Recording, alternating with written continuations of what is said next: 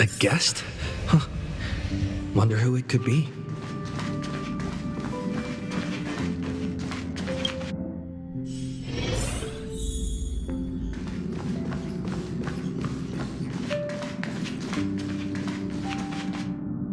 That's my proposal. There's no harm in giving it some thought. I understand, but the Express's voyages are meant to extend the Silver Rail. That won't change. But the cosmic situation will. The Legion's threat looms over the universe, and no one can avoid it. Isn't that why you started the trailblazing journey? To connect? When it comes to the Express's course, I can't make any decisions on my own. Madam Jade, your olive branch should be extended to everyone. Greetings, nameless ones. Deliverer of Emporius. I'm here to celebrate our victory before the Express makes its warp jump, and lay the groundwork for a long-term partnership. On behalf of the Strategic Investment Department, and in the name of Diamond, I hereby invite all of you to Astropolis to discuss our alliance.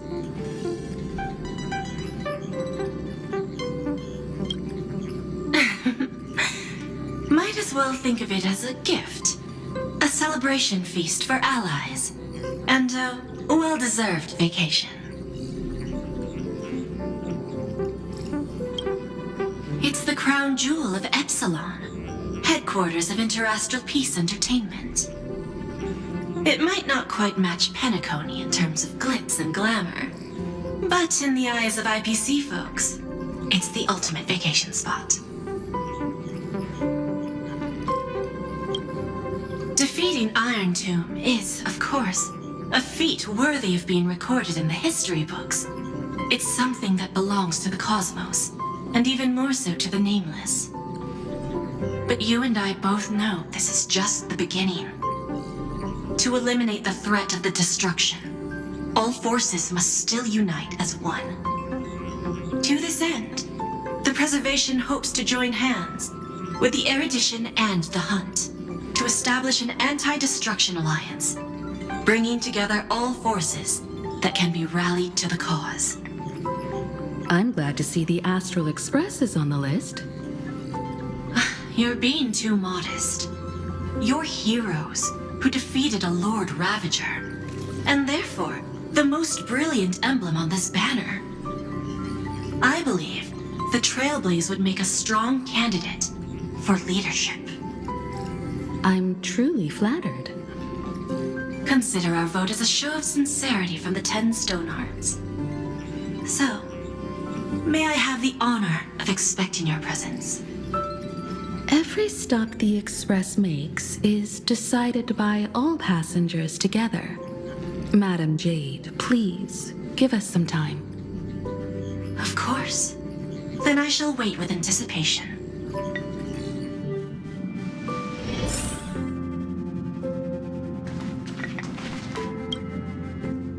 Getting to visit the Interastral Peace Entertainment headquarters and become the leaders of the Anti-Destruction Alliance?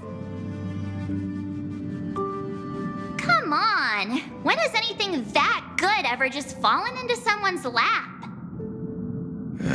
Jade is a shrewd businesswoman. Her idea of a leader might not align with what we have in mind.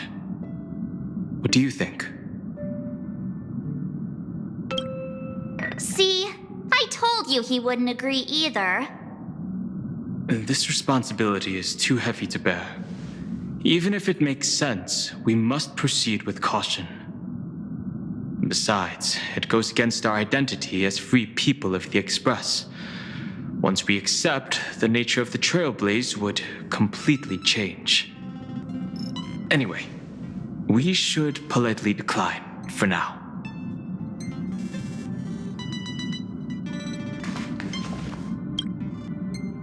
Sunday, what does your gut tell you? From what I know about Madam Jade, every favor she does is just groundwork to put things in her control.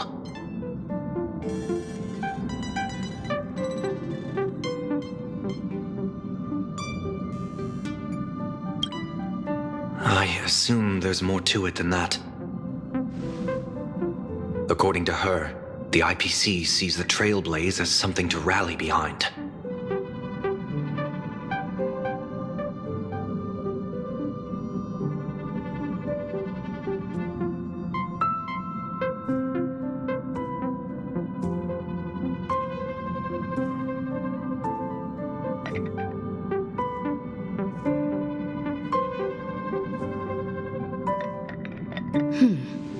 What do you think?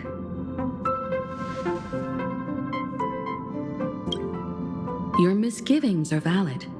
The Express has its own path to follow. It's not the right time to be getting involved in political games.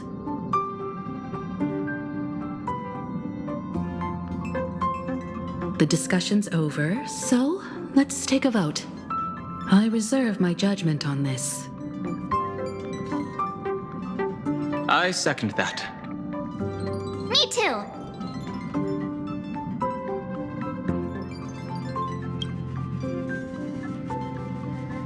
I abstain.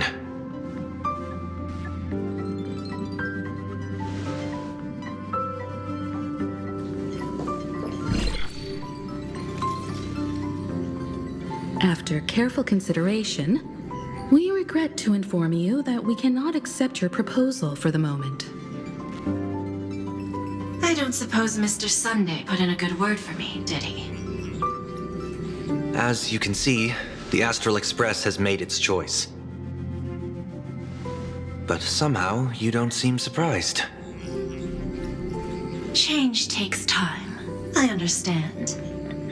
As Miss Himiko said, it's just for the moment. There's no need to give me an immediate answer. Patience is one of my strengths. After leaving Amphorius, the Express will seek out a developed world to restock our supplies.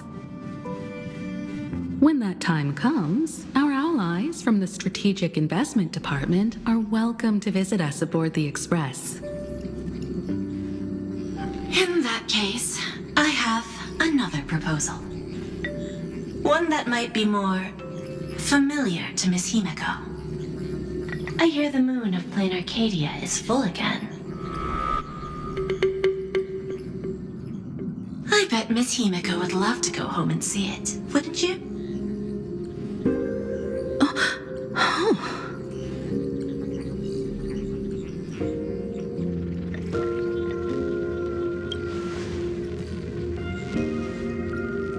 So the moon is full once again.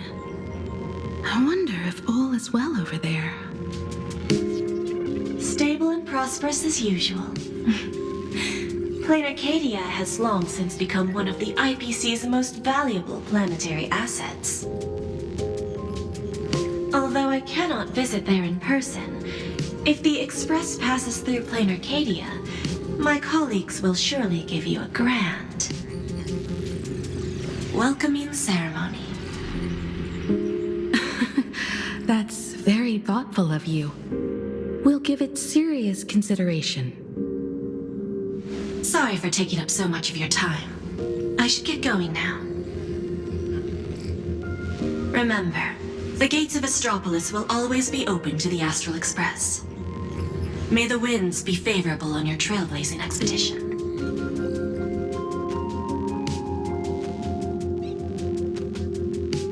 Plain Arcadia? It's been 15 years since I last heard that name. It's clear she came prepared. Astropolis was probably just a cover. Jade's real objective was to let us know about the IPC's movements in my homeland. Are you planning to go back and check it out? Why don't we first explain things to these confused kids?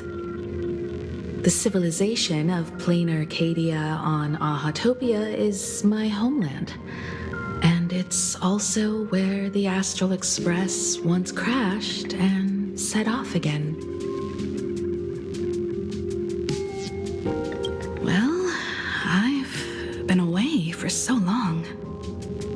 To be honest, I'm also not this. Dan Heng, March 7th, and you've all grown so much during your time in Amphorius. Each of you has become a truly capable Nameless. So you must understand that Jade was right. The Trailblaze no longer means what it once did for the cosmos. Do we keep wandering through space? Or, as she suggested, do we become a core force against the destruction? We should give this question some serious thought before we depart. Going back to where the Trailblaze began again could be a way to reconnect with our original purpose. More importantly, our last stop was really exhausting, so we need to take a proper break. Ahatopia is an Arcadian world steeped in the elation, making it the perfect vacation spot. So, what do you think? That's my suggestion. Give it some thought.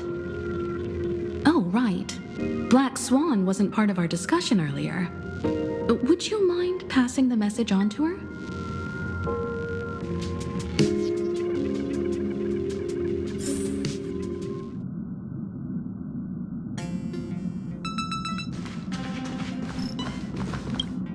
When discussing the Alliance, Madame Jade only mentioned the Strategic Investment Department.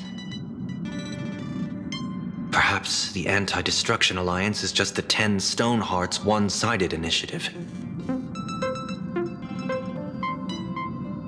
The IPC is full of competing camps. If I'm not mistaken, all the factions on that list are forces that Diamond is trying to win over.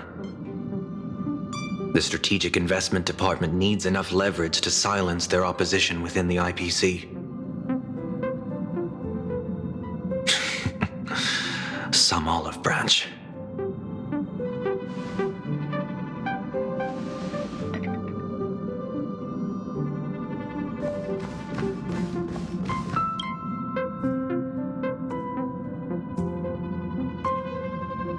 Me?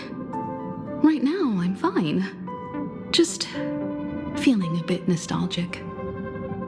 I was just flipping through my first navigation log. Can you believe that was from 140,000 system hours ago? 15 orbital years have passed. I wonder what plain Arcadia looks like now. Just the thought of it makes me curious.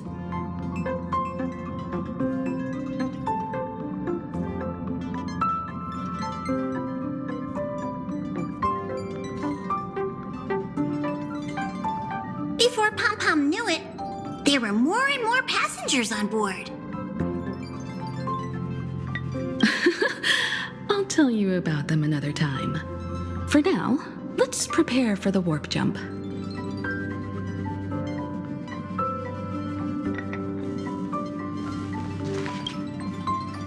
Have you noticed how Himeko gets lost in thought whenever we talk about her homeland? I'm like the Express's gossip queen, but when it comes to Himeko's past, I'm totally in the dark. I even asked Mr. Yang about it, but all he said was, "I don't know anything about this either." So I snuck a peek at the navigation log and found... Oh, come on! You're missing the point here. I found an unfamiliar signature in the logs. Something like... Mura? Based on the timeline, it must be someone Himeko knew. But she's never mentioned it. I bet there's some big secret behind all this.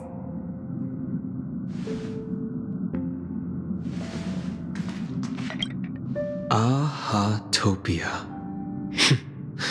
That's an ancient world, if I remember correctly.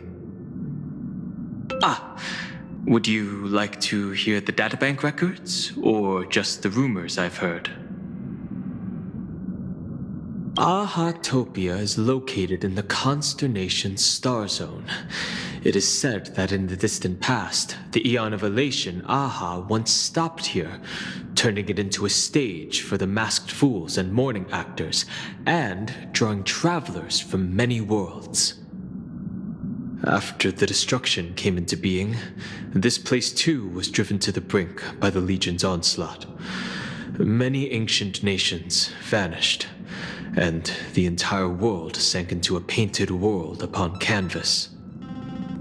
Fortunately, with support from the Interastral Peace Corporation's Worlds Reborn initiative, Planar Arcadia emerged from the planar realm, regained its former vitality, joined the Pan-Cosmic Trade Network, and became one of the IPC's key assets and markets.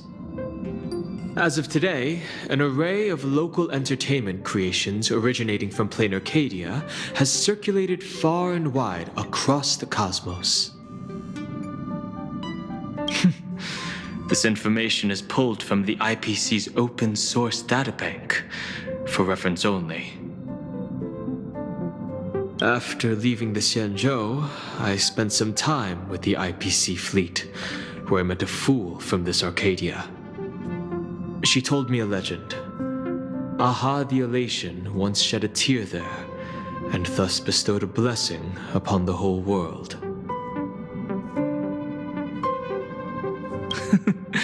Hard to imagine, right? I can't wrap my head around it either. But the fool's tales have always been absurd. Seeing is believing. The best way to understand this peculiar world is to visit it ourselves.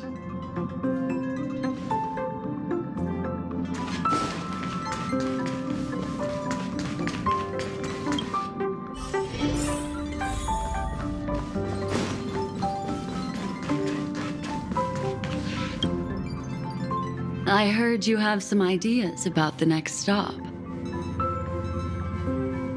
Sorry, but I'm afraid my journey with the Express has come to an end. The Memo Keepers have received summons from the Garden of Recollection, so I must return to report. But this journey through Amphorius has given me many unforgettable memories. Your trust, and my small act of rebellion against the Garden of Recollection. Covering up these traces won't be easy, so I need to leave quietly. Fortunately, a cremator has agreed to help me out, and she's waiting for me. Of course not. The time I've spent with all of you is a treasure I couldn't find anywhere else.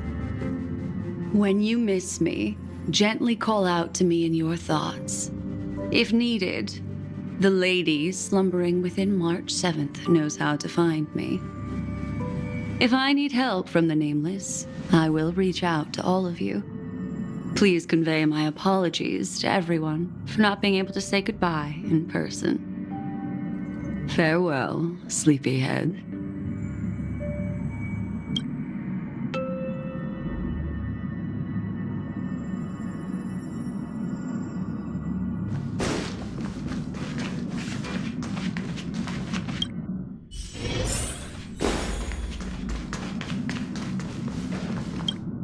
Plain Arcadia. Another land known as an Arcadia.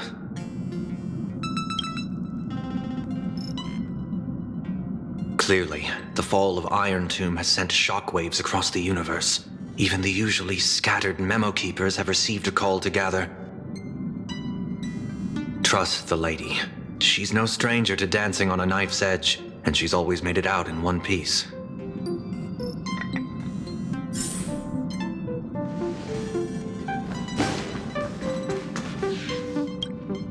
Still thinking about the next stop?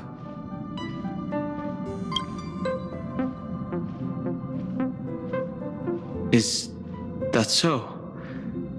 If she chose to leave on her own, she must have good reasons for doing so. I hope the Garden of Recollection has no way of knowing what happened inside Amphorius. I wonder what interesting sights await us in Plain Arcadia. What? She just left like that? Without even saying goodbye? thinking of throwing her a proper farewell party.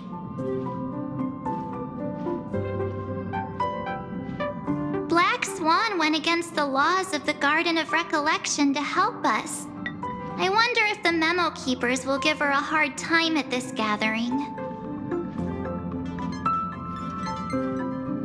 Yeah, Pathstriders of Remembrance are all really resourceful. I hope her path ahead is smooth.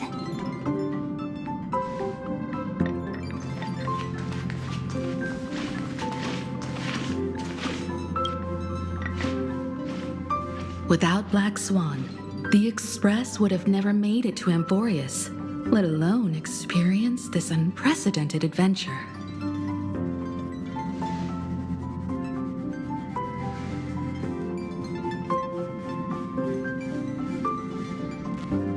Let the conductor sound a whistle for her and wish her smooth sailing ahead. So, what have you all decided? I'm on board. Let's head to Plain Arcadia. After such a tough battle, we all deserve a good rest. I have no objections.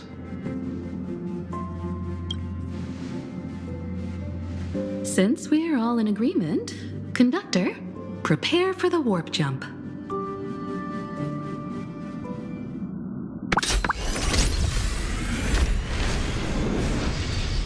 Attention passengers! The Express is about to make the jump. Please be seated and hold on. Destination, Plain Arcadia. Let's go!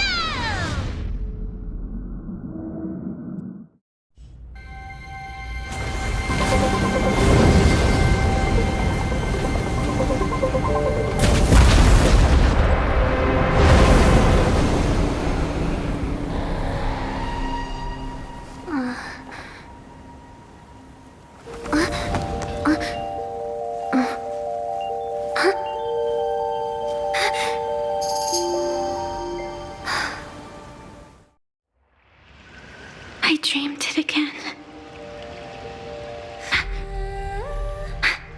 What a ridiculous dream. Even more over the top than what that guy promised. Looks like the Express has once again taken the wrong route. There's nothing we can do about it. In the river of time, if cause and effect can be kept apart for long, they're bound to have a terrifying reunion. Am I right, Observer? Watching us from behind countless veils. I've been rambling on since the show just started. You must be totally lost, aren't you? Then just forget all that nonsense I was spouting.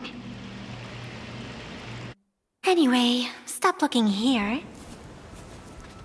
What you should be focusing on is them.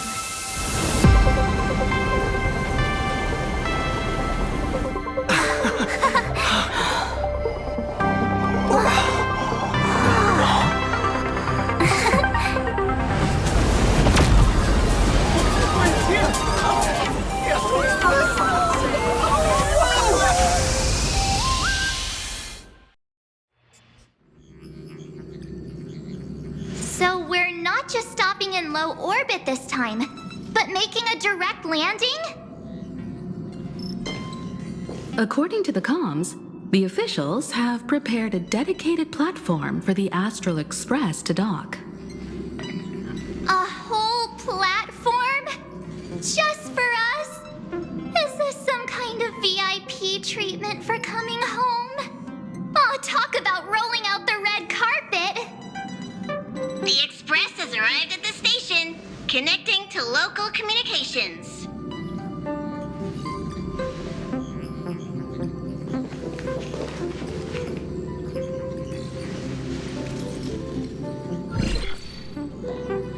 From what I see, the Astral Express is considered a legend across the cosmos. So, preparing a fitting gift would be more than appropriate. Allow me to introduce myself. I'm Pearl, from the IPC Strategic Investment Department. Now, in my capacity as the legal representative and CEO of this Arcadia, I welcome the Express Navigator, Miss Himiko, back home. Hello, Miss Pearl. This is news to me. I wasn't aware that the Strategic Investment Department had taken over administration of Plain Arcadia. As its governing official, I am still in the process of learning. If I can help this planet grow more prosperous, it would be a profound honor. We would be even more honored to have a face-to-face conversation with you. That's exactly what I wanted to say. While the Express is stationed here, the IPC will reasonably accommodate all your requests, including the one you just mentioned. Pardon my choice of words, but I sincerely hope that you enjoy your time in Plain Arcadia so much you never want to leave. In that case, I'd like to know about recent events in this world. I heard from Madame Jade that it's once again the time of the full moon. Indeed. I believe it's also welcoming the Express. After 15 years, now that the Phantas Moon of Elation is full again, the Phantas Moon Games will begin as scheduled. The more lively, the better. During these divine games, distinguished guests from across the cosmos will be stopping by. This time, along with the Express, a delegate from the CLXXII Alliance has also arrived. Don't be surprised if you happen to run into them. A CLXXII envoy? That's right. A big shot from the Yuchui.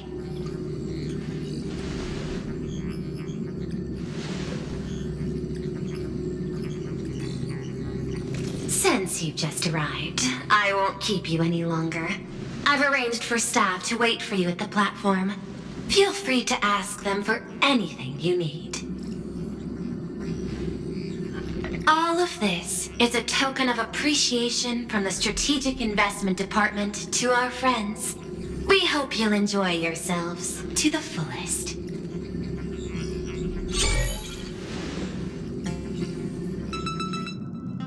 Madame Pearl's style is different from Aventurine's, but her methods are cut from the same cloth.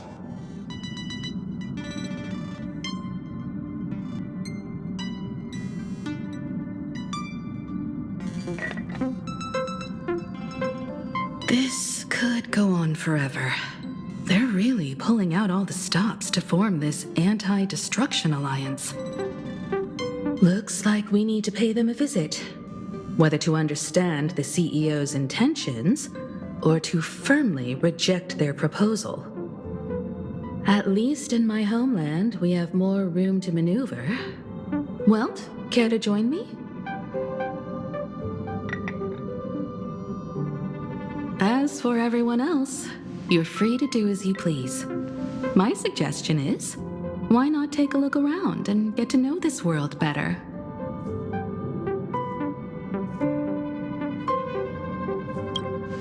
I appreciate your enthusiasm, really. But I have something else I'd like you to help me with. In that case, Sunday and I will go gather some intel about the CLXXII envoy. Huh? Why you two? I asked Don Hung to bring me along. I can't appear in public given my identity, but I have a feeling that the Express might need to make some tough decisions in these complicated circumstances. Understanding the CLXXII Alliance's stance might help us on our journey. Hey, you had the toughest time in Amphorius. Since we're splitting up, why not make your mission take a break with March? I'm saying this from the bottom of my heart. I'm counting on you. Same goes for you, March. Now we'll look like two immature kids just loafing around.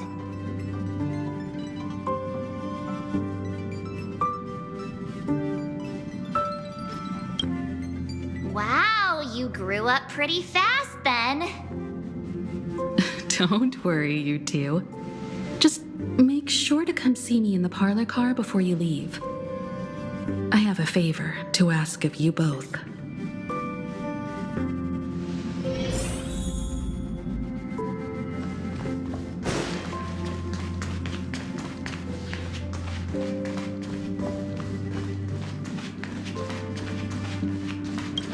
I've made contact with the Xianzhou delegation. Sunday, let's head out.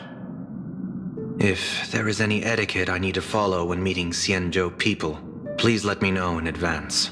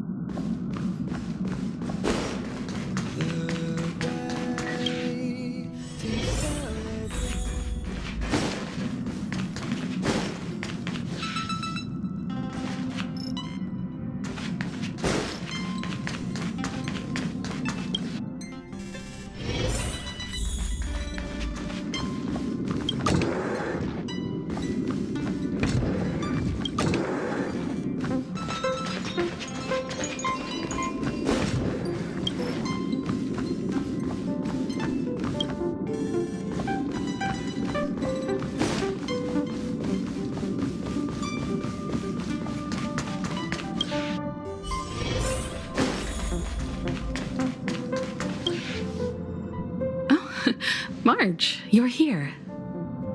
So, what kind of mission do you have for us? It's a long story, but what if I told you there was a game being played in a corner of the cosmos? And the winner might become an Eon. Would that pique your interest? You two saw that special moon in the sky, didn't you? That's a piece of artwork. Here, a ceremony called the Phantom Moon Games is held every full moon. And that's what I was talking about. The game where the winner becomes an Eon. Pearl mentioned that name too. Just what kind of ceremony could be so mystical? Historically, the origin of the Phantom Moon Games is tied to a group of mourning actors. Legend has it that they offered heartfelt stories to the moon, hoping for a chance to have an audience with an Eon.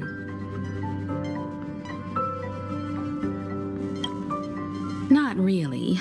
As far as I know, many factions have their own ways of gaining an audience with them. Like the IPC's tourist package, one-day glory tour of the Amber Lord. Pay 1.8 billion credits and you can get a close-up view of Klapoth from an orbital ship at Pier Point. But the Phantom Moon Games are different. They're one of the few well-documented ways where you can actually see an Eon and receive their response.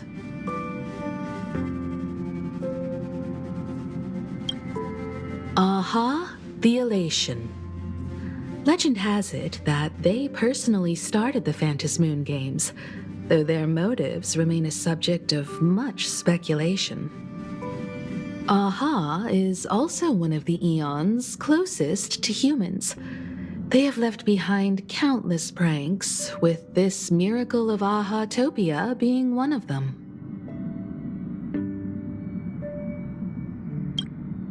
According to historical records, when a supplicant rises above the rest, the elation will manifest, listen to the victor's wishes, and share their authority for 1 minute. Considering this Eon once injected all their power into a noblesse worm, it's not surprising they would do something like this. What does it mean to become an Eon for a minute? Among past winners, some sought ultimate power, Some yearned to erase their past regrets. And someone even stored this planet within a scroll painting. But how their wishes were granted and what became of them, only rumors remain, and no one knows the truth. The first signs of the war among the eons are beginning to show. I believe this is why the IPC has been positioning itself here for years. When I saw the Phantos Moon at its fullest, I became even more certain. This ceremony to commune with the Eon, whether genuine or not, could be the turning point that determines the destiny of the cosmos. With all eyes on these games, the IPC won't be the only ones with ulterior motives. The road ahead will likely be fraught with hidden dangers. But what's important is that you make your own decisions, such as whether you'll take part in these grand games, and if so, how.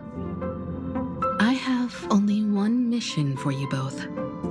Explore and understand this world in your own way, as the place where the Trailblaze began anew, and my homeland. You might hear completely different versions of what I just said from others. Trust what you see with your own eyes, and believe in what you choose to believe.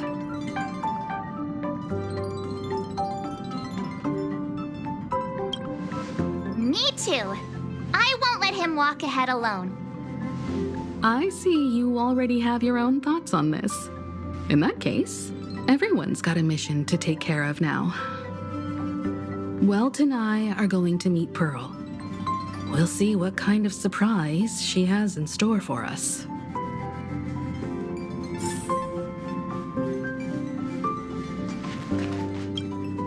Ready to head out? Have fun out there.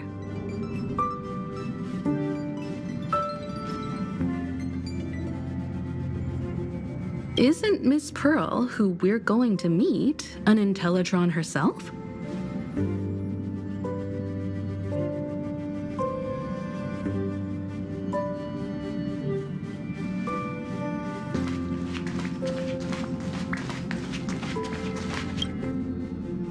The Astral Express has arrived. Welcome.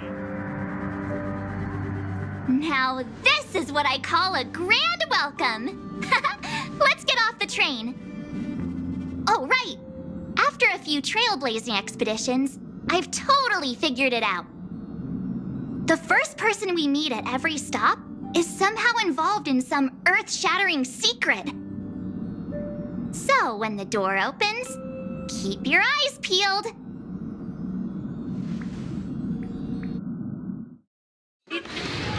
Passengers exiting, please use your tickets to pass through the gates in an orderly manner. Please be mindful of your personal belongings. Thank you. In the name of erudition, traverse the cosmos. We meet again, deliverer from beyond the sky.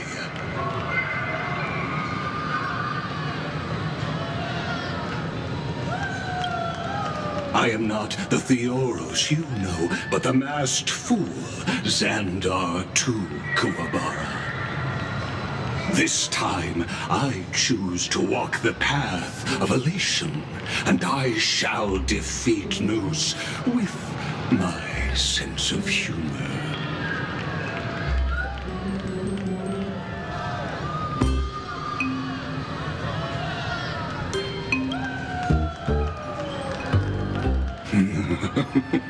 After all, I did say before...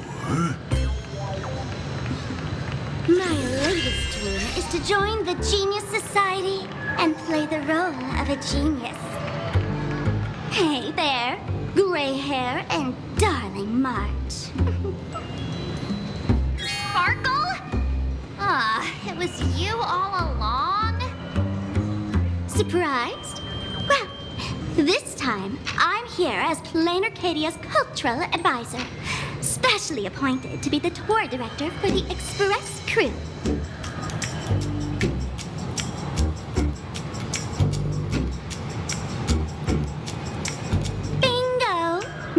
Sparkle is planning to toy with both your destinies as if they're just her playthings. Scared yet?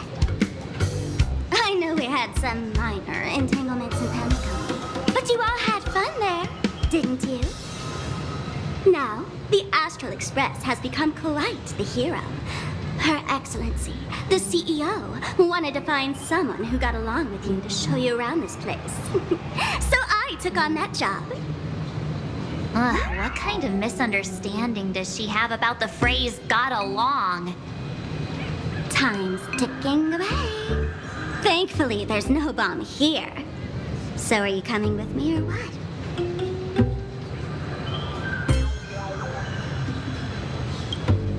Fine. But from now on, no more pretending to be someone else. Lame. Anyway, shall we get going?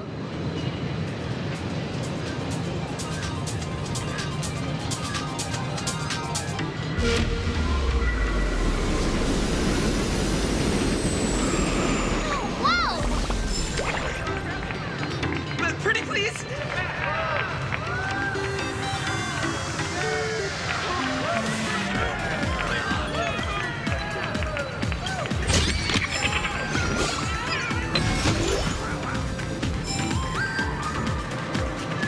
Welcome aboard the Duo-Mention line. This train originates at Perdido Station and is bound for the terminal station. The next stop is Oaxaca. Is this a train? Looking sharp. The train and the platform. Thanks for the compliment. Ugh! The train just spoke. Before us stands not just a train, but a strangeling. The term strangeling is so outdated. Times have changed, dear guests. Please refer to the Fekine Protection Act. We prefer to be called imaginary. So by the book, you really love those fancy scientific names from the IPC textbooks, huh? Fine. Have it your way. This here is a species unique to plain Arcadia. An imagine, or a being born from paintings.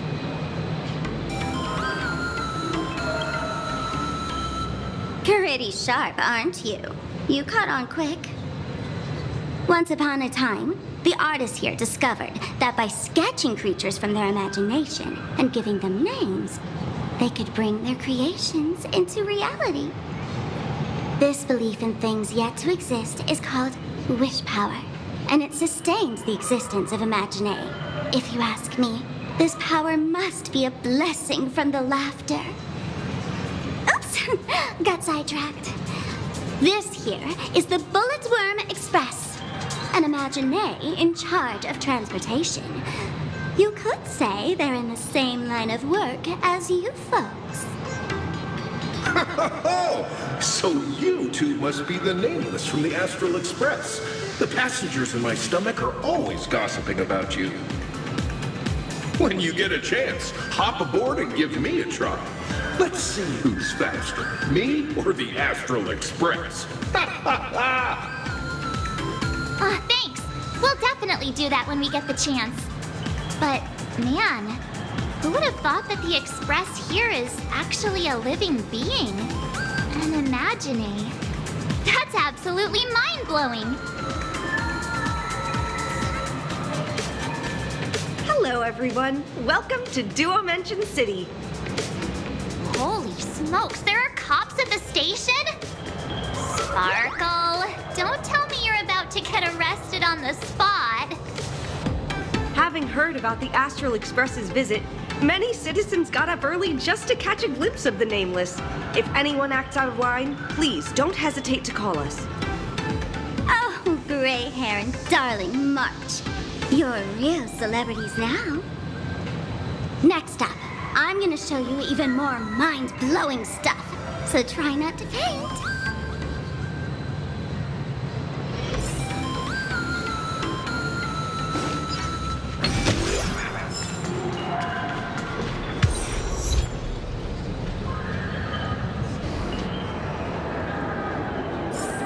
Holy cow, it's packed in here.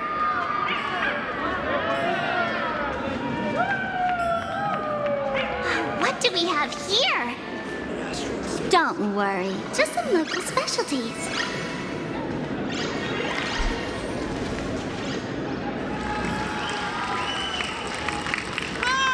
Look! That pink-haired girl! She's got this adorable little bunny vibe going on. Is she the inspiration for March Bunny?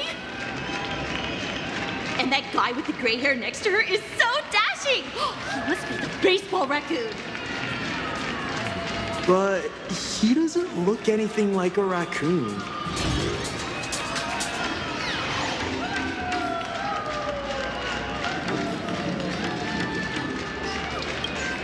What? Hey, you!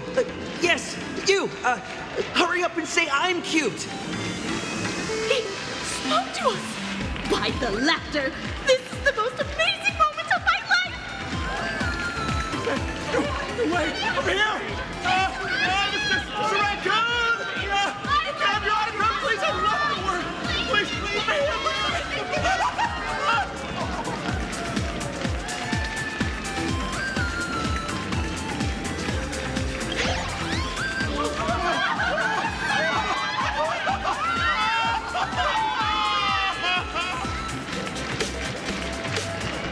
Everyone, please maintain order. The people here are way too passionate. I've never experienced anything like this before. So, this is what having rabid fans feels like? Feels intoxicating to be the center of attention, doesn't it? Just don't get too caught up in it. You might not find your way out.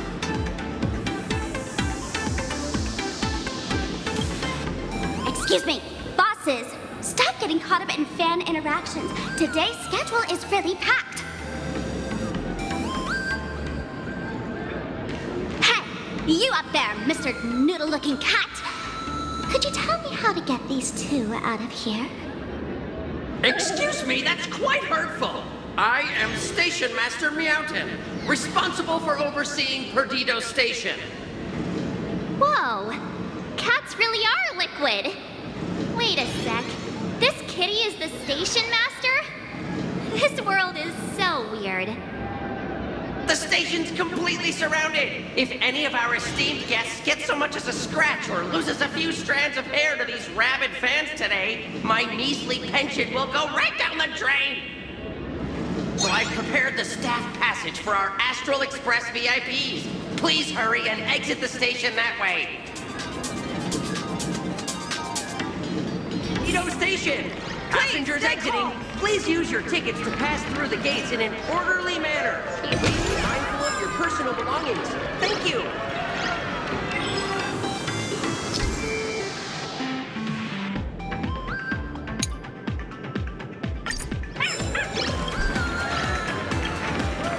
Staff passage? To be precise, it's the Imagine Staff Passage. A long time ago, all of this Arcadia was sealed inside a scroll painting. For people inside the painting, they just entered another dimension. It was completely safe.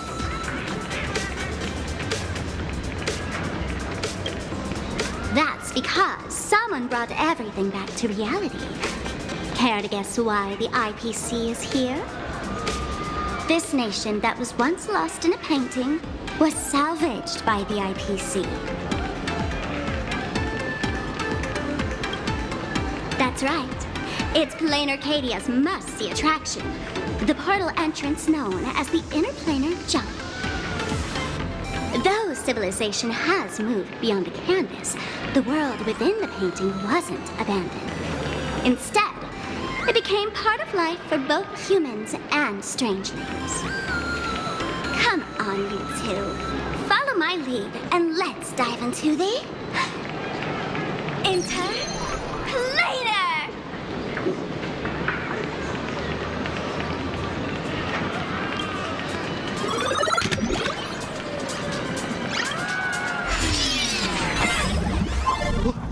How did I turn into Pom-Pom? Wait. On closer inspection, you don't look exactly like Pom-Pom.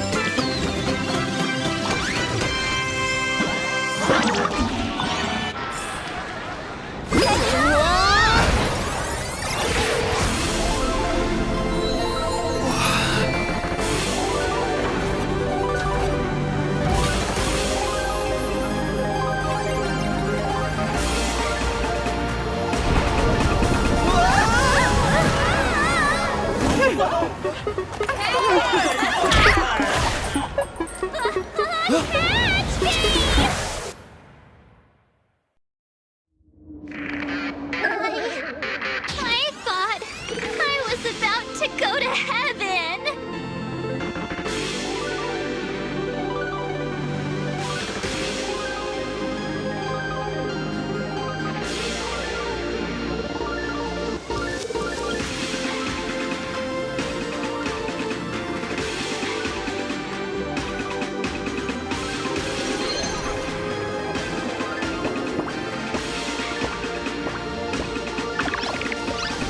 Are all these Imagine? That's right. This is plain Arcadia, a world where strangelings roam freely, and a paradise woven from elation and wild imagination.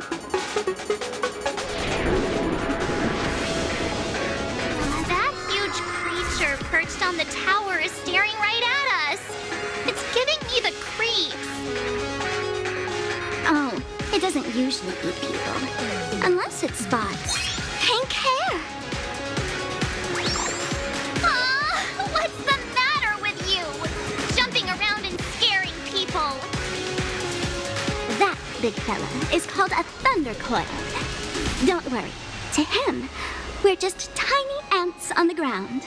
Not even enough to get stuck between his teeth. Thunder coil? With a name like that, shouldn't he be flying around making thunder and rain?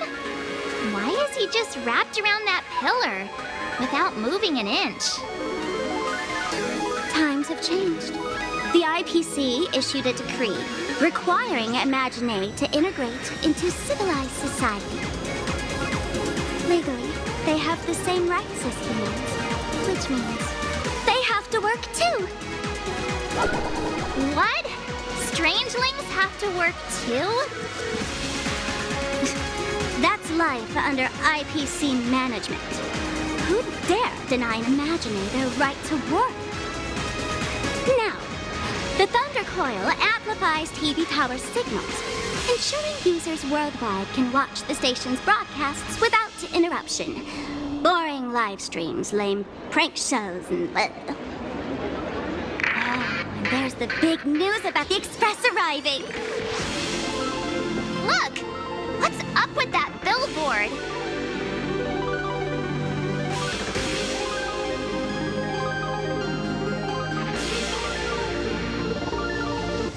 If it were me up there, I wouldn't be saying such negative stuff.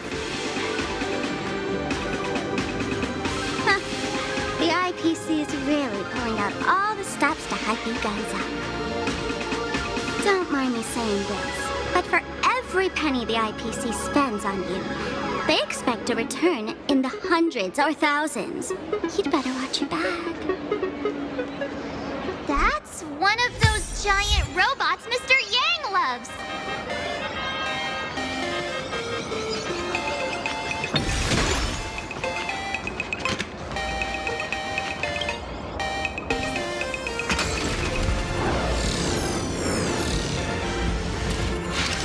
What is that? A decapitated Intellitron? This is a new life form that was born after the last Phantom Moon Games. An Imagine called a Mechatron, created by the IPC.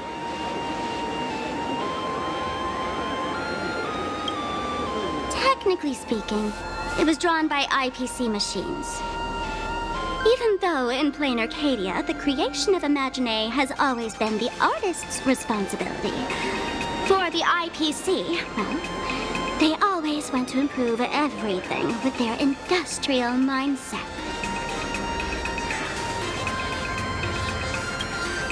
This thing is also an Imagine? Doesn't look that different from a mech to me. Young lady, I must correct your cognitive bias.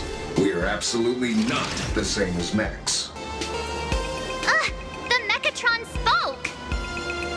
Our creation isn't as complicated as mechs, and we're not as fragile as Intellitrons when we're born. That's because we don't need to install an Intellitron's logic center, nor do we require a mech's power reactor. Pour materials into the mold channels, die-cast the parts, assemble them together. And just like that, we Mechatron are complete. We can fly, run, and jump, second to none among technological marvels. I get it. So you move with wish power, I suppose. Oh, seems someone knows their stuff.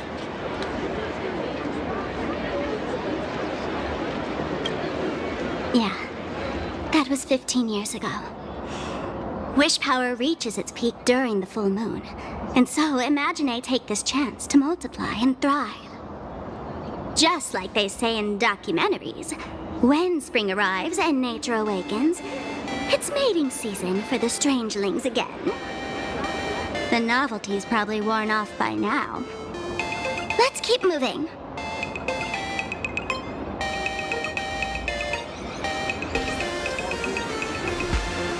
I'd love to get one of these as a souvenir for Mr. Yang. Yeah, I think so too.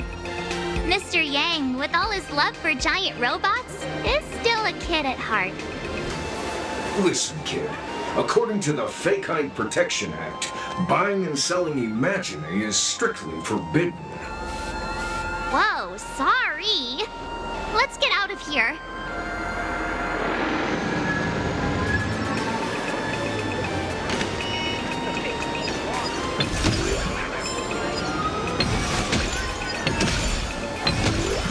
Is that a dessert shop run by cats?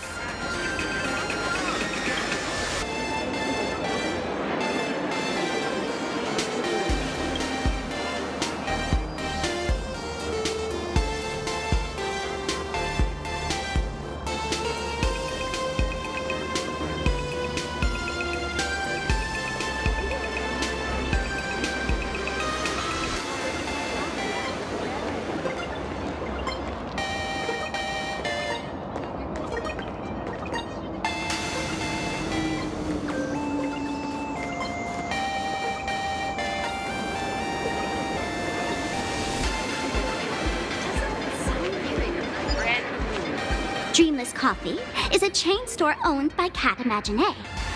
The coffee and desserts here are absolutely delicious.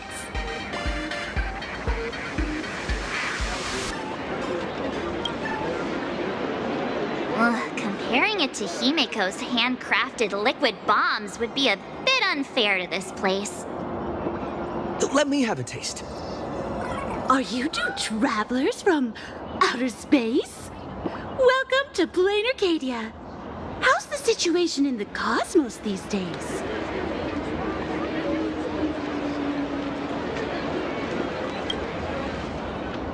Oh my! If it isn't the heroes of the Astral Express! What an honor to meet you both. As Nameless, you must go on life and death adventures all the time, right? Would you like to keep smiling happily forever, no matter what adversity comes your way? Happy forever? Is that even possible?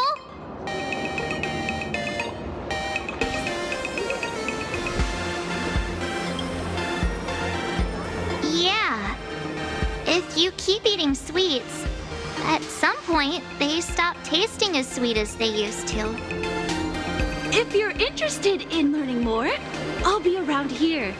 Feel free to come find me anytime. Extra strong Pure Point coffee. Have a taste.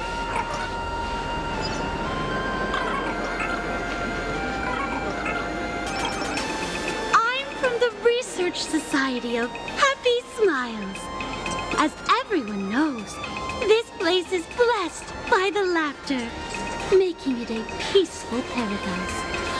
However, even while living a peaceful life, our existence remains entangled in countless worries and suffering.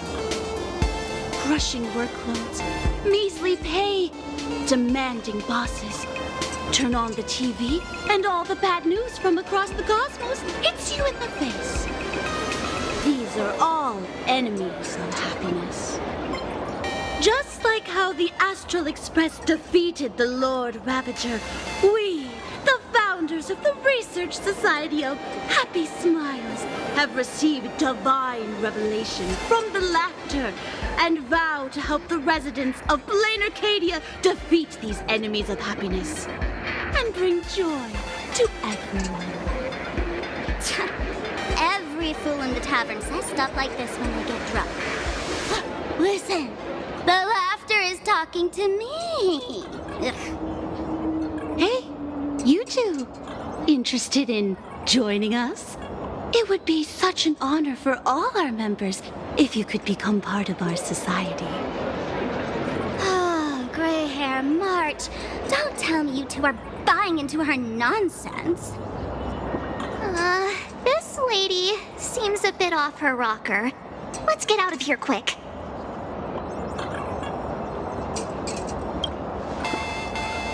Oh, is that so? That's a shame. But don't worry. Opportunities for happiness will always be waiting for you. I hope we can have another heart-to-heart someday, so that you both can be guided to a life filled with eternal happy smiles. Brand new extra strong Pure Point coffee. Oh, there's something on the traffic light. Should we check it out from the overpass? Please do not take any pictures.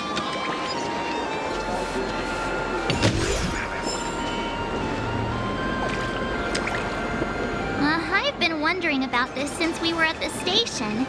These colorful little dumplings seem to be all over the streets here. Ah, you must be tourists? Don't panic. Those are just little things we call wispy. The tiny wishes that humans make every moment of the day can condense into wispy. Some say these little creatures are proto-imaginae. They just never had anyone to give them forms, so they appear in the world in the simplest, most natural state. They do look pretty adorable. Like little wiggly blobs of jelly. Probably shouldn't ask this, but can we eat them? They may be mischievous, but please don't hurt them. Ugh. Eating random things off the street will give you an upset stomach.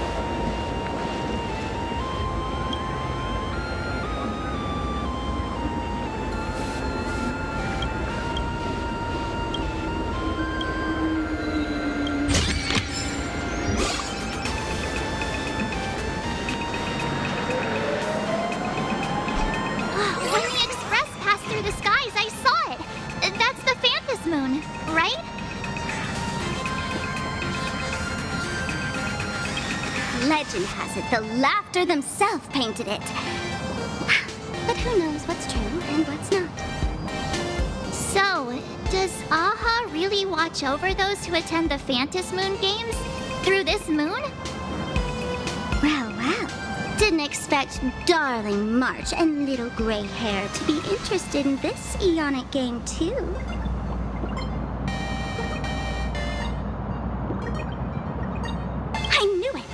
The Laughter once traveled with your Akibilly, and now the Nameless are drawn to their game in this Arcadia. Must be fate. So, what aspect of the Phantasm Moon Games would you like to know about? You must have heard the legend of the 8 morning actors who offered their stories to the moon in order to try to move Aha. The masks that were worn by these 8 people are the tickets to joining the games. Under the full Phantasm Moon, choose one of the masks and become a supplicant. Then you can compete with the other 7 for the chance to meet the Eon. Looks like we'll need to get a mask first if we want to join the games. In modern terms, it's all about getting views and clicks. Views and clicks? Are you kidding me? They didn't have that kind of stuff in, mythological times. That's how the legend goes. The morning actors offered up their stories, but the Laughter didn't even spare them a glance. And so, to catch the Eon's eye, the Phantasm Moon Games ended up leaving behind incredible feats each time. From forging swords that could cleave mountains in half, to transforming snowy peaks into floating jellies of sugary frost. It's still the same today. The supplicants must give it their all to capture the attention of the people of this Arcadia and accumulate wish power. And the Laughter will only reward the most thrilling miracles. Oh? Don't tell me our little drama in Penacony wasn't entertaining enough for you.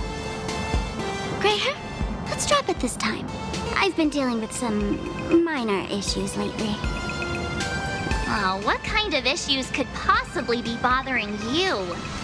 Don't tell me you're cooking up another crazy scheme. I'll keep you in suspense for now. So, where do you want to hang out next? Let's head this way. We can turn into the food street. They've got all sorts of goodies there.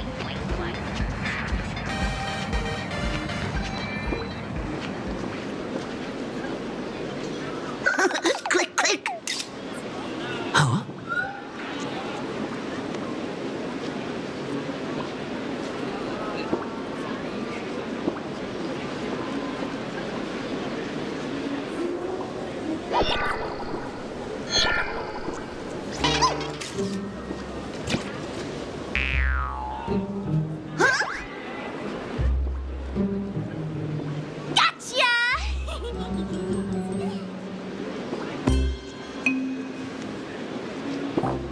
I felt like someone was sneakily following us around for a while now. Looks like it wasn't my imagination. What's this little thing's deal, huh? It's kinda dressed like you, isn't it?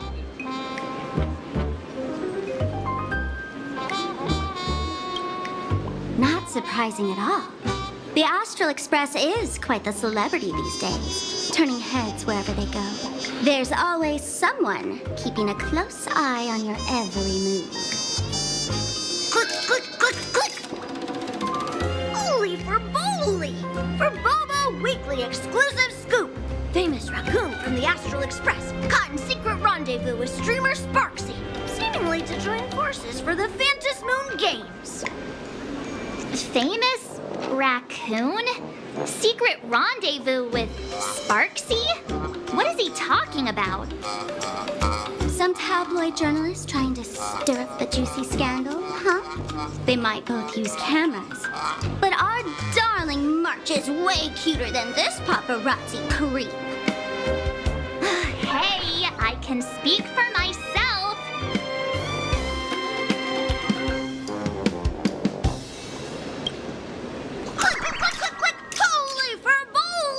Breaking news! Famous raccoon from the Astral Express openly violates press freedom! Suspected of attempted physical assault on the reporter! Hey, don't write nonsense in your report. Why are you just standing there? Hurry up and catch that thing!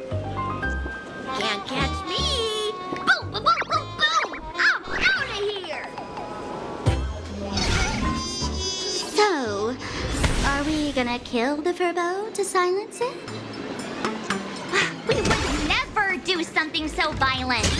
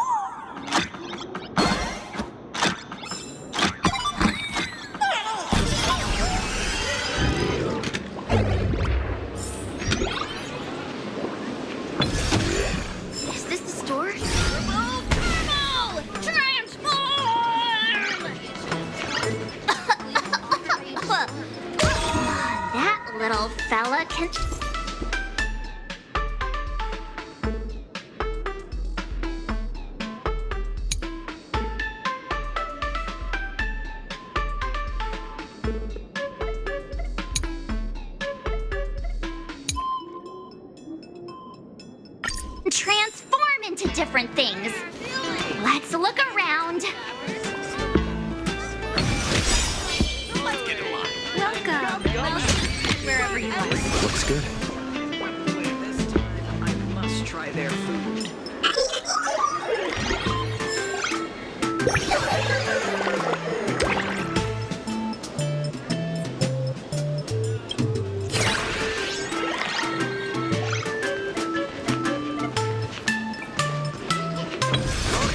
Come on in and take a look at our menu.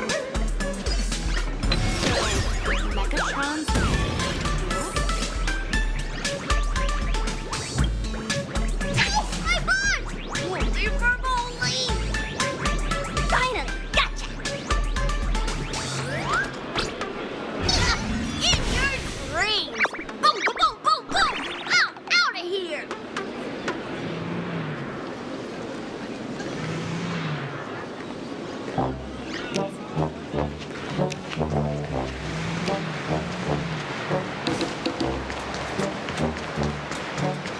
Let's have a candle.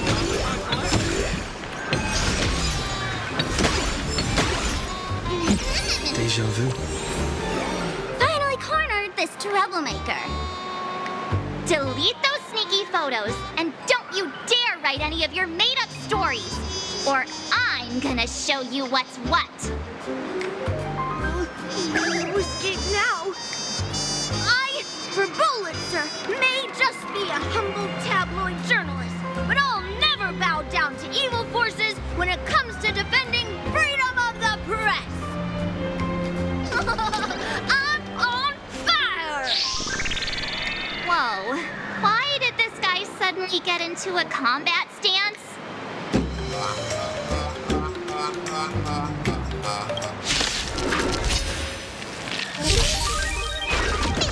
Mountains roar, crackers rise! I choose you! Stars, shine for the heroes. Time for some sweet dreams.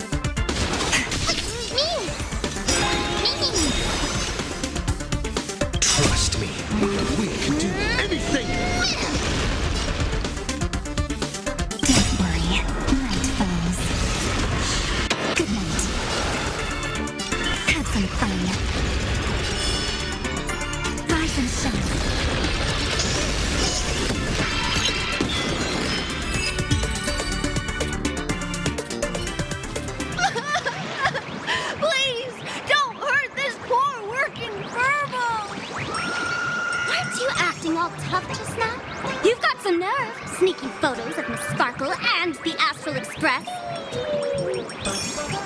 I mistook you for someone else. I thought you were that famous streamer.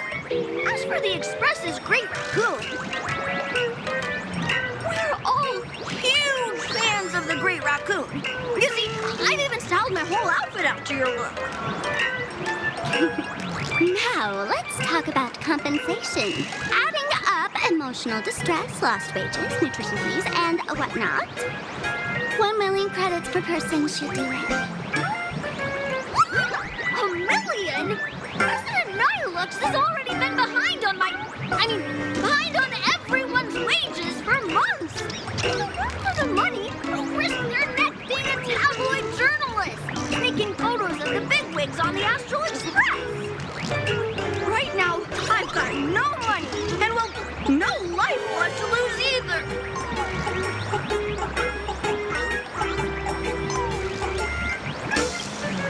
Is this Nihilux you mentioned the president of your magazine publisher?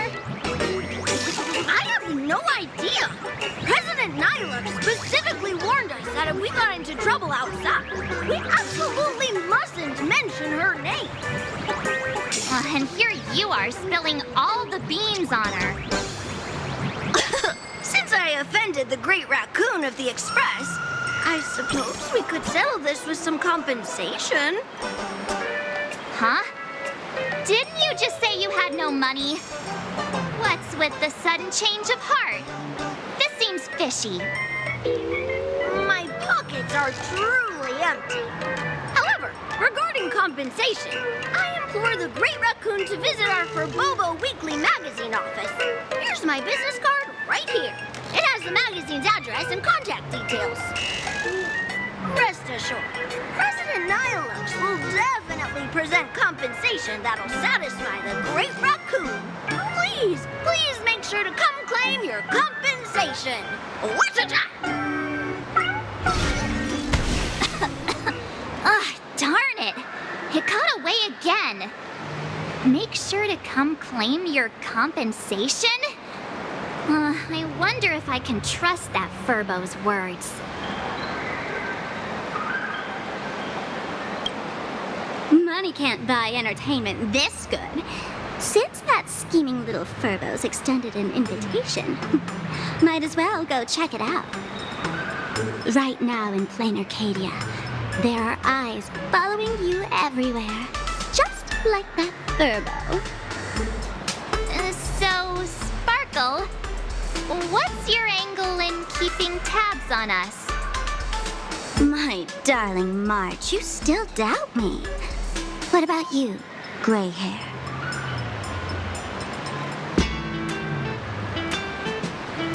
You got that right.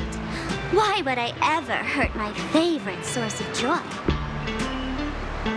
What you should be worried about right now isn't me or that tabloid journalist from earlier.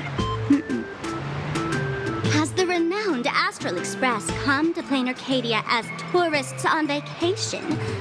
Or are you here for the Eon's game, eager to share their authority? For the local residents, you're already in the spotlight without doing anything. If you decide to join this game, you'd better stay on your toes. There are quite a few people looking to join the Phantom Moon Games and become a supplicant. In their eyes, the Astral Express is the perfect prey. Among the folks I know, there's one who might become your enemy. She's about to put on quite a show at the plaza up ahead. Want to go check it out together?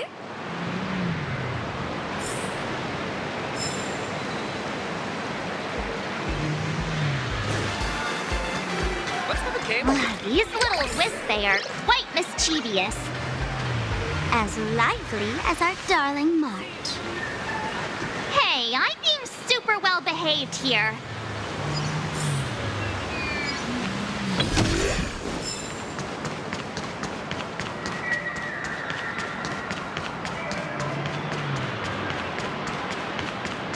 Wow, so many gold coins! Just some unclaimed wish power for you. Pick them up when you find them.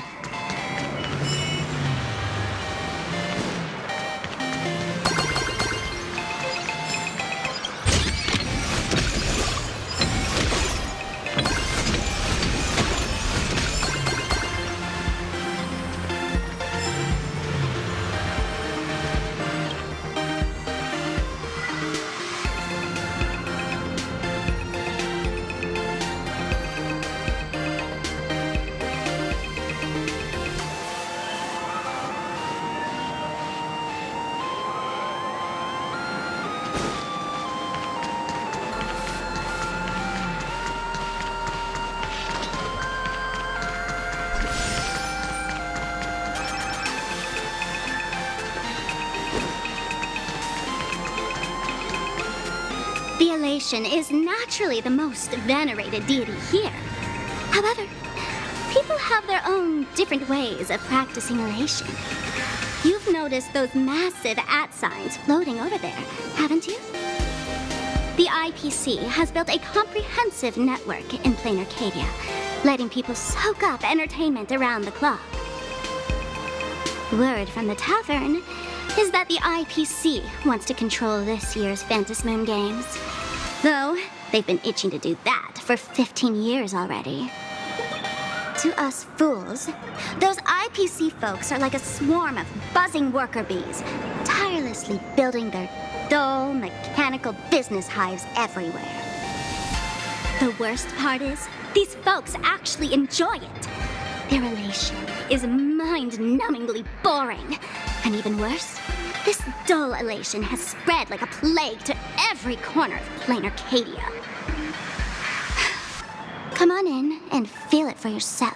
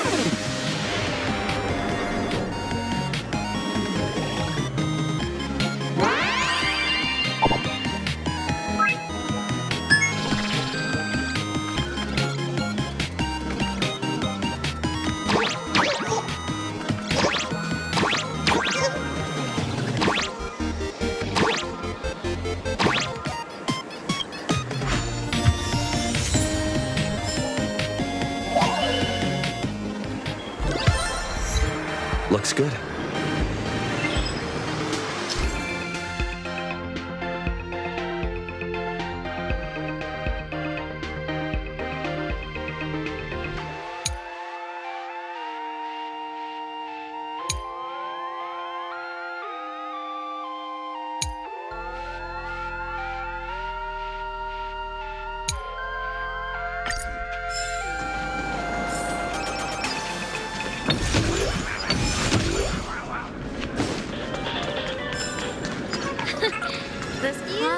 Designed very well. If I were the designer, I could definitely do better.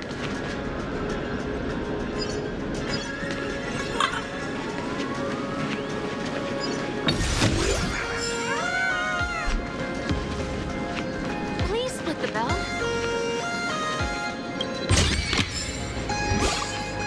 Big City is so big.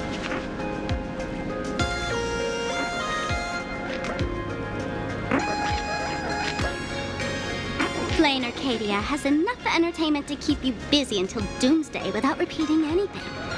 But you know what's missing here? Real fun.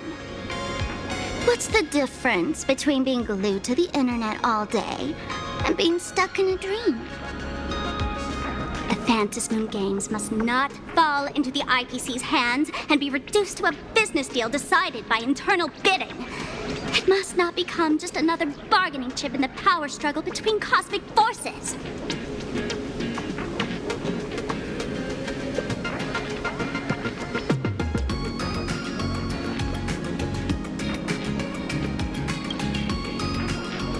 You know, the laughter and Akavili go way back. I witnessed the potential of the Trailblaze in Penacony, The sparks that fly when paths collide. It's absolutely mesmerizing. In plain Arcadia, what surprises will you bring for the elation? And there's also the preservation, the hunt. Don't you think that on the eve of the Phantom Moon Games, plain Arcadia looks just like a card game among eons? If that's the case.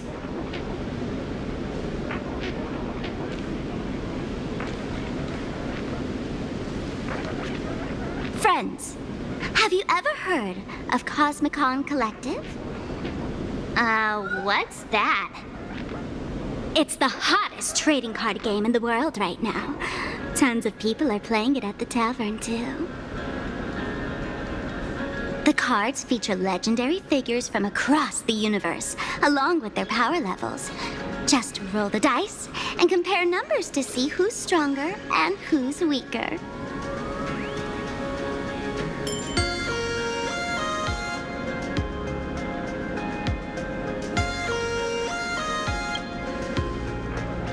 Gray hair, care to play cards with me? Think of it as a rehearsal for the Phantom Moon Games, right here, at this tiny card table. If you beat me, I'll tell you the enemy's name. Maybe we can team up and take her on.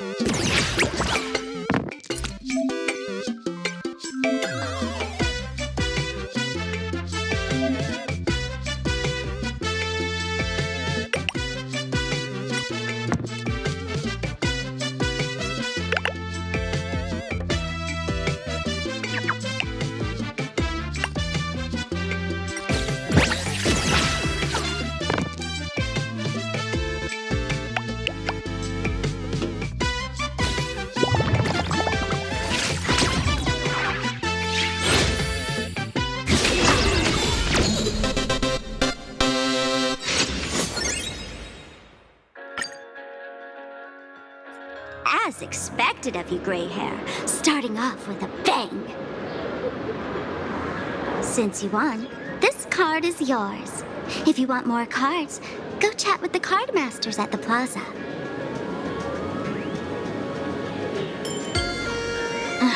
A streamer who's about to go live at the plaza. She calls herself Sparksy.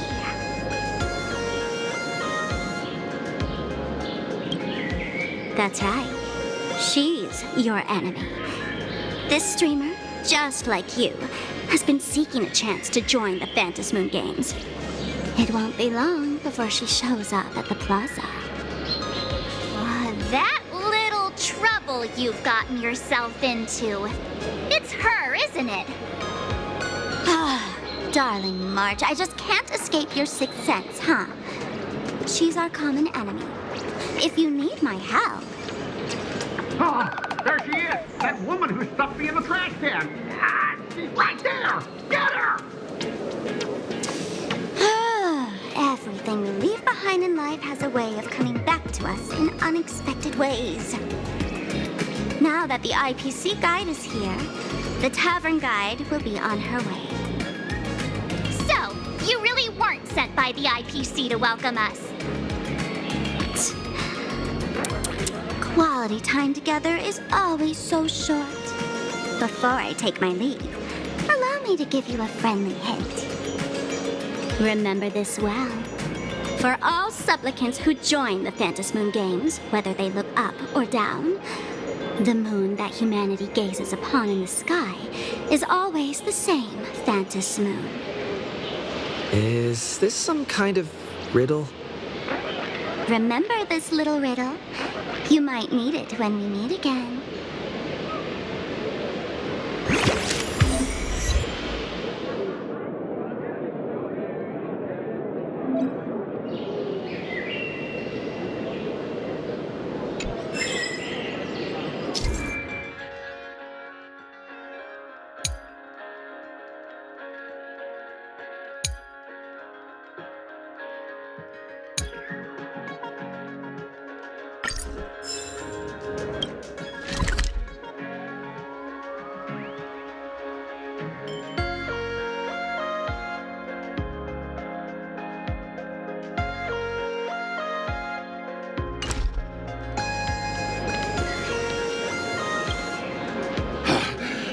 Finally! Found you guys. You wouldn't happen to be the guide the IPC assigned to us, would you, Mr. Scott? That's exactly right. We meet again, bosses. After the Holy Grail War back in Penacony, Mr. Aventurine graciously offered me a chance to turn over a new leaf by working for the Strategic Investment Department. And as it happens, Madame Pearl wanted to find someone who got along with the Express crew to be a guide. So I was assigned this important task. Just before I came to start my job today, someone suddenly knocked me out cold.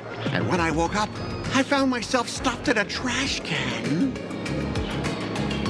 That's right. It was that woman who kidnapped you just now. When I catch her, I'll make her pay until she's completely broke.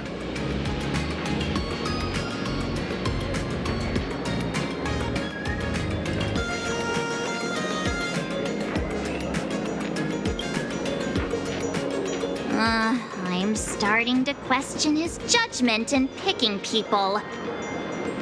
I knew it! You don't want to see my despicable face! I, Scott, totally understand your frustration. As long as you're safe and sound, that's all I care about. So, dear bosses, would you like to grab a bite to eat, keep playing around here, or perhaps enjoy my latest animal impersonation act, huh? Mr. Scott's dedication to his work is so intense. It's almost painful to watch.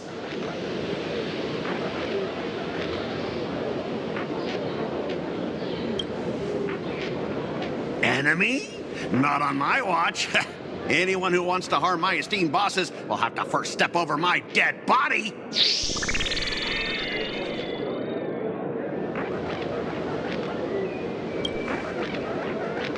Now, that's not really appropriate, is it? Not that I'm refusing your request. I can play too. I mean, I'm quite a card player myself. But I'm on duty right now, and I was assigned to be your guide, not your card buddy. I need to take my work seriously. Can't be splitting my attention like that. Now, you see that card player over there? You can go chat with him instead.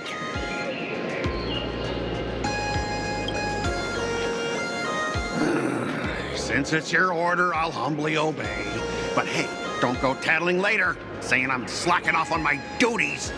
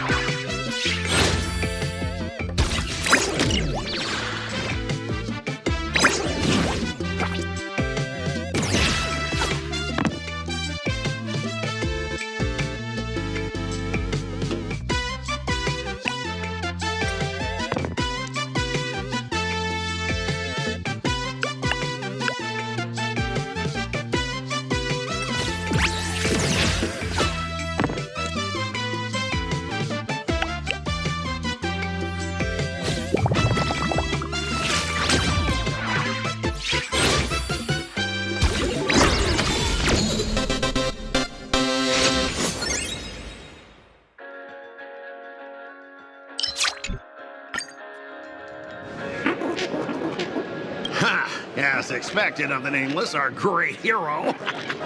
Your card skills are truly remarkable. Boss, am I giving you the good vibes you need? Don't forget to put in a good word for me when you get back. Oh, right. There are other players around this plaza. If you're still up for more, feel free to chat with them.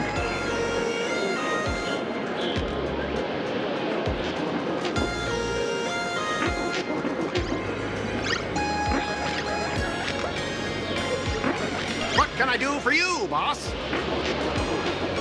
I'll be like a shadow, standing by and awaiting your orders.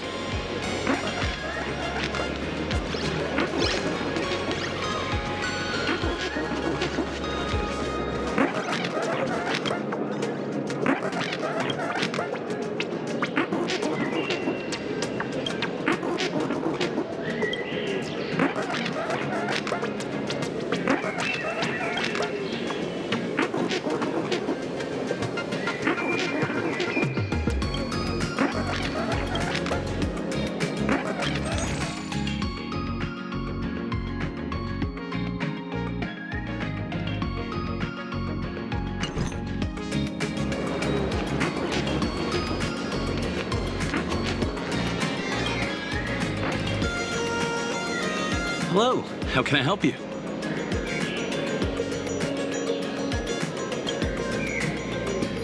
Huh? This one's just passing through.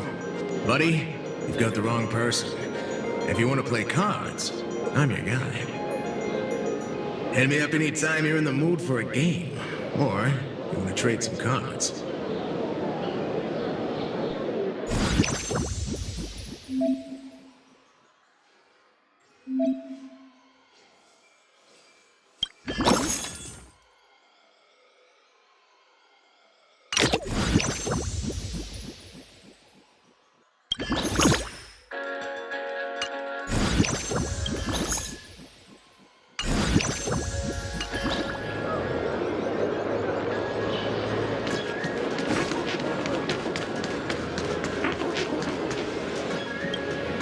Hey there, buddy.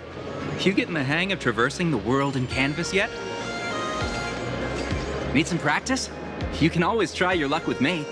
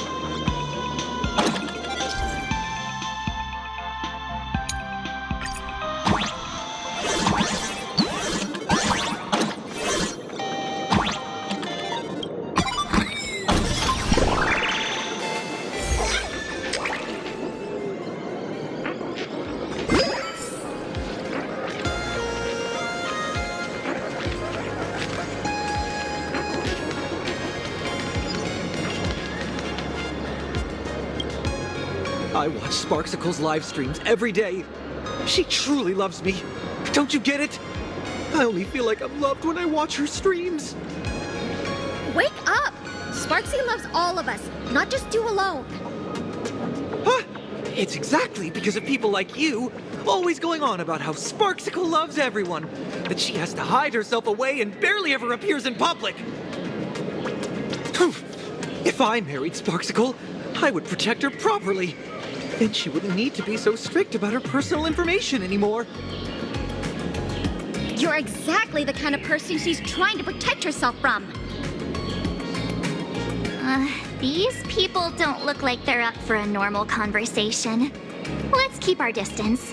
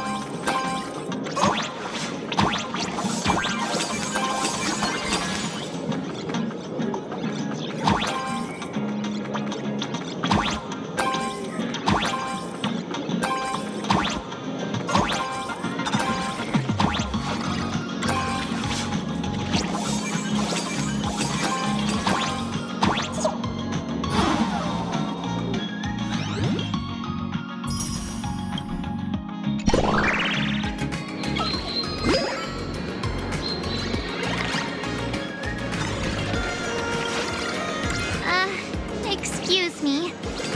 What's everyone waiting around here for? We're waiting for Miss Sparksy's live stream, of course. Don't tell me you guys don't know who Miss Sparksy is.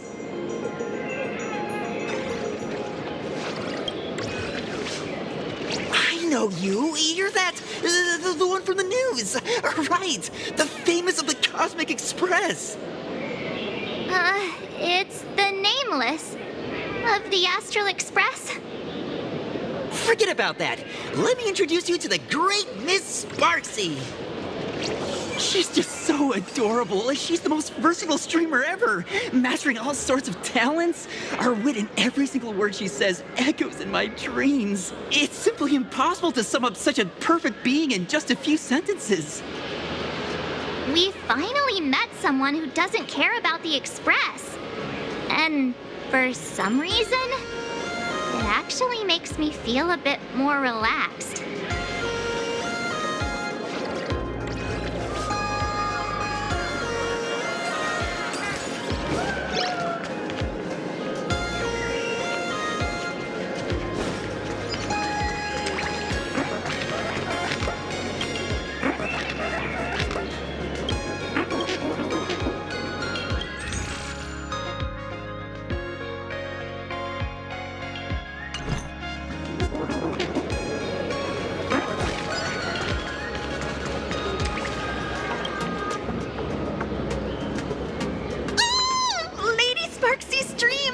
Should be starting soon! Sparksy? That Furbo from just now mentioned that name too. What's her relationship with Sparkle? Oh! There's someone who doesn't know the great Lady Sparksy? I smell a new fan in the making! Would you mind introducing this Miss Sparksy to us? I am so glad I get to introduce Lady Sparksy to those who don't know her. She's the cutest live streamer in plain Arcadia and our savior. The first thing I do after work every day is wait for her live stream. She's about to start streaming right here in this plaza. Stay with us, and we can all enjoy her performance together.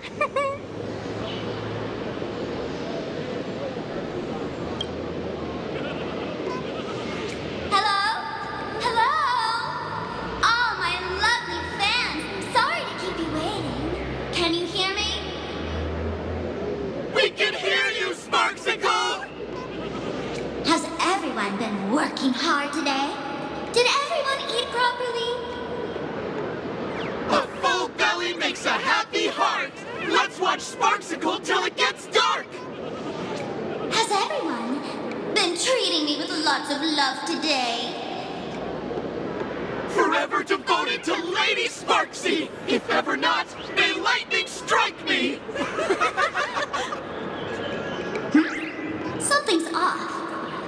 Why do I sense my old model's aura on some people in the audience today? Oh boy. She must be talking about us. Let's see. Which naughty ones went to meet someone they shouldn't have?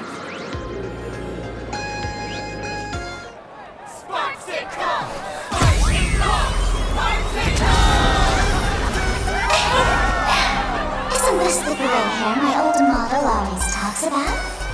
Teaming up with him to deal with me? What a jerk! Her favorite toy is mine now!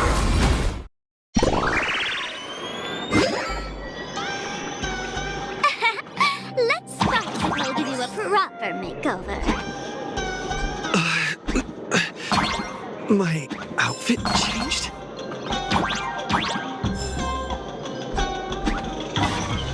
Are you the enemy that Sparkle mentioned? What exactly is your relationship with Sparkle?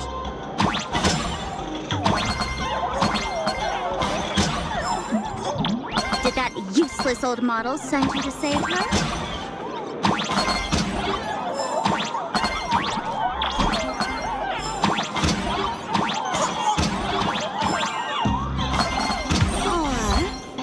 Is she hoping that you join the Fantasy game?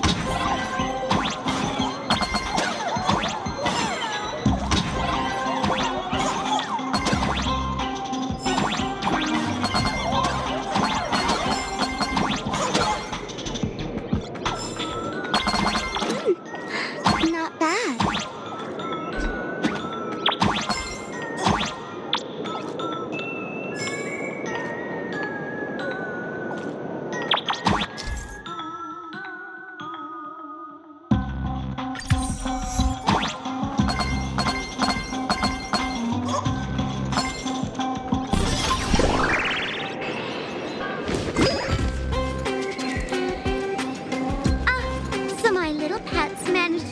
From their electronic cage.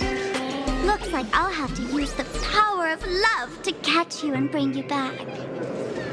My dear, lovely fans, those two bullies want to hurt me. Please, everyone, protect your beloved Sparksicle, won't you? Get those baddies! Get those baddies! Get those baddies!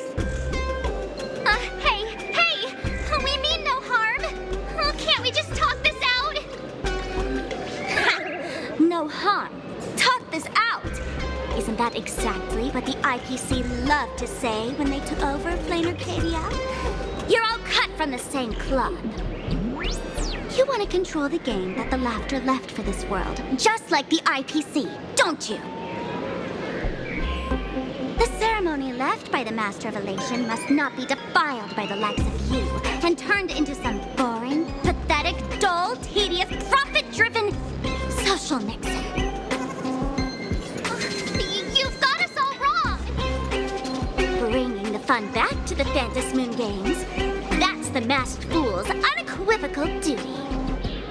My dearest, cutest fans, let's get this party started!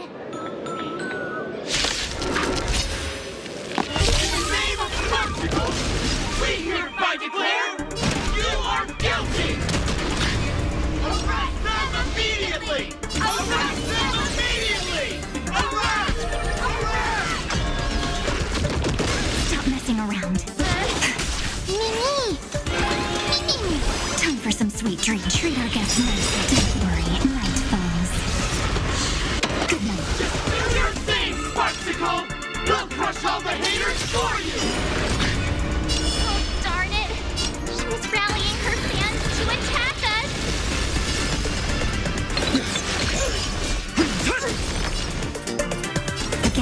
Again. Rise and shine.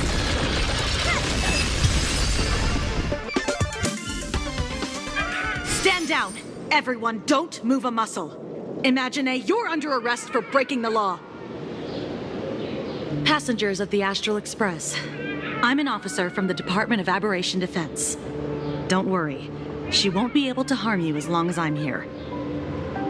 You meddlesome fool! Officials have no right to interfere with the supplicant's actions during the Fantasy Games, do they? Only those who possess a mask can be called supplicants. You're just one of thousands of troublemakers in this land who claim to be joining the Fantasy Games while actually causing chaos. Plain Arcadia is a society governed by law. Any act that violates the law even if done in the name of the Phantasmoon Games, will be severely punished by the Department of Aberration Defense. Severely punished? You're just a lapdog of the IPC, yet you're still so full of pride. And that's very funny. That's exactly what I'm saying. Playing Arcadia under the IPC's rule is boring as hell. Even the Phantasmoon Games have turned into some kiddie playdate for all the goody two-shoes. Nameless, you're free to go for now. But I'll be keeping my eyes on you. Next time we meet, I'll turn you into devoted fans. I'll make you mine. Escaped, huh? Excuse me. I'd like to have a word with you two.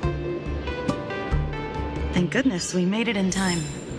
Otherwise, things could have turned out pretty badly. Don't worry. March and I don't get hurt that easily. By saying things could have turned out pretty badly, I meant you and Miss March knocking out all of her fans. Is that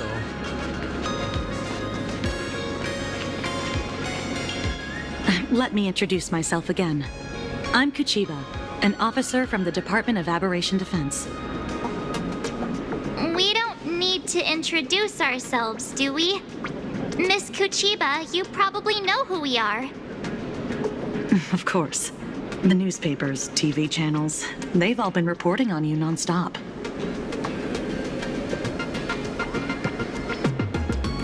Police dog? Ah, you mean those Wufei. They're legitimate law enforcement officers, and some of them have even more experience than I do. However, as a staff member of the Department of Aberration Defense, I have some special privileges that allow me to request their assistance. As you both know, Plain Arcadia is quite a fascinating world. Creatures made real by artists' brushstrokes, objects that unexpectedly come to life, strange dimensions hidden within paintings, and even the ground beneath our feet that occasionally trembles. This is what the Department of Aberration Defense exists for. Everything from managing supernatural anomalies to registering Imaginae and ensuring their continued existence. And of course, there's the Phantasmoon Games that Sparksy just mentioned.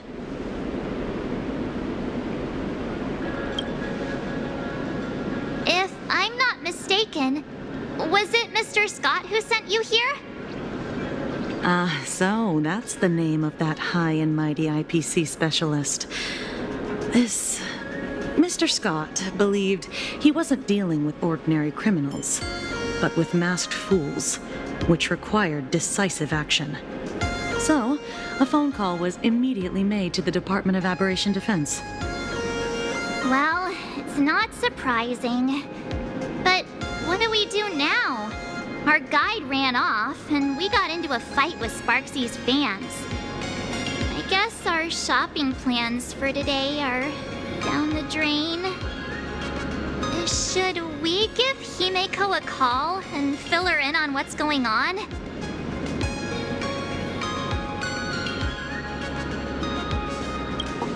I guess you're right. No need to rush, you two. I bet you haven't tried the local delicacies yet, have you? How about this? I'll take you both to grab a bite nearby. That way, you can kill some time while waiting for your friend. Oh, yay! My stomach's been growling like crazy!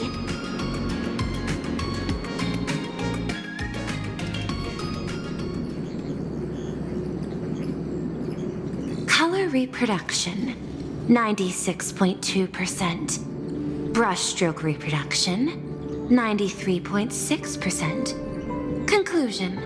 On the physical level, my reproduction has reached the appraisal threshold. This forgery can now be considered the authentic piece. Yet you still seem dissatisfied. Tell me, what troubles you? Is it that less than 4% margin of error? Or something beyond the numbers? I'm grappling with a quality that defies measurement. Artistry. It is the prerequisite for becoming the steward of this Arcadia. But you already are its steward. Diamond will remember that you only took 6 months to claim that title. It was 5 months and 15 days. Empty titles mean nothing. In plain Arcadia, political influence carries limited weight.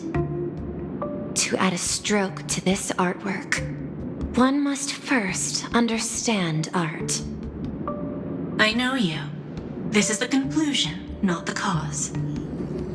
The piece before you, Worldbreaker Waves, is a relic from one of the civilizations in Ahatopia's history. The final work left behind by Graphia, the ancestral painter of ancient Benzai Tengoku. Legend says she performed a miracle, conjuring an entire plane of existence and sealing the whole world within her scroll. Do you want to know how she did it? I will not deny it. People call her achievements a miracle, meaning its true nature remains unknown. In other words, it is an unexplored market. Understanding comes first, then investment. That is the natural order. Perhaps this is why Diamond chose you. An Intellitron devoted to results and efficiency. Cast into a realm sustained by imagination. The 10 Stonehearts await a metamorphosis.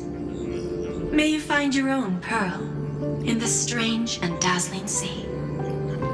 Thank you, but my mission is to oversee the progress of the Phantasmoon Games. Personal growth is not part of the task. Jade, allow me to point this out. The 10 Stonehearts are 10 independent decision-makers. Your attempts to bind people together will only prove counterproductive and bring needless loss. As always, I follow the optimal choice, neutrality. That is also my answer to Obsidian. A flawless reply. Your cool logic is always captivating. Lady Pearl, that Express Navigator has come to see you. It seems we no longer have the leisure to speak of art. This is all I have to say. Tell Diamond, I will fulfill my duty of strategic investment.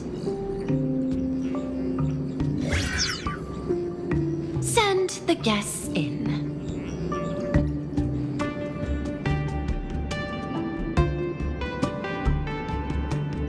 Both of you, please, come in. Forgive the sudden visit, and thank you for receiving us. It is not sudden. In my deductions, a visit from the Express crew was an optimal choice for achieving effective communication. I am glad. Everything is proceeding smoothly. To skip the formalities would be best. I imagine that, at your core, you're already well aware of our purposes. I know that you have come for the Anti-Destruction Alliance. The probability of refusing the proposal stands at 91.2%. Can you tell me why?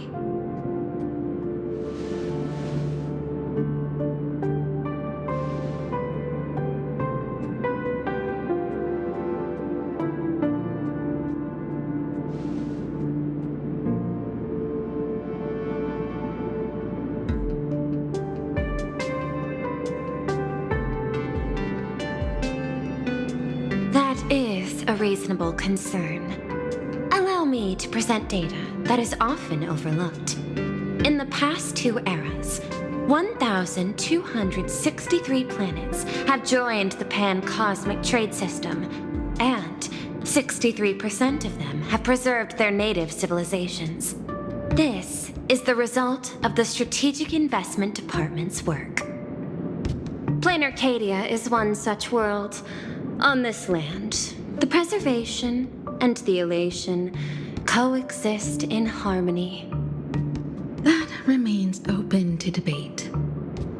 I I recognize that throughout this war against the destruction, every participant may experience moments of doubt or retreat.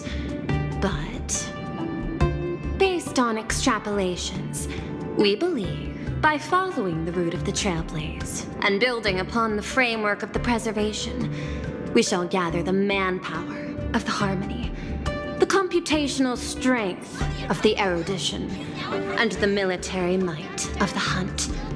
The threat of the destruction will ultimately be eliminated. Hesitation breeds instability, and instability makes us vulnerable. And our enemies will exploit every crack to break us apart. Your point is valid, but allow me to note one error. That number, 91.2%, is inaccurate. Then, is the probability of rejection 100% in your eyes? No, it is 0%. Interestingly, the difference between 0 and 1 is also only a matter of perspective. We did not come to refuse the notion. On the contrary, the Astral Express seeks to work with you. This outcome exceeds my extrapolations. Tell me, was it a change in your emotion that led you both to shift your decision? No. Actually, your earlier perspective inspired me. The IPC deals with powers that command billions of lives in this cosmic game of cards. The Express had always been insignificant compared to them. We've simply been earnestly trailblazing and exploring all this time, trying to help worlds in crisis. Now it is this earnestness that has drawn many to journey with the Express, while the Nameless's simplicity assures our friends that they will not be consumed and lose their sense of self.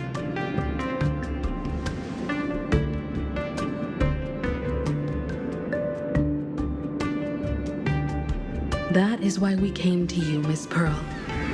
Please set aside your role as one of the 10 Stonehearts and imagine this possibility. To fight against the destruction, there is no need for an alliance. What we need is to stand by each other. The IPC may not stand as an ally of the Express, nor might the Strategic Investment Department. But you can. Work with the Harmony, calculate alongside the erudition, help aim the arrows of the Hunt, and build the steadfast shield of the preservation. Then, what part does the Trailblaze wish to play in all this? We shall become the sail. The ship's sail? That sounds no different from my former proposal.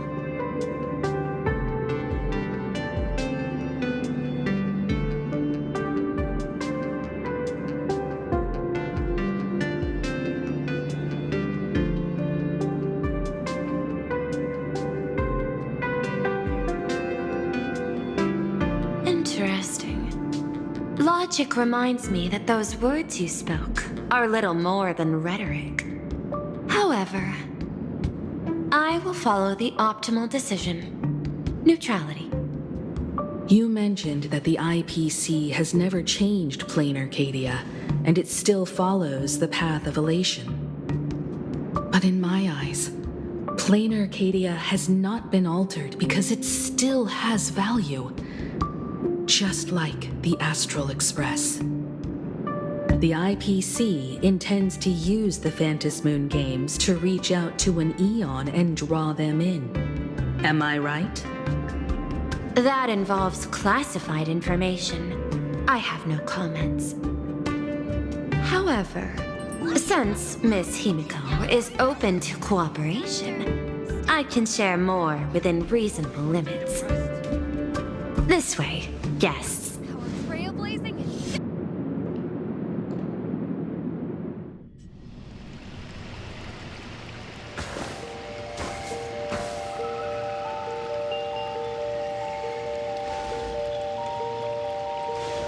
A place in the world in canvas, called the Phantom Moon Courtyard.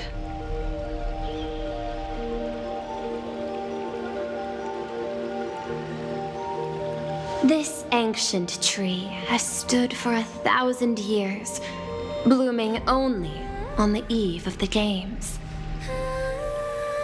According to ancient texts, this is the heart of the Phantom Moon Games ceremony. 8 masks, 8 supplicants. When people don the ancient masks in the near future, the altar will also reveal the masks' forms. Then, the games shall begin. I've been told, Miss Himiko, that Graphia's blood courses through your veins. The messenger of the hunt is here as well at this moment.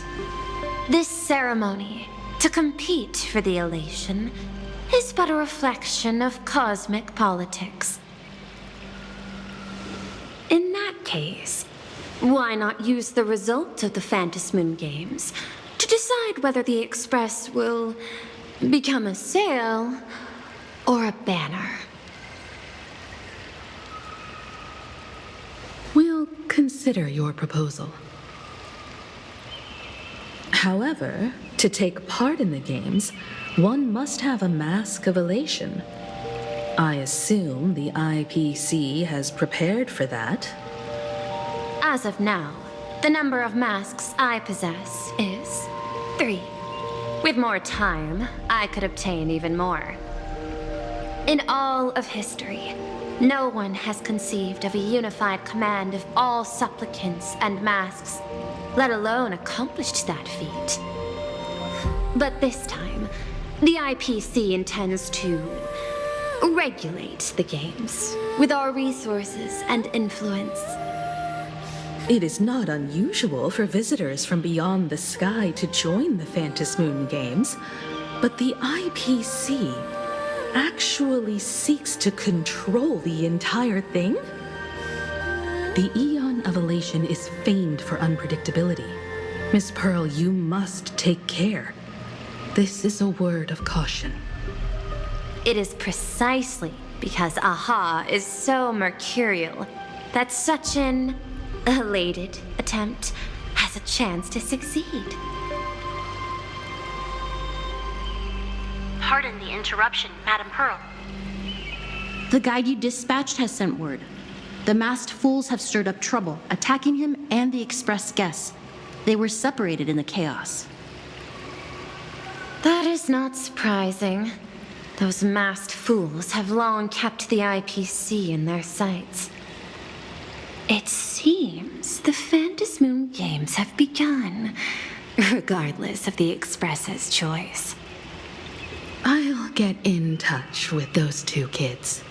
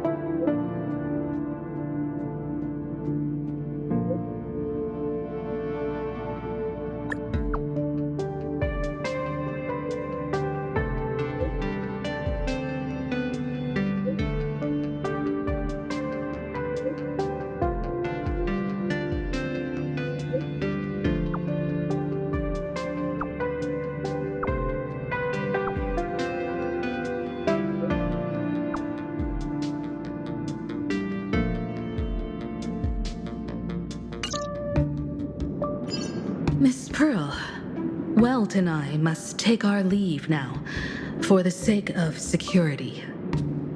Are you both leaving already? I had another plan in mind. To speak with Miss Himiko about the art history of ancient Benzai Tengoku. Especially your ancestors' final work, World Breaker Waves, and her unparalleled mastery of imagenesis art.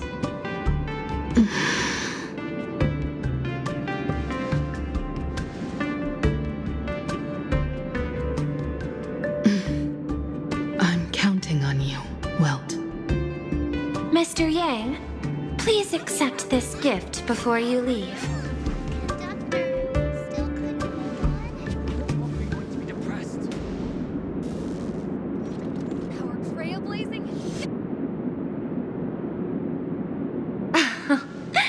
You misunderstand.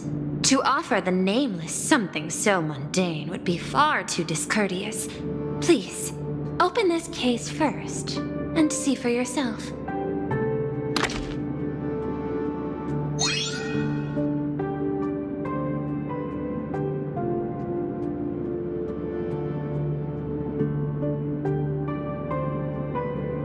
I am aware. Mr. Yang has an expert understanding of robotics.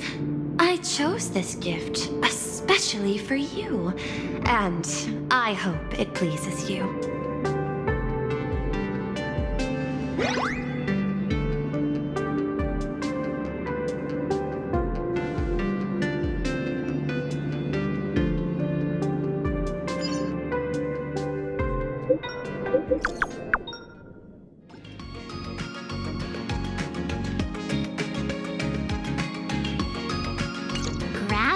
Academy? What kind of place is that? It is a school that trains artists, and it's quite well known in this world. We need to wait for someone there? Do you know the way, Miss Kuchiba? Allow me to guide you both and ensure your safety along the way. I want to eat sweet fin waffles!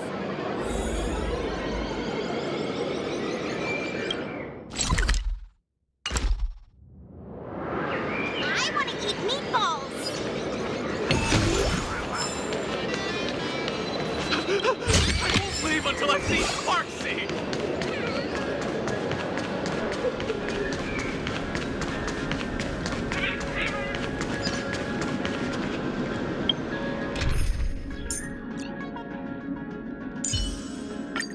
We can always fight side by side.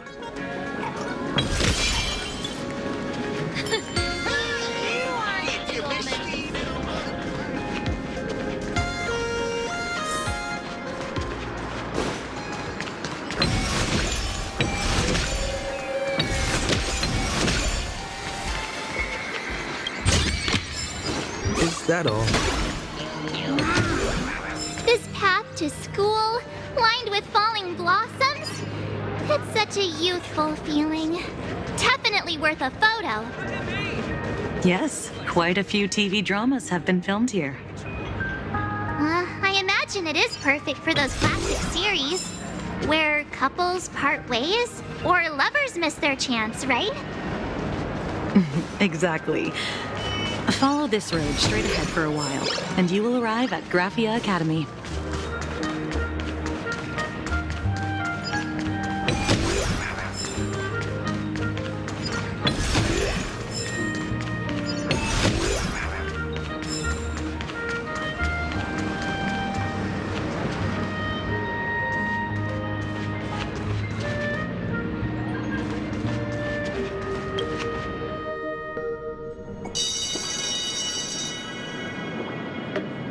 This is Graphia Academy.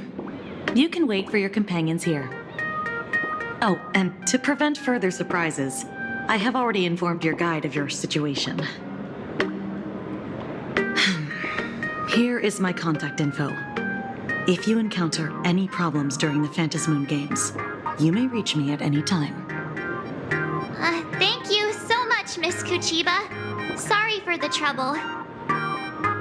We're here.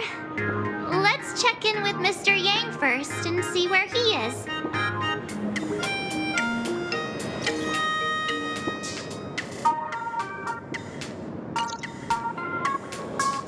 Mr. Yang still has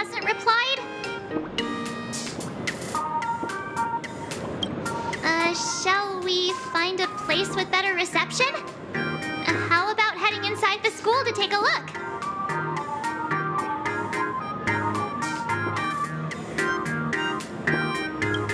No way.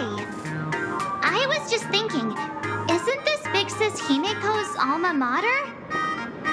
This school lobby. It looks exactly like what I've seen in animations. Too bad neither of us ever went to a real school. If only we could taste a bit of campus life here. Hey, how about we sneak in and pretend to be students?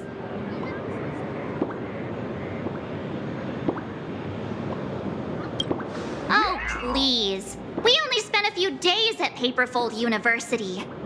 Where did you even buy that diploma? Well, since we can't contact Mr. Yang yet, why don't we stroll around and keep an eye out for him? Maybe he's already here somewhere.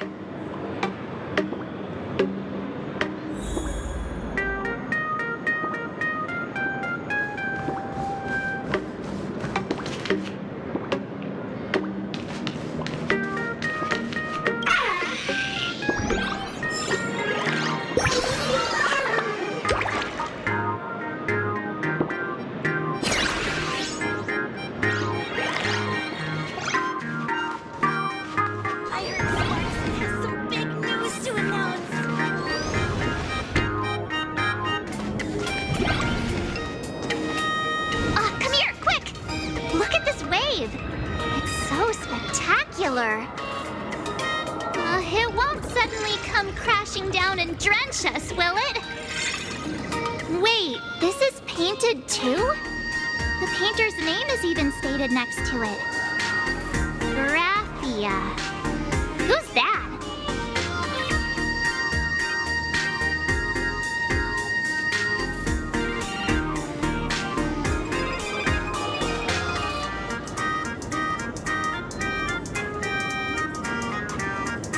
March 7th and Company.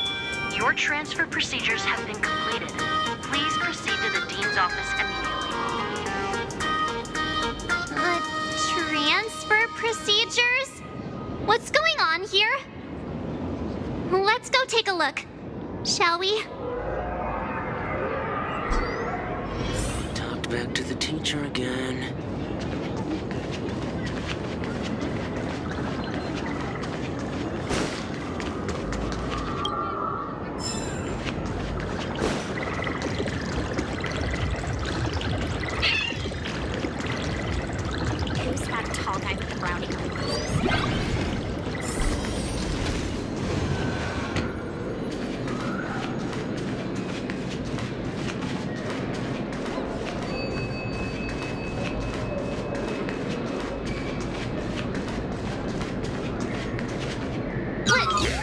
What the heck? Why is Scott here? What year are you two in? Senior, and not even bowing. How rude. Wait, you. Why do you two look so familiar? It feels like someone sent me here to find you. Now I know it's definitely the real Scott. Where did we get teleported to?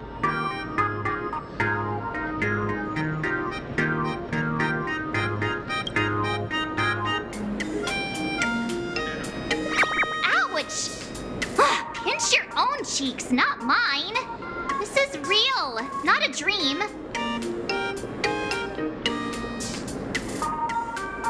Mr. Yang, you're here.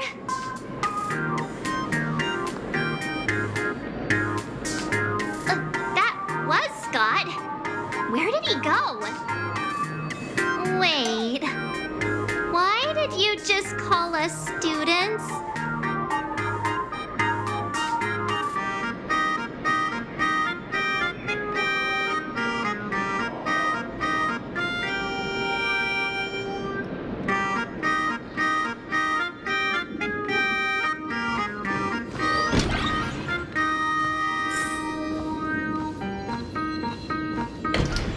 What's this transfer business all about? Well, Starting from today, you two are officially transferring to this academy to begin your brand new school life. Sparksy? Yoo-hoo! My good classmates, we meet again. What are you doing here? What news on the net could possibly escape the all-knowing digital fairy Sparksicle?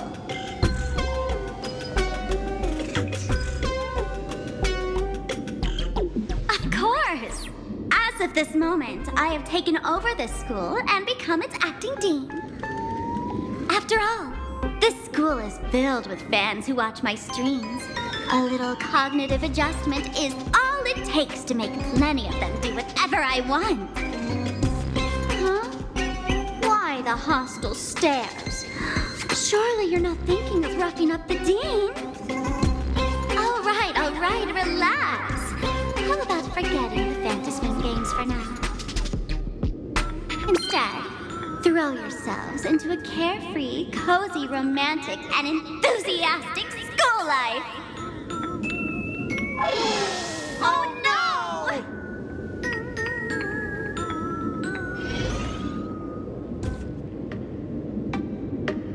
Wake up! Wake up! The teacher's here!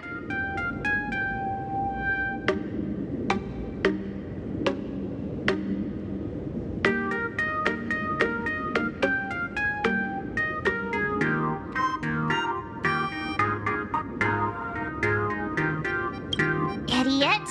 The dean has had their eyes on you for ages. The artist qualification exam is right around the corner, and some students are still dozing off in class. Silence! How dare you call the dean by name? Do you have no respect for her at all? Before you stands an online streamer, a singer-songwriter, a trendsetter of internet culture, a rising star in education, and the masked fool among masked fools. Show some respect and address her as Dean. Thank you. It's fine, Scott. Thank you for standing up for the teacher. Such strong willpower. No wonder that outdated model wanted you in the Phantasm games. Too bad you crossed paths with me. Soon you will be just like these students. All of you will be turned into my little toys. Students, today is campus cleanup day, so help Dean Sparksy find that thing. Search places like the archive room from top to bottom. And teachers are all required to pitch in as well. If anyone spots that truant teacher, be sure to tell me. I will reward obedient students handsomely. Okay. If not for Miss Sparksy, I would have beaten you to a pulp right now. Scott, it has been 2 years since that baseball club incident. Are you still holding a grudge against him? Ha! Easy for you to say. If it weren't for this one, I would already have made my mark at the school sports meet. That jerk crushed my baseball dreams. Huh? What do you mean, that's it? Were you planning something even worse for me? Just last week, when I was about to confess my feelings, you folded my love letter into a paper airplane and sent it flying into the toilet. And when I tried to fish it out, the girls in class completely misunderstood me. Listen up. I'm here to challenge you to a duel. After school today, I will be waiting on the rooftop.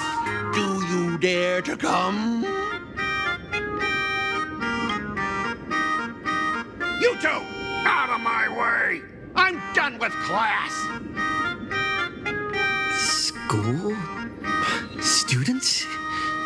What in the world is going on here?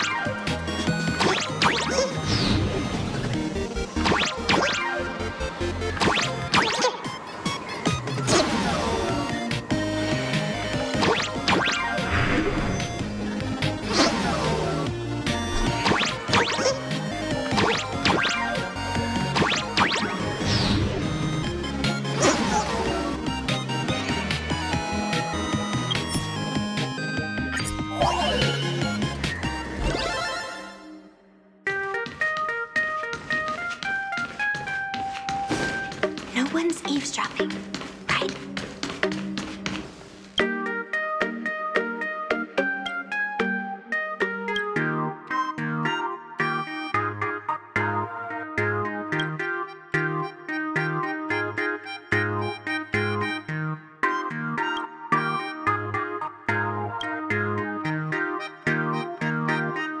One's eavesdropping, right?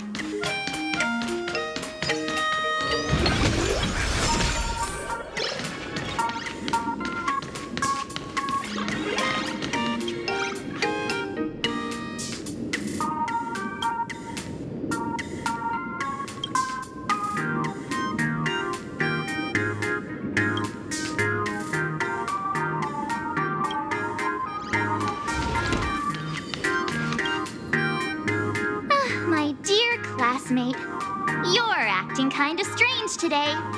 Is it because graduation's near? She has always been our dean, hasn't she?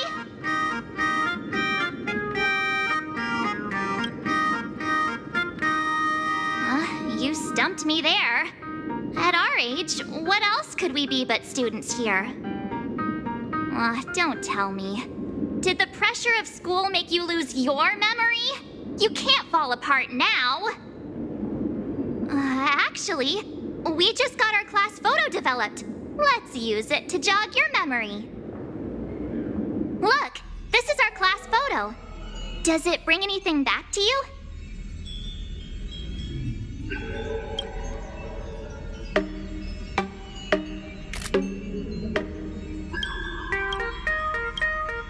That's me! But I mean the other one. That girl with pink hair and long ears? Who was that again? Is she really someone in our class?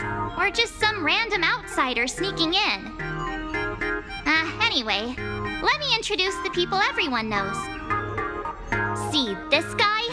That's Scott, the one who argued with you earlier. He's a spoiled brat who flaunts his family's money.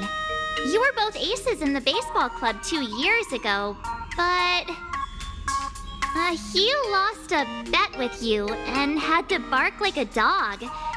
That drew the attention of some strays that chased him down, so he twisted his ankle while running and missed the school sports meet. Do you remember that?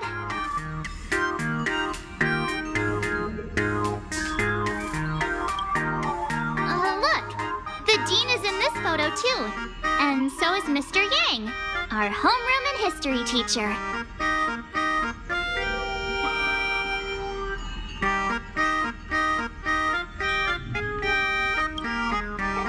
Yeah. I think that's right.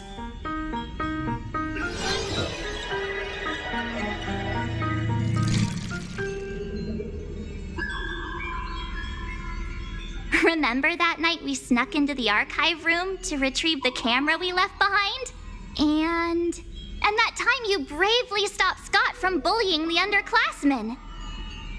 We've shared so many wonderful memories in this school. Don't tell me you've forgotten them all. Yeah, I think that did happen. No wonder Scott hates me so much, huh? See? I knew you'd remember. Nothing sparks our memories better than Scott's barking like a dog. With graduation just around the corner, these are likely our last days at Graphia Academy. My classmate. Is there anything left you still wish to do here on campus?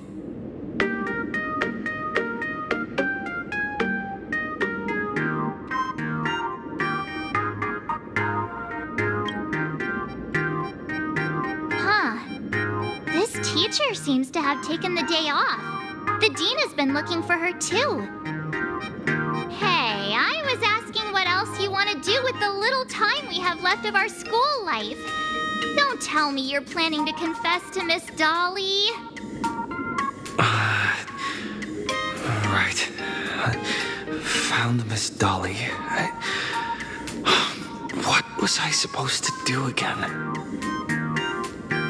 Anyway, even though our time at school is running out, we still have the chance to do something now, don't we? Many adults only start to regret once they step into society, longing to return to those carefree school days. But time does not go backwards, and life gives no second chances. How does the saying go? Youth is fleeting, and time waits for no one. So, let's seize the fleeting moments of elation before they slip away. Let's spend these last days of youth together.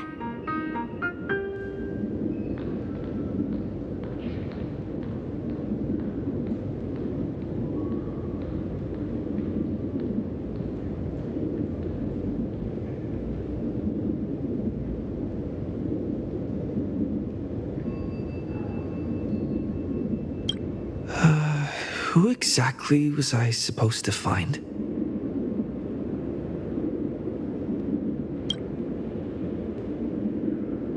Yeah! Waste your youth with me. If we don't waste it now, it'll be too late. I have so many things I want to do. Where should I start? Should I head to class? Deal with Scott? Or just wander around?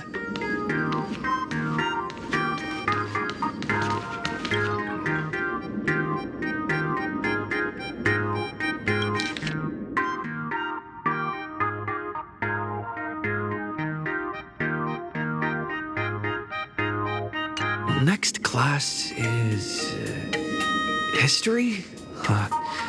Should I go? Or check out another classroom instead?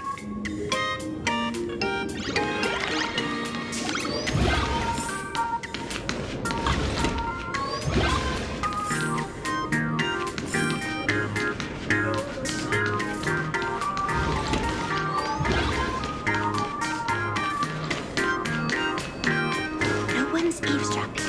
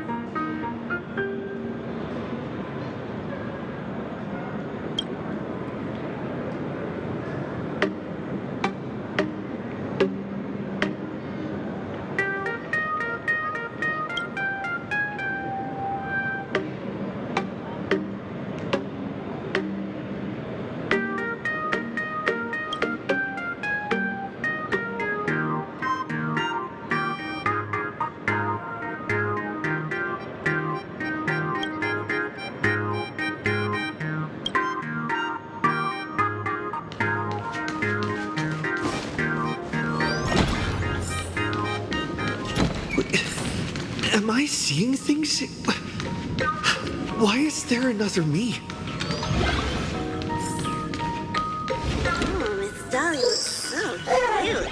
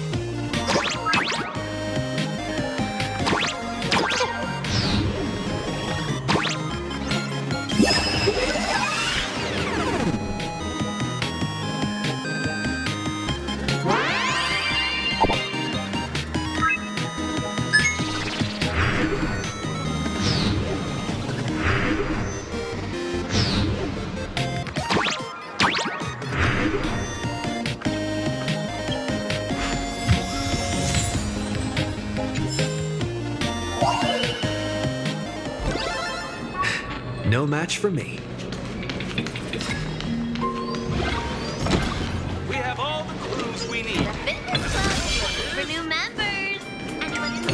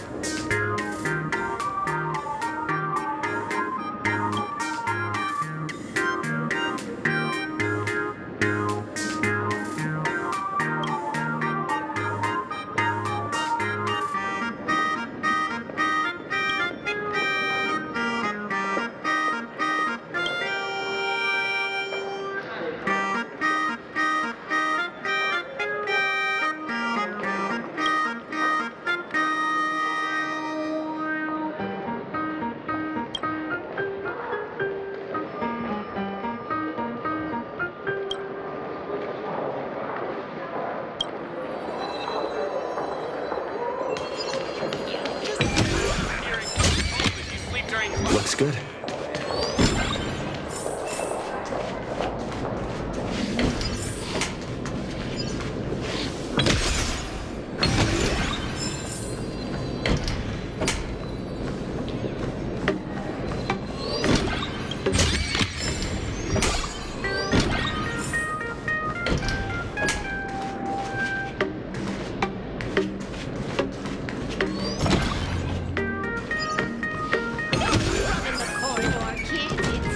Why did you have to try so hard to make this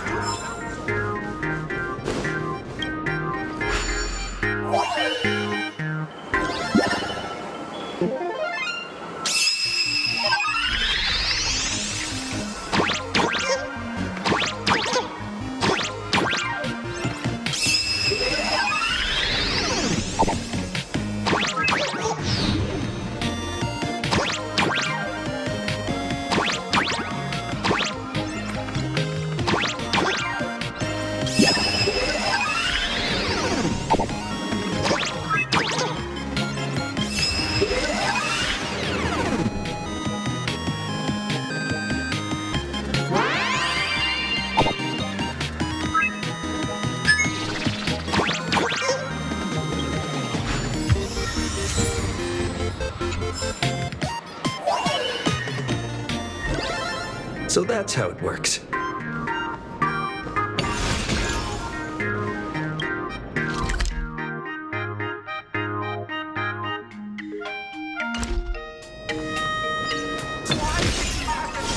Don't run in the corridor.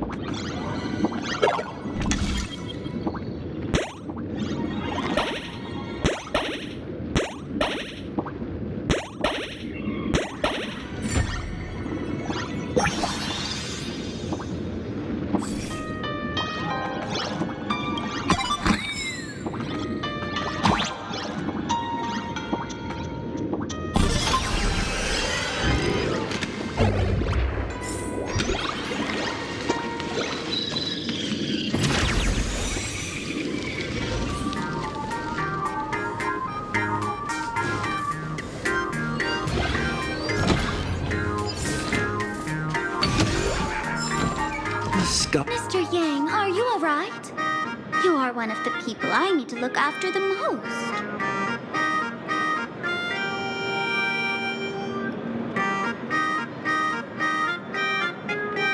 That was only a dream.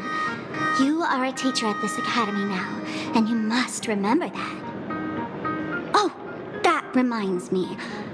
I wanted to talk to you about the student named Himeko. Hang on. Students are coming. Let's continue this in my office. Away from a perfect score. Oh, I'm such an idiot. She'll get more love.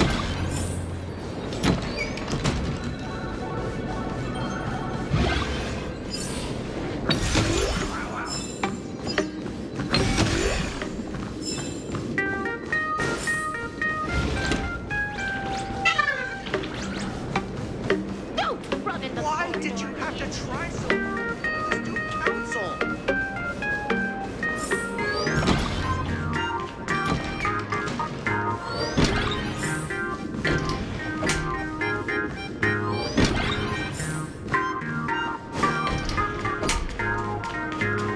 I heard from the math teacher. The fitness club's looking for new members. Anyone?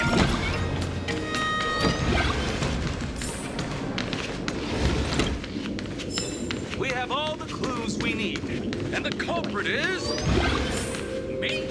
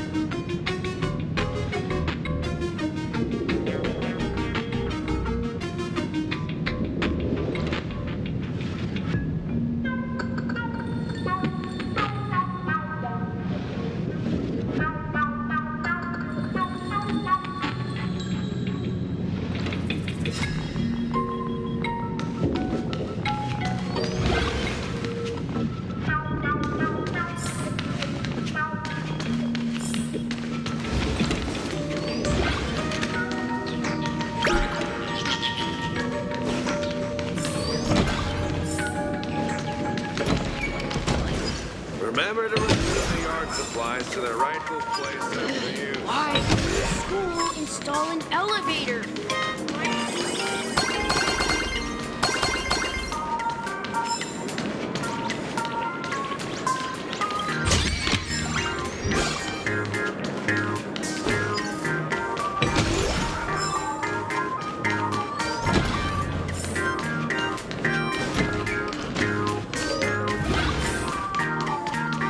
Never gonna be able to graduate if I can't help for another year.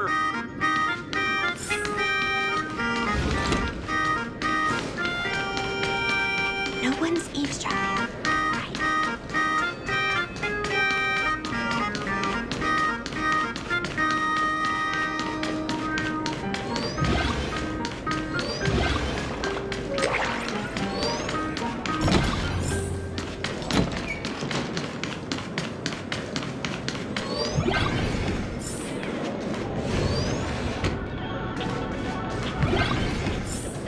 I've made up my mind. I'm gonna be a security officer after I are you?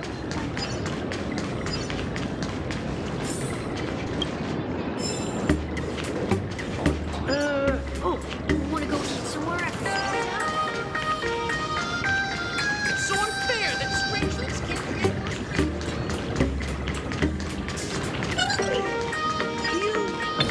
Say yes?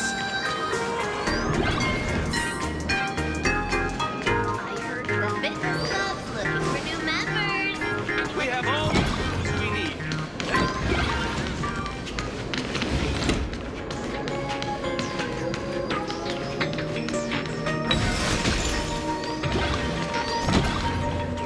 The fitness club's looking for new members.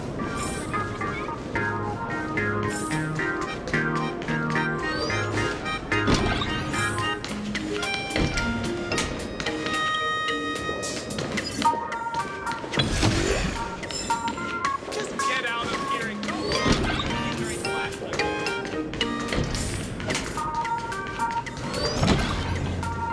Don't run in the corridor, kids. It's Try so hard.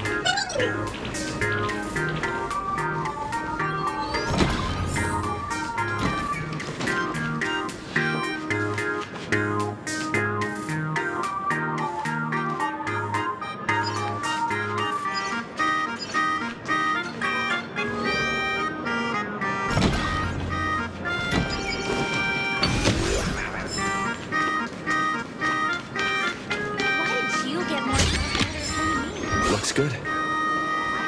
People want to go home.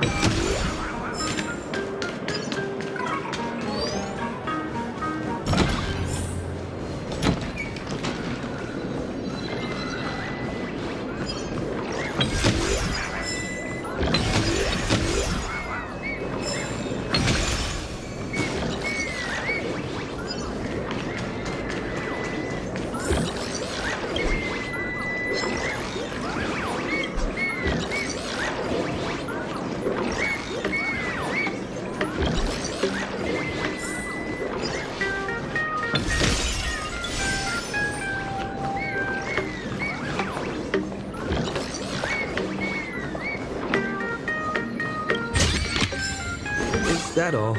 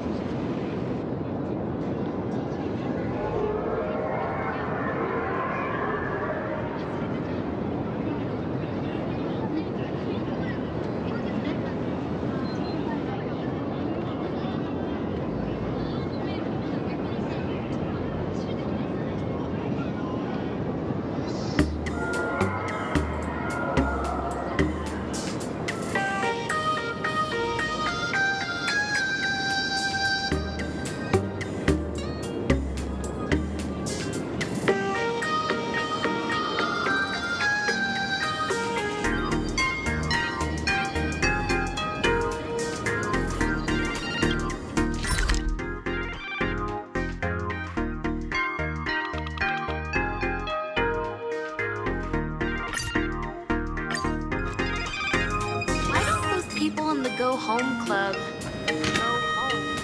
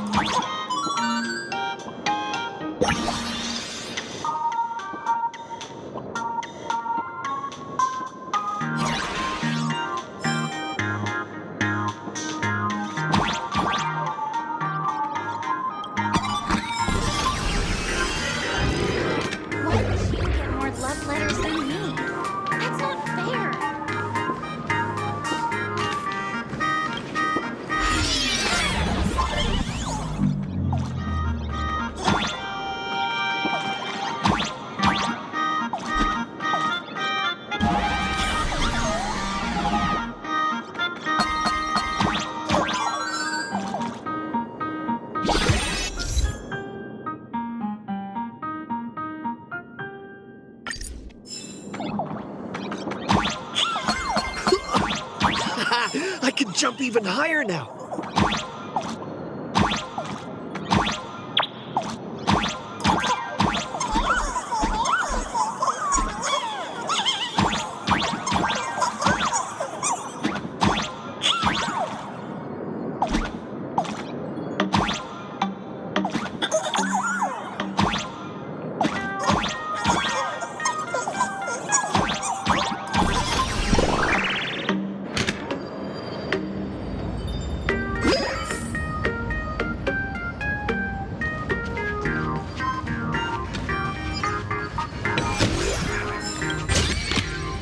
Looks good.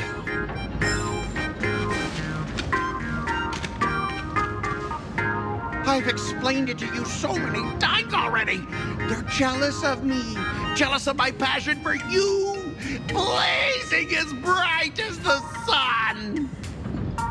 So he set me up on purpose, making me into what you girls call the maniac of the swirling waters. You have to believe me, Lakshmi. I'm innocent.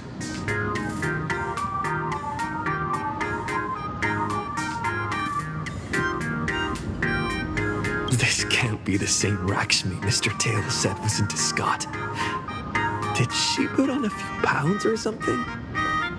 Wait, who's Mr. Tails supposed to be?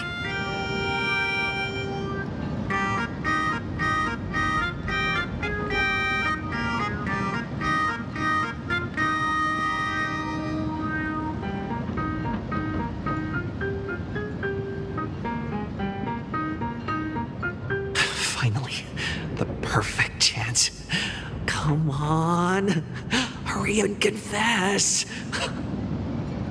Oh, Lakshmi, stop tormenting me like this. Say something.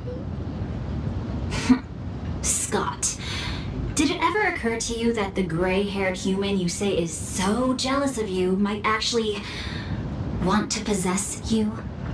After all, we girls know these little schemes best.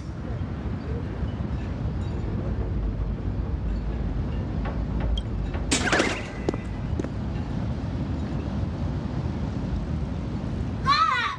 Someone else hiding in the shadows! Lakshmi?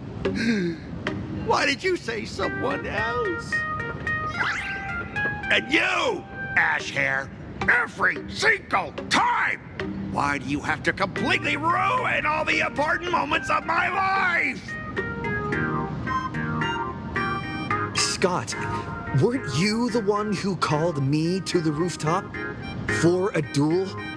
Huh? Scott, did you deliberately get this gray-haired human to come here just to spite me?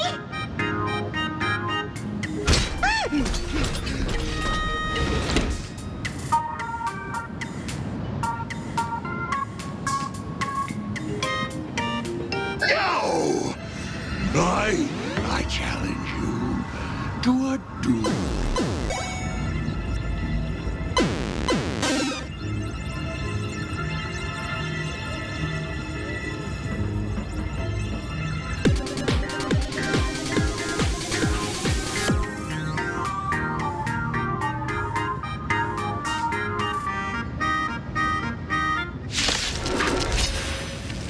I cannot rest until I teach an idiot like you a lesson! All of you! I choose you. That kind of hurt. I'm fine. Flowers bloom for tomorrow. Future will come.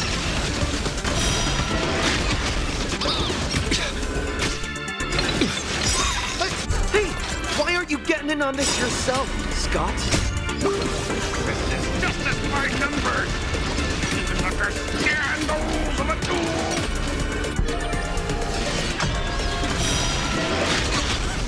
What's the new ending? For tomorrow. All right, enough! Please, I'm begging you, brah. It's over! My campus romance in the game I built with my own hands. You ruined them all. Are you happy now?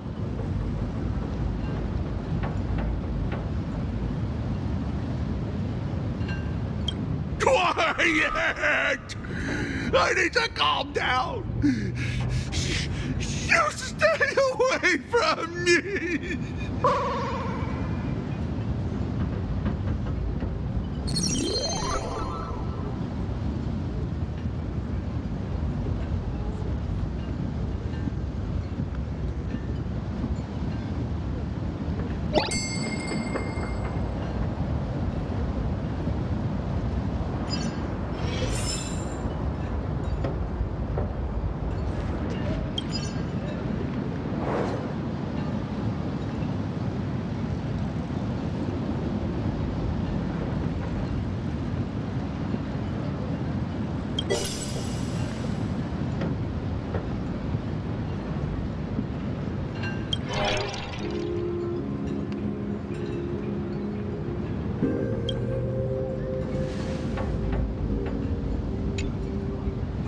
That's Scott. No, wait. I remember now.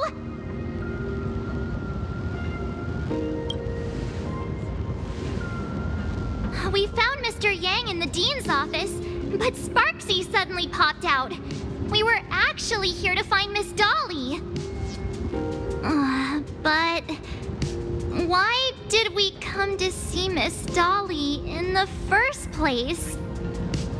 Yeah. What exactly did we come here for? Remember how Sparksy kept ordering students to rummage through every corner of the school? Students, today is campus cleanup day, so help Dean Sparksy find that thing. Search places like the archive room from top to bottom.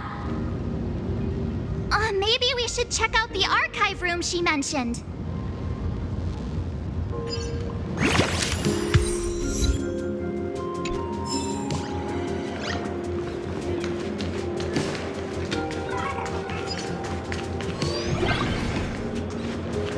One point away from a perfect score. I'm such an idiot.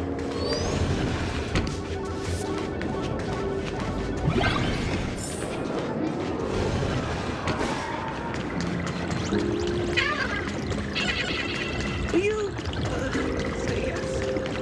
No invisibility.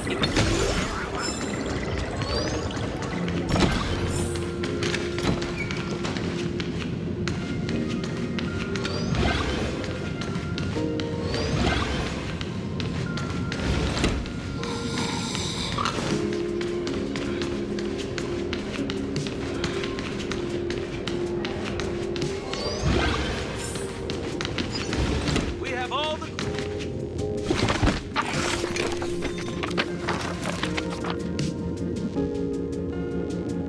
Oh, did the dean send you here?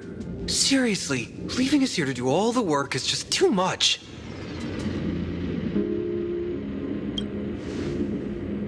What's going on? Not paying attention in class is bad enough, but you don't even listen to the teacher's instructions? Have you seen a mask with a smile on it? The teacher told us to find it. A mask? Now I remember. We came here to look for a mask. What a coincidence! I'm here for the same thing. Get to work already.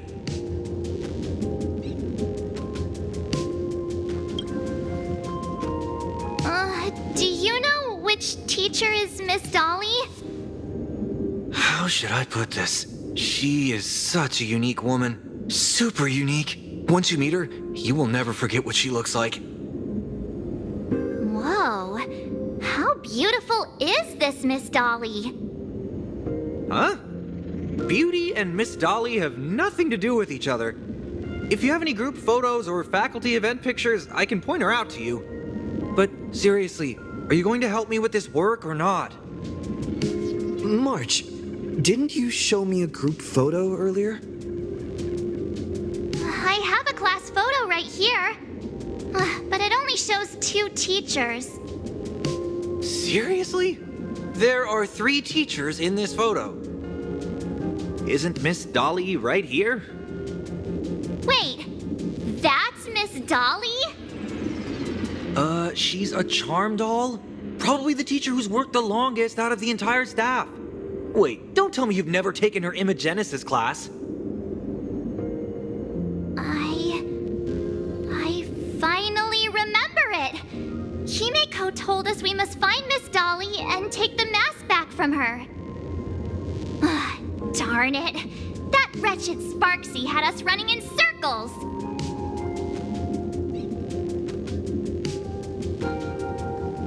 March, what happened to your power of the remembrance? How could you be led around so easily? It must be because I'm so passionate about learning. That's why I fell into the illusion so fast. Wait, you didn't notice it either, did you? 2 years of studying were nothing but an illusion. At most, we've only been trapped here for 2 hours. It's not too late to act now. Now that we know what Miss Dolly looks like, it's time for me to step up.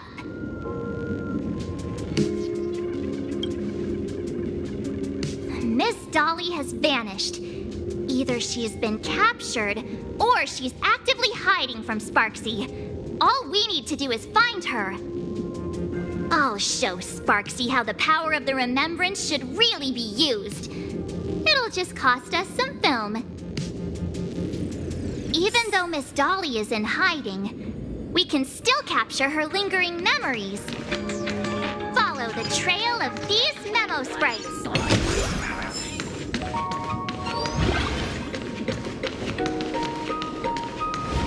We're getting real close. There's a fragment of Miss Dolly's memory here.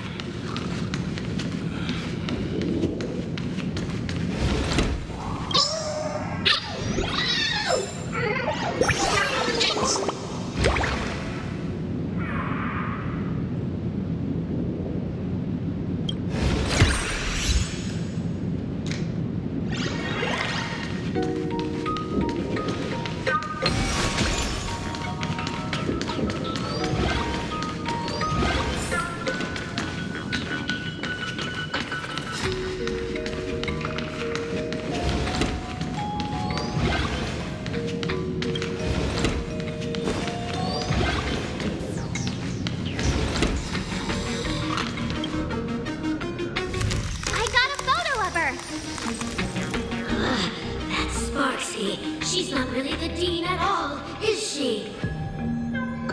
What are her intentions?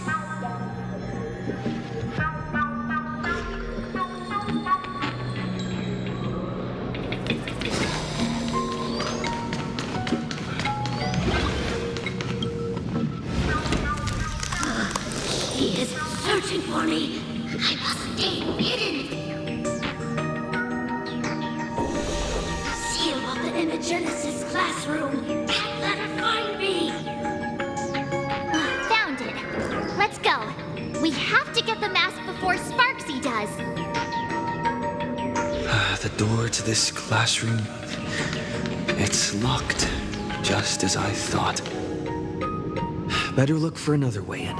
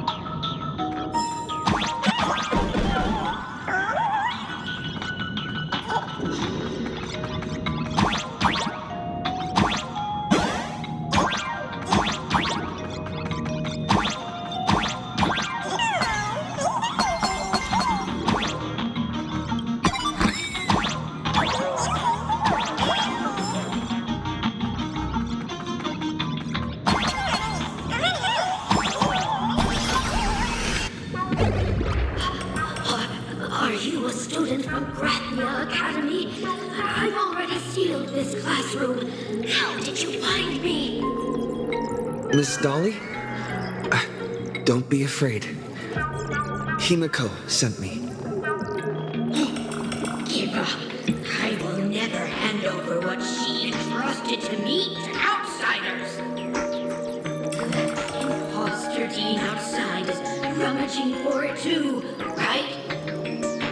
That's right. The masked fool Sparksy pulled off a takeover of the academy. It took me so much work to find you. I'm one of the nameless on the Astral Express, and right now I'm the only one who can protect you. Please, you must trust me. The Astral Express? Indeed. I read about its arrival in plain Arcadia in the papers and saw it on TV recently. Since you claim to be Himiko's friend, answer a few questions about her. If your answers are correct, I will entrust you with the mask. I'm ready for this. Fire away. What kind of coffee is Himiko best at brewing? Oh, wait a second. How could you ask such a question? Don't you know her coffee is absolutely undrinkable? Looks like you've suffered from it yourself. Then here's the second question. What kind of people does Himiko hate the most? A real chatterbox with a silver tongue. Word is, she even managed to kick a nameless off the Express because of that. I may not know much about her time on the Express, but that does sound just like the bossy vibe she had back in school. Very well, I can almost trust you. The final question. Himiko experienced the greatest regret of her life during her time at this school. What was that? Oh, who knows? Could it be about that time she got a stylish short haircut to keep up with the trends? She actually actually told you that story. It seems you really are her friend. But that's not the answer. Huh? Did I really get played by that guy? It isn't that you were wrong. Perhaps Himiko never told you. Now that I think about it, she might never bring herself to share such a burden.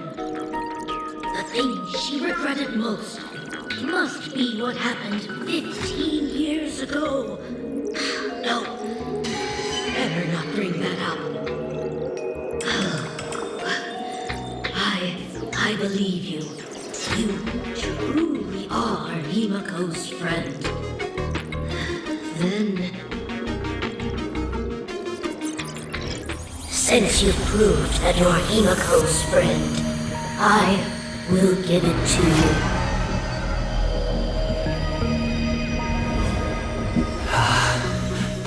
Wait, if you're right next to me, then who's this? Thank you, Ms. Dolly.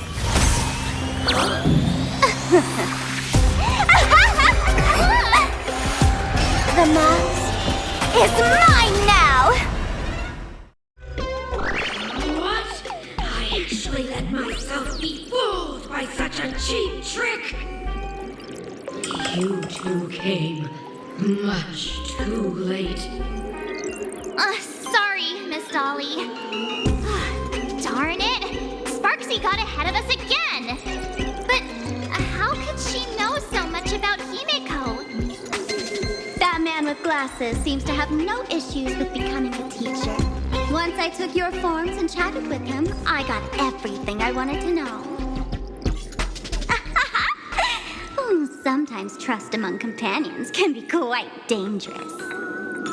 Now you've done it! How dare you trick Mr. Yang!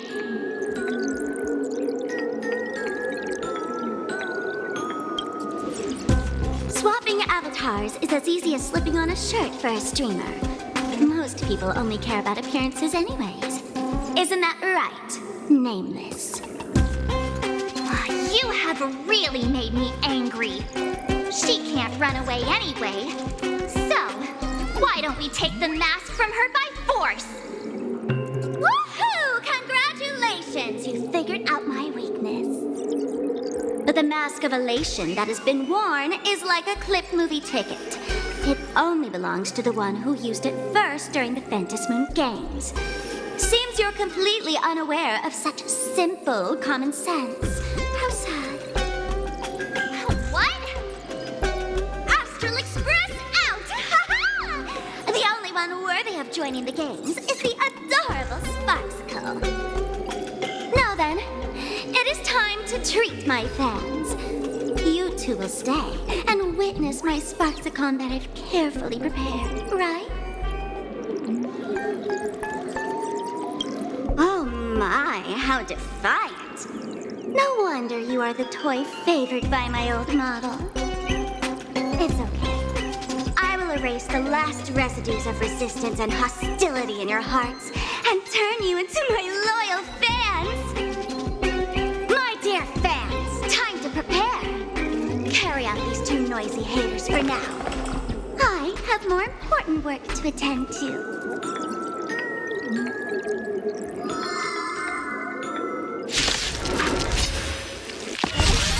Dear fans, be charmed by me. Fight for me. Give me all joy, sorrow, and obsession. Give me every last drop of it. Give me your wish power.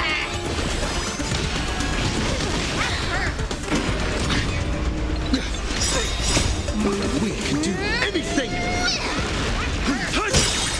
Soaring above the lands! This is permanent! Flowers bloom for tomorrow.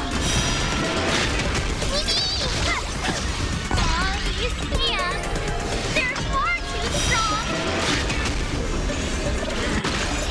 Continue.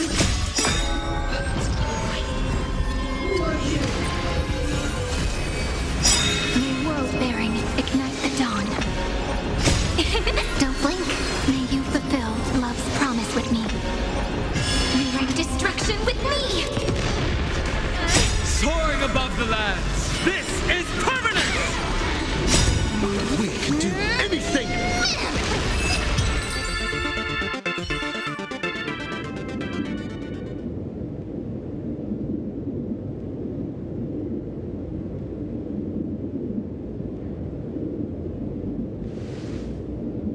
Is this the archive room?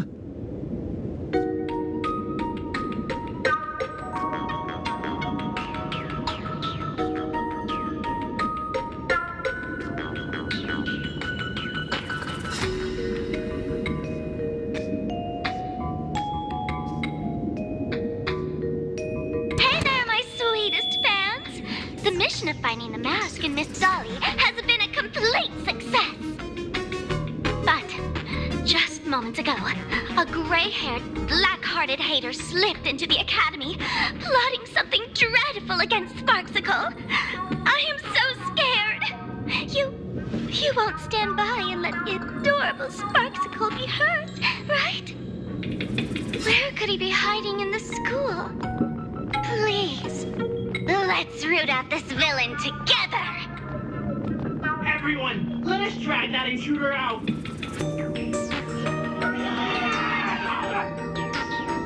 They will not be able to hide for long.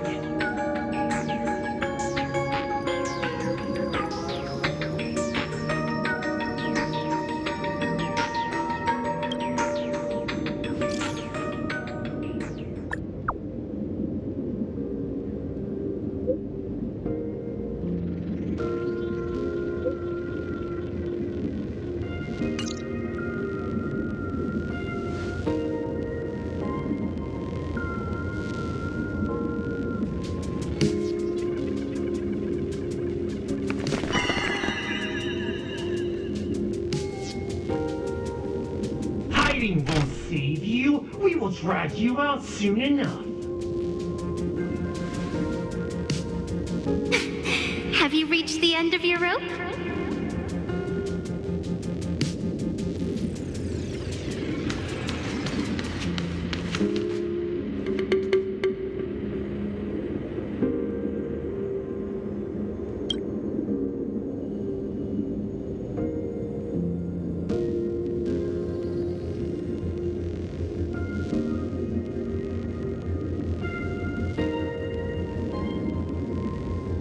This pink-haired person. Where have I seen this person before?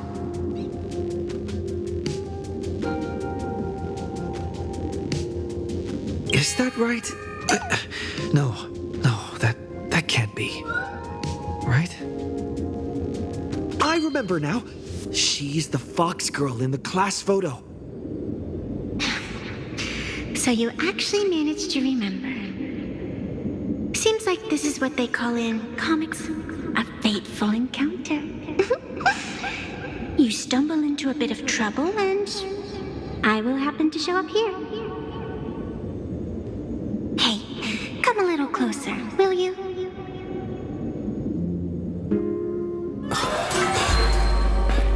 Come closer. Even closer. Don't be so scared. I don't mind. Oh, shoot! I think I'm stuck inside. Give me a hand.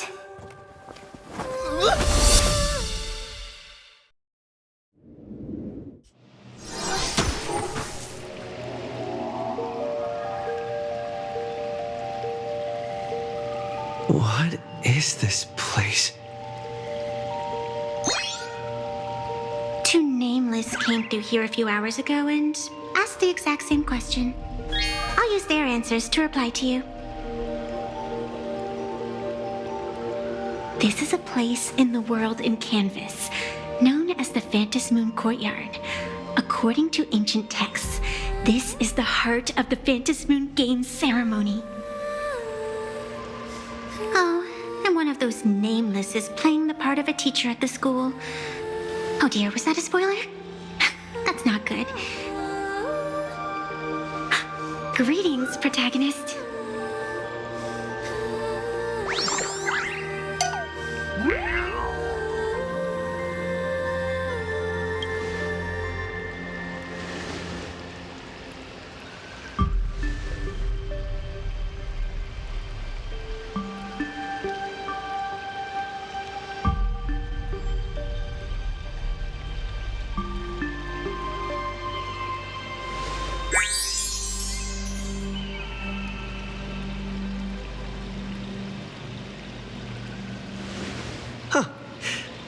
Greetings, Miss Fox. Technically, everyone is the protagonist of their own story. But you are different. You are the protagonist of the Fluffy Across the Blue, aren't you? Galactic Baseball Raccoon? You do not really look like a raccoon. I forgot to introduce myself. You can call me Evanessia. Great seeing you.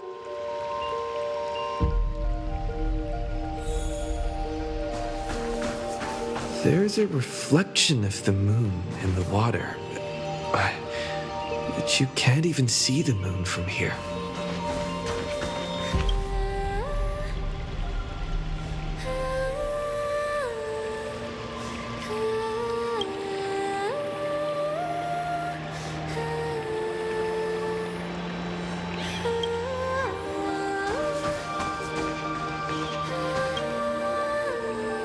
Wait.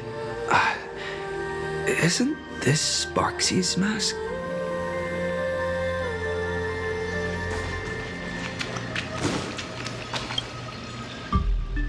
This sacred tree.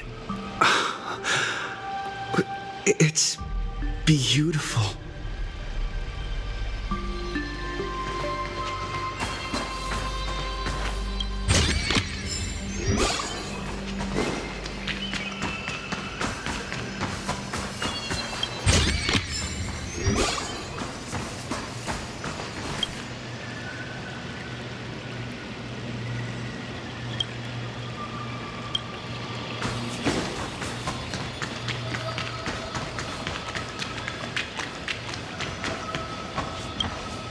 The first supplicant wearing a mask has appeared.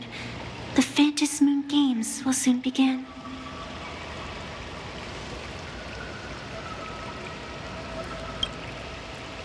Do not be afraid. Just think of me as part of the audience. Like a reader following comics and cartoons.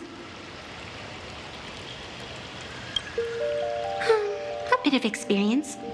Just like someone who has read enough comics can get superpowered battles and schoolyard romances without any instructions.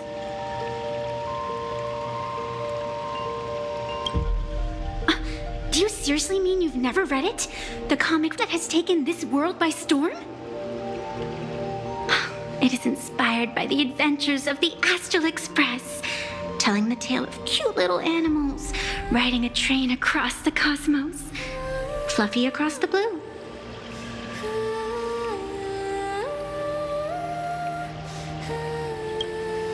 Of course, this is plain Arcadia. Any story can be turned into a comic in here.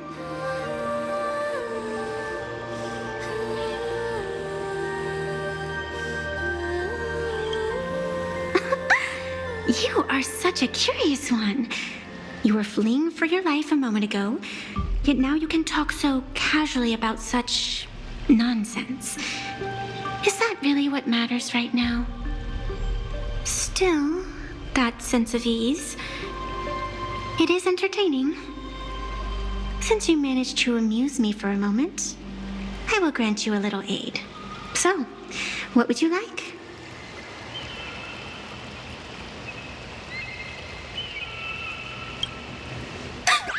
You are hiring a killer? That will not do.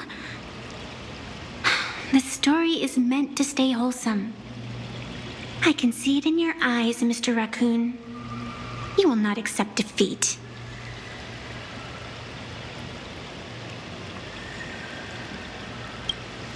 That resolve is interesting.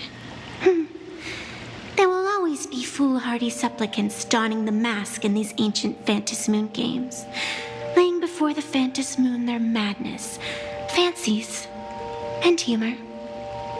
They would weave schemes to slay monsters descending upon this planet from beyond the sky, steal the laughter of the gods to forge blades that could split mountains, or descend into depths of the world in canvas to swindle the souls of the departed.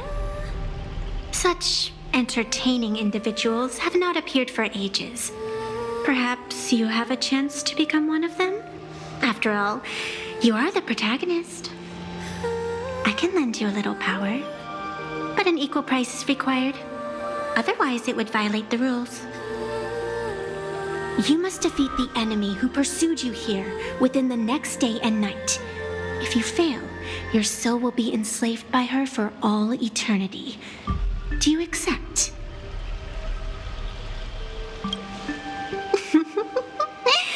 Then it is done.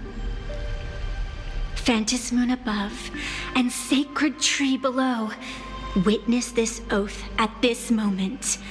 As constant as the vault of heaven, as certain as the moon's rise, let it be never forsworn. Now come, let me make you more of a protagonist. Yes, that's it.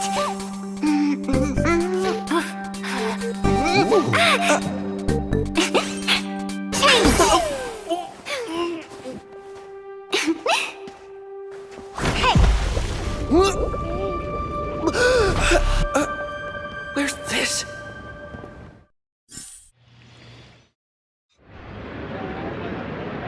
Gray hair, are you all right?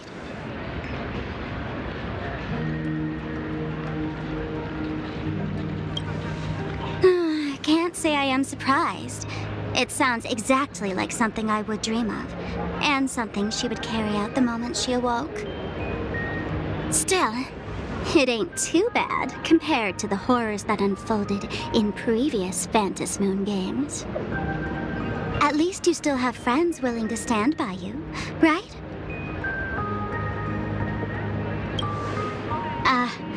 And now and then I do odd jobs here. Live streaming is one of them.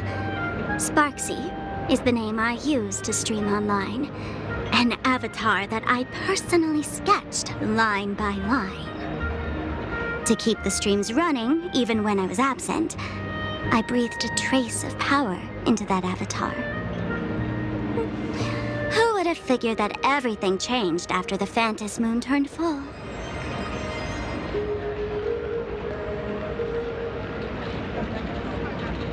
People offload their wishes and desires to her, and in the end, she too got consumed by these emotions. Once a creation gains a will of its own from the attention of the masses, even its creator can no longer restrain it. I've been watching you from the start, waiting for the right moment to step in and help. Sadly, you were either with the IPC's people, or with the Department of Aberration Defense. Then you and Darling March wandered right into that school of bad omens. That was when I realized things had slipped out of my hands. So tell me, what happened in that school?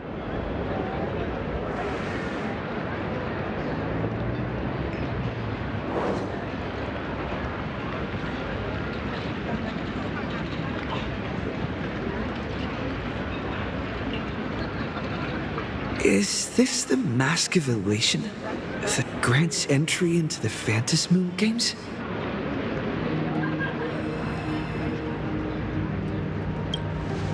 What do you think?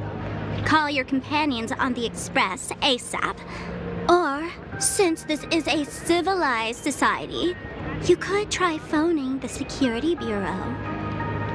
But these matters are obviously far beyond what they can do. They say that no one could restrain the supplicant's actions in the past. Ah, those were the good old days of freedom.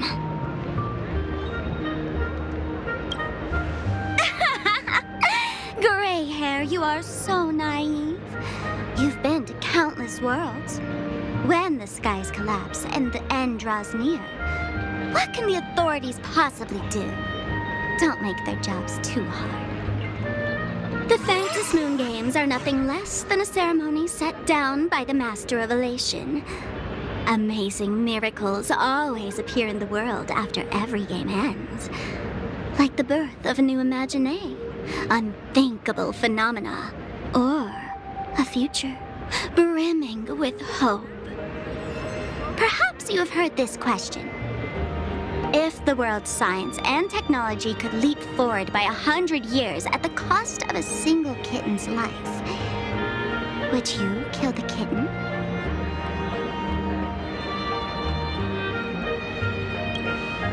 Natural disasters, traffic accidents, sudden illnesses. The number of deaths from such causes in this world could fill a small city every day. The Phantasmoon Games are just erasing one school from the map. Isn't that much better?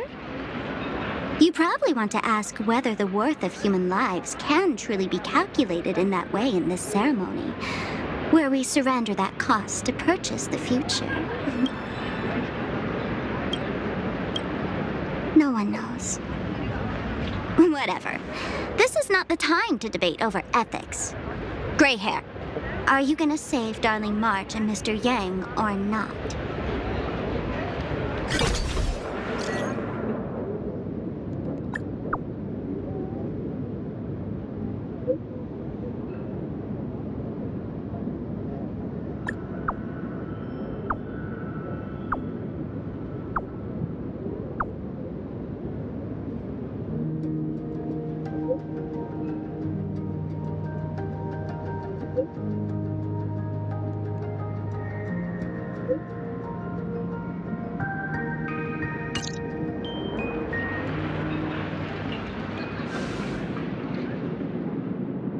The hour grows late, Miss Pearl. Matters regarding the Express demand our attention. Be it the Alliance or the Phantasmoon Games, if you seek deeper cooperation, my doors remain open. Then I shall take my leave.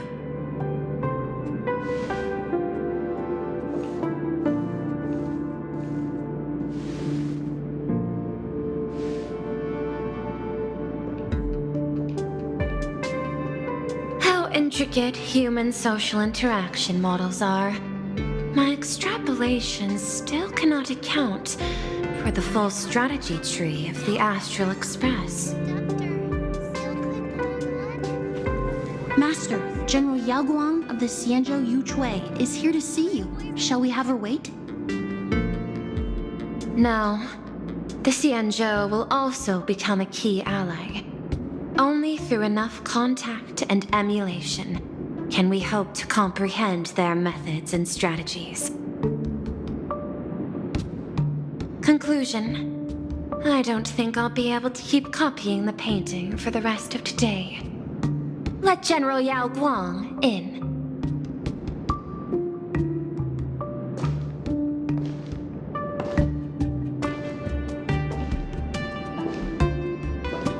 I am the Honorary Dean of the Omniscience Sapientia Academe, Master of the Decalite Reflection Barrier, Bearer of the Xianzhou's intangible cultural heritage, the Sparrow-Shaped Fist, and the Seer Strategist, General Yao Guang.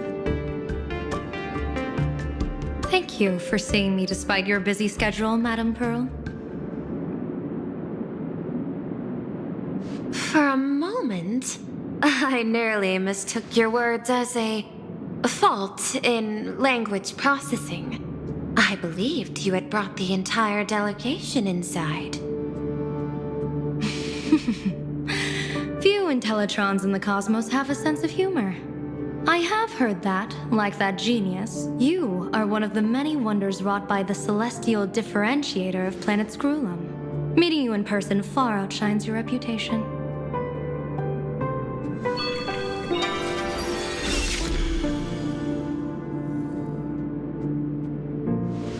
Madame Pearl, seeing how you have a calculating look, and with your heart pristine and your outer form so dazzling, I could not help but cast a divination for you. The hexagram lies between fire and heaven, demonstrating a bountiful harvest with your fortunes lying at the zenith or even beyond. I have no training in divination. General, may I ask you to interpret it? Ah, then let me speak in terms even an Intellitron can follow. I extrapolated your fortune using the Xianzhou's predictive algorithms. The result is 101111, a sign of great blessing. If you treat others with sincerity, abundance will follow. I have long heard of the Arbiter General's legends. The strategy of General Jing Yuan. The courage of General Fei Xiao. The ingenuity of General Hua Yan.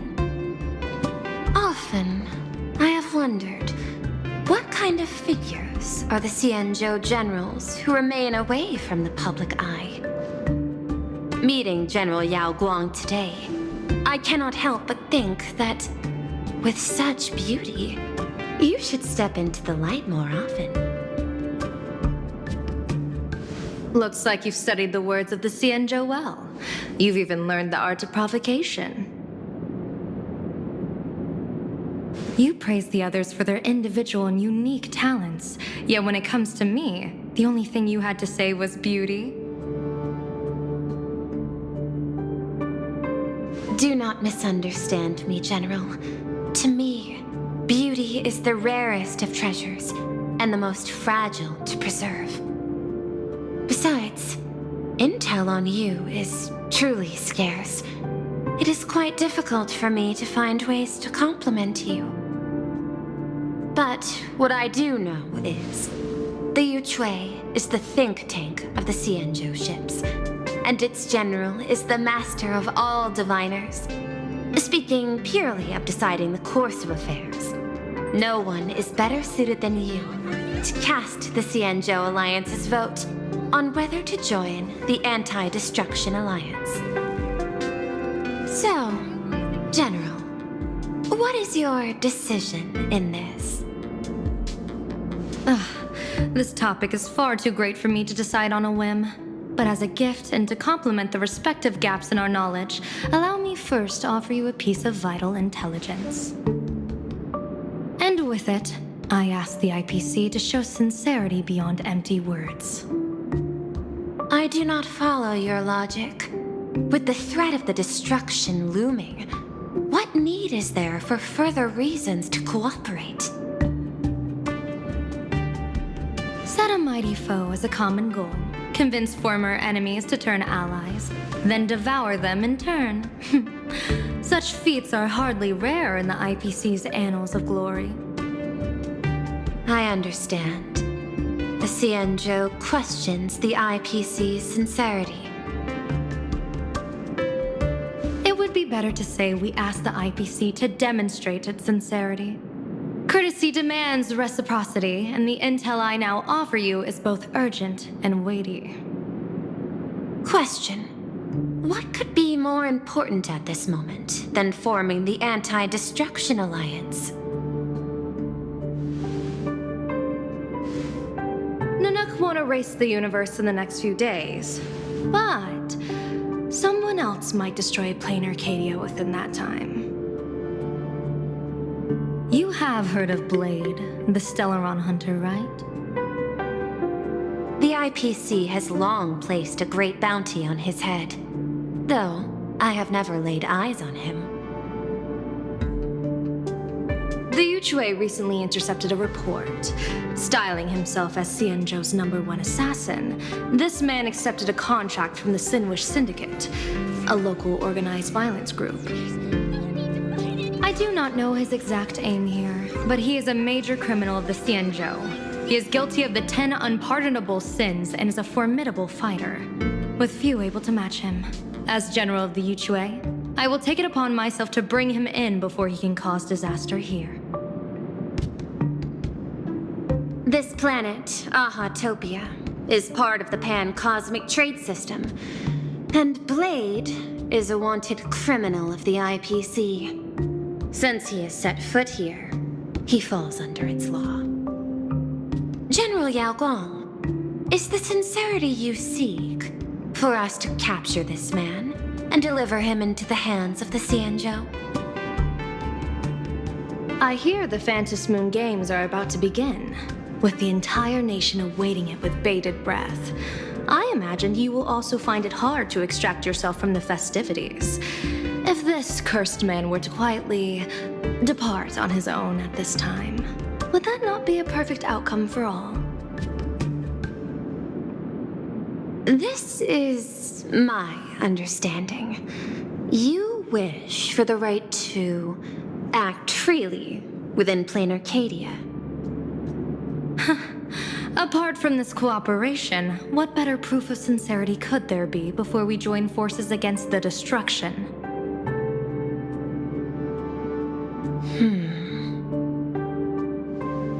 Deal. What I do not doubt, the might of an Arbiter General.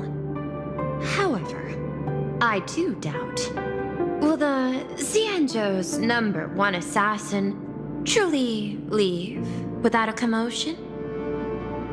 By my extrapolations, even without accounting for the guidance of Destiny's slave, the probability of capturing a single Stellaron hunter is less than 9.8%. Not even 10%. As a diviner, that's not how I see probability. Even if the chance of success is only a coin toss, once I enter the fray myself, I always treat it as a 100% certainty.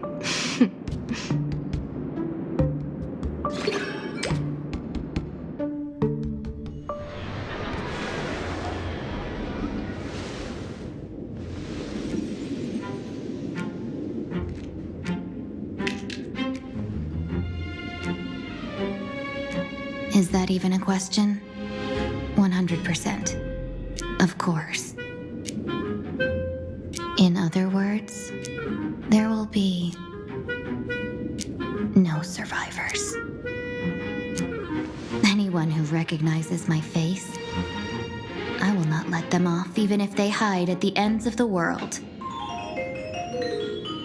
I was willing to make an exception when I was hired by your gang's leader, but I see you folks are not interested in accepting my goodwill.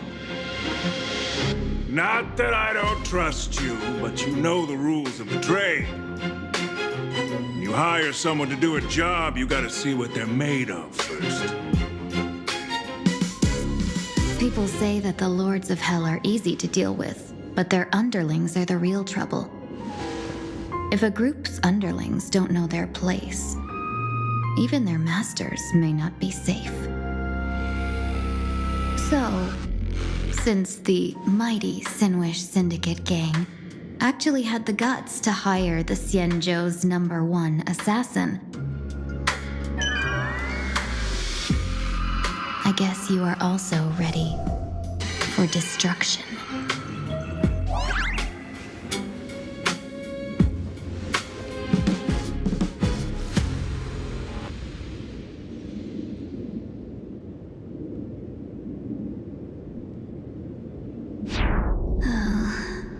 Years of wandering have given me nothing but exhaustion, and I have finally come to know how harsh the road of life truly is. Impersonating the Xianzhou's #1 assassin, Madame Yao, you really stuck me with a wonderful task.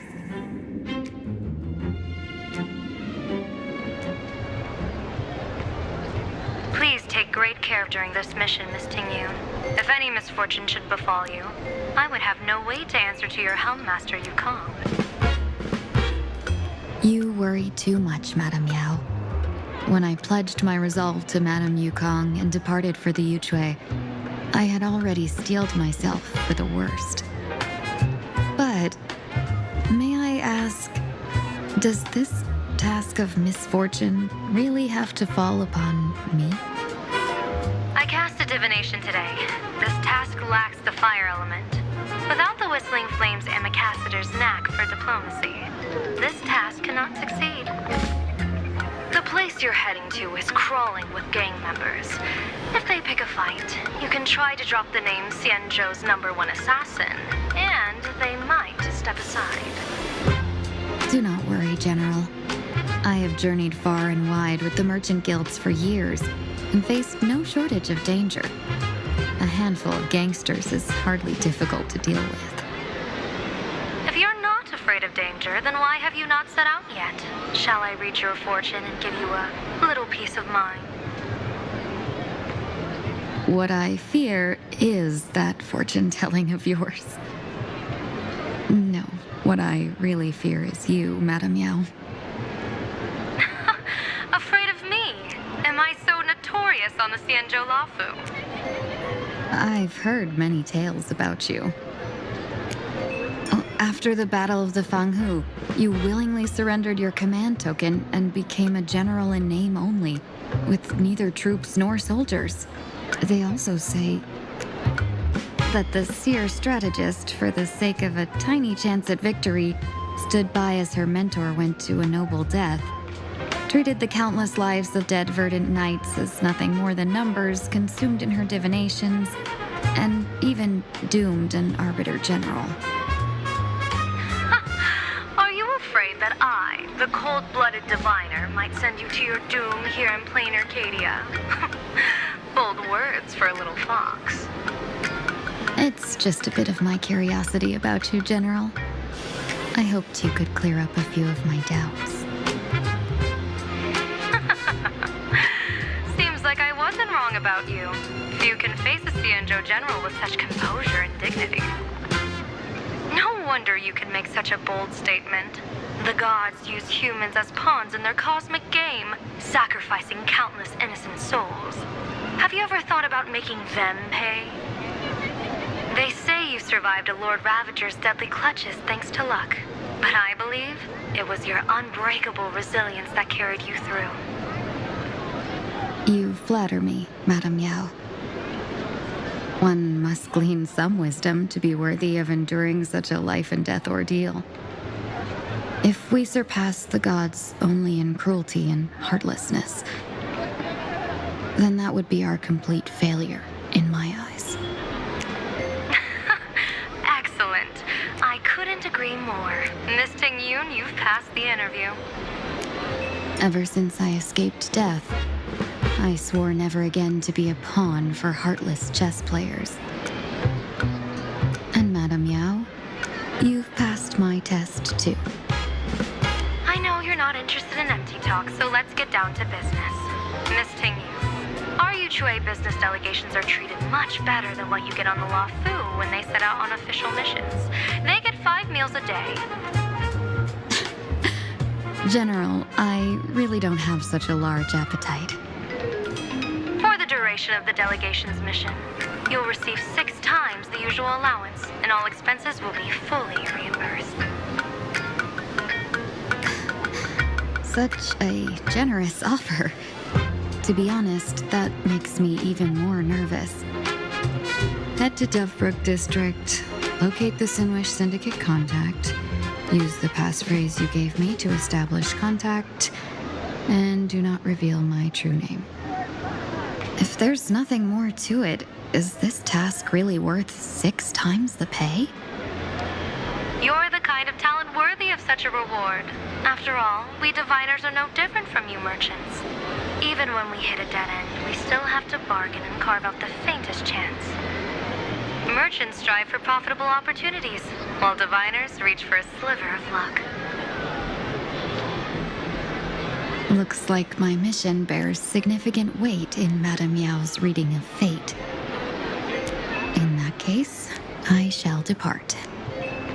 When in doubt, open the 3 strategy pouches I entrusted to you. Inside are tactics I divined, certain to break any deadlock and aid your journey. Go, Xianzhou's #1 assassin. Time to get down to business. Where could the Sinwish Syndicate be hiding? The contact from the Syndicate should stand out.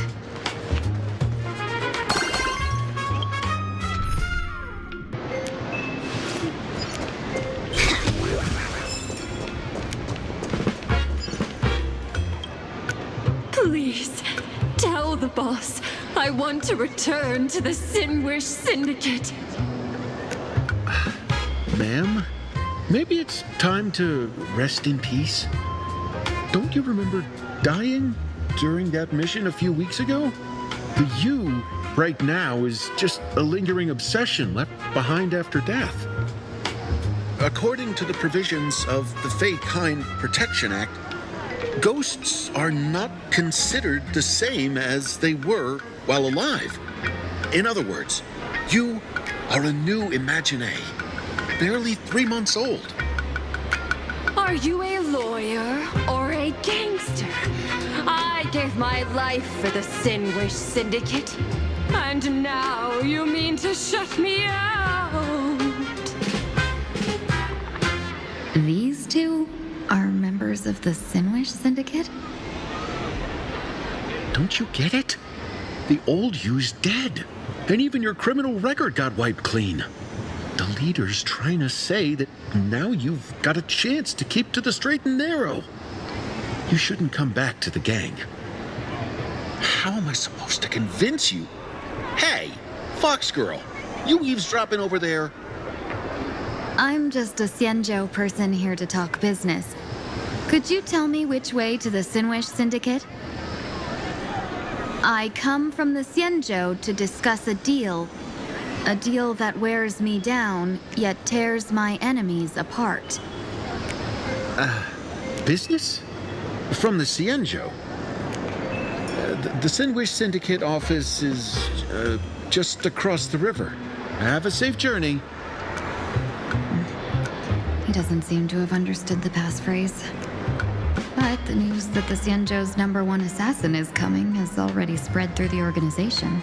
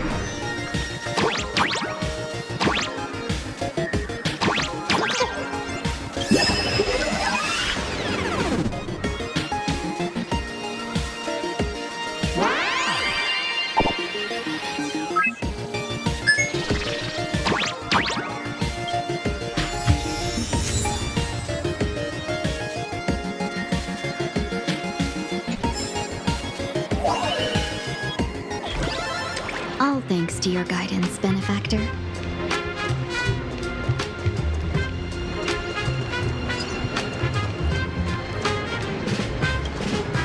Miss Fox, are you a visitor from another planet? Would you be interested in learning about our Research Society of Happy Smiles? Sounds like a sales pitch. Sales pitch? No, no, no. We just want to give you a gift. A genuine smile of happiness straight from the heart. A genuine smile is the power of happiness shining from within. Our Research Society of Happy Smiles can grant you real joy, happiness, and laughter, starting today. Join now and receive our Golden Rules of Life's Happiness book series, along with a Full Wish TV membership. You can watch every program free for a whole year. Isn't this just another sales pitch? Getting tangled up with a fellow merchant will only waste my time. Better to make her back off. I'm sorry, but I'm here to meet with the Sinwish Syndicate. What a pity. If you ever need the Research Society of Happy Smiles, please reach out to me anytime.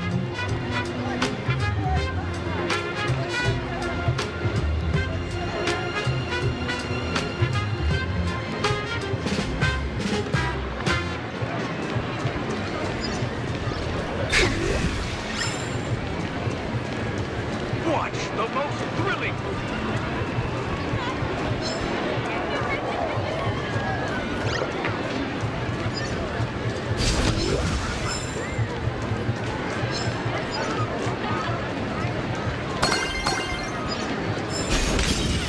Those people over there.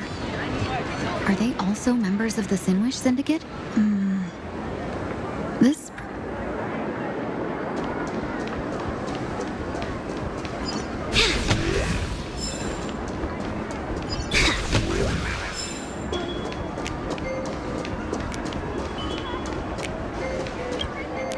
Bro, how much longer do we have to wait? What, are your legs giving out? Idiot. The boss told us to wait here as a show of respect. Now behave yourselves! Could that big guy be the contact from the Sinwish Syndicate? Hey, you fox over there. You've been staring at us long enough. Got something to say? May I ask, is this the Sinwish Syndicate's turf up ahead? Yeah, so what? I should act tough and say less than what I want to say. Since this is the Sinwish Syndicate's turf ahead, not only am I going in, you will invite me in with respect. What did you say? You're here to stir up trouble, aren't you? I come from the Xianzhou to discuss a deal. A deal that wears me down, yet tears my enemies apart. You're the guest our boss invited? Hold on. I nearly fell for that. Looking all delicate.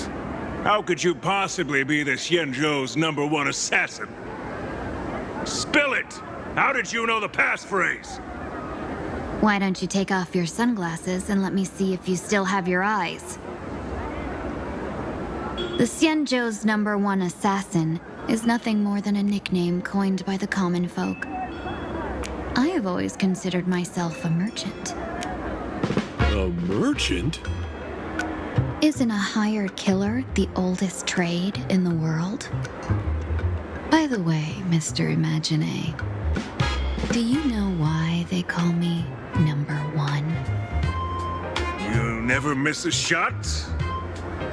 Not quite. I kill in bulk. The way to keep business going is to offer a little extra. If they pay for one person to be silenced, I throw in 2 more. With that hot temper of yours, always picking fights, you've probably given your boss plenty of headaches. I doubt the boss would mind if I took you as a bonus kill. You punk! How dare you disrespect the underboss! Shut up, all of you. Boss's orders come first. My name is Costine. Sorry about my underling's rudeness earlier. I'll cut a finger off later to make amends. There's no need for that. I only collect heads, not fingers. No worries. It won't be my finger anyway. These brutes should be easy to handle. They've never seen the face of the Xianzhou's #1 assassin, so this will be much simpler. what should I call you? Yelling assassin, assassin every time just won't cut it. Just call me the Tarrying Fugue.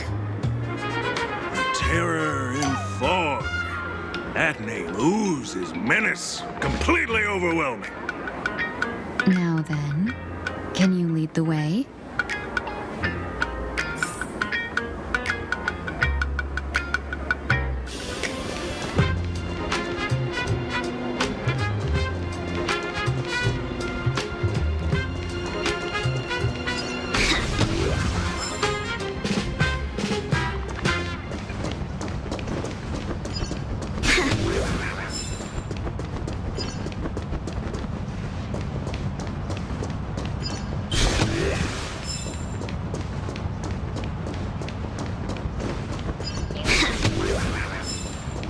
That's the Sin Wish Syndicate headquarters across the river.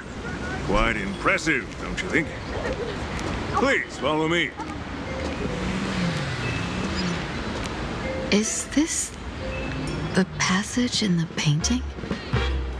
Of course. The Sin Wish Syndicate has it under our command for now.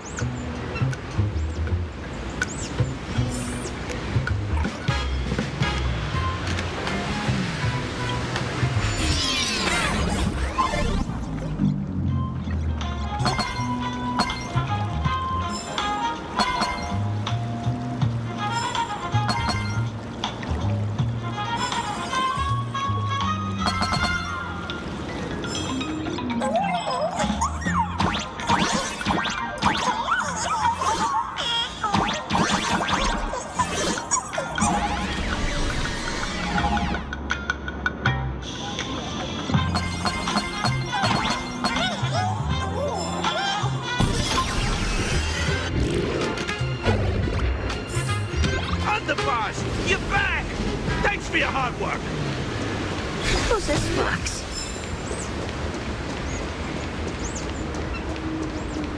Welcome home, Underboss! Is this the one the boss brought in?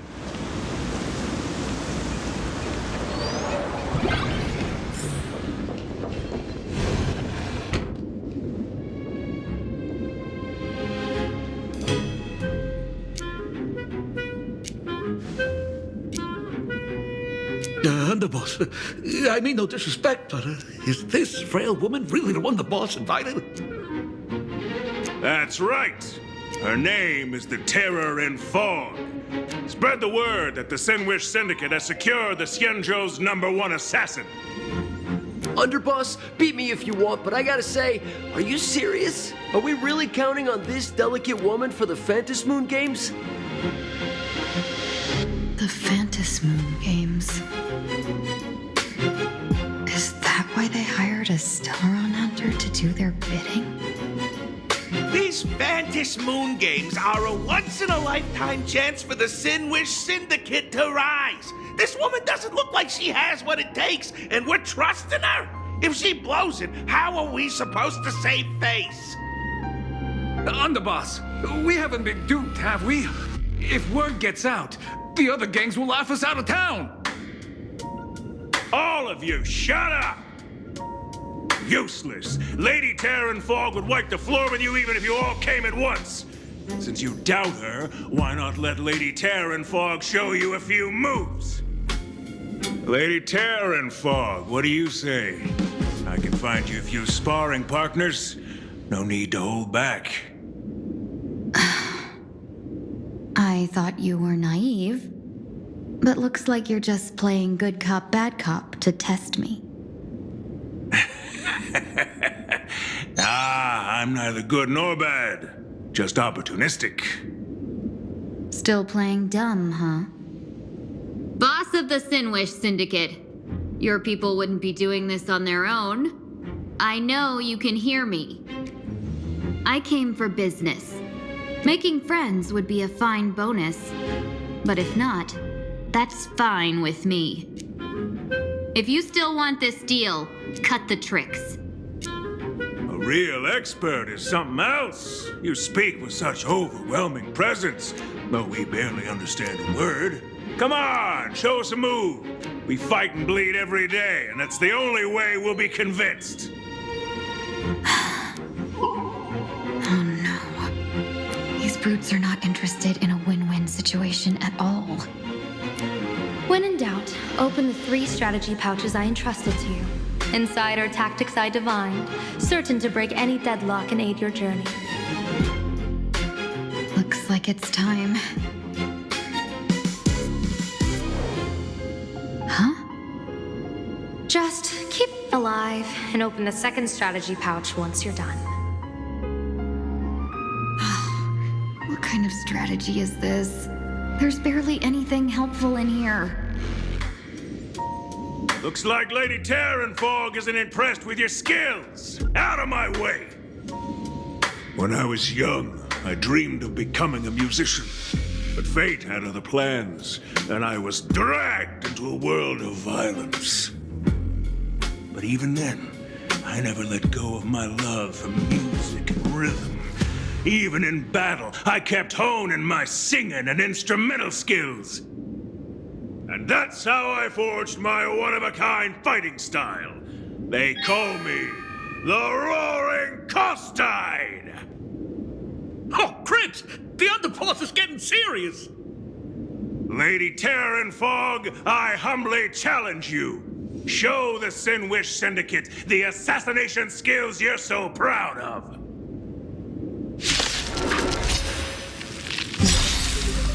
Looks like I'll have to hold back against these reckless brutes. Attack detected. It's fine. Share good fortunes. Detonate. Until everything burns to ashes! Eternal. Fight to live! Cloud scattered. All will be swept away by the wind. Set the seas ablaze! As expected of the Terranfog. Such incredible strength!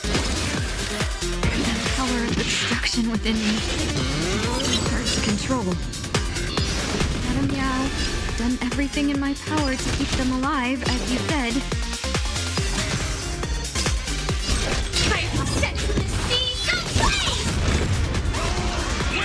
Recalibration! Dreams of a path. Let us dance once more. Fight up strong enough! My friends? Indulge yourselves! No holding back. Fight to live! I don't want to take your life. Back down while you still can. A true warrior of the Sinwish Syndicate fears no death. Don't underestimate my soul. Underboss, bad news. 2 more weird dudes just showed up. Cut your bull. I can see for myself. Never thought visiting an ally would mean crashing into a local gang's hall. Oh. This will take some explaining. What a twist of fate. But for us to reunite with an old friend here? So be it. You two, stand down. Listen well. This will be an honorable duel. A duel. You dare duel a Xianzhou. Xianzhou's #1 assassin? And you still dare to act so brazen? Huh? Wait, What do you mean, Xianzhou's #1 assassin? Who exactly are you? Even a cunning hare keeps 3 burrows. Who ever told you there was only one Xianzhou's #1 assassin? So, there are 3 of you? No, it's 300. Times have changed. The title Xianzhou's #1 assassin is already a brand. At my side stands The organization's 7th-ranked Holovian Reaper, the Winged Death Knell. He sends every target into the sweetest sleep of death. And this one is the 2nd-ranked assassin in the organization. A ruthless killer surpassed only by me. His spear strikes like a falling star, and his presence soars like a dragon. They call him the Jade Dragon. Then you are... You can call me Whistling Flame Fox. I humbly hold the top position in our organization, though I mostly handle business relations and HR work.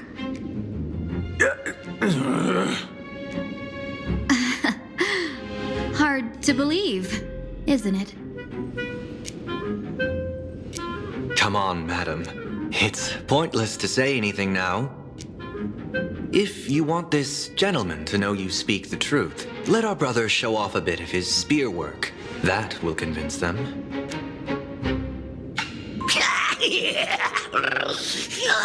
I say, there's no need for that. Course tied. You insisted on testing them and got nothing out of it, did you? If you had let them meet me sooner, none of this would have happened. Boss! I cannot hand your grand enterprise over to people we know nothing about. You are the one who hired us? The boss of the Sinwish Syndicate? That's me. I am Polewave, current leader of the Sinwish Syndicate. My apologies. Our gang is full of roughnecks. I will make sure they are disciplined. As for that business, we'll discuss it upstairs. Everyone else, clear out!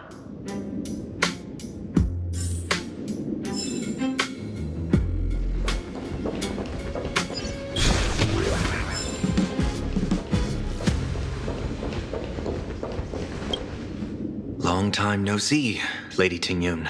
It's been a while since we last met in Penacony. I am truly grateful for your quick thinking. To avoid revealing too much, I made up false names and titles for you two just now. If you were offended, then I beg your forgiveness. This place is a hotbed of trouble. What brings you two here? When Sunday and I contacted the Shenzhou delegation, they asked for our help. They claimed someone from their group had lost their way here in a foreign land and was captured by a local gang, and they wanted us to help. It was clear there was more to the story, but we came anyway. Who would have thought? It turned out to be true. Lost? Captured? There must be some misunderstanding.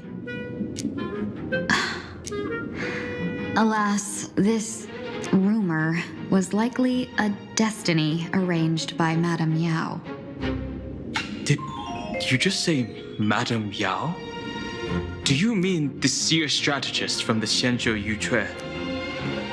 I happened to hear of her back in Penacony too. They say she is the diviner general, one who lives in seclusion. Did the Alliance send her this time? Lady Tingyun, you stepped into such danger yourself. Do you have a vital mission? You two are no strangers, so I will speak plainly. She's the one who sent me here on this mission. The Sinwish Syndicate invited the notorious Xianzhou's #1 assassin with the intention of hiring this person to participate in the Phantasmoon games. But the delegation's intelligence revealed that the person was none other than the Stellaron hunter, Blade. Him? I assumed the title to come here to uncover why the Stellaron hunters are involved and how he will enter the game. So, how's it going so far?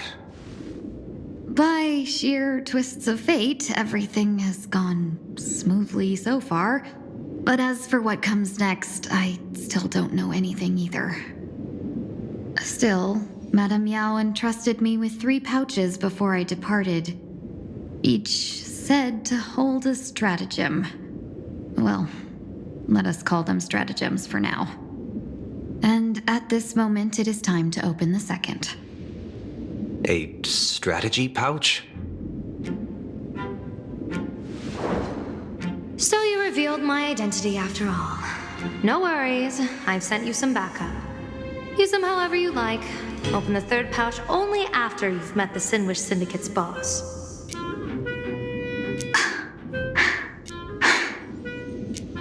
No wonder they also call Madame Yao the Crosstalk General. The what, General? It says the 2 of you will help me clear the way, so I can safely meet the Sinwish Syndicate's boss. What do you say?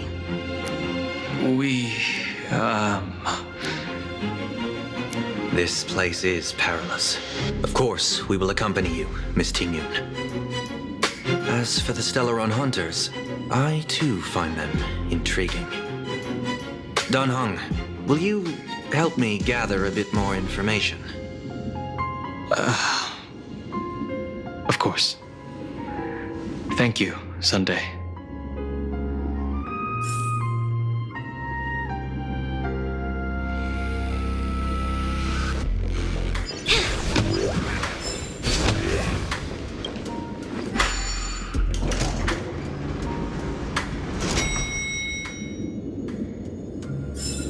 I gotta say, this place is decorated with a touch of style. The gang does not always flaunt brute force. More often, they need to flaunt wealth. Our fortune is changing? Gee, before I even realized, the scenery of Dovebrook became unrecognizable. Gee, back then, who would have imagined Iron Hulks running wild on the streets? Let alone us gang members being treated like vermin. You didn't call us here just to reminisce, did you? Of course not. Please forgive Korstide's rude little test. That narrow-minded fella never understands why young people flock to things that come from other planets. Like Mechatrons, Masked Heroes, and the Astral Express. What he does not see is that while cosmic novelties are more enticing, big shots of hail from the cosmos are even more fearsome. Wouldn't you agree? You're a clever one, so there's no point in keeping up this charade. We're not Xianzhou's #1 assassins. You knew that already, didn't you? Yeah, I might not live as long as those Xianzhou folks, but I got a decent eye for sizing people up. You may not be the #1 assassins, right? But your skills surpass even such assassins. So I don't care who you are. I pay good money for a sharp blade. But I don't give a fig about its brand. And where do you intend to use this blade? On the Sinwish Syndicate. What? No, don't get me wrong. I'm not looking for bloodshed.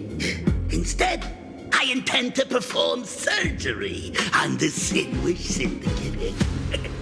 Look here. Through certain connections, I secured this mass correlation. The entry pass to the Eonic game. Some covet this treasure, while others fear it as a curse. Now, you claim the name of Xianzhou's #1 assassins, huh? So surely you came for this. You want the god's reward, don't you? You are our employer. Therefore, the festival's prize should rightfully be yours. What do you want from the Eon, Mr. Polwave? The Aeon? I harbor no such unrealistic desire. I'll leave this prize for you to claim as your reward. I'm happy enough to share in a bit of your glory.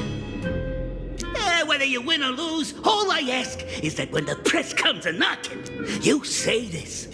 You were sponsored by the Sandwich Syndicate of Toughbrook.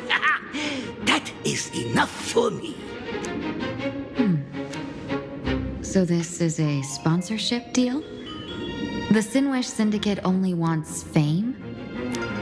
Since we are not truly in your employ, are you not afraid we might break our promise and ignore your request? If you truly cared nothing for what I asked, why even raise the question, huh? As I said before, I may not have the long life of the Shenzhou people, but I do know how to judge people.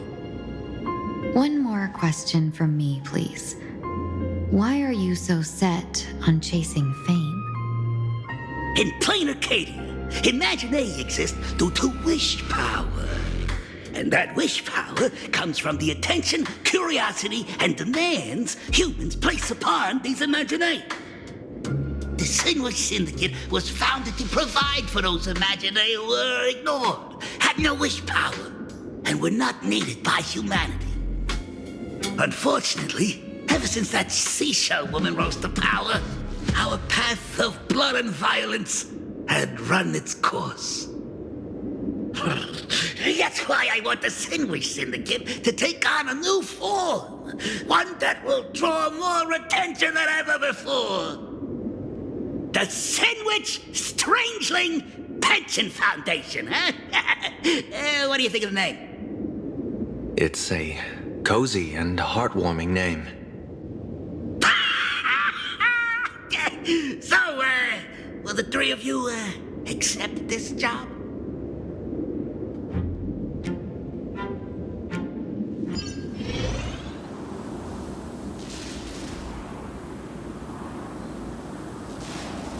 Mr. Polewave's goal is surprisingly grounded.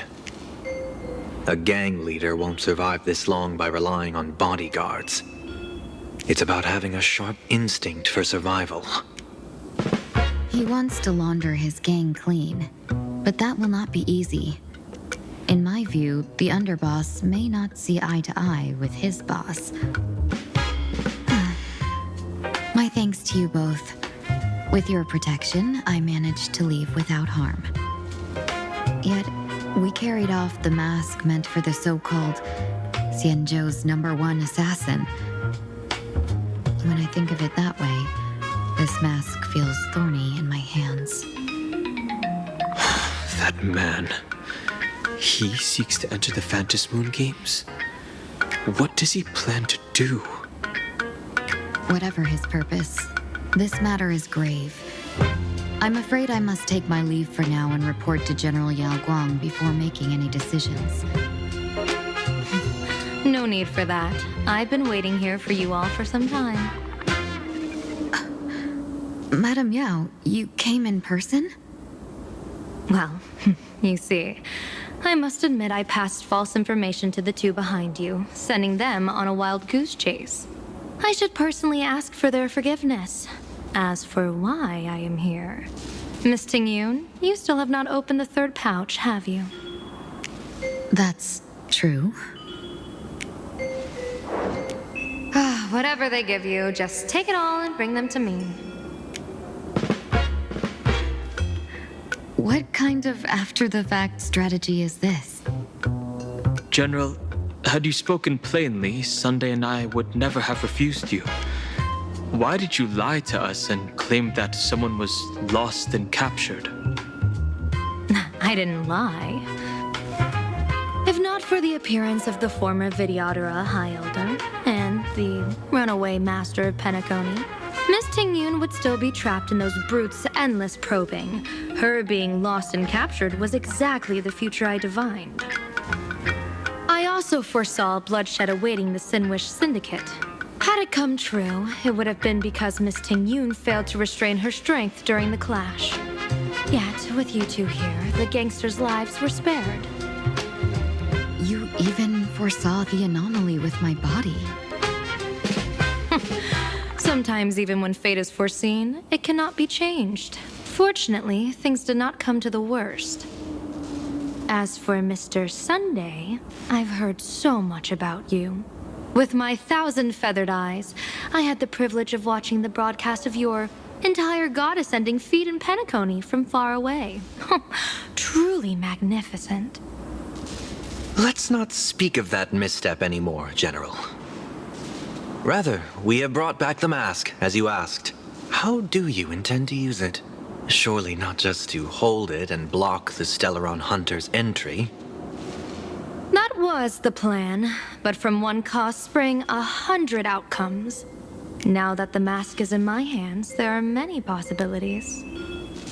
What do you say about using it to lure Blade here and strike him down together? Or perhaps I could wear the mask myself and personally compete in the Phantom Moon Games. That'd be interesting, right? Each mask used is gone for good. The Stellaron Hunters will be left with a real headache. That'd be truly killing two birds with one stone. Madam Yao, this is deadly business. It's no laughing matter. Deadly? Miss Tingyun, that is exactly why I am here. Not to put Blade in his grave, that is. His ties to the Xianzhou have long since frayed. There was no need for me to snatch someone else's assignment and come here only for his sake. Snatch someone else's assignment? So the Xianzhou envoy was supposed to be someone else? To be frank, this journey to plain Arcadia was meant for Jingyuan, the divine foresight. The Lawfu Cloud Knights recently returned from the great battle against Iron Tomb, and the honor should have been his. Yet, before his departure, I cast several divinations on all parties involved and received this result.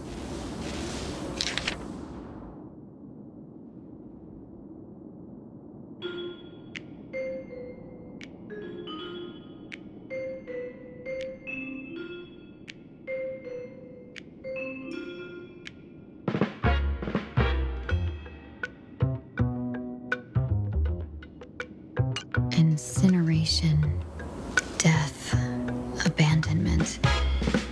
I may not know divination, but even I can tell that there is no good omen. Unfortunately, the two top diviners of the Yuchui and the Lawfu, in other words, my junior soror, Fu Xuan, and I, cross-checked each other's extrapolations and came to the same astonishing conclusion. An Arbiter General will fall in this Arcadia of elation. Even so, you're still taking the mission meant for Jingyuan? Yes, I contacted the Marshal and took over the task. I've simply never seen such a bizarre fate and wanted to witness it.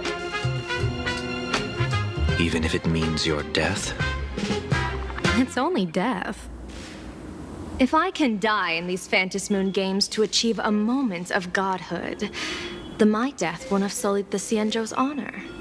Miss Tingyun, hand me the mask.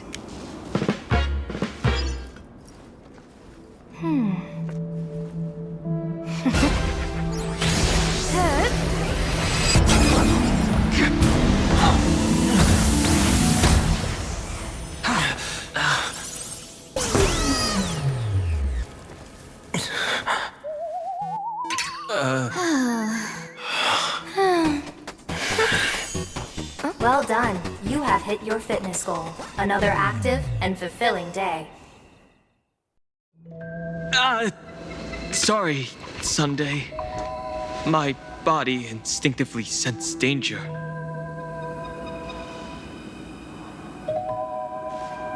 Once the mask for joining the Phantom Moon Games is worn, it binds tightly to the supplicant and manifests the shape of the wearer's soul. I read something like this in the Views of the Universe from a Star Skiff. It's confirmed now. This mask is indeed genuine. Congratulations, Mr. Sunday. You're now a supplicant in the Aeonic game. What exactly are you trying to do, Seer Strategist? Twice now you've acted without warning. Do you mean to make an enemy out of the Astral Express? Dan Hong, let me take care of this.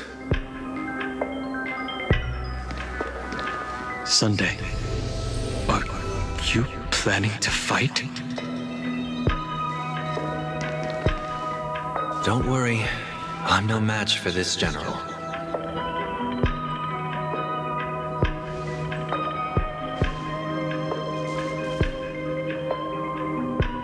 General Yao Guang, how do you pierce my thoughts? I ran a check with my tuning, and there were no signs of any outside intrusion. They say a diviner can't read hearts. I call that the excuse of mediocrity. Mr. Sunday, you're fascinated by the Phantom Moon games. You even wondered, what if I wore this mask, didn't you? You can even divine thoughts like that? No, I'm simply good at seeing using my eyes. Though Mr. Sunday never asked to examine the mask, he's glanced at it at least 3 times since we started the conversation. Given the character and manners of someone as noble as him, I can't think of any motive for this action but genuine interest. Sunday? Yes, I did think of it. For a moment, I even considered putting it on. So, I merely gave you what you desired. This is no trap. It's just an unexpected gift. During the Phantom Moon games, I'll give every ounce of aid I can to help you seize your chance to have an audience with the Eon. General Yao Guang, as far as I know, throwing out heavy profits first is usually a lure to make others lose. We've only just met. I don't understand why you'd go this far. Why belittle yourself? Every move I've made is to carve a sliver of possibility from the impossible. With my eye of Ishvara, I see you're the only one in this land who doesn't need to do a thing for me. Simply acting on your own will can bring change. Your own will? Indeed. Dan Heng, I do want to learn more about this world. Because this world of elation fascinates me. Is plain Arcadia truly a paradise? An Arcadia that its name claims. I once pursued a mistaken vision of paradise with stubborn resolve. Even now, I can't say for sure what a true paradise should look like. That's why I want to see with my own eyes whether this Arcadia lives up to its name. So then, as long as Mr. Sunday acts, that omen of death Madame Yao foresaw. Of course it would still come to pass. Did you think just a lavish gift could let you stroll out of Destiny's shackles alive? Pardon me for butting in, but does the Xianzhou know about this? This is such serious business. I'd never make this decision on my own. I've talked it over with the 6 charioteers of the Yuchue. If something happens to me, I'll line up a solid successor. She headed to the Yuchue on the day I left on this mission, just in case anything went wrong. There, with the other potential successors picked by the 6 charioteers, she'll train at the Omniscience Sapientia Academe in divination arts, war strategies, and civil governance. You mean Lady Fushuan? She'd take over the Yuchue after you? Fushuan? What Fushuan? If I don't make it back from this trip, maybe Qingchue from the Law Fu Divination Commission could take the seer strategist position and command the Yuchue. Qingchue and Yuchue. Ooh, what a perfectly rhymed match. As for the details, shall we discuss this somewhere else, you 3?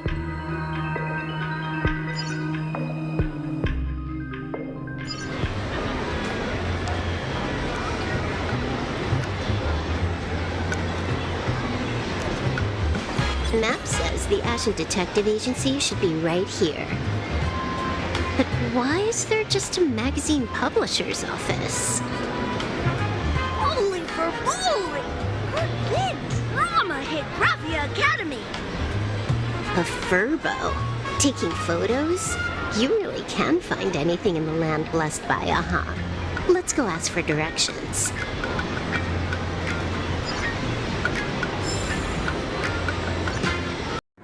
Hey, little furbo.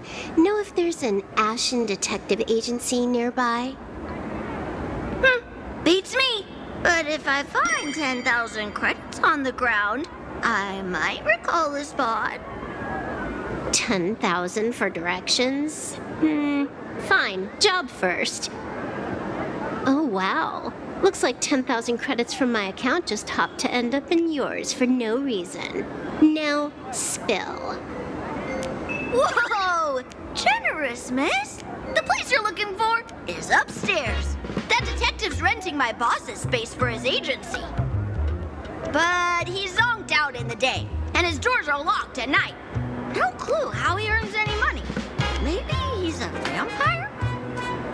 So they're closed? Then how do I meet this Ashen Detective? Beats me. But if I find 50,000 credits on the ground, I might recall that too.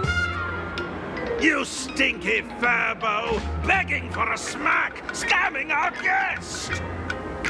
Oh, time to go!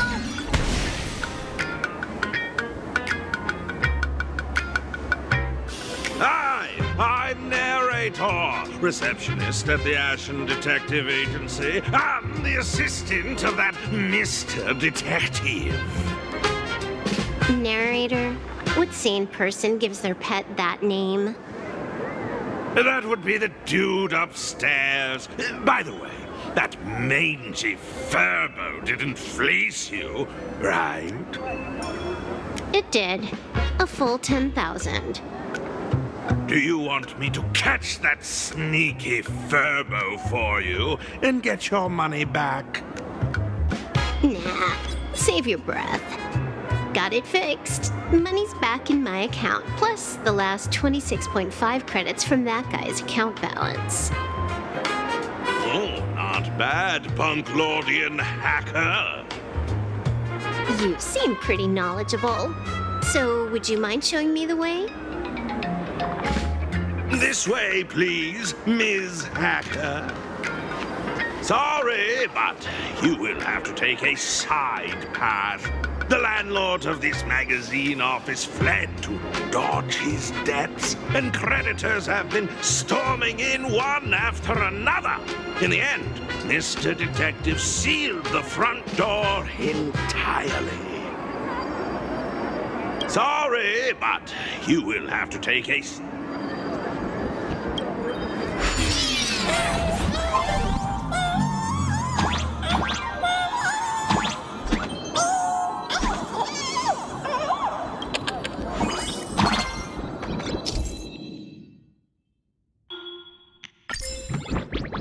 So, there's even a shooting button. That's interesting.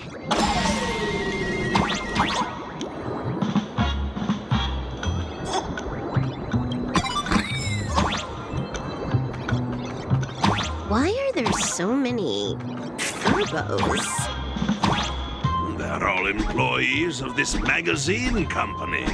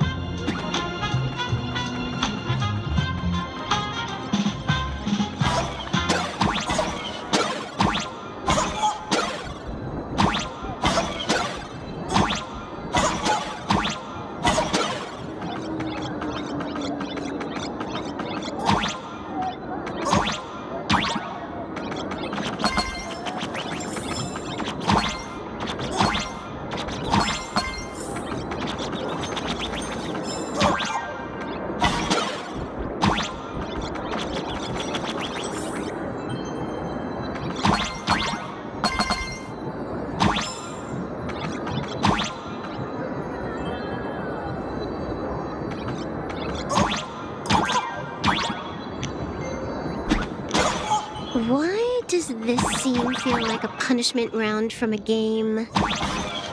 Office survival's way more brutal than any game.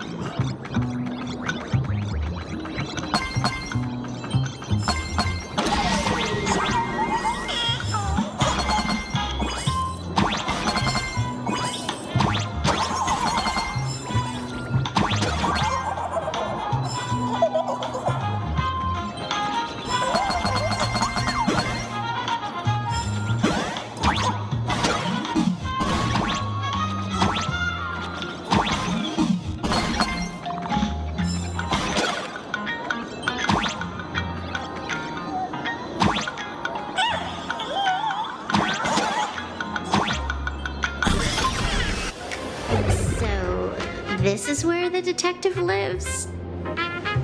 Yes, his office and living quarters are one and the same. It is a little shabby, I admit. At this hour, he is probably fast asleep. Visitors here are rare indeed. Visitors being rare. That really does sound a little sad. Please, come with me. I will wake him at once.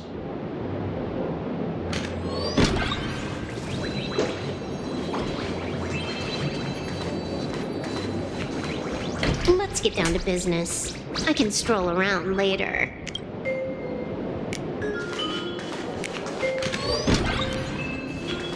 Time to get up, Mr. Ashvale.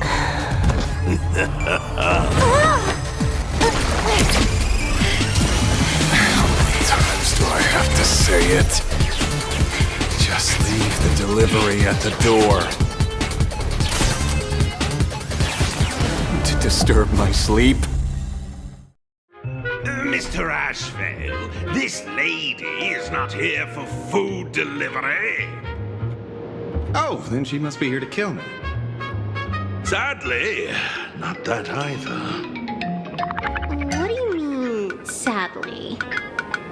Not here to deliver food and not here to kill me. How strange. Oh, then you must be a client. You are here to hire me for a case.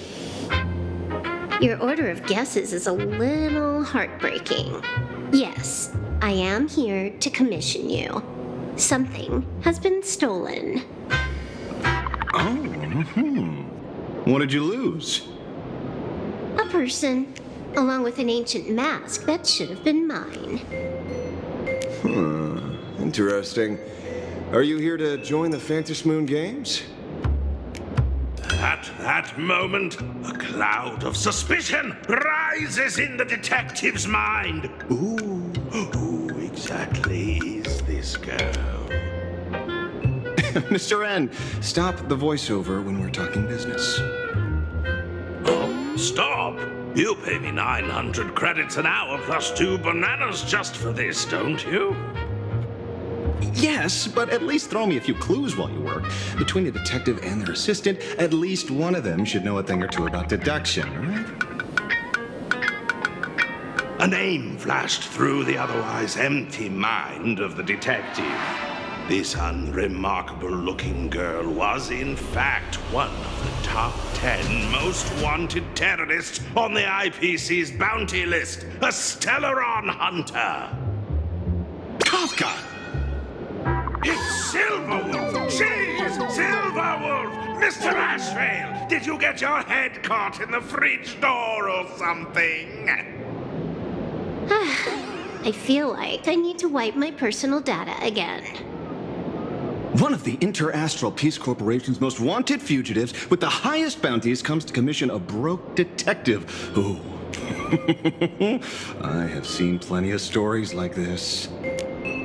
So, the next thing would be me getting dragged into a massive conspiracy and forced to run for my life, right? Drop the paranoia. I came to you because I hacked into the Security Bureau's criminal record system. What I found was shocking. In all those bizarre police cases, you were hired again and again. The curious case of the Harmony Sect Communion, the mystery of the Ghost Bullet Worm Express, the serial ghost resurrection incident, the super non-serial locked room murders at Kooky House. You helped solve them all. You may not be the most famous, but you're probably the most capable detective around here, right? Is nothing private anymore. Whatever, tell me, how did you lose your mask? Today was supposed to be our meeting with the Sinwish Syndicate. All right, now let's talk about the commission fee. Excuse me, I haven't even finished my sentence yet. A true great detective can know a case without ever leaving the room. While he sleeps, I gather the intel. We already have the basics about today's fiasco with the Sinwish Syndicate and those 3 Xianzhou #1 assassins who scammed the mask. Can you handle it? Money is not a problem. Do you take dirty money? Sorry, no dirty money. And please do not withdraw your payment plus the account balance after paying. Oh, then how about this? This is the IPC's turf, right? Turn me in for the bounty. You take the reward, and I bolt afterward. We Stellaron hunters sometimes use that trick to raise funds. Or maybe we could discuss the possibility of taking dirty money? 30 million credits? Pay us after the work's done. Deal. I'll try to get that money over the next few days. Here's my contact info. Update me the moment you have any news. Pay us after the work? When did our office have a rule like that? That rule got made just now. Oh, my dear Mr. N, did you truly want to take dirty money? I have come up with another way to make money. Let me reach out to a certain big shot first. Madam Pearl, I've obtained solid intel. Mr. Ashvale, the chance of you initiating a call at this hour is under 5%. Let me guess. Perhaps you are finally ready to consider my offer. No, I found the trail of the Stellaron hunters. They are here in plain Arcadia, and they even plan to crash the Phantom Moon Games. I can send you her coordinates quietly, without anyone noticing. Quietly, without anyone noticing. The Phantom Moon Games? The moment your IPC chose to speedrun it, it was fated to be more than just a game of fun. And you want me to take part? That is asking a bit much of an old man. We should have taken that hacker's deal earlier and turned her in for the bounty. An unexpected bonus. So Pearl still has other masks hidden away. That makes things much easier. Seems that listening in on one's partners after wrapping up business is a habit worth keeping. Hey, lady, where are you? Did you find the mask? Not yet, but I've got a new lead. We might have lost one mask, so I just need to find another. Fine. Promise me this. Next time, don't take contracts on the dark web using names like Xianzhou's #1 assassin. Okay. By the way, can you tell me what script Elio gave you this time? A completely blank page.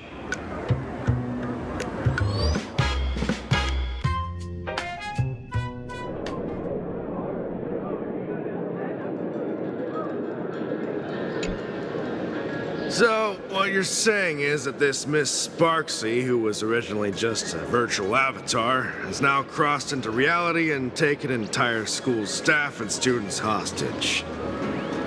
I get it. So it's just a typical case of the idiogenerative imaginary phenomenon. you could say that, according to the old superstition.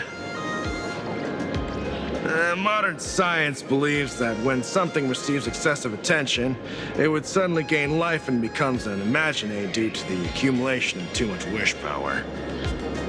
Well, what kind of modern science is that supposed to be? Plain Arcadia's modern science, of course.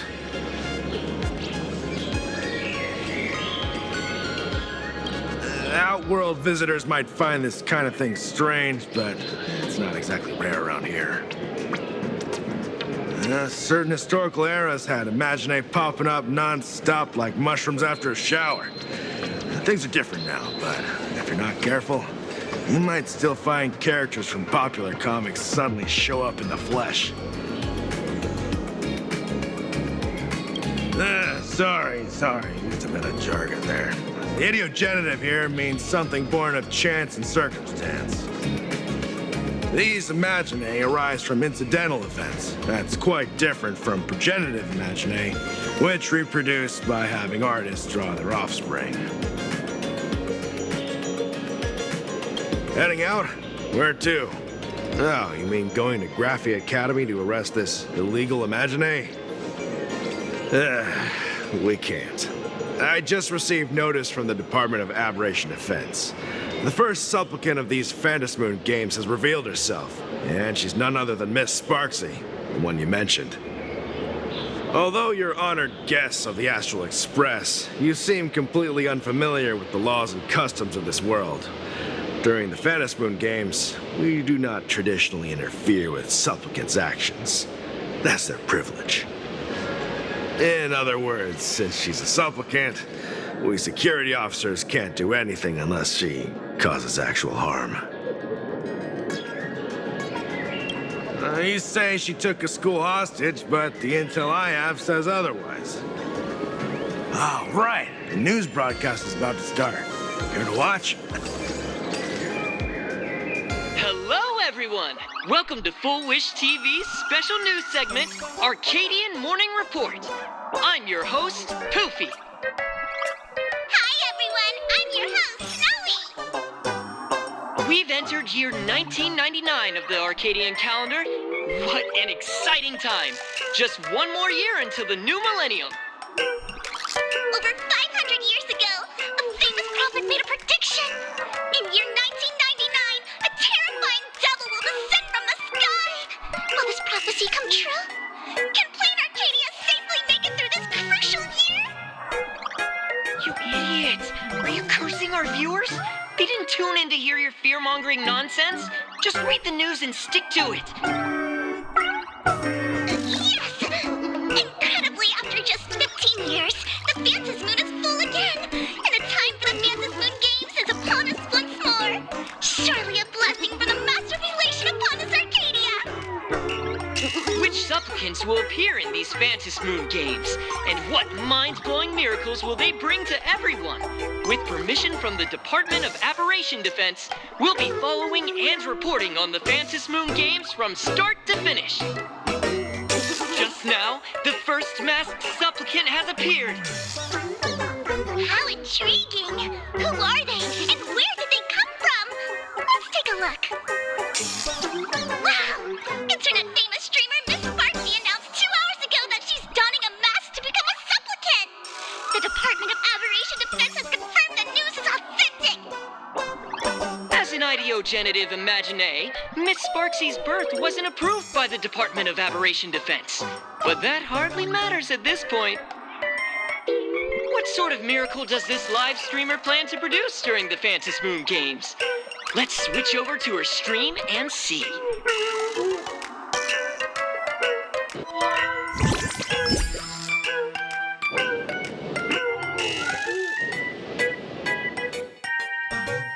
Yoo-hoo! And we're back from the commercial break. A big thank you to Love Insurance for being the title sponsor of today's Sparkstacular Arcadian Adventures live stream. One person, 1,000 faces. 1,000 faces, one person. Who will Sparksicle become today? Ta-da! Time for the big reveal! Everyone, follow along along with Dean Sparksy of Arcadia Academy as we check out how our new transfer student is settling in. Marge, say hi to the camera. Sparksy, don't you dare mess with me. I, March, am not someone you can easily push around. I'll have you know I'm the disciple of General Jing Yuan of the Luofu and General Huayan of the Xu Ming. I've undergone rigorous Xianzhou sword training. Others might fear you, but I sure don't. My, March seems quite worked up. Is it because she's a bit nervous about her first live interview? All right then. Now, let me interview my colleague, Mr. Yang.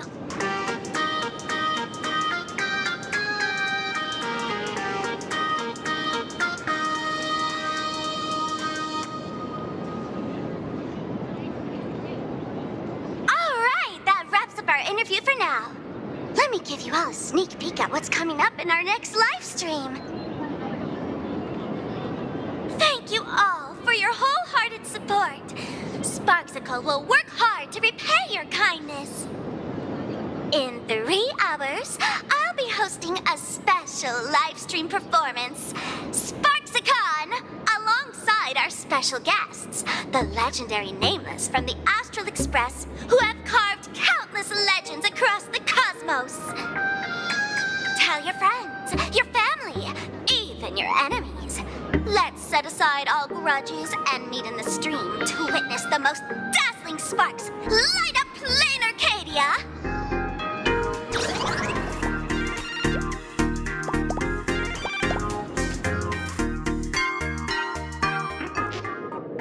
Now, see, Miss Sparksy was just doing a program with your friend. It's fine, really.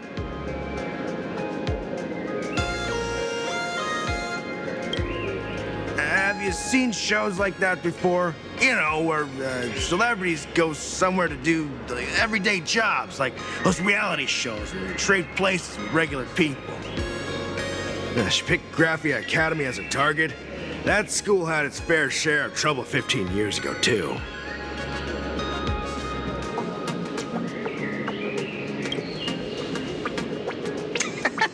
So these are the nameless of the Astral Express? That's hilarious! I heard they're supposed to be great heroes who saved other worlds. Look at them now! Switching to comedy in a heartbeat.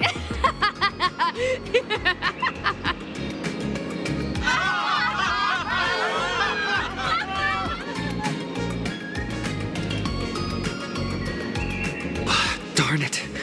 Soon the whole of Plain Arcadia will be saying Sparksy caught the Astral Express crew in one go and made us the butt of jokes. Our reputation would also turn into her trophy. Oh, right. Please keep this Phantom Moon Games emergency response guide safe. Some sections in it might come in handy.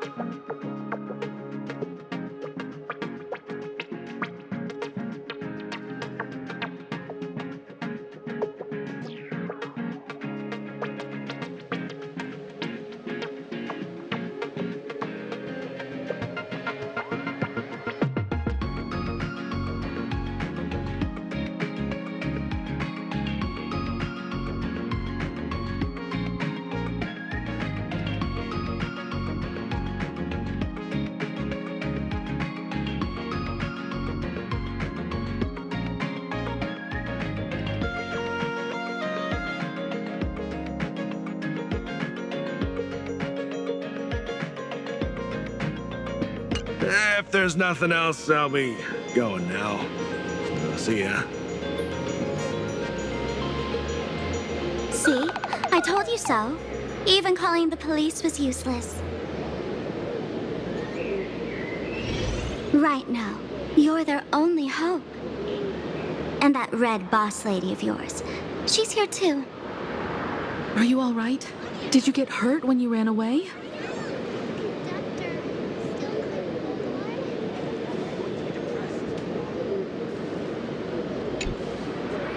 So, March and Welt are both trapped in Graphia Academy now?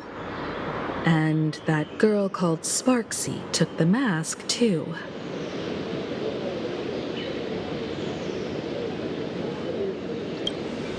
No, it's not your fault. I underestimated the complexity of the situation behind these games. Coming back to my homeland was meant to be a relaxing vacation for everyone. And I also wanted you and March to experience the atmosphere of elation in this world. Throughout the history of the Phantom Moon games, there have been many instances of cooperation between supplicants. But this time, forces from across the cosmos have turned this into their own high-stakes poker table. Rather than honoring the elation, these players are far more eager to savor victory for themselves, itching to knock everyone else out of the game. Sparksy is one such troublemaker.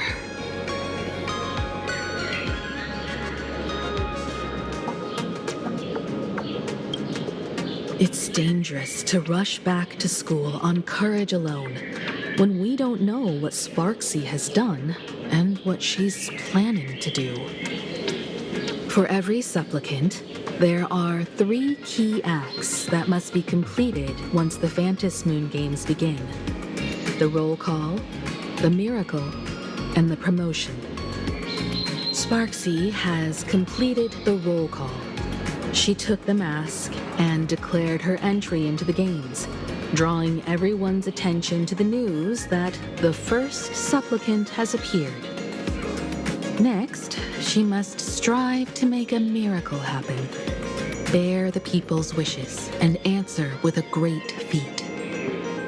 If I'm not mistaken, Sparksy is waiting for us to walk right into her trap. For her, there couldn't be a better opponent than the Astral Express for this first battle between supplicants. What could be more earth-shattering than defeating a renowned cosmic hero on a battlefield of her own meticulous design? So here's the question, Sparkle. Based on what you know about this imposter, what's her real agenda for joining the games? Simply toying with and defeating the Express crew alone won't be enough. What kind of world-shaking miracle is she after? Sure, she's a fake. But she's still a fake of Miss Sparkle. Guessing won't get us far. If you ask me, we should check out the tavern.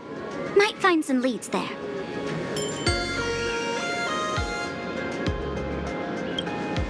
The Masked Fool's headquarters. The World's End Tavern. That's right. How could we pull off something this insane without Miss Sparkle's prized collection I've been hoarding all these years? That imposter must have known this well.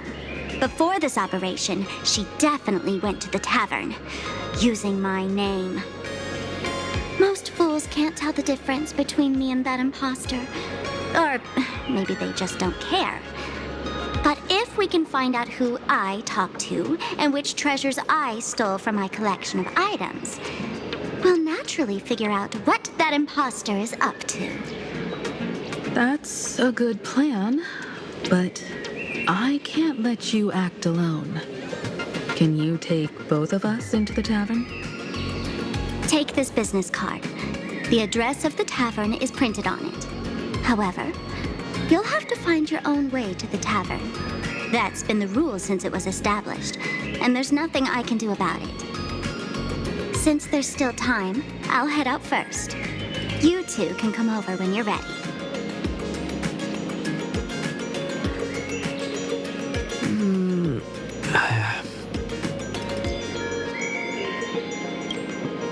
Relax.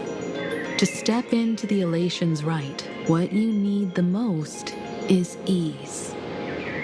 Don't dance to your enemy's tune. Find your own rhythm. Now it's our turn to set the steps.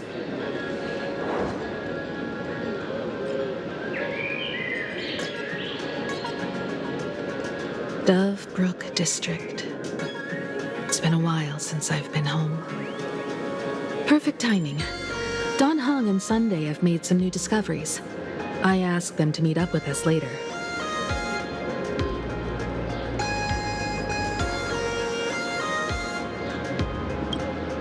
Don't get your hopes up too high. Looks like this vacation trip has gone right back to our usual trouble magnet mode. Now this is the kind of vacation the Nameless just has to savor.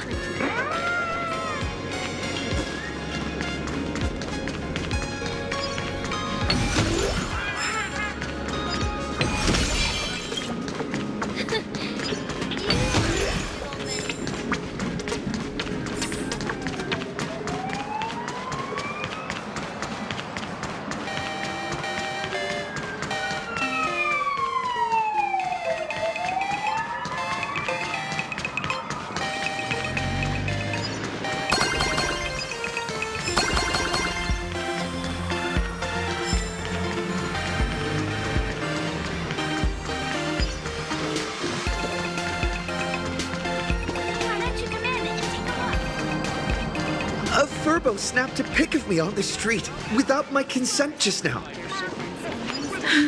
Fame isn't exactly good news for the Nameless. So confident. We're almost at Dovebrook District.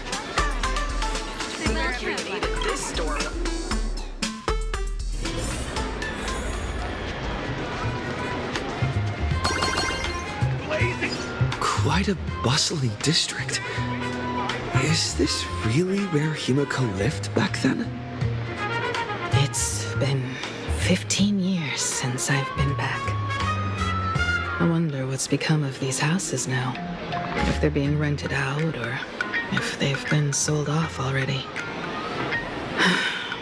Perhaps they've become like the Graffia family. Nothing but empty shells of their former glory. Let's go. Stay safe on the road.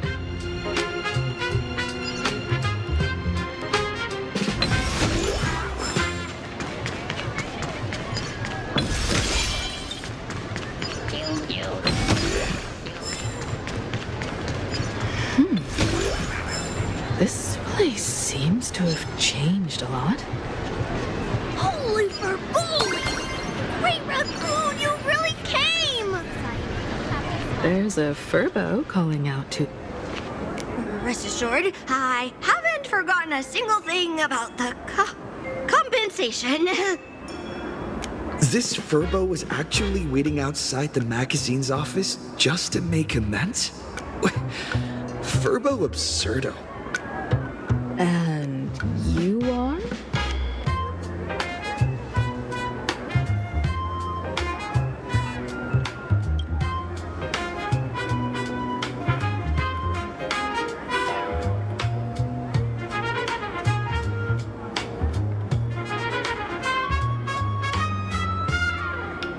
Would you mind coming into our magazine office to talk? Let's discuss compensation, shall we?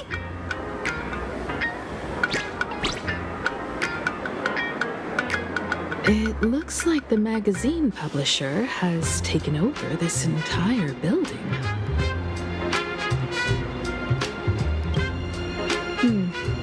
Strictly speaking, the entire street where this building stands belongs to my family's estate. It's said that, in their heyday, the Graffia family owned property all across plain Arcadia. But by my generation, very little was left. When my journey reaches its end, will anyone in this world be able to inherit anything from me?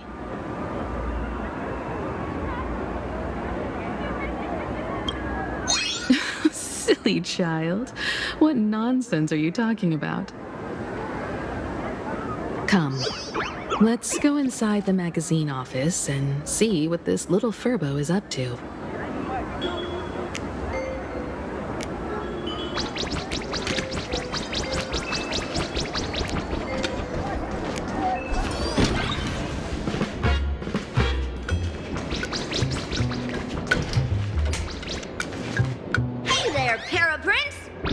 Quite an impressive creditor to visit you. Beep beep. Debt collector signal detected. I'm out of here. Don't run! It's the Great Raccoon from the Astral Express! Furbos and raccoons. We're all one big family. Beep boop. Family or not, you're all just here to collect debts, aren't you?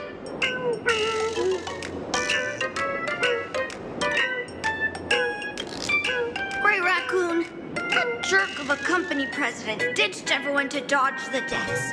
We brothers haven't gotten paid in months. As you can see from our sorry state, even if you sold us all for Furbo Hot Pot, you wouldn't get much money back. But I've got a plan. We can work together for some mutual raccoon-Furbo benefits. After all, Furbobo Weekly does have quite a readership. Right now, the hottest news in all of Plain Arcadia is the arrival of the Astral Express.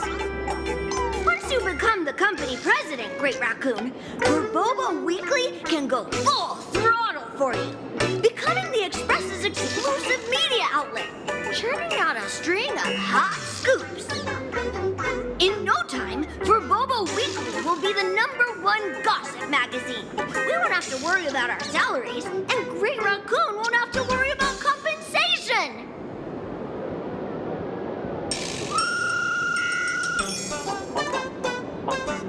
No way! No way! As your devoted fans, me and my bros sincerely want to compensate you handsomely for your emotional distress. A magazine publisher? Now that is interesting. What do you think?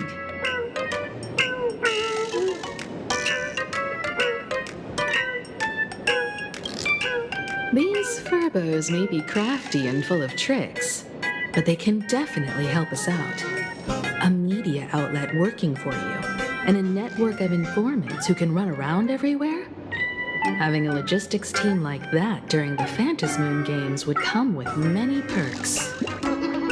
And best of all, they're free.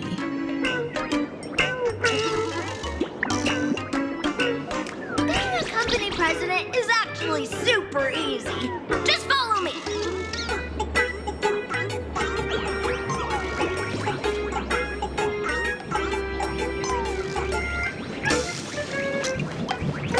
Please, take a seat in front of the computer, President. I'll show you how it works.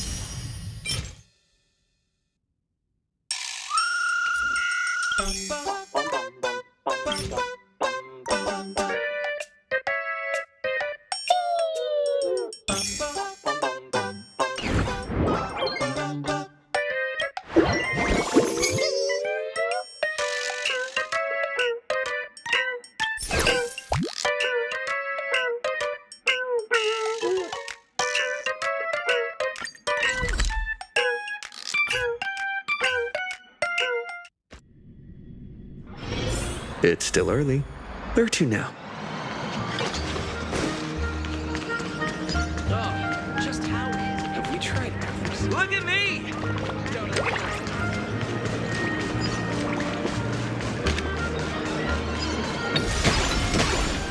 Excuse me, can I have the bill?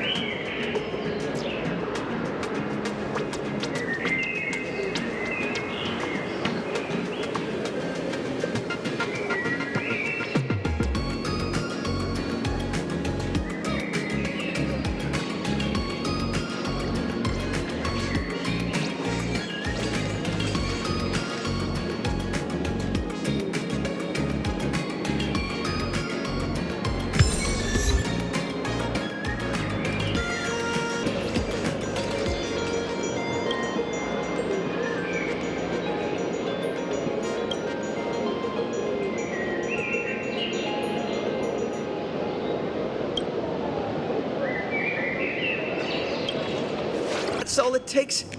Okay, from now on, I'm your new company president. Woo-hoo-hoo-hoo! Green Raccoon is our new company president! Ha! Whatever mission you assign, we brothers will get it done for you. Anything else you'd like us to do?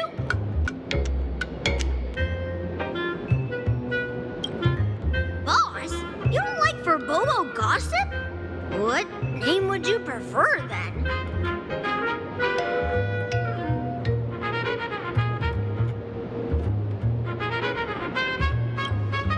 Ugh, my heart just skipped a beat. But that's okay, as long as the boss is happy. Are you sure?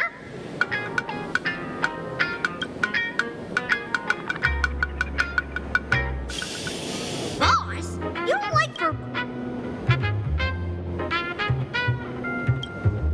Oh, that's quite a unique name.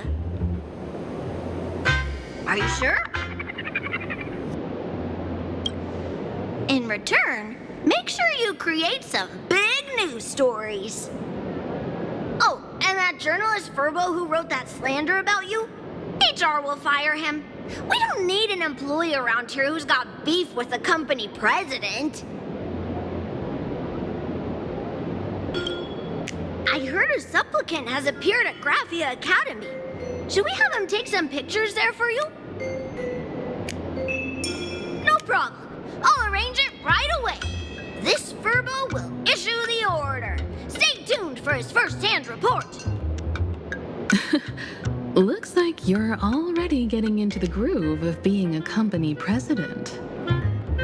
We're pretty much done here, and Don Hung and Sunday should be arriving soon as well. I'll just have them meet us here at the publishing house.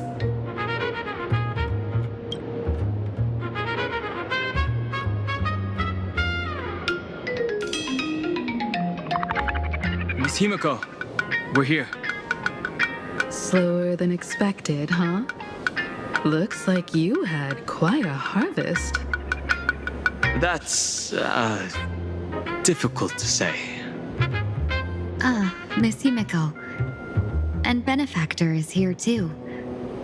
It's been a while. I've missed you all dearly. Miss Tingyun, are you representing the Xianzhou on this diplomatic mission to plain Arcadia? This is a matter of great importance. A humble girl like me doesn't have that kind of standing. I'm just tagging along with General Yao Guang of the Yuchui to help out with odd jobs. I happened to run into these two on the way. The seer strategist. What happened on this journey? Sorry, there was a bit of a hiccup. I accidentally put on a mask of elation. Now I'm a supplicant in the Phantom Moon Games. Well, that's quite unexpected. I know the Express has been seeking to join the Phantom Moon Games, and I've been quite curious about that. Sorry. Did I make things more complicated than they needed to be? No need to apologize, Sunday. You are a companion of the Trailblaze. No nameless would ever stop a companion from finding their own path. Many thanks. But wait, did you just say accidentally?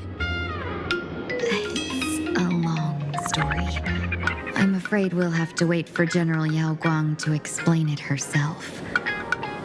She was with us just now, but somehow disappeared without a trace.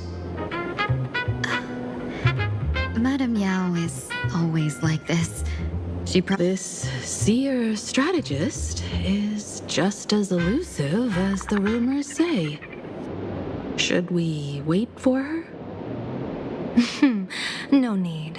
I wouldn't dare impose. The tides of fate shifted. I had to delay my steps to arrive at the proper time. I asked for your understanding. Oh my. Counting me, we make exactly 6. Let me do some calculations. Your fortune in the coming days looks grim. You'd better watch out. Wheel. Makes sense. You got what you wanted today. The fates spell danger. This matter is most likely connected to that blade. Ah, the little fox's misfortune has overflowed into good luck. She's blessed with constant good fortune, a true harbinger of prosperity. Huh. That's weird. I can't see yours. So, you're that trailblazer Fushuan mentioned. Your reputation precedes you, seer strategist. I'm Himiko, navigator of the Astral Express. Whatever's on your mind, you can discuss it with me. My sincerest apologies. When a diviner encounters someone whose fate is unfathomable, we can't help but feel 3 parts excited, 3 parts flustered, 3 parts curious, and 1 part awestruck. What do you mean by unfathomable? My eye of Ishvara can scan the aura of fortune surrounding each of you, manifesting as wheel or woe signs above your foreheads. I'd like to divine your fortunes as a welcome gift. However, this person really surprised me. I can't see anything from him at all. Are you really free to try any choice? To do anything you want? Does an Ishvara like you actually exist in this world?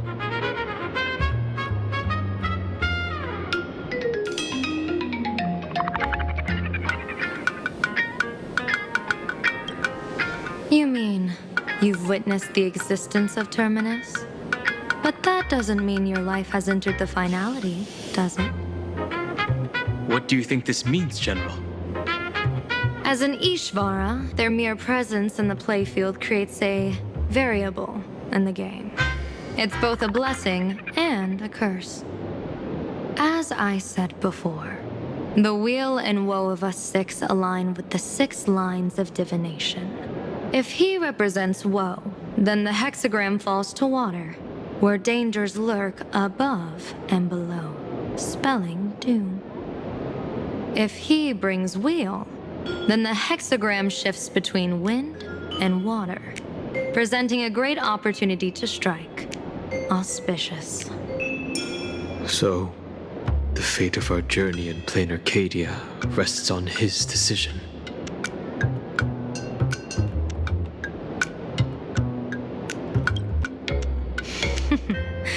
It's not as mystical as it sounds. While an Ishvara has far greater freedom of choice than ordinary people, they're still caught in the currents of fate. I just want to remind you to choose wisely. Back to business. I take it you're not just here to read our fortunes?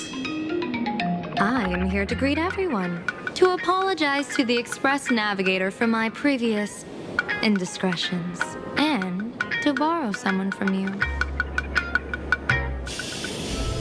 Miss Himiko, now you understand how I ended up wearing this mask. I get it. She says she wants to borrow you for an operation. I want to hear your thoughts. If you're not comfortable refusing, I can speak up for you. Oh, you two. No need for whispers.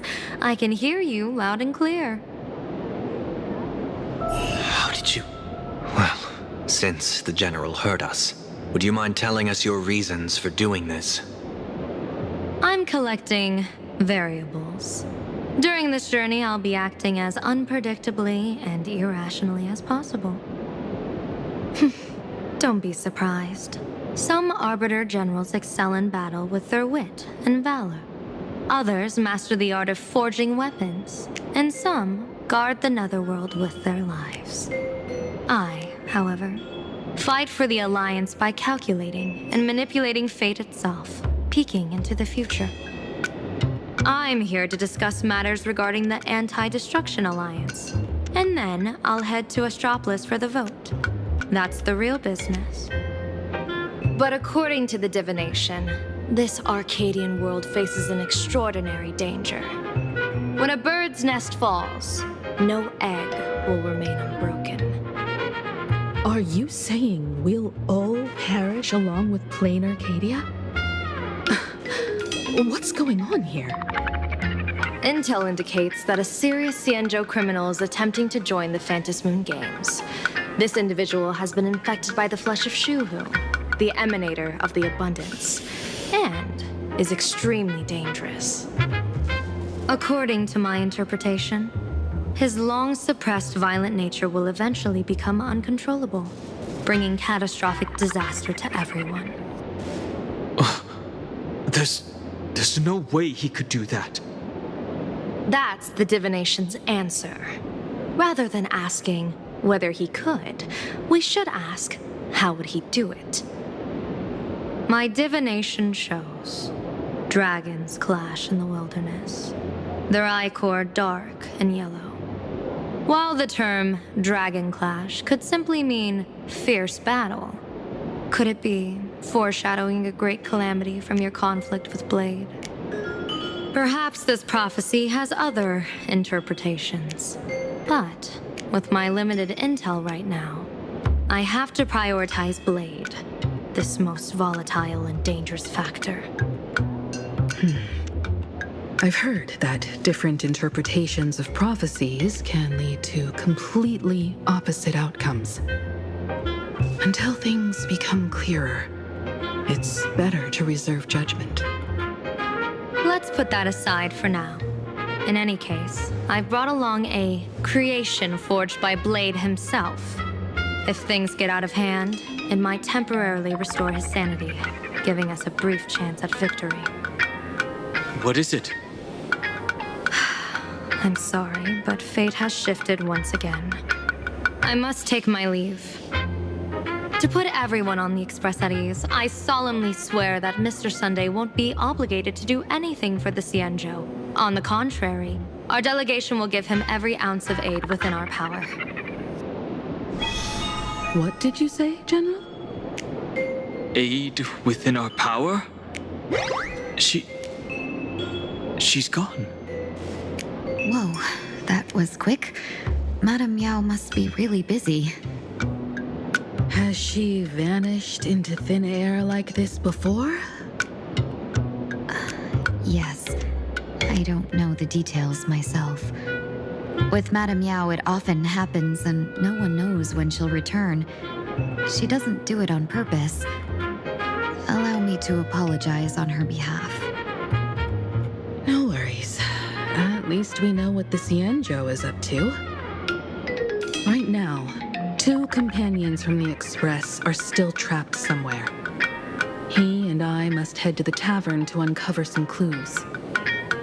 If Miss Himiko needs my help, please don't hesitate to ask. Are March and Mr. Yang in trouble? I'll go with you. No, you and Sunday will act together with the Seer strategist. We're not at the point where we need to call in reinforcements yet. The situation with Blade is unusual. That Seer strategist's concerns aren't just baseless worries. I don't want to see the Phantom Moon Games bring catastrophe to my homeland. So this is also my request. To put it in the General's words, please do your best to introduce new variables.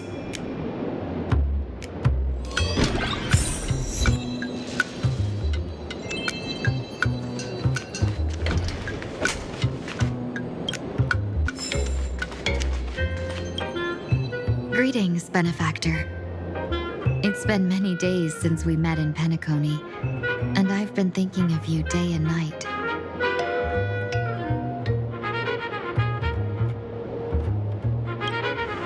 Though my skills are meager, Madame Yao praised my resolve to kill my enemies, saying that was just the variable she sought. That's why she assigned me to temporarily serve under her command for this expedition. And look at that. It's brought us back together again. What fortune. I wished I could travel with you longer back in Penacony, Benefactor. After all, I've yet to reclaim the opportunities Fantilia stole from me.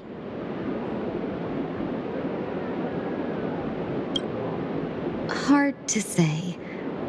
Like the divinations she casts, she's a riddle shrouded in fog. Apart from the ever-absent Patina Justice, she's likely the most mysterious of the Arbiter Generals.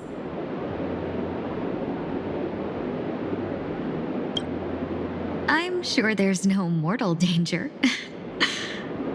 Please forgive my jest, Benefactor. Being around Madame Yao has gotten me into the habit of cracking jokes all the time. Her actions may seem inscrutable, but she always provides what you need ahead of time.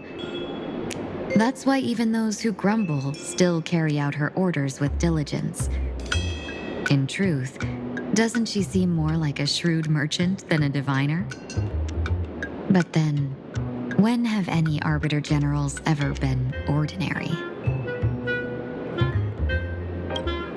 Don't go back on your word, Benefactor. We can find a local bar and share a drink while we chat. Madame Yao instructed me to meet her at our agreed spot if she disappears. It's growing late, so I'll take my leave now.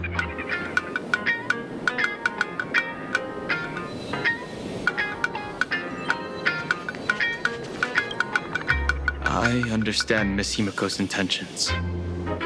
I'll leave March and Mr. Yang in your care.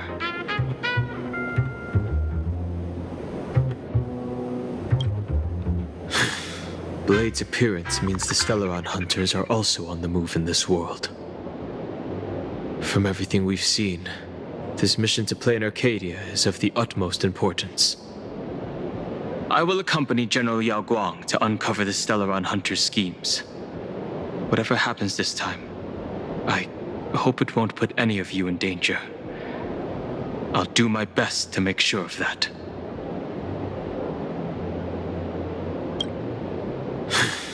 Blade's appearance from everything we've seen. I will accompany General Yao. What? Those two are trapped in the school, forced to become a student and teacher? And the security officers are turning a blind eye to all this? Though March and Mr. Yang don't seem in mortal danger for now, who knows what Sparksea is plotting? The longer we delay, the worse it could get. Better to rescue them as soon as possible. The Phantasmoon Games. What a bizarre ceremony. What does this type of elation really mean for the people of this place? Why would AHA promote such a game?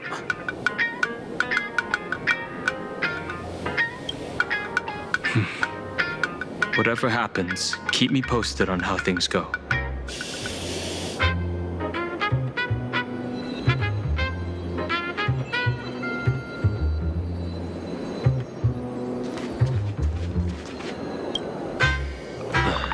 Mask of elation can reflect the shape of one's soul.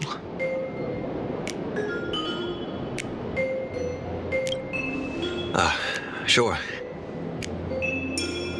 In Penacony's decorative arts, ravens often symbolize the hidden desires and whispers of humans' dreamscapes.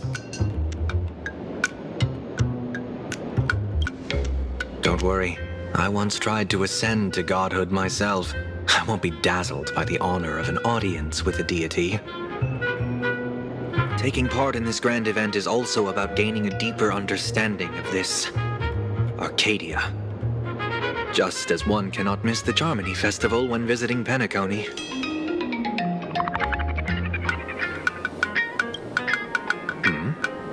There's no rule saying that supplicants of the Phantasmoon Games have to fight each other, right? On the contrary, for the elation, shouldn't laughter be a resonance that comes from within each other's hearts?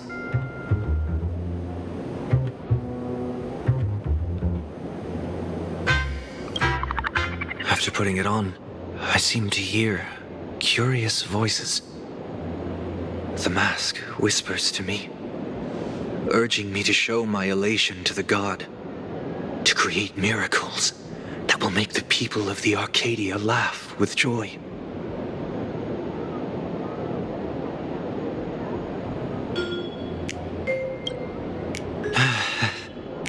That's a good one. When that general, Yao Guang, shows up again, I should discuss our collaboration plans with her. Good luck.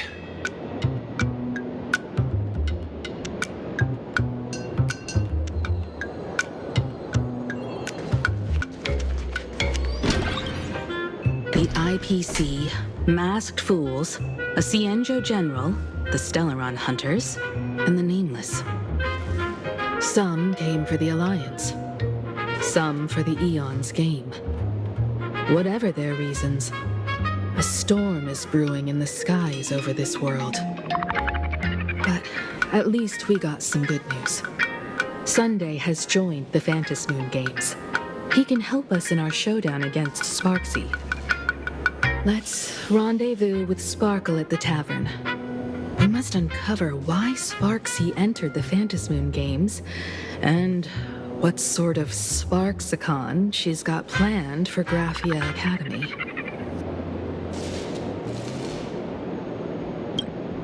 When I was little, I heard a few urban legends. They say the entrance to the tavern exists behind every single door in this land. But those who aren't invited, or haven't found their destined path, can never step inside. This time, we already have the Fool's invitation in hand. As for the key to open the door, there's a silly rhyme on the back of the business card. For revelry and drinks galore, no need to search from door to door. Heed the Fool's riddle with care to find the key that leads you there.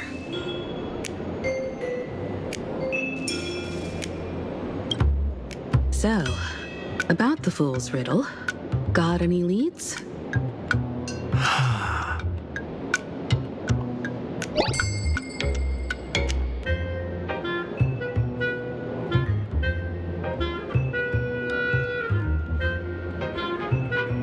Whether they look up or down, the moon that humanity gazes upon in the sky is always the same Phantom moon. Looking up makes sense, but looking down? How exactly do you gaze at the sky?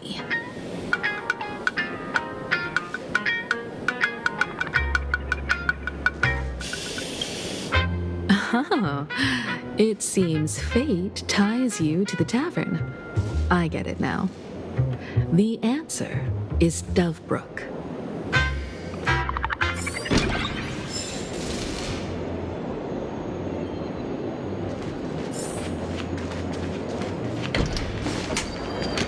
Many generations ago, the Dovebrook was already a river flowing with countless legends. It's no surprise the door to the tavern lies hidden among them. Legend has it that the master painter Graphia once drew water from the Dovebrook to wash her paintbrushes. Many later artists followed suit, hence its other name, the Painter's Stream. Looking at Dovebrook's scenery, memories from my student days just come flooding back.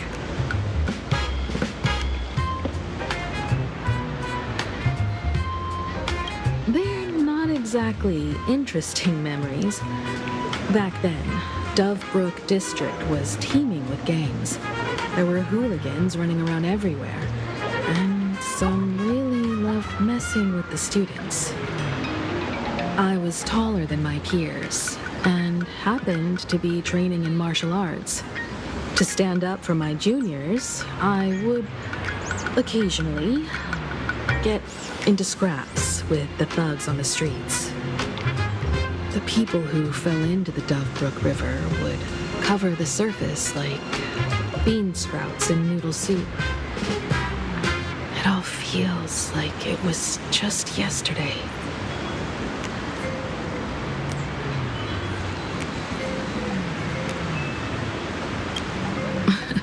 Sometimes the thugs fell in. Other times, I took the plunge myself. Back then, I was a bundle of restless energy.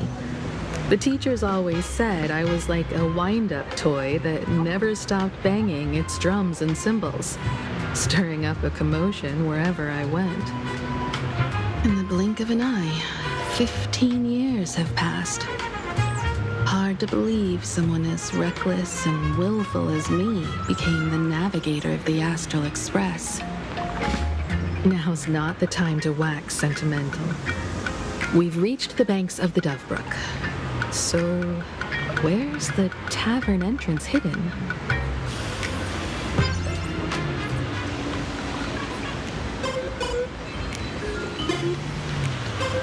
Lots of eyes on the street. Watch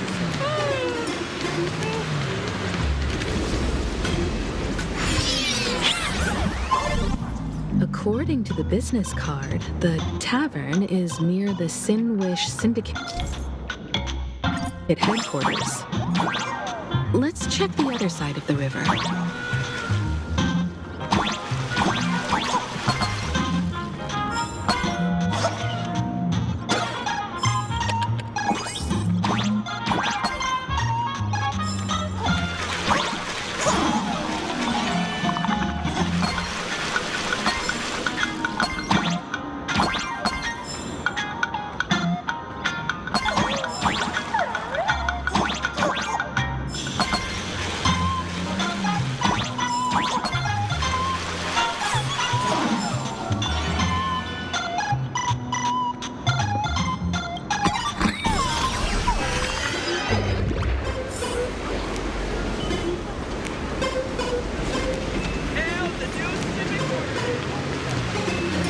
Hey, folks!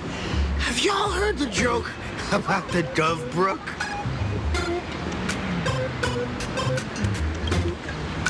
One day, a criminal escaped from prison. He ran for his life, but just when freedom seemed within reach, the Dovebrook blocked his path. With his pursuers closing in, the man prayed to the river. I am hammered by the law, stained with filth. Oh, pure flowing waters, please do not swallow me. A voice from the Dovebrook replied, there's a pedestal of light upon the water. Step on it and you can cross. The criminal wept. What pedestal of light? It's only the moon mirrored on the water, an image that shatters at a touch. If I step on it, I'll fall in and drown. Guess how the Dovebrook answered him. The Dovebrook said, you're not hammered at all. Otherwise, how could you still tell the moon from a pedestal?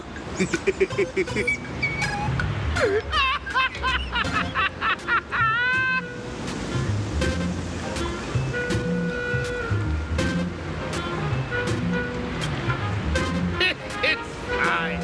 You don't have to buy me a drink as long as I can make you laugh.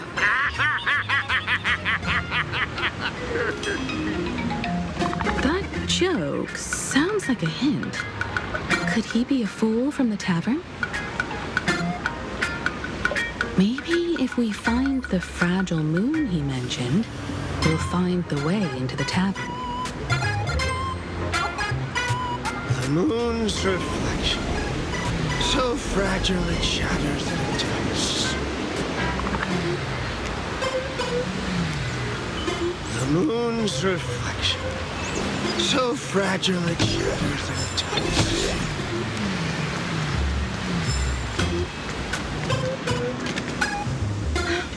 Sparkle's riddle says this. Whether looking up or down, they all see the same phantom moon when gazing at the sky.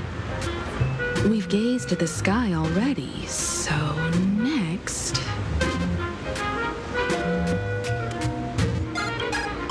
From this angle, the moon's reflection is right here. It does look strange in the water. If what the card says is true, and the fool's riddle is the key to entering the tavern, then this moon must be the door lock. Come on, let's take a closer look at this strange moon.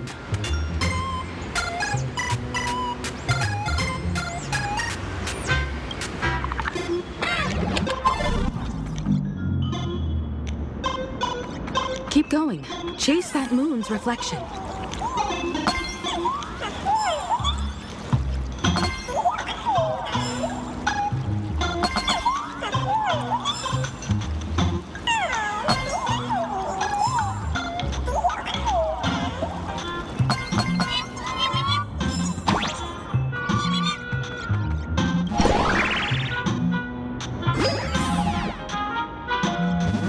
The fools are guarding the moon's shadow tight.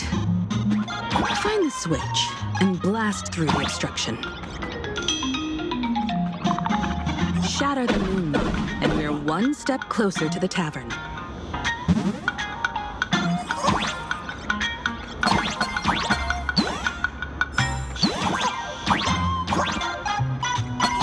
Let's try again.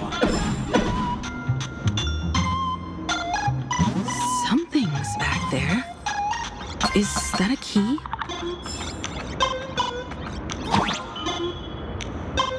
The moon is about to break. Let's try again. The key has dissolved into the water. The water's surface is about to change. Look, the tavern's shadow has appeared.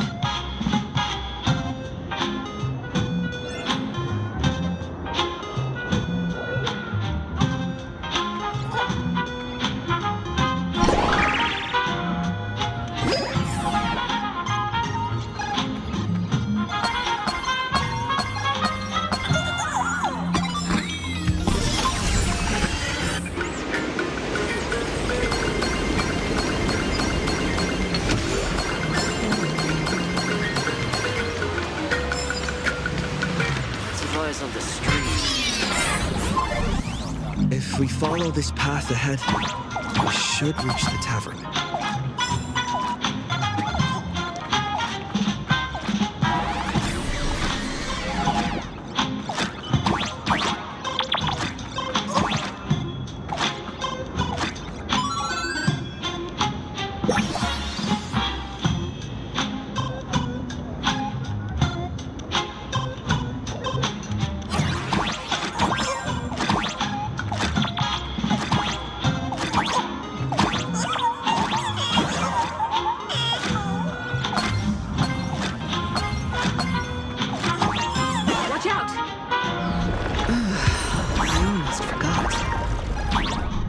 Full-fledged trailblazer now.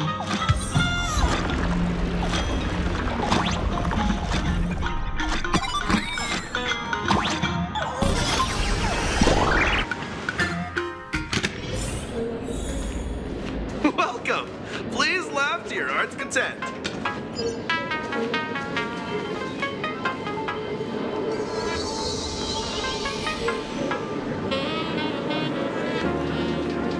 So this is the World's End Tavern. No. Allow me to correct you. If you think this is all there is to the tavern, you're sorely mistaken. Like a single grape on a great bunch, this is just the part where the tavern connects to this world. Sorry, but this looks like a regular lounge. The so-called plain Arcadia isn't really an Arcadia either, but who's complaining? Life goes on, doesn't it? If you're looking for something that's true to its name, take a ride on the Astral Express. Funny thing is, it's literally a train. You know, can't find a single trace of astronautical engineering on it. Wait, you two are navigator of the Astral Express and the raccoon on board, right? I've seen you in the news.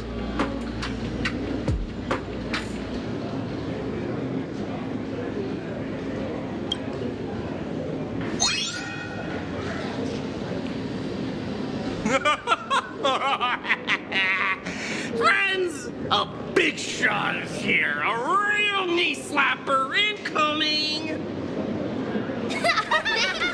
From the Express? You're not so freaking way enthusiast, are you? Express folks come to the tavern too? Do they even have the sense of humor? Can I get your autograph? Sorry, I saw my foot. I'll never wash it again. Everyone, curb your curiosity. These two are my guests. Even the most mischievous among you should know when to stop and mind your manners. Well, if it isn't Little Sparkle. We've all heard your joke. Take the mask from a masked fool, and what's left but a fool?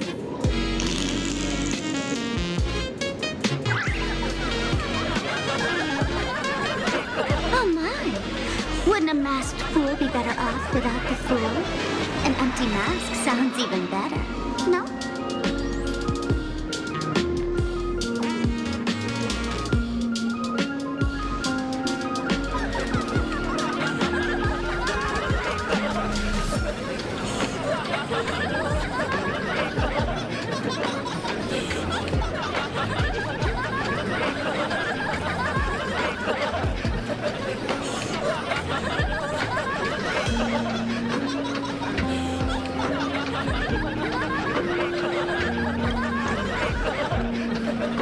Don't take an idiot's words too seriously, unless you want to join them.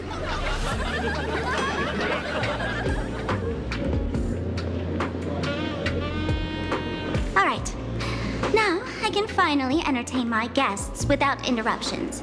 You two, this way. Let's talk about the imposter.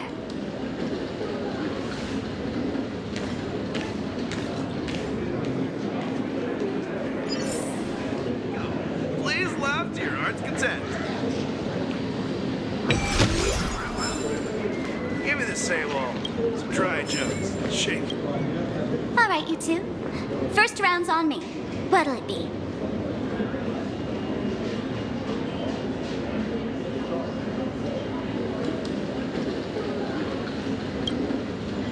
We're not here to drink.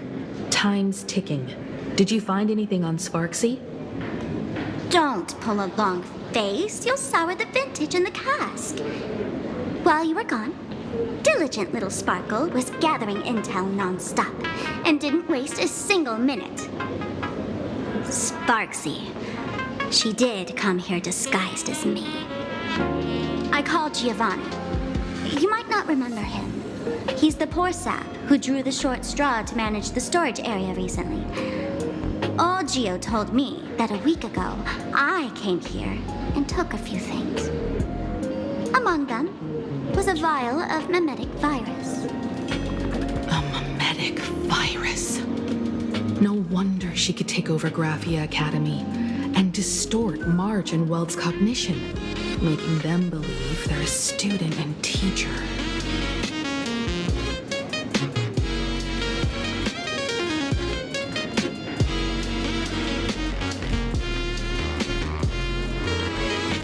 Close enough.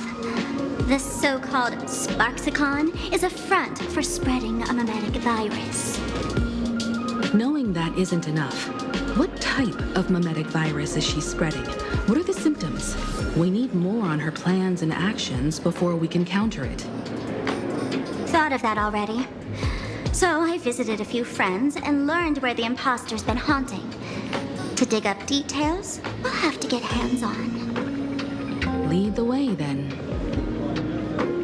Let's move. Stay close.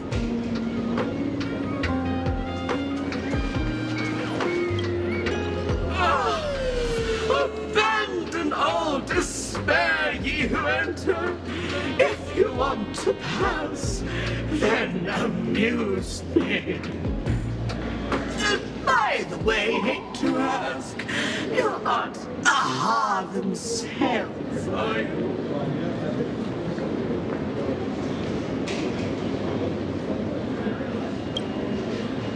No, you're not Aha. You've got that smooth talker air, but you're not. If you were Aha, a wave of your hand would cure my melancholy. You can't do that, can you? Isn't this the Tavern of the Elation? Don't you welcome the laughter, gracing you with their presence? You're wrong. It's not that they welcome. See that? The fools put up a sign over there. Aha! And morning actors stay clear from the door. Stay clear! Ridiculous as it sounds, it's true. After 666 invitations to Aha went unanswered, the younger fools voted to expel the laughter from the Pact of Elation.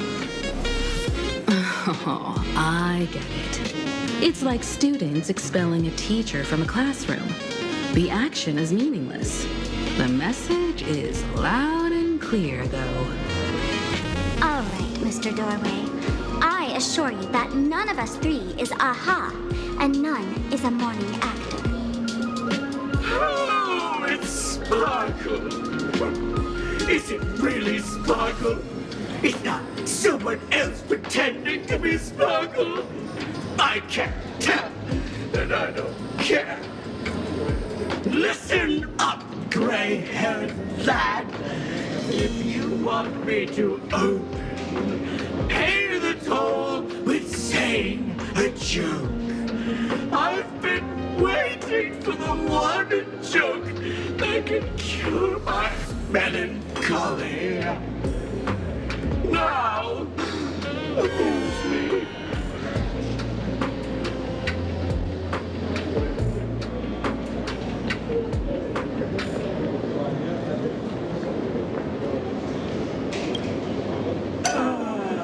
And then? I said it.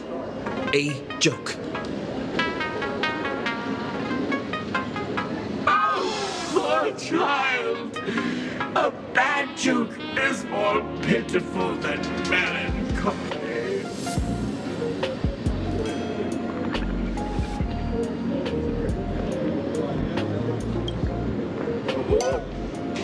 What? Didn't catch it? No joke, Mr. Doorway? Or there's no way I'll tell a joke. Interpret as you like. My Machiavellian buff, I can't believe I've come to explaining jokes to a door.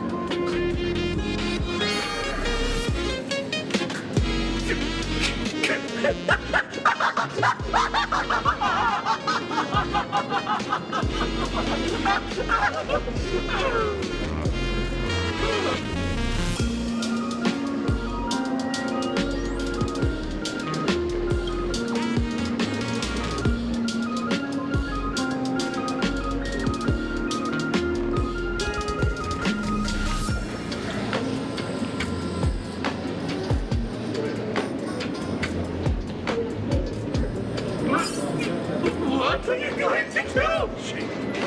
I'm gonna break you open.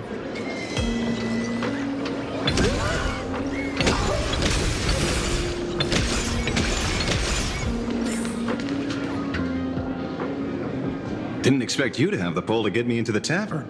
As expected of a detective's assistant.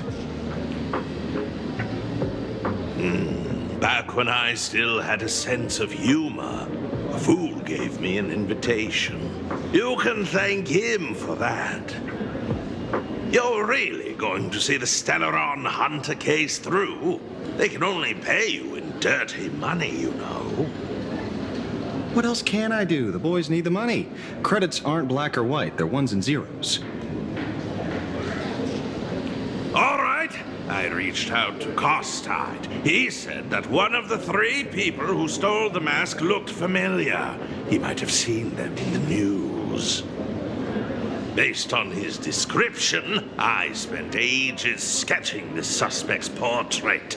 And I suspect it might be Don Hung, the Nameless from the Astral Express. Costide. You owe him another favor. No paying this one back, huh? Speaking of which, Don Hung. That's a Xianzhou name, isn't it? Where have I heard that name before? It sounds so familiar. So, which of these 3 is Don Hung? The one with gray hair? The redhead? Or that black-haired girl who looks like she's ready to stir up trouble at any moment? No, don't tell me yet. Let me guess. I know a bit of the Xianzhou language. The word Don can mean red. So Don Hung is the lady with red hair, right? Your deduction skills never fail to impress. Fine, I'll just give you the answer. None of these 3 is Don Hung. Do you even watch the news? TV, newspapers, the internet, it's all fake news. What do you expect me to look at? Let's get down to business. I couldn't find any trace of Don Hung's actions. It's like someone wiped them clean. So I decided to try a different approach. Keep tabs on the other members of the Express crew. Maybe following their trail will lead to clues about the mask. Nice work, Mr. Wren. They're heading deeper into the tavern. Follow me. I see, gray hair. The tavern not inviting you sooner was their loss. Come on in.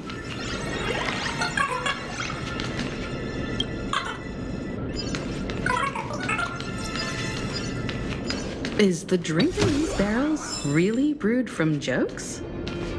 Yep. You know your stuff, man. Just heard some rumors, that's all.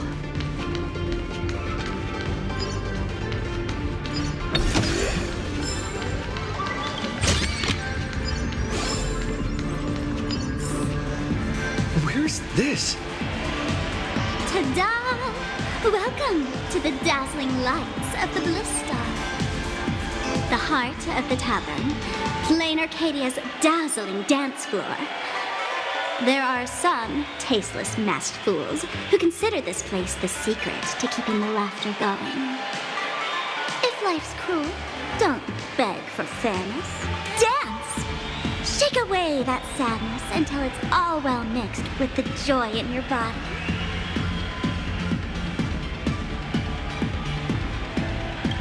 That huge light orb up there. For a tavern, it's as essential as the Phantom moon in the sky. If we get the chance, I can take you inside for a real eye-opener. Speaking of which, 2 months ago, some idiot, after downing hundreds of drinks, had the bright idea to knock it down with a super overlord spinning top.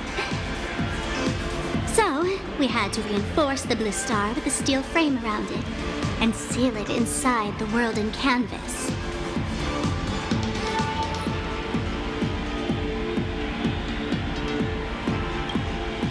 You know how the masked fools are. Spiking drinks with hot sauce and tossing firecrackers down the toilet. Being a drinksmith is a tough gig. No one volunteers. Since Braji vanished, the fools have been drawing lots to take turns as temporary drinksmiths.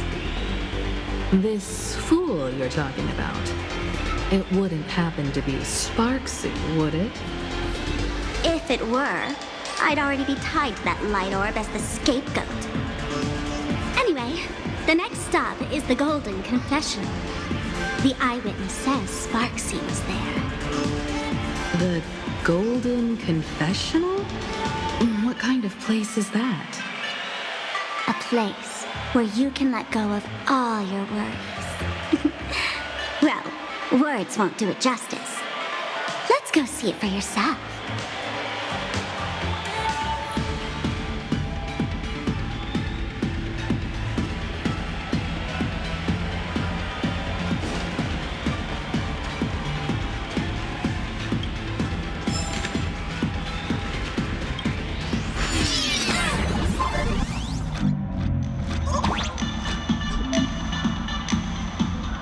show you how to open a path. Play according to the sheet music, and the path will naturally open up.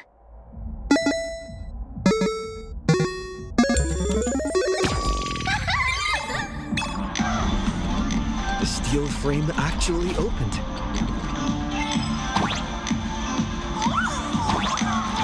The Wisp-A here actually changed color with the lights. Just another night at the tavern. Fun, right?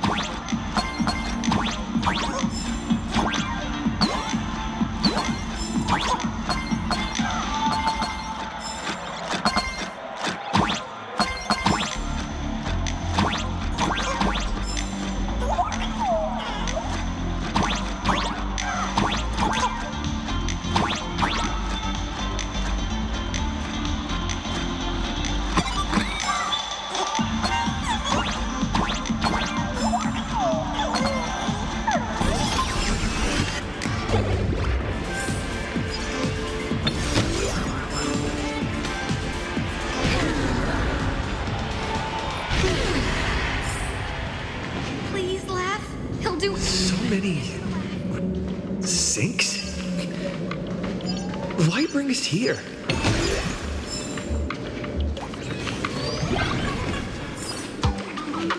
Witnesses say a week ago, I came to the bar, knocked back a few shots of Bomb's first drop, then headed here.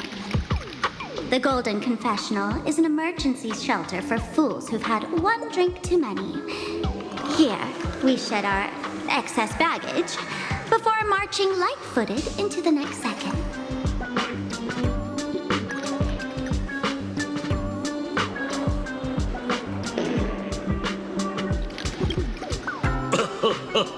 Oh, well, well, looks like old Sampo's become the king without a crown.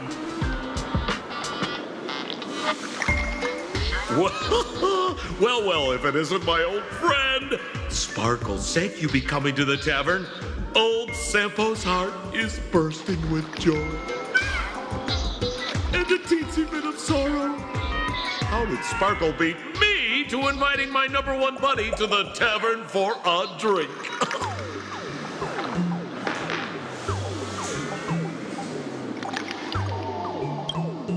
You knew? And what made you link me to this place? That's kinda harsh, bro. Hello, Miss Himiko. Long time no see. Mr. Sampo, hello. What business brings you here this time? No business. Just here to repay an old favor. Ms. Fool here sent me a message asking for HELP. Someone's been parading around the tavern impersonating her.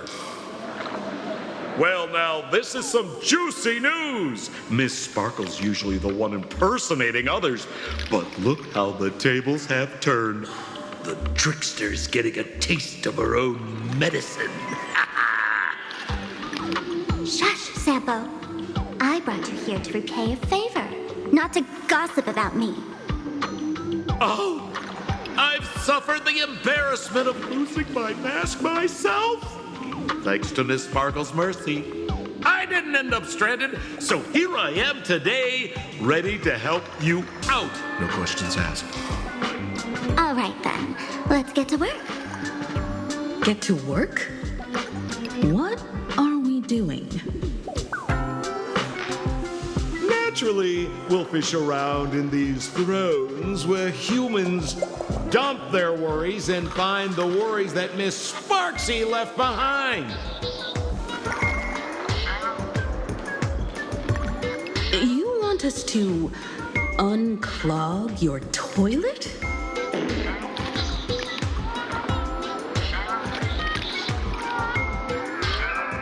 Don't be too shocked, you two. Let me share a little secret about how we masked fools stay mentally healthy. Drink a mood lifter like Bomb's first drop, and all the harmful memoria in your body, you know, the pain, the worries, gets purged in one go.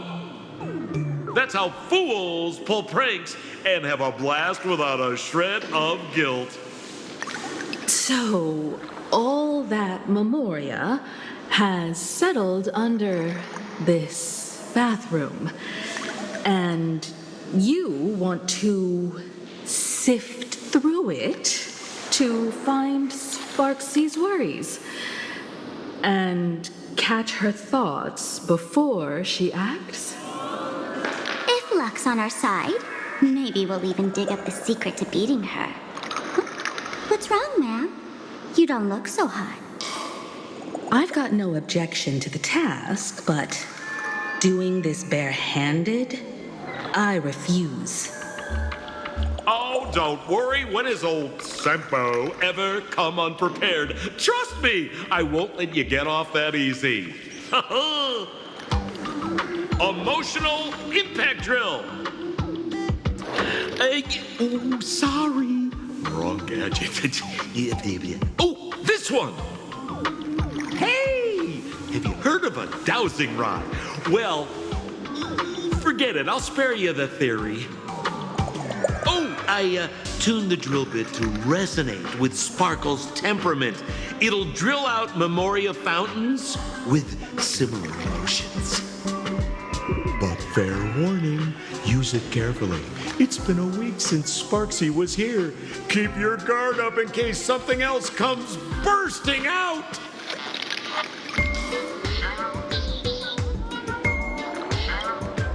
Well, if you ask me, leave it to luck.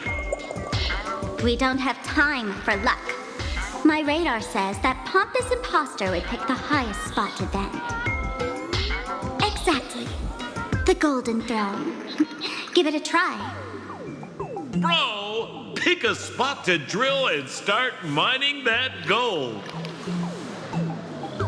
Sampo, does this thing even work? Of course it works. Don't you trust your old pal, Sempo?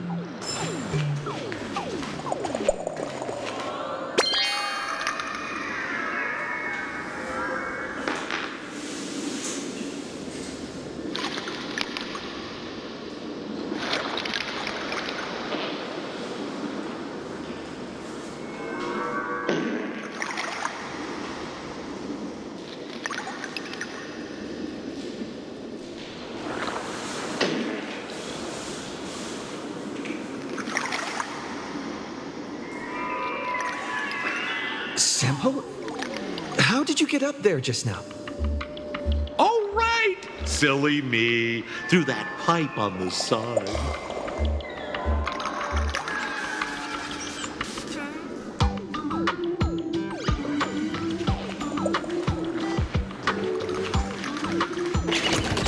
La La Land.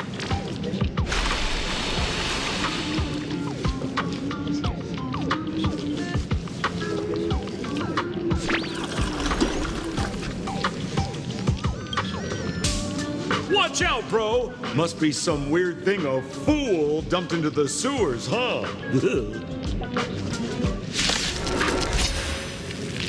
Which irresponsible exorcist did this? The tavern sewer system is not a dump.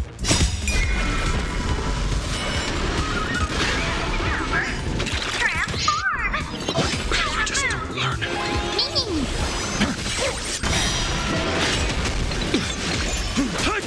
Flowers bloom for tomorrow.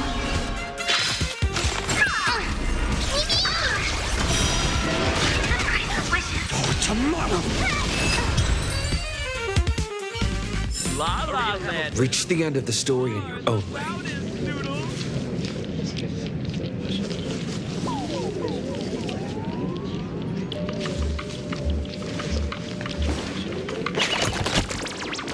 Gotta get ready for a big one.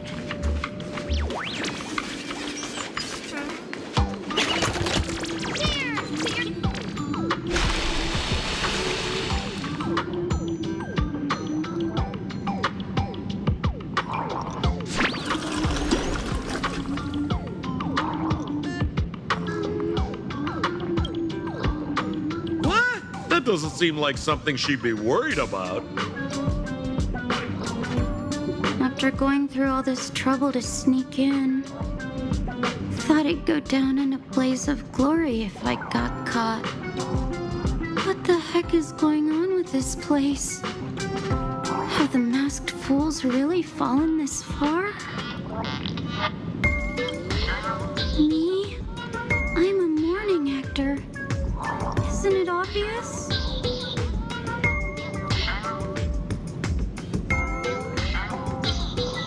Can't you tell? I'm very sad right now. Let me tell you about my tragic mission. After the tavern issued a ban on morning actors, I painstakingly snuck in here to reveal to them the truth that destiny is eternally sorrowful.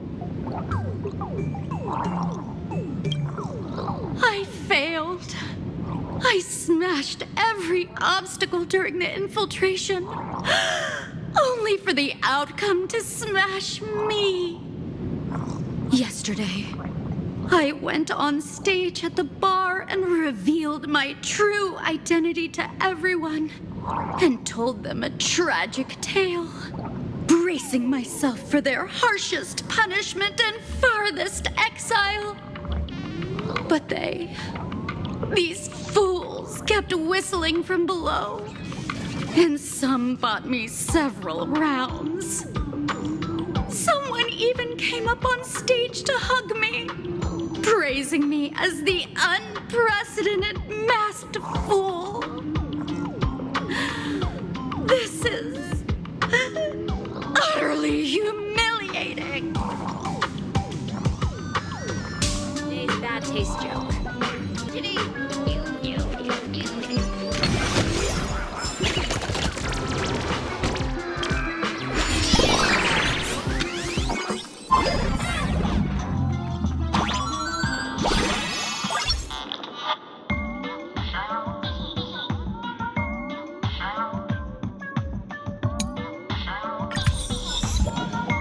What's this? A plunger?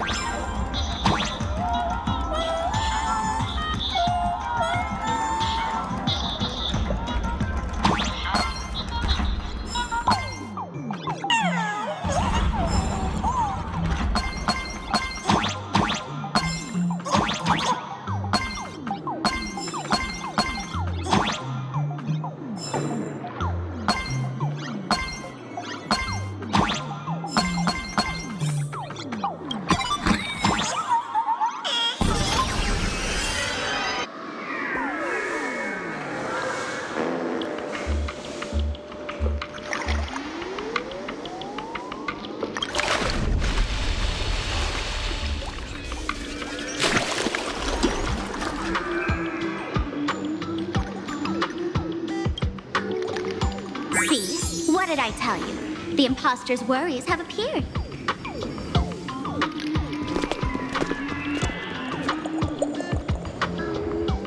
What a rare sight. Sparksicle used to always connect with everyone online. But now, for the first time, she's meeting her fans through the sewer network. Sorry, but we're your haters.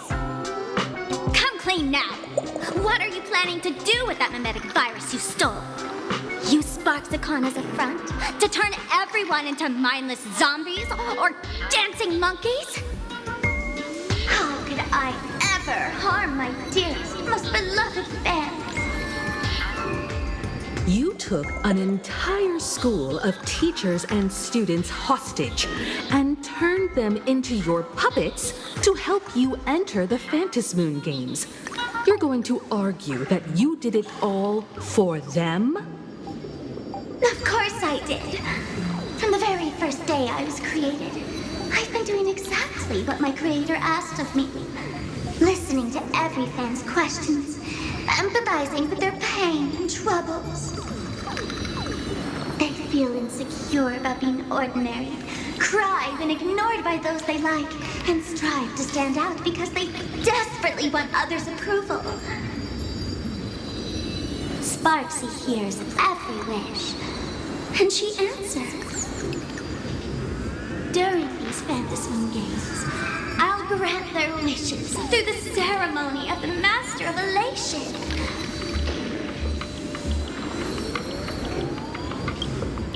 No, I'll give each of them a choice. The choice to become me.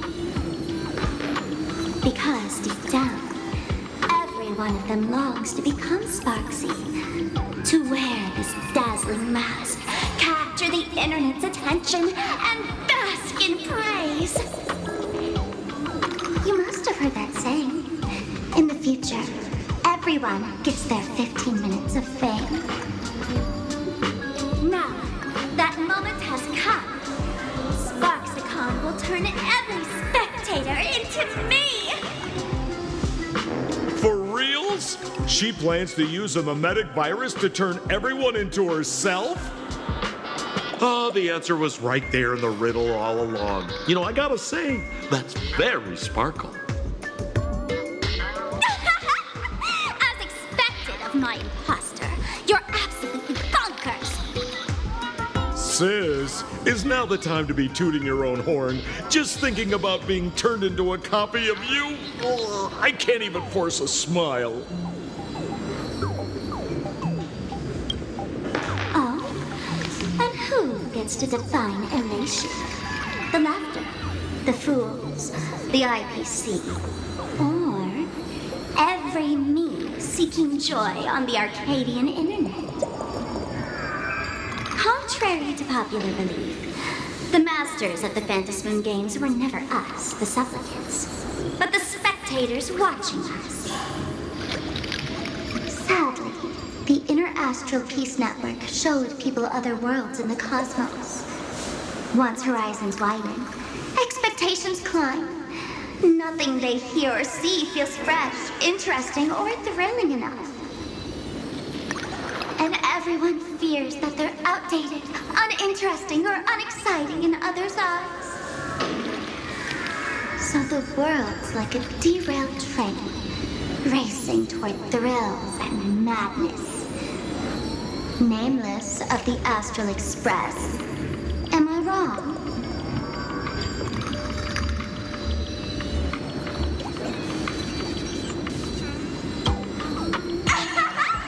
Bingo! You got it. I'm a part of her. Wherever there's a screen, wherever my audience is, my eyes and ears will be there too.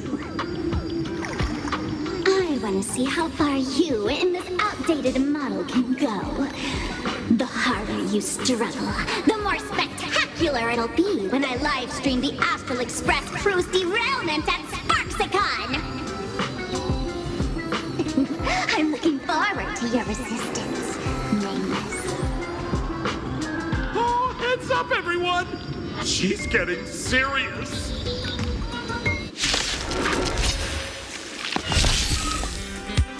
Oh man, the other day I ran into this fan. They insisted on showing me some gallows humor, jokes they found online, saying they were absolutely hilarious. But all he did was show me a picture of someone being killed by the Antimatter Legion, then burst out laughing. Come, let's all enjoy this gallows humor together!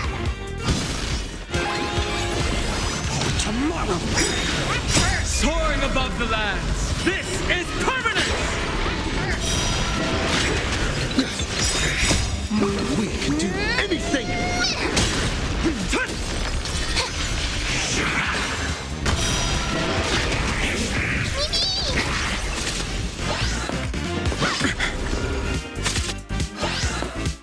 I'm fine. As is written! Flowers bloom for tomorrow. Future will come! Stars shine for the heroes. Memories waiting to be woken up by a shooting star. Remember me with love. May world-bearing ignite the dawn. Don't blink. May you fulfill love's promise with me. Cleanse hatred with love. Soaring above the lands, this is permanent!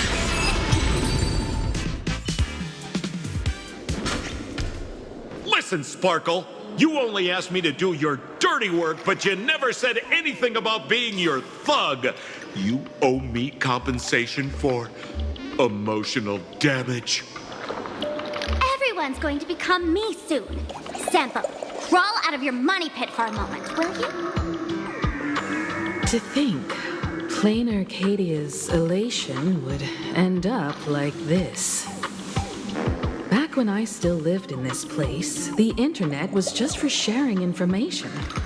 Live streaming and virtual idols, we'd never even heard of them. Coming back now feels like stepping into a foreign land. Like returning home, only to find home isn't where it used to be.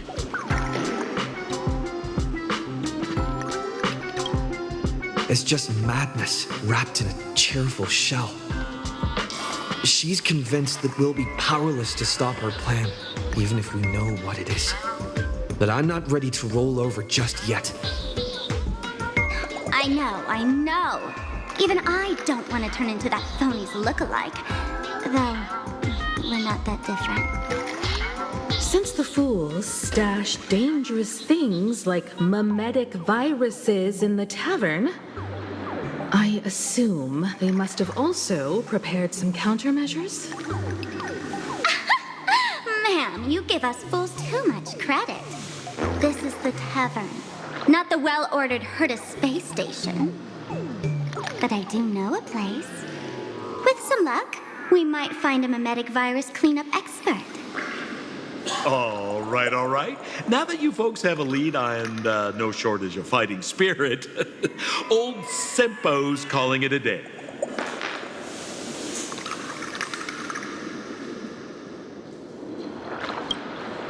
The Astral Express always has a way of handling crises, doesn't it?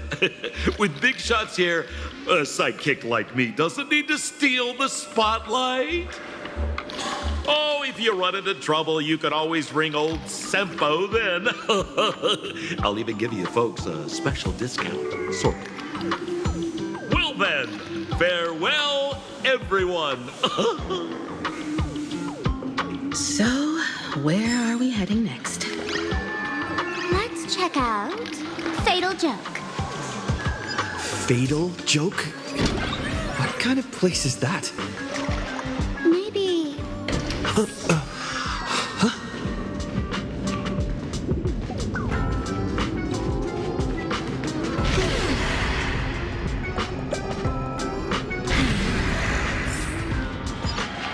This place feels more like a maze than a tavern. Well, it is a space-time maze, after all.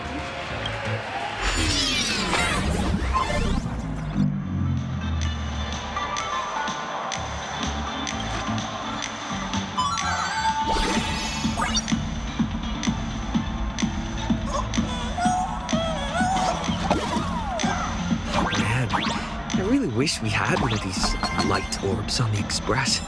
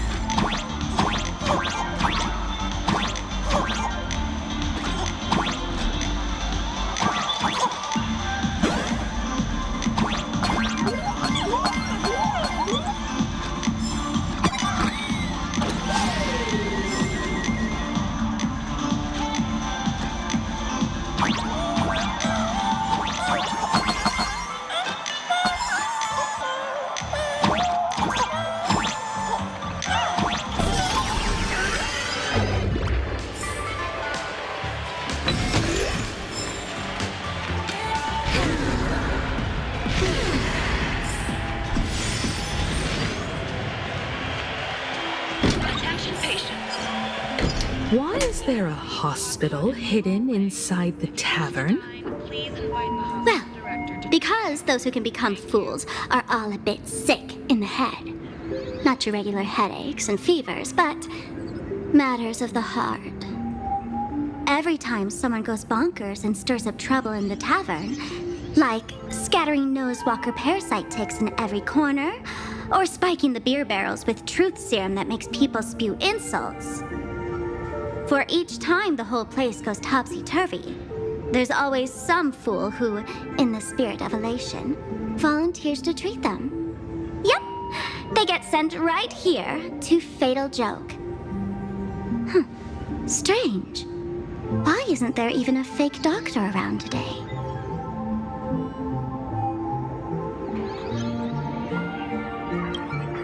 Even if some fool claims to have a legit medical license, you wouldn't dare trust them, would you? Attention patients, please refrain from eating beef hot pot in the hallway. If you wish to dine, please invite the hospital director to join you. Thank you. Would Dr. Hartman from Plastic Surgery please report to the director's office immediately? This hospital doesn't even have a plastic surgery department. Who on earth are you? Dr. Zhongshan from Mental Health Care, please report to Exam Room 1. We're one player short for cards. Thank you. Is this a theater or a hospital? Alert. Patient detected ahead. Patient detected ahead. Please line up in an orderly fashion for registration and wait for the doctor to begin consultations. Patient number 01, Akavilli. Is there a Mr. Akavilli? Mr. Akavilli, diagnosed with Stellaron symptoms per the records. Are you present? Please proceed to exam room 1. They called you by name, Mr. Akavilli? You might as well go take a look.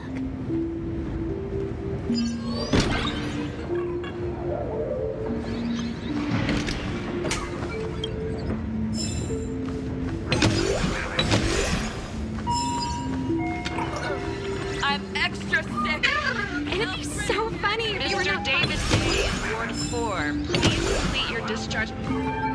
You're finally back, Akivilli. I've reviewed your clinical records. Your Stellaron symptoms are stable. Continued observation will suffice.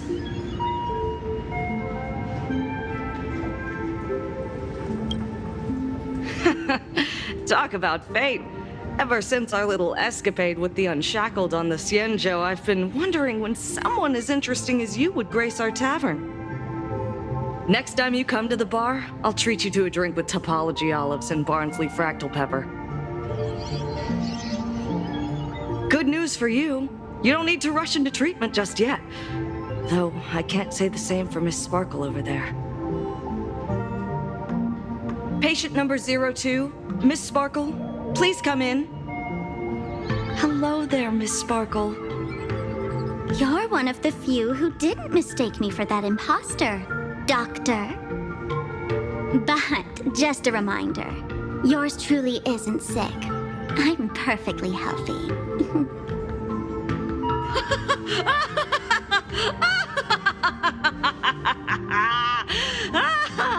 Oh, everyone who comes here says they're perfectly healthy.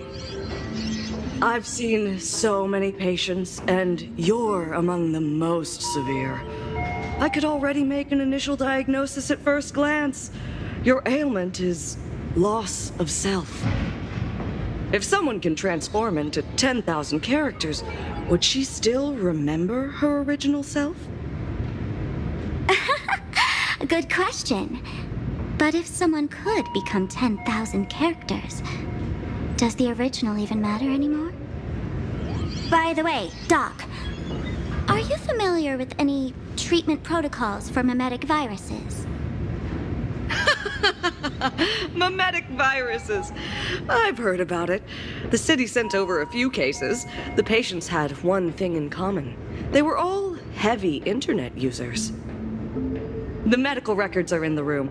You can take a look if you want.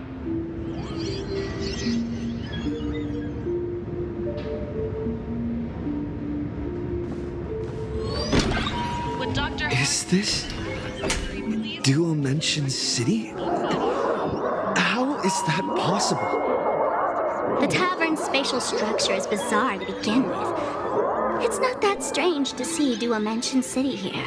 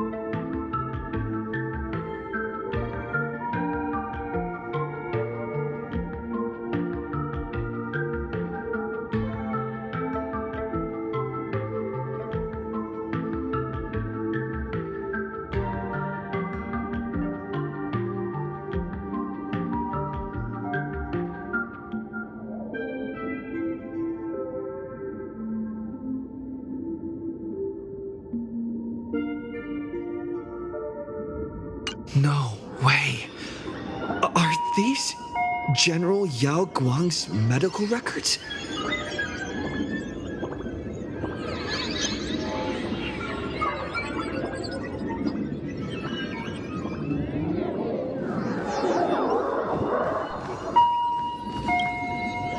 The medical records are on the bookshelf. First pile on the left.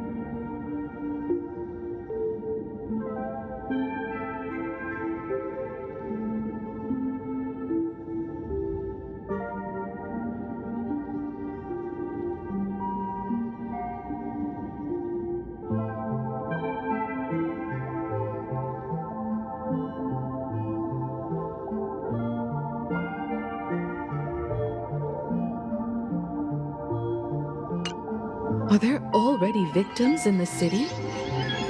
To eliminate the mimetic virus, helping Patient Zero face reality is a crucial phase of the treatment.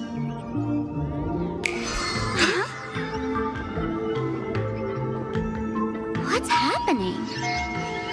You've never been to Fatal Joke before?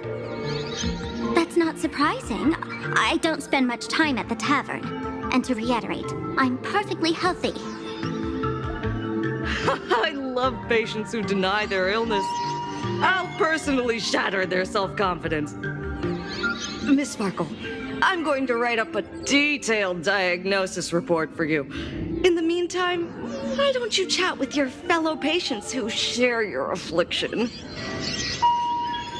Gray hair, let's go. I don't want to waste any more time with this quack. Miss Sparkle, please wait in this room until the consultation is complete.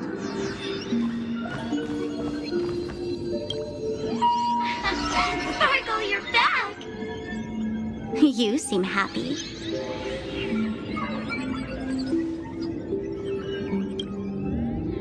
Yeah, I'm keeping my spirits high, just like she asked. Sparkle, Sparkle! You're the one who told me that a smiling mask will never have bad luck, aren't you? This world doesn't want to see too much sadness, cruelty, rage, or pain. You told me that I just need to smile, no matter what. I did everything you asked. But why did you abandon me? Right now, I just want to scream, to cry, to shout. I just want to devour you all. Just how many masks have you thrown away? Don't worry about it. Everyone sheds just as many versions of themselves in a lifetime.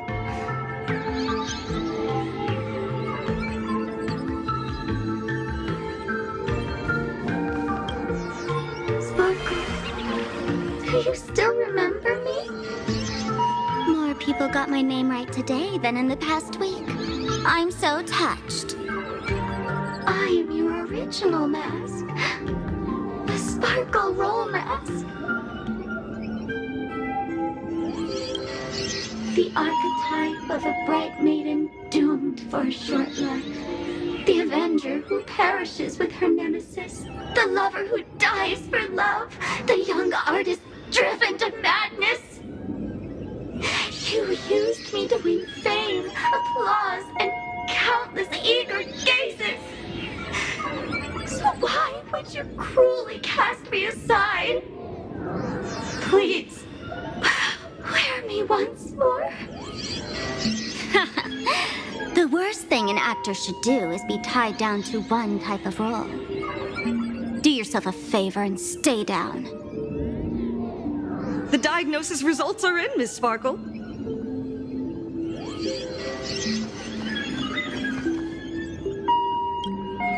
Hey there. Are you also troubled by the same illness as me? What illness do you have?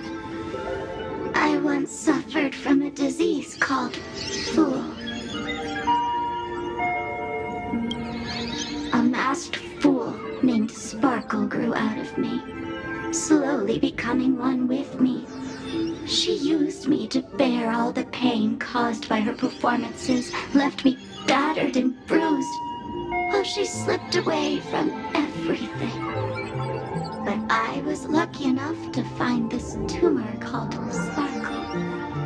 And I expelled this malignant growth from my body. You're just a tool I discarded.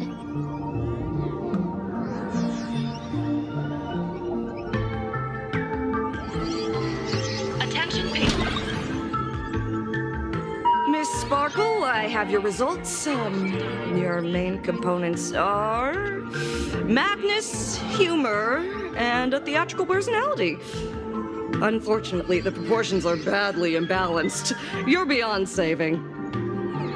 But the silver lining is your mask has fallen off. She's free at last. And that's where everyone's misfortune began. None of the masks I've cast off ever had such strong opinions or such a temper.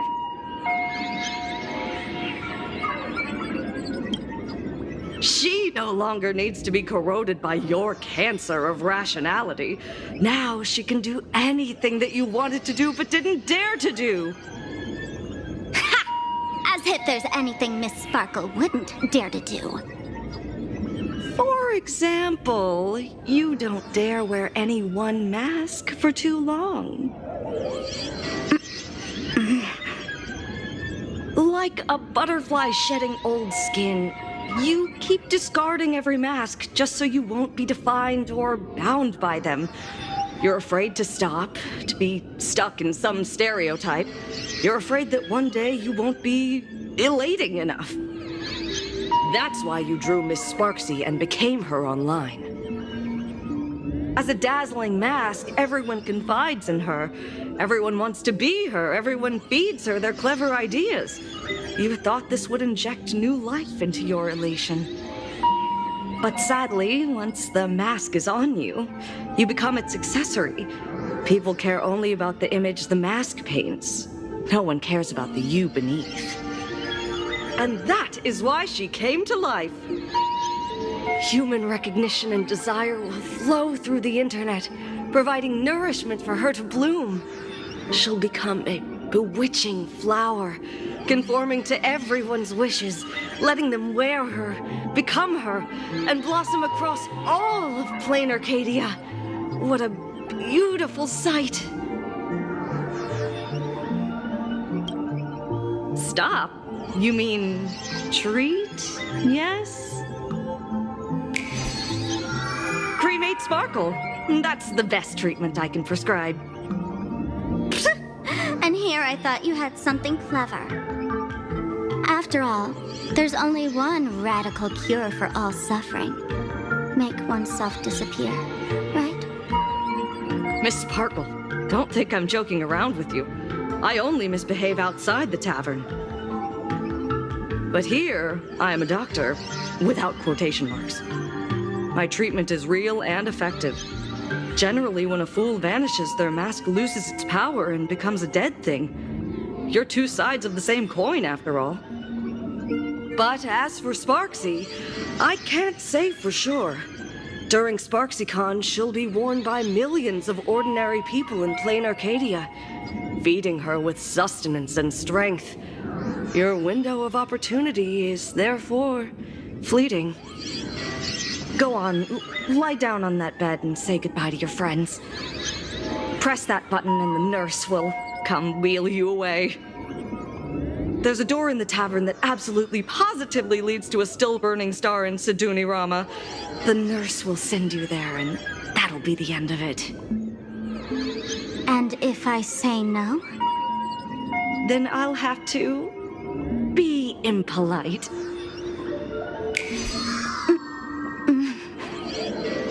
Miss Sparkle, nameless, the choice is yours. As for me, by the laughter above, I've got to catch the next ship out of this dump. Hey! What's going on? Why am I pinned here? Gray hair. Navigator. A little help? You need me! I can help you defeat Sparksy! The mask of the masked fool represents what you wish to become. You use it to focus your power, but the mask will gradually bind you as well. That's why you've been avoiding Sparksy all this time. She didn't just steal a vial of mimetic virus. She stole your strength. No wonder the fool at the bar joked, when a masked fool loses their mask, what remains is just a fool. Yes. Every fool has at least one such mask. Not mere decoration, but a part of our destiny crafted by our own hands. It might be a morning actor mask you took a liking to and stole from them. It might be a head accessory you personally sketched in a moment of inspiration. Or it might be something that one day fell from the sky and latched onto your face. To become a fool, one must experience at least one such instance of destiny. The moment of masking one's face. Through the mask's eye holes, we gain a different perspective. Finally seeing how the universe is simply churning with endless jokes and the absurd nature of our existence as living beings. The mask is who we want to be. And now, this imposter is more me than I am. Do it! Press the button. Call the nurse and cremate Miss Sparkle. At least then, the imposter will lose her power for a little while. You should be able to take her down easily, right? You're not actually going to press it, right? Give us a moment to hesitate, to think. Waiting is torture, you know. You're not doing this on purpose to punish me, are you? Hey, gray hair! Say something! Hey! Gray hair! Have you forgotten our friendship? You'll make the button smoke at this rate. Too bad. the battery out of the button earlier while no one watched. It was a test, and you failed. Since the fool made her choice, she must have a plan to reclaim the mask, right? If you dare say no, I'll press this button and let the orbital cannon cremate you for real. Your sticky little fingers aren't fast enough to steal this battery, are they? There's a way. There's always a way. Miss Sparkle will definitely take responsibility and work together with everyone to stop Sparksicon. What's with this applause? Have we been watched the whole time? Bravo! Please refrain from eating beef hot pot in the hallway. If you wish to dine, please invite the hospital director to join you. Thank you.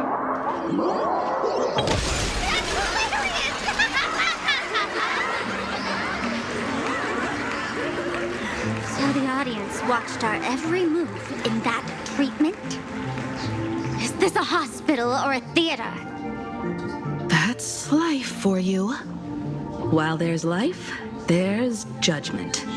In every unseen corner, countless judging eyes are watching, diagnosing, and writing their own prescriptions.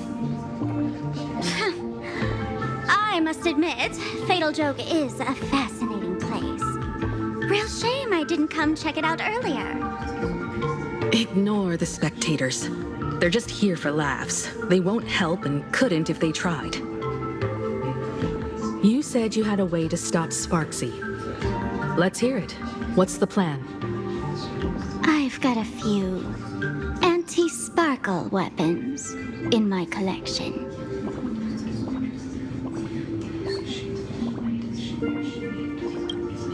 I've always had this premonition that one day Miss Sparkle would become an unstoppable terror in this universe. Someone has to find a way to stop me before that day comes. On a trip, I met a girl who shared my tastes. She had quite the knack to be a fool. In our battle of wits, she nearly turned me into sparkle paste using the local tumbleweed specialty. She also had a massive mech with beam cannons up the wazoo, ready to blast away any time. I quietly replicated those powerful goodies from my travels. With these anti-sparkle weapons, that imposter won't know what hit her. I gotta say, I'm quite the visionary. You two, let's head to the storage area next. I've already contacted Giovanni. He's doing an inventory check of the lost items there.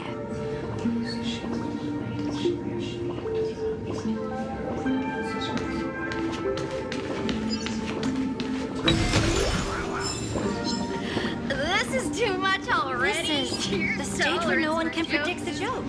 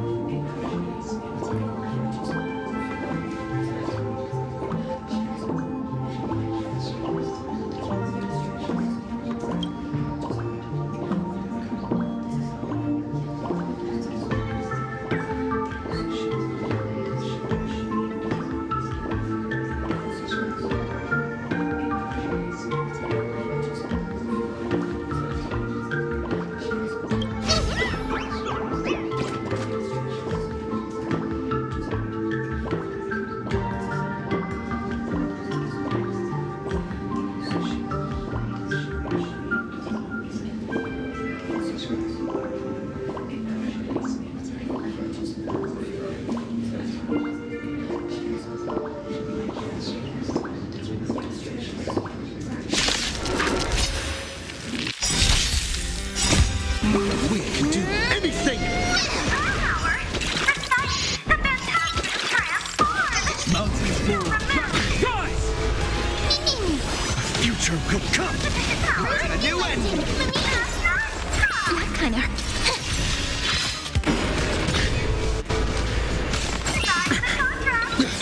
Earth shatters, heaven trembles!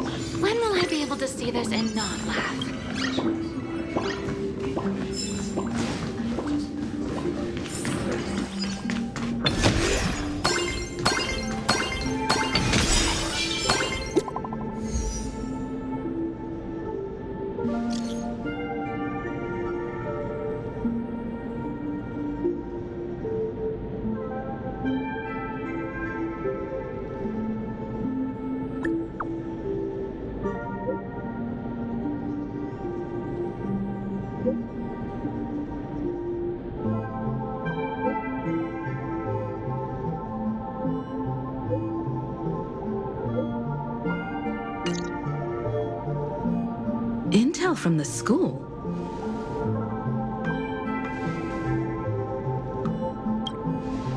The Furbo journalist couldn't find March or Mr. Yang, but they did spot Sparksy taking down the wave mural in the school courtyard.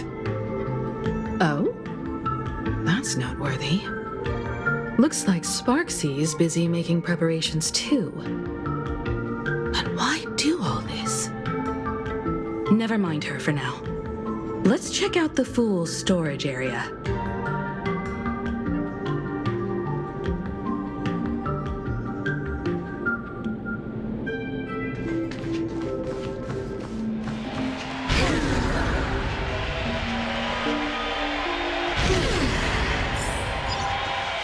This tavern is huge. It's all right. I just wish there were more fun spots around here.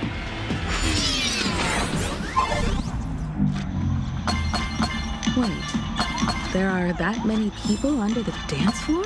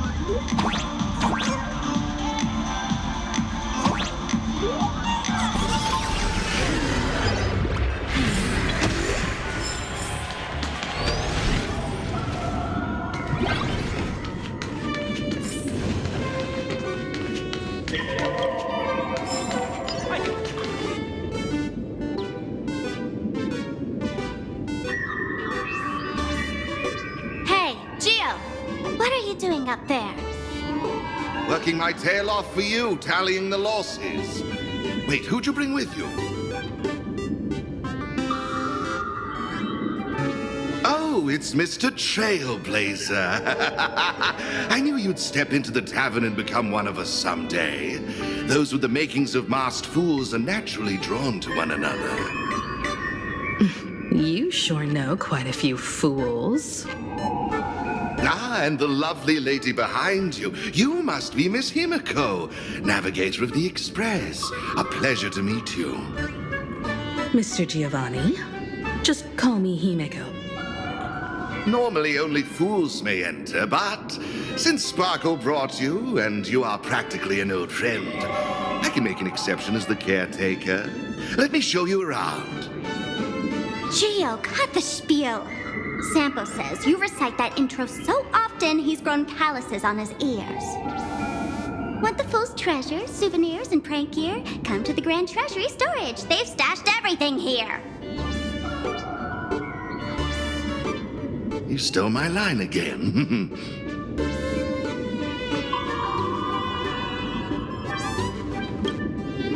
Picked it up on a trip to another world.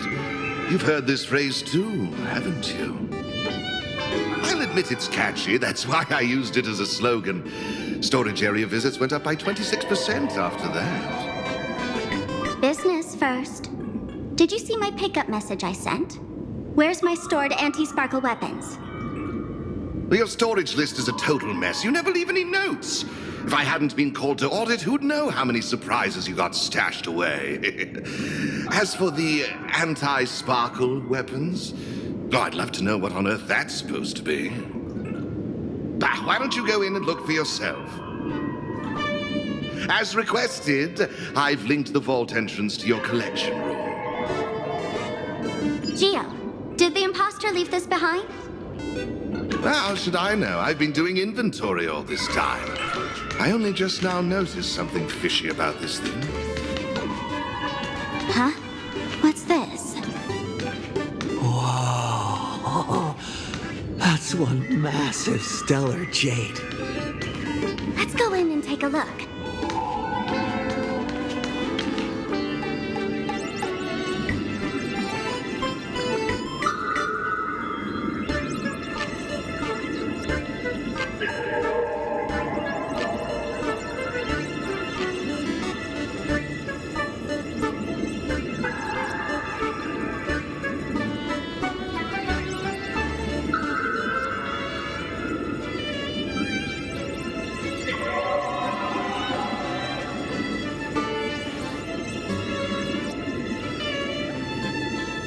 Kid, wake up.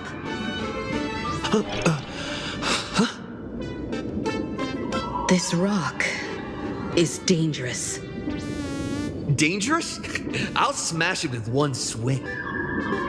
You got it! Smash every last one and bring them all back.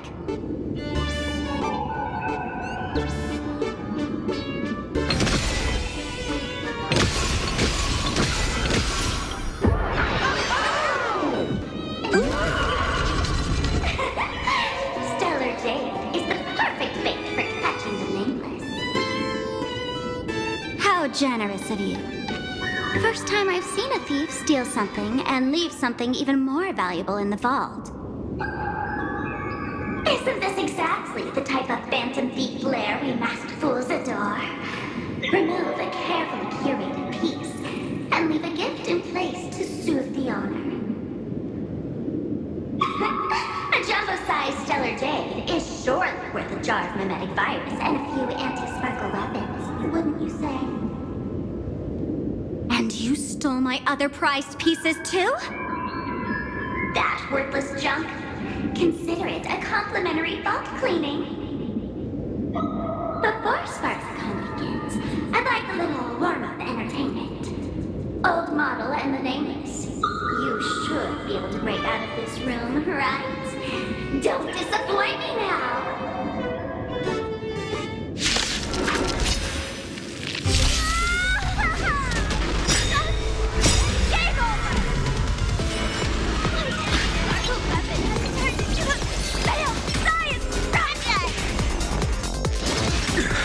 Flowers bloom for tomorrow. Tomorrow! R&D. R&D. We can do anything! Stars, shine for the heroes.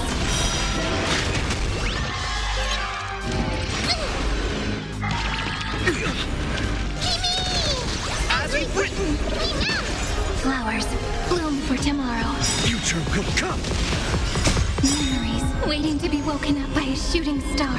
Remember me with love. May world-bearing ignite the dawn. Don't blink.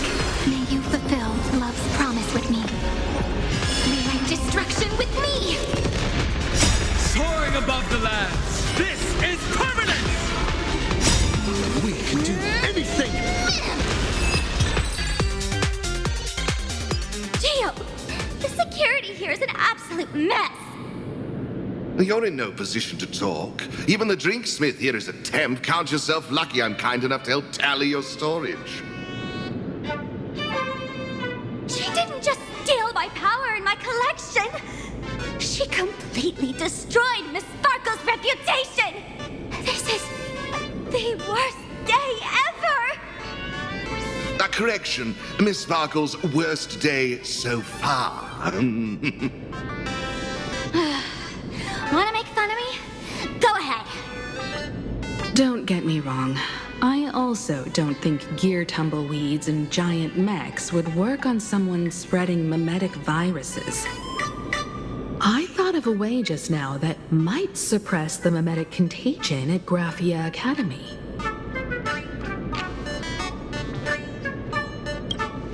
You can fight fire with fire, but a mimetic virus can be scoured away with water. What do you mean? Our informant at the school reports Sparksy is removing the central mural there. The imaginated mural, World Breaker Waves, is said to be a work left behind by Graphia herself. Legend says the wave comes from the Dove Brook river water she used to wash off her painting mistakes. The artists say it is blessed. That's why they kept it in the school. I couldn't understand why Sparksy went to such lengths to tear it down. Now I do. Painting mistakes are redundant information that stain a painting. A mimetic virus is redundant information that stains the mind. If someone knew how to harness this Dovebrook wave to wash over the school, they could cleanse the infection she spread. That's why Sparksy wanted to hide the mural.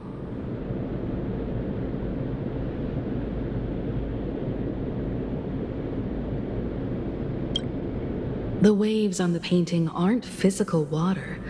Only those versed in the art of imagenesis can control them. As a Graphia Academy alumna, I know a bit of traditional painting. Right now, our most directly effective plan is to break into the school, regain control of the mural, and use it to suppress Sparksy's movements. Let's go. I'll make this imposter pay 100-fold. Looks like our paths must part in haste. I wish you all fair winds on your journey ahead. Oh, if any of you feel uncertain about what's next, here's a small suggestion. Take a detour inside the Blistar light orb. A quick prayer to the gods before battle hardly counts as wasting time, does it? For us masked fools, that light orb holds the same significance as the Phantos moon hanging above.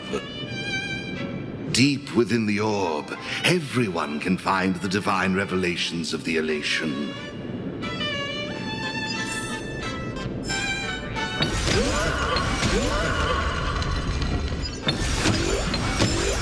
But this doesn't look like where we came in. Don't worry. I had old Geo open a shortcut.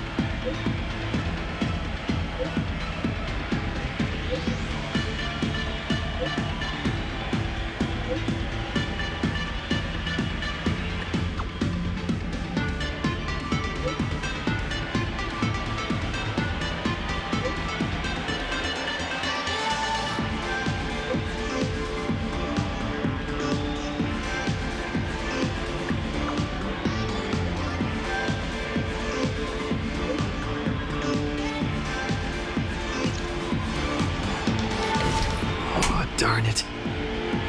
They found something else at the school? We need to pick up the pace.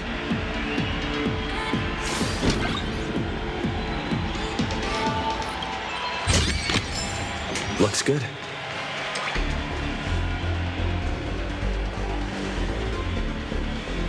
Giovanni said we could find the divine revelations of the elation inside the light orb. Don't tell me this orb is another tavern room. Bingo, your intuition's spot on. It isn't just a light-polluting orb. Think of it as a shrine for fools.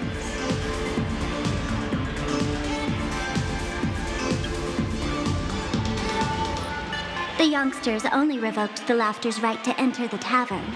They don't reject things associated with them. Inside this light orb is a miracle tied to Aha. It responds to any fool who approaches.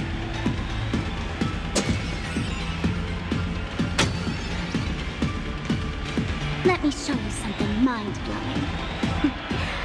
Here we go. Open sesame!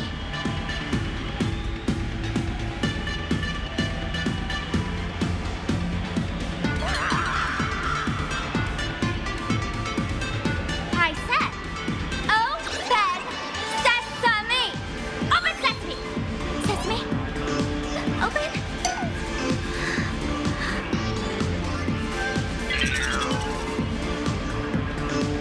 Hooray! So in their eyes, I don't even count as a masked fool anymore! What a wonderful surprise! The imposters stole my identity, too!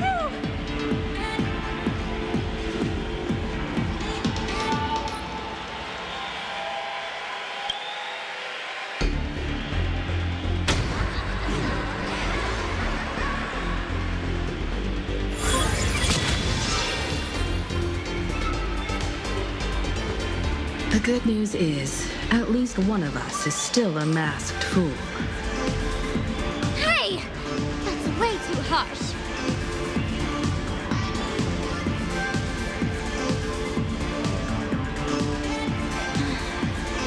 I hate to admit it, but gray hair, it's opened for you. The light orb has acknowledged you.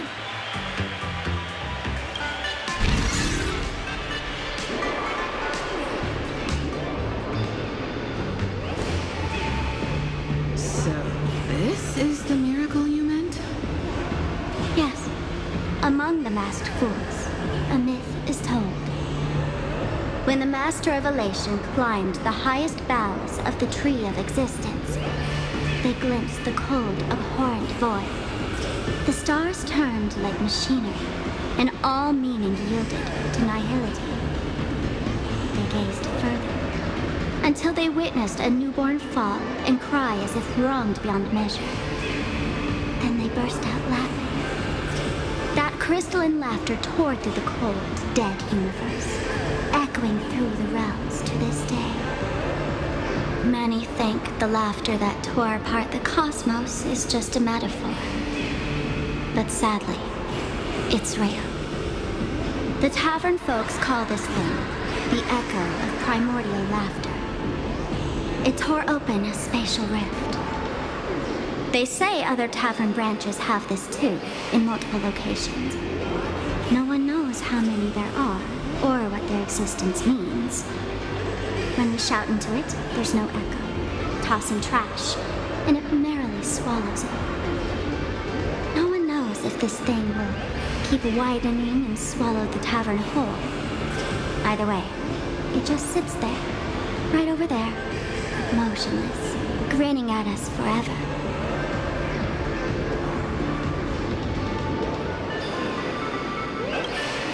Just stick your hand in there. It's said, at a turning point of destiny, a fool need only reach into the rift and grasp something. The tavern folks call it the laughter's gift.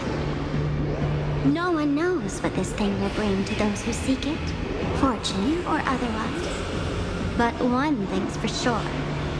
Your destiny's bound to get much more chaotic. Hey, gray hair. Wanna give it a try?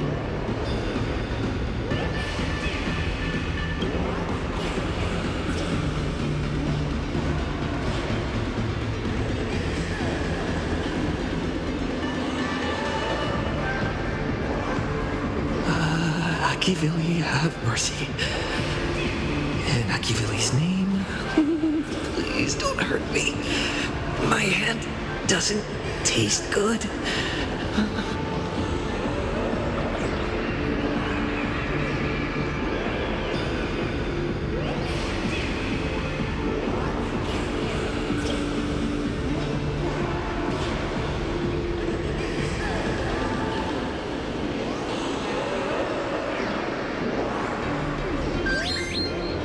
Is this?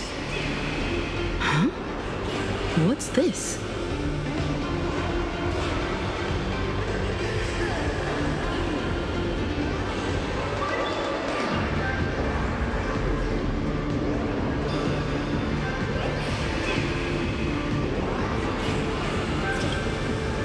Laughter above, they really answered!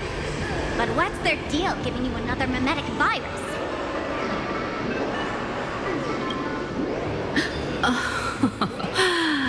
Now I get it. Audiences infected with the Sparksy virus naturally won't be able to resist Sparksy.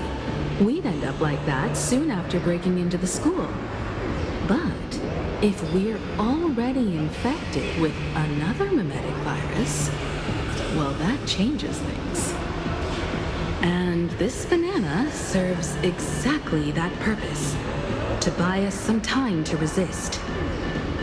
The elation really has a twisted sense of humor, huh? All right, let's move.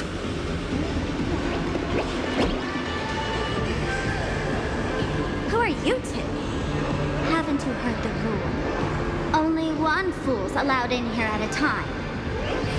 Who am I? Well, just a passing detective and his assistant. Have I been asleep too long? Or has humanity sunk so low they don't even care if they turn into monkeys? Meanwhile, the ignorant criminals believed they had discovered a treasure that could change their destiny, completely unaware that what they held in their hands could shatter the sanity of the entire world! Hey, Mr. N, cut the narration when it's time to fight. Well, I gotta do something, right? Like this? Whatever floats your boat. Now, listen up, you three. Put that banana down and walk away, and I'll let bygones be bygones. But if you try anything funny... If you want to get to them, you'll have to get through these little toys first!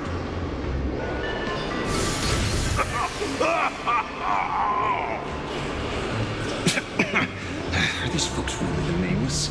In all my years, I've never seen the Nameless dealing with mimetic viruses. The real deal. Just some Nameless passing through. Mr. N, I've got to go after them. You won't be able to keep up with me. Just head home and wait for the news. I swear, I won't let the tragedy that happened to you repeat itself in this world.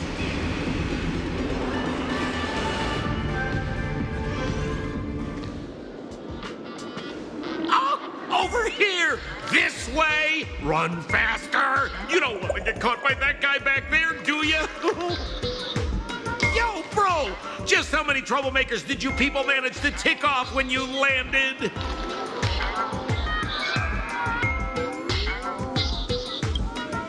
Good old Sampo came through with top-notch service, saving your lives in the nick of time. Thank you, Mr. Sampo. Now that we're all set, it's time to head to Graphia Academy for the rescue mission. Mr. Sampo, do you know which door in the tavern can get us back to the city the quickest? You don't even need to ask when it comes to knowing all the secret passages and shortcuts in this tavern. You won't find anyone who can match old Sampo. Then lead the way.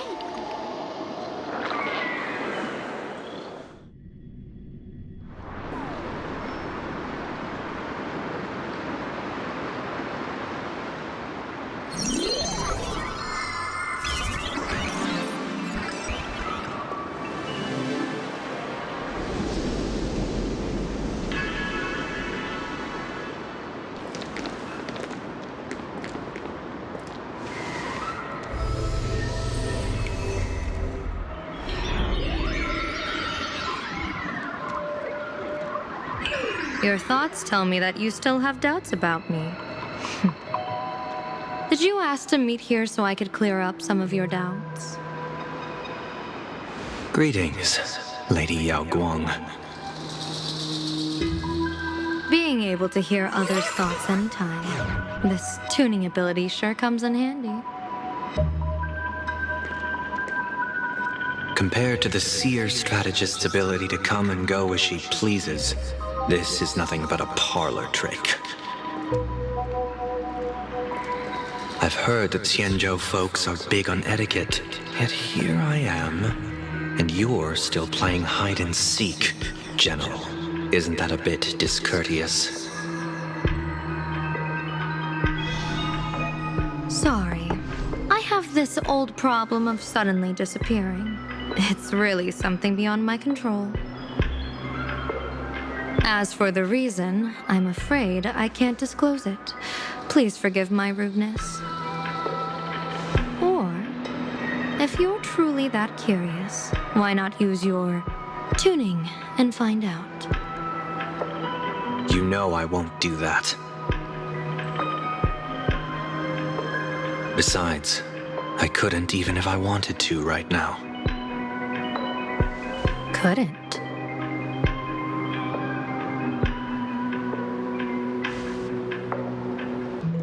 At this moment, the crowd's thoughts are crashing over me like a tidal wave. I can't block out all this mental noise. Just keeping my own thoughts from getting tangled up in everyone else's is hard enough.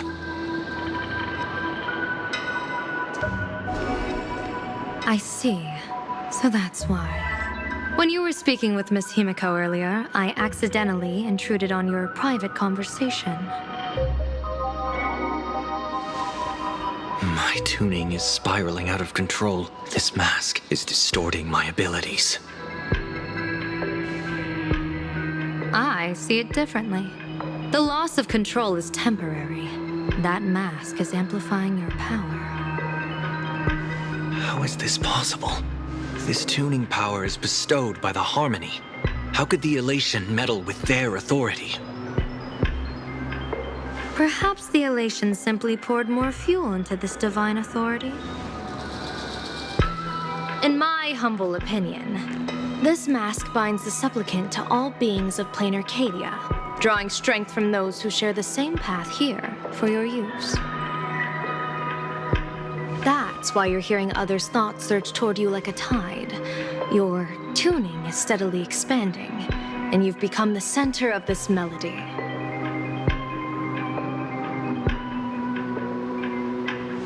You sure gave me quite the gift, General.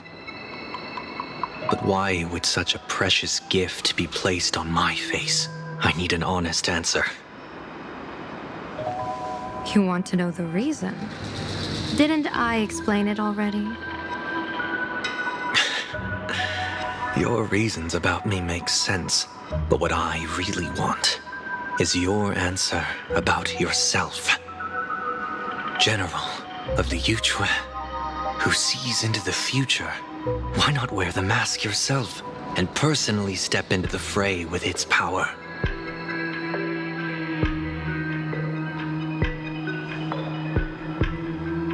Words can deceive, but only tuning lays the truth bare. Mr. Sunday, why not use your enhanced tuning to feel the weight of that answer for yourself? Well then, pardon my intrusion, Lady Yao Guang.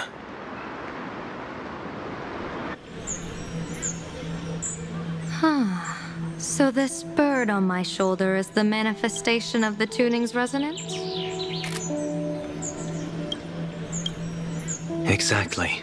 And these symbols I see floating above people's heads would be the weal and woe signs you mentioned, General?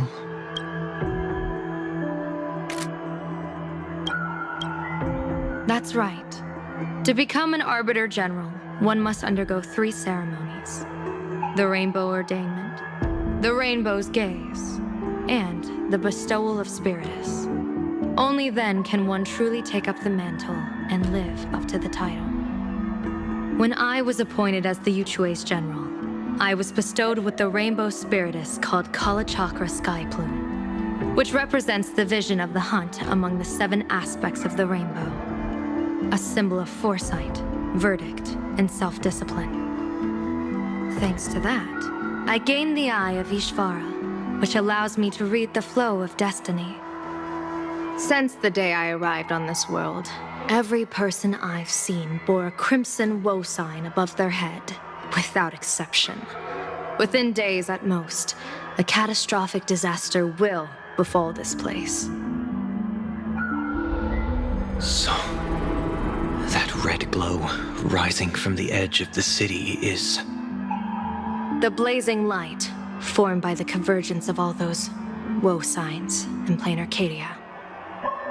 In that case, General, it's all the more reason for you to wear the mask. once your sight into the future is strengthened, you won't need to fear the deathly omen in your readings. Mr. Sunday, have you heard the diviner's iron law? Never divine the same matter twice. In Penacony, diviners also warn clients beforehand. You can't ask for another spread just because you dislike the result. There's a reason for that, isn't there? Divining the future is, in essence, a form of observation and calculation. It's an interference with the future. Each reading drives the murky future towards a definite outcome, a collapsed quantum state, even if that outcome isn't to one's liking. To be honest, when I set out for Plain Arcadia, I had fully intended to personally participate in the Phantom Moon Games. But the moment I laid hands on the mask, I understood the consequences of wearing it. Once this miraculous item is donned, the Eye of Ishvara would transcend mere sight and permeate throughout this realm. The Kalachakra sky plume would predict the future of all beings at tens of billions of instances per second. You're saying that simply by your observation, our future would become fixed. Indeed, just like how the Wisdom Walker expounded the way of destiny, anchoring the fated moments. If I wore the mask, I would become the noose of Plain Arcadia, and I would personally anchor a destiny that drives us all into a bottomless darkness. We will become locked in a dead end, with not a shred of hope for salvation. Close one. I passed the trial. There's still a sliver of hope in this round. Now that makes me even more curious. Pardon my bluntness, but the fate of billions in Plain Arcadia never had much to do with you, General. Your encounter with the Express and the IPC was merely a chance meeting. You are a messenger of the Xianzhou. Since you foresaw the omen, that an Arbiter General will fall here, you could have boarded your ship and left at any time. Why choose to stay and help us? To help this world break free of this death trap? Because I am guided by great compassion. Every life is precious beyond measure. Such diplomatic pleasantries won't fool the former master of Penacony like yourself, would they? Then, how about this reason? The Astral Express has distinguished itself time and again against the destruction, and bears an irreplaceable duty for the future. I can't just sit idly and watch you face annihilation. Give me a break.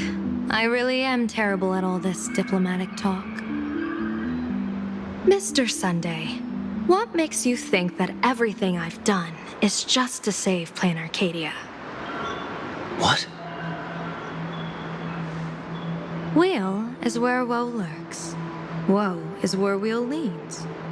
The good fortune of some often births the ill fate of others, and a dead end for someone may hide an opportunity for another. This treacherous land where life and death turn again and again, where fortune flips to misfortune, is, in my eyes, the perfect board for a game of wits. A game with whom?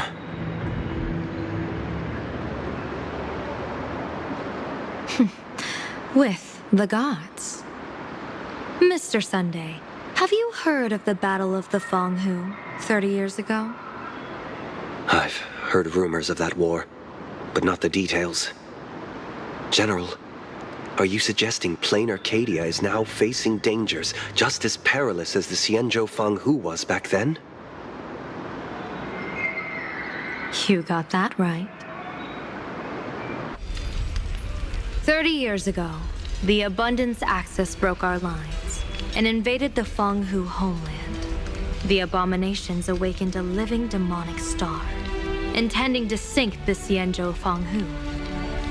With no other options, the Alliance staked everything on my Junior Soar's plan to operate the astronomical observation device, the Cloud Peer Telescope, to signal the rainbow for aid using their Lux arrow to strike down the demon star. Whoever operated the Cloud Peer telescope would not return. It was to be a one-way trip. So, you're Junior Sora. You guessed wrong. The one who offered his life was my master, who taught me divination. It was Master Jingtian, then the Yuchui's Master Diviner, and the only high official authorized to operate that device. He accepted his fate and ventured to the Fanghu, going with him into certain death were Yueyu, the previous Yaoqing general who guarded the Cloud Peer telescope, and the Verdant Knights under her command. I was responsible for assessing the entire plan's feasibility and mending its gaps. I activated the Decalite reflection barrier, calculating and casting lots again and again. I watched as the starlight, representing countless possibilities, flickered within the reflections, faint, wavering, until the vast shadow of a pondering god swallowed them whole. And they vanished into the abyssal dark at the edges of the universe. And in that moment, I understood that I had cemented my master and countless soldiers into an inescapable doom. When the Lux arrow fell, they would perish along with the enemy and that demonic star. All reduced to ashes. You sacrificed so many comrades just to ensure the enemy's fall. To Penaconians, that must seem incredibly cruel, right? As someone born in an era of peace, I have no right to judge. Perhaps the founders of Penacony could understand the necessity. Cruel or not, it was my duty. And so I had to witness and remember their sacrifice. When I saw the Lux arrow descend, I realized the Xianzhou Alliance had actually directed an Eon's actions. This realization illuminated the mission of my remaining years. In this cold, merciless cosmos, when you're trapped in despair, an Eon's intervention is often the only hope. We are not ants, helpless beneath the celestial spheres as we simply watch the stars turn. Instead, their trails were forged by us, who offered up a portion of our insignificant destiny. Even beings as mighty as the Eons can be pulled by our will. Is this what you want to do in plain Arcadia? Indeed. I will seize those starlights of possibility I once buried with my own hands. Just like the Battle of the Fanghu 30 years ago. An Arbiter General will fall, and an Eon will descend. I will forge the destined death into wagers and game pieces, and invite the god who delights in meddling with destiny to sit at my table. This time, I will invite them into my calculations, to draw a great wheel for the cosmos' future. Mr. Sunday, surely you can understand this mad idea of mine, having once reached the divine throne of order yourself.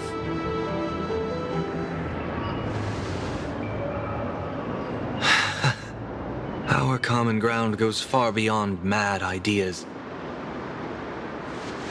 But I was reviving a god who already lay dead and buried in the infinite dark. General, how can you be sure that the most capricious Eon would be led by your fancy?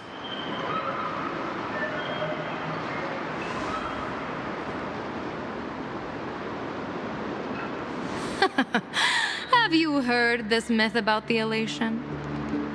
They say Ahab once climbed to the highest bough of the Tree of Existence. Gazing out, they saw stars turning coldly like machines, and the meaning of everything yielded to nihility. Only the cry of a newborn made them burst into laughter. Mr. Sunday, answer me. Why did Aha laugh?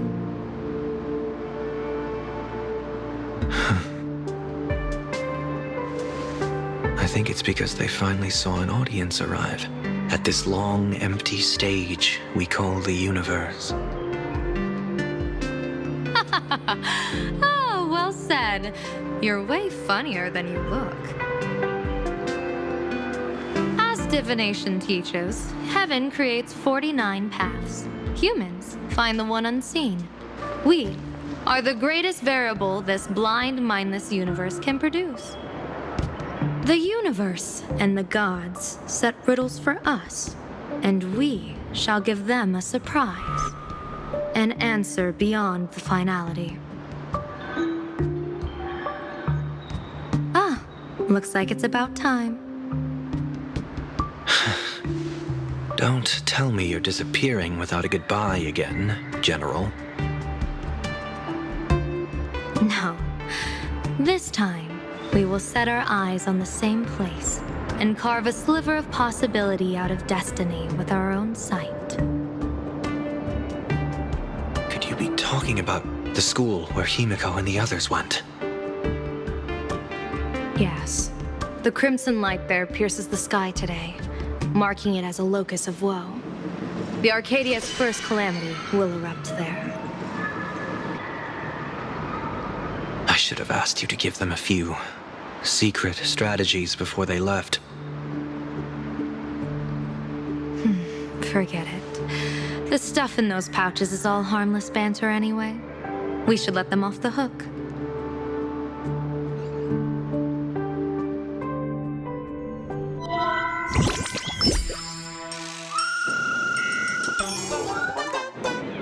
Hello, everyone. Welcome back to Full Wish TV's special news segment, Arcadian Morning Report.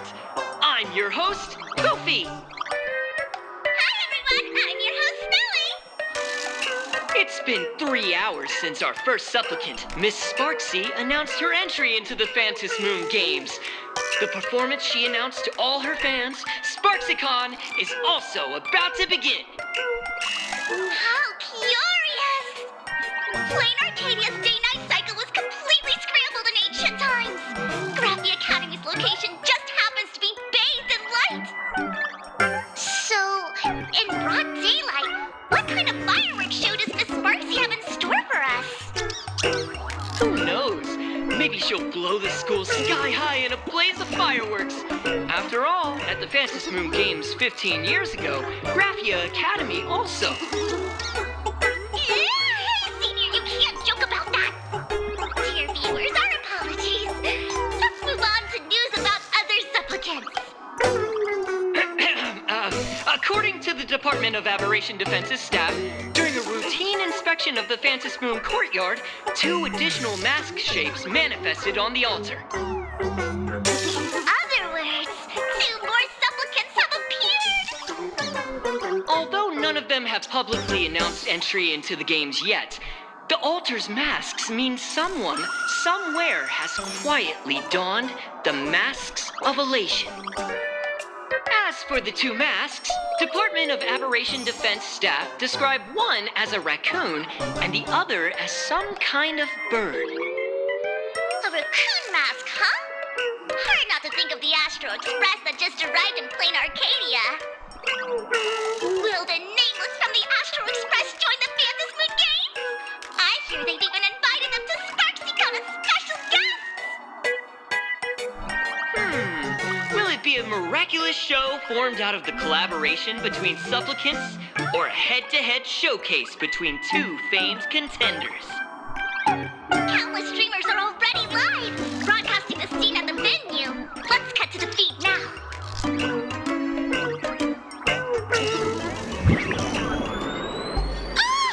Look, it's the nameless from the Astral Express!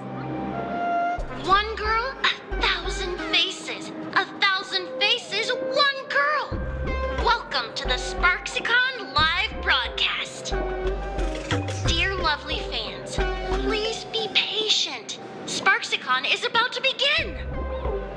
This horror stream is about to end. Time for you all to log off. That woman has Miss Sparksy's face. What a pathetic imitation. What?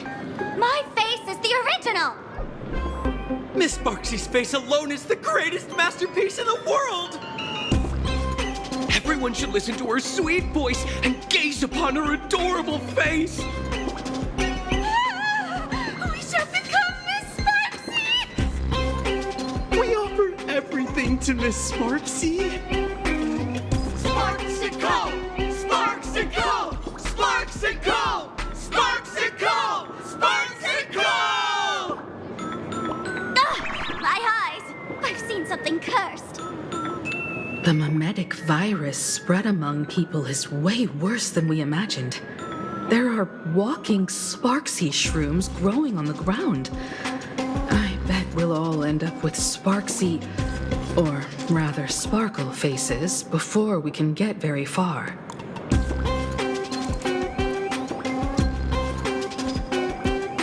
Are we really using that? If we don't take down that imposter before the virus hits, we'll all be monkeys in the jungle. Become a fake of a fake or a carefree monkey. Your call. On second thought, being assimilated by an imposter doesn't sound that bad. Enough talk. Eyes on the banana. Ow! Ma'am, a little warning before you stab someone with a banana, please? Come on, banana. Remember the plan we made at the tavern? Yes, we dig out the imaginated painting Sparksy hid, then use waves to give Garapia Academy a good banana wash over. But what if that imposter figures it out? Just try to keep her busy and buy us some time. Let's do it!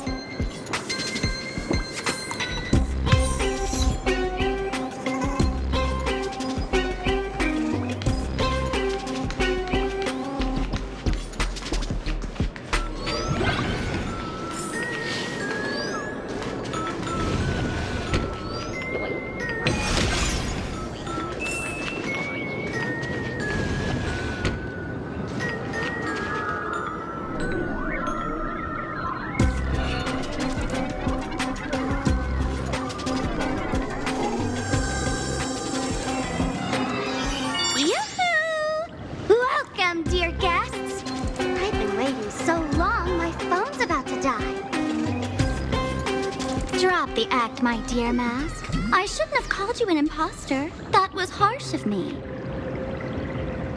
Come back to Mama's arms. It's not too late. If the Astral Express crew gets involved, they won't be pulling any punches.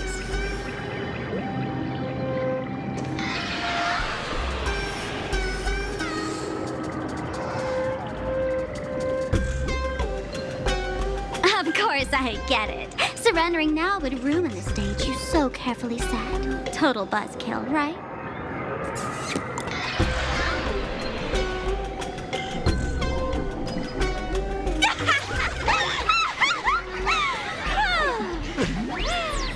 So you still don't get it? The worst thing an actor should do is be tied down to one type of role. Standing before you, the loyal friend who's been by your side all along. The masked fool who never played any tricks. She is actually the old mask I have shed.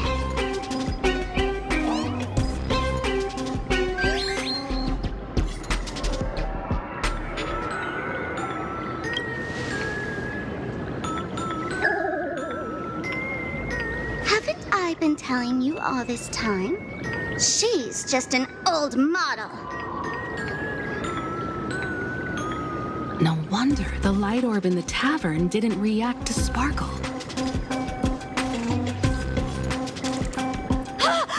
For real?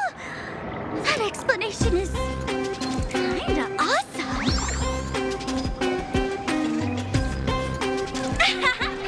Look at those expressions on your faces.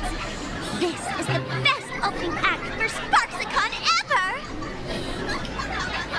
I shed that old mask, and with it, the weak, timid, all too human me.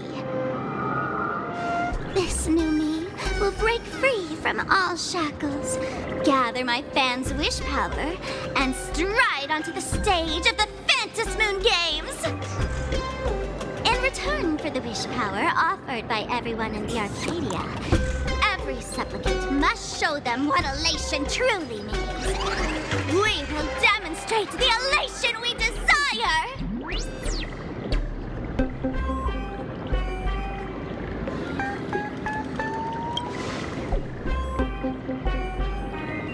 There's no coercion involved anywhere in this. It's a simple yes or no, like scrolling to the bottom of the terms of service. Want attention, talent, quick cash, universal praise? Download the Sparksy virus. Ta-da! Click confirm, and you're set. Isn't that exactly what they crave? Elation in 3 minutes flat? Nameless, you're doomed to lose. You can't stop what people desire. We can't stop their desire. But in this stream, we'll show this Arcadia world another possibility. What did you just say? We'll show everyone watching the live stream the elation of the Astral Express.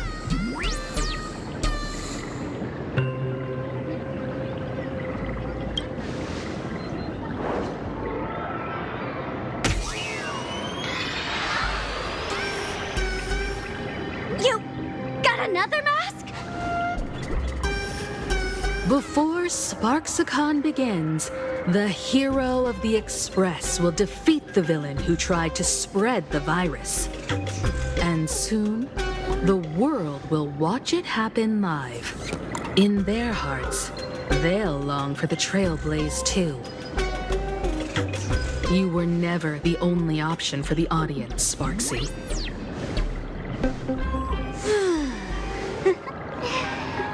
You know why I can't stand heroic stories? You lot always wave the flag of justice, then stomp all over the fun with brute force.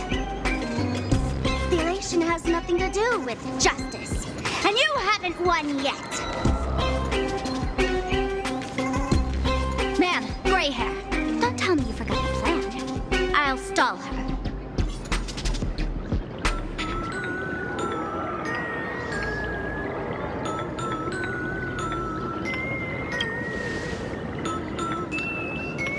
A long, long time. Come on, gray hair. Have a little faith in me. There's one thing I've always wondered. Who's the real Sparkle and who's just a mask? Shouldn't the last one standing decide that? Then let's settle it right now. I'll make you the opening firework of CLXXII.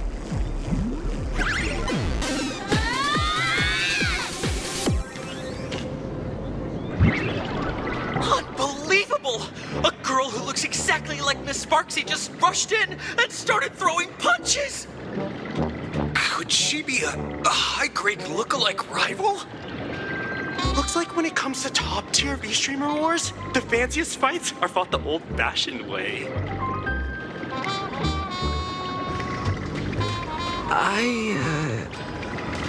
Hey, friends! Over here! Look this way!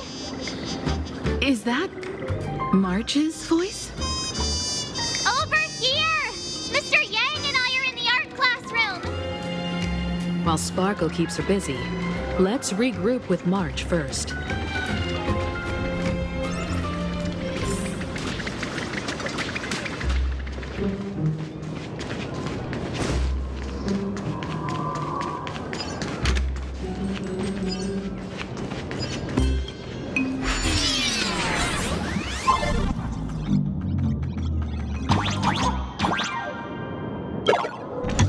Move this platform, and you should be able to get up there.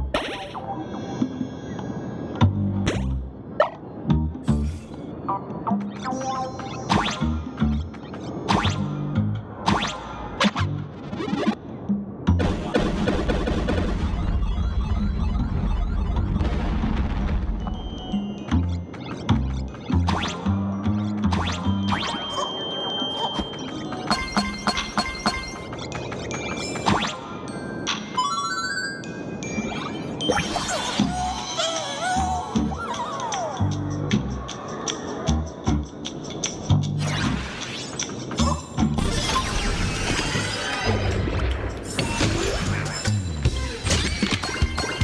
that all?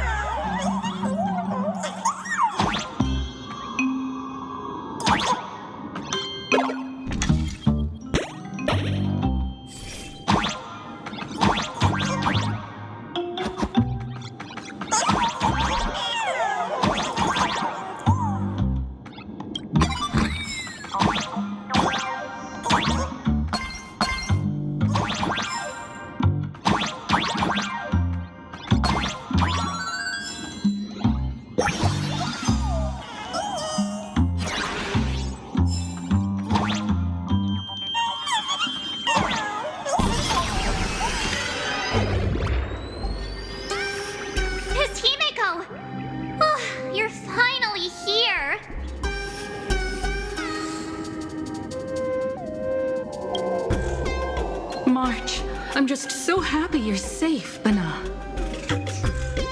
After he escaped the school, I figured he'd bring you back. So, while Sparksy was away, I found a classroom to hide in. The students around here have been acting weirder and weirder. Good thing my heart is pure and untouched, so her tricks don't work on me. Hold up. Were you two just talking with some weird verbal tick?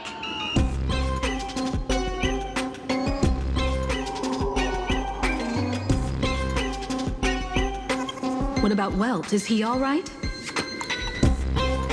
Mr. Yang, it's our friends. Come on out.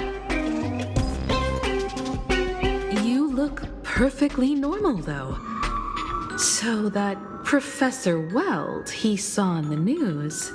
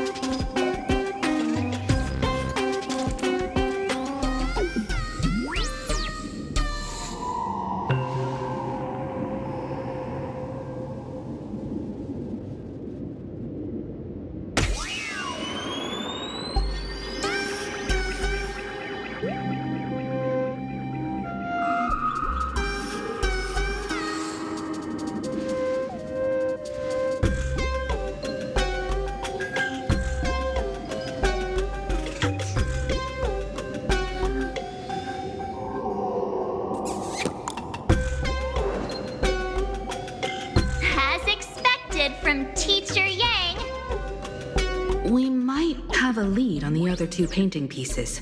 Have you seen Furbo, Nana? You mean a Furbo? We sent a local reporter into the school, but his luck turned sour, Nana. Sparksy caught him red-handed. Before he was taken away, he managed to take a photo of the library. I want to check it out with him. What about me and Mr. Yang? Now that we have a lead, no way we'll just sit here doing nothing.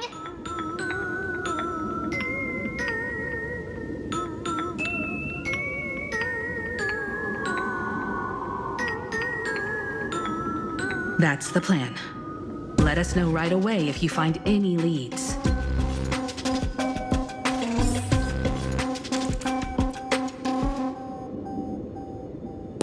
Himiko, where's the library? I know the way. I just hope they haven't renovated the academy in the past 15 years.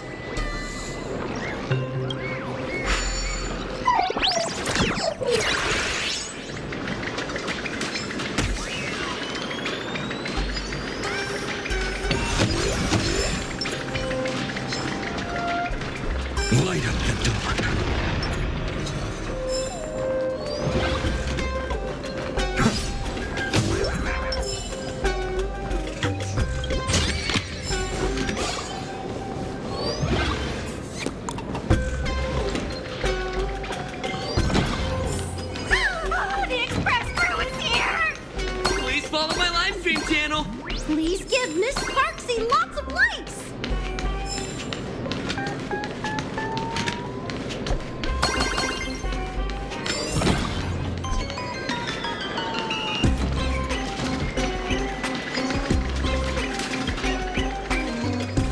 Let's go! You're pulling my hair! That's the whole point.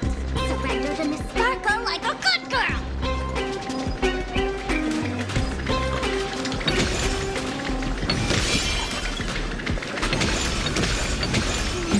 Deja vu.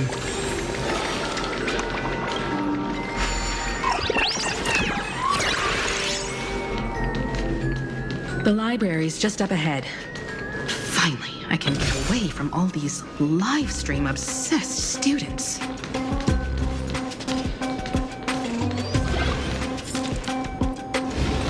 We're here, Bana.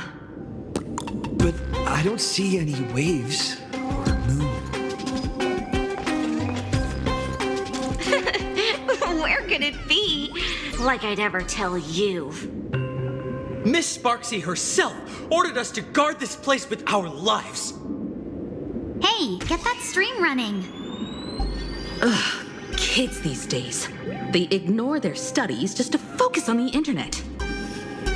As an alum of Graphia Academy, it's my duty, as tradition dictates, to give you all a proper extracurricular lesson.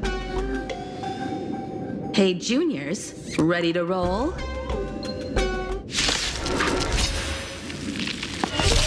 Earth shatters, heaven trembles. We can do it. Flowers bloom for tomorrow. Fashion.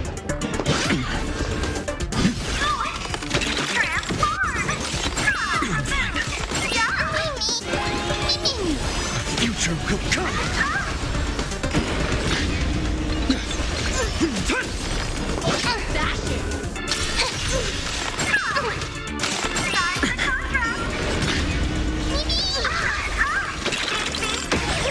Still here.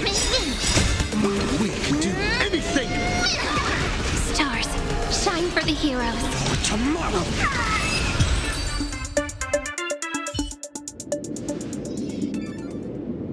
Where could they be hiding the landscape painting? After all, it's an image Nana'd thing. Once sealed in a scroll or something, it'll be a pain to retrieve, Bana. Oh, right. Let's check out that photo Nana the reporter left us. Maybe we can find some clues.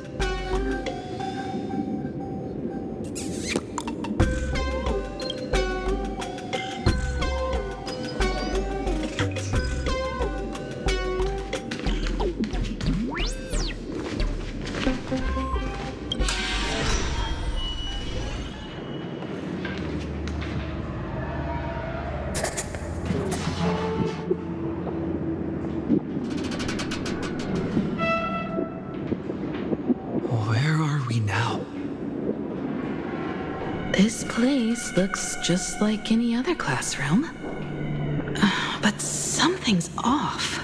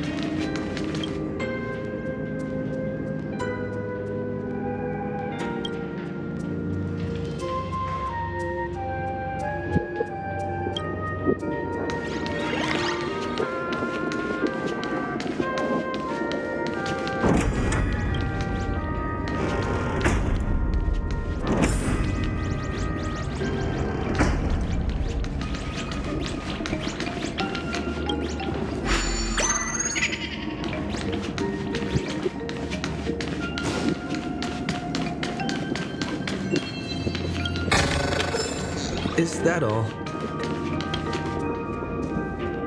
So this is where they stashed the wave. Did you hear something? I think I heard someone laughing. Something's not right. Is there something hidden here?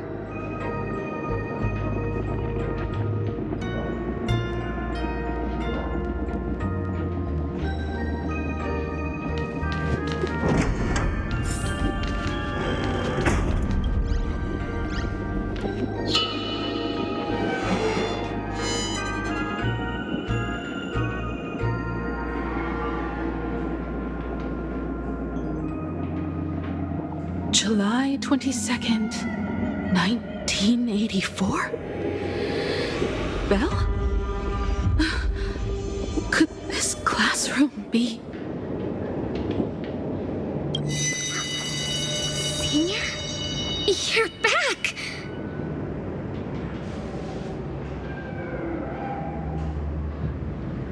Belle? And you are?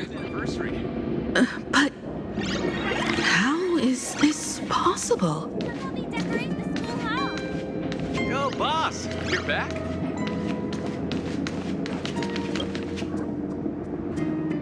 It really is you, Senior!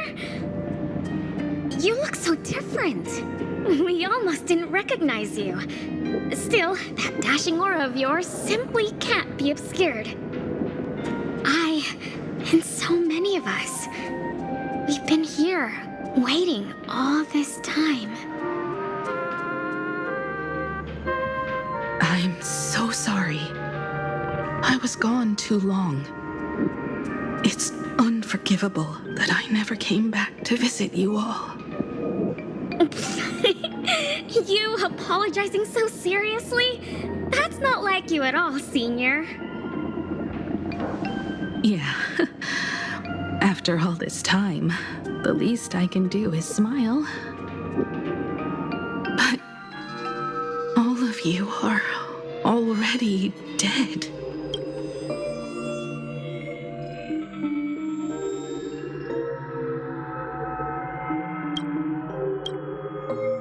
Himiko, these students, who are they? They're the shadows cast by my past regrets. Young lives buried here by a tragic accident. What? Oh no, Senior, he's here! That thing is coming! Wait, what did you just say? Everyone, hide! We mustn't let that monster find us! Run, Senior! The Herald of Death is back! Belle!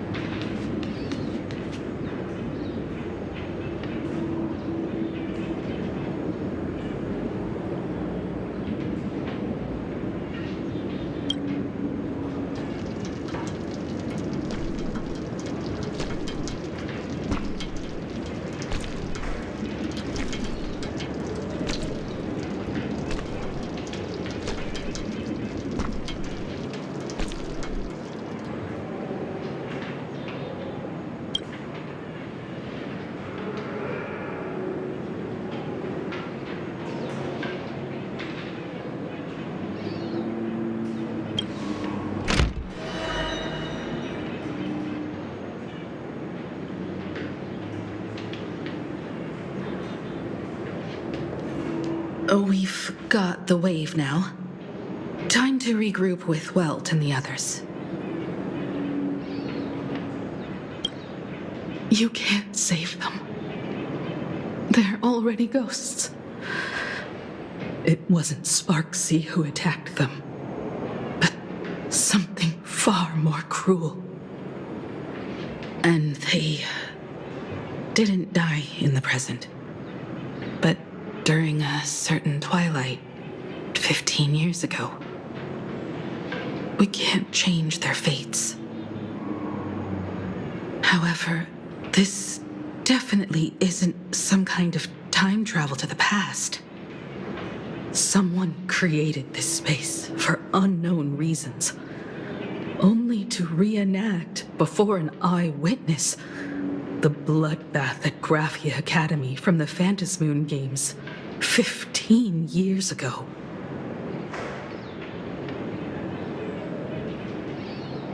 That's right. But that has nothing to do with the enemy we're facing right now. I know you have a lot of questions now, but we'll have time to talk about all this in detail after we deal with Sparksy. Come on. It's time for us to meet up with Welt. He just messaged and said he and March found the missing Furbonana reporter, Bana, and the final landscape painting piece.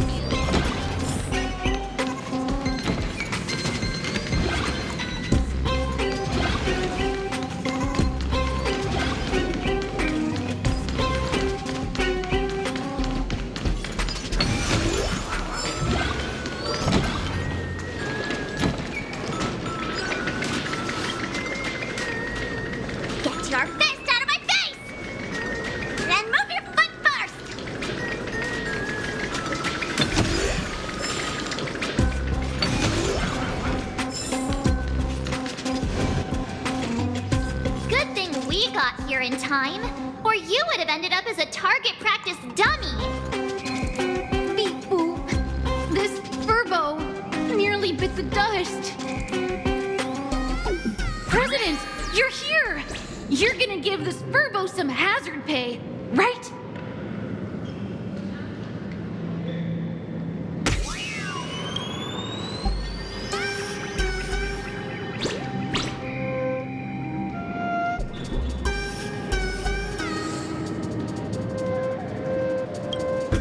Wispe called emotes. Sparksy must have given the moon to one of the emotes to look after. She really went all out, didn't she? The whole gym's full of moons. Now what? Be it Sparkle or Sparksy, both are equally just as headache-inducing. All right, everyone. Let's round up these emotes and take a look.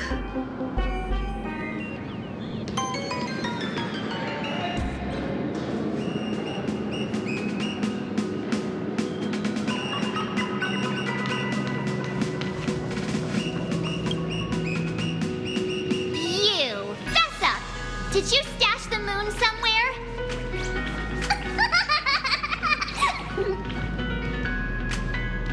I pried open its mouth to take a look.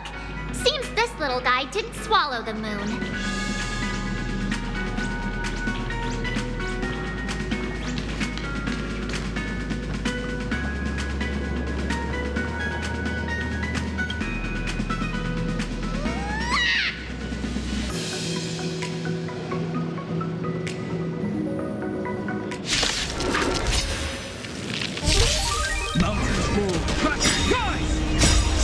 Above the lands. This is permanent! I choose you. Stars, shine for the heroes. For tomorrow.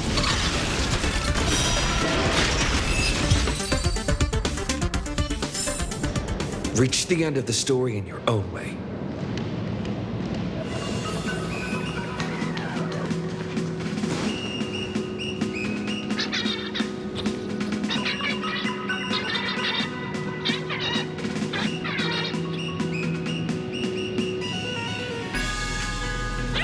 Oh,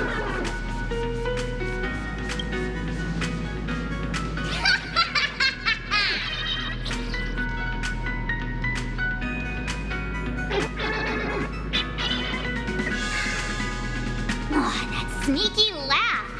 It probably does know where the moon is hiding. But how are we meant to even reach the thing?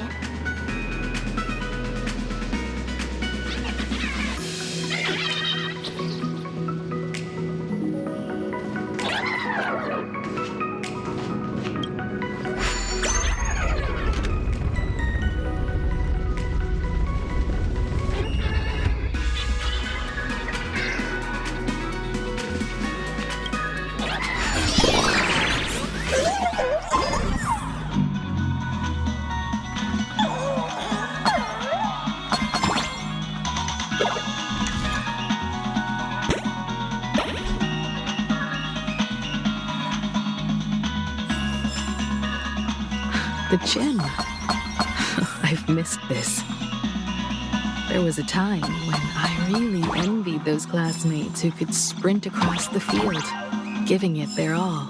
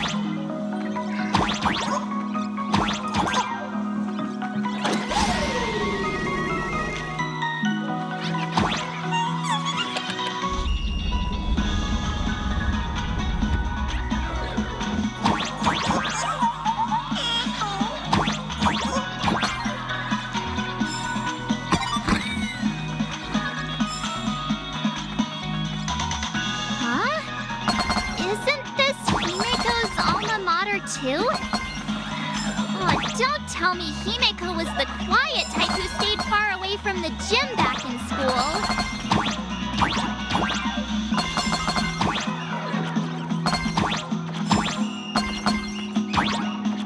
Not quite. I'd already graduated by the time I started feeling this way.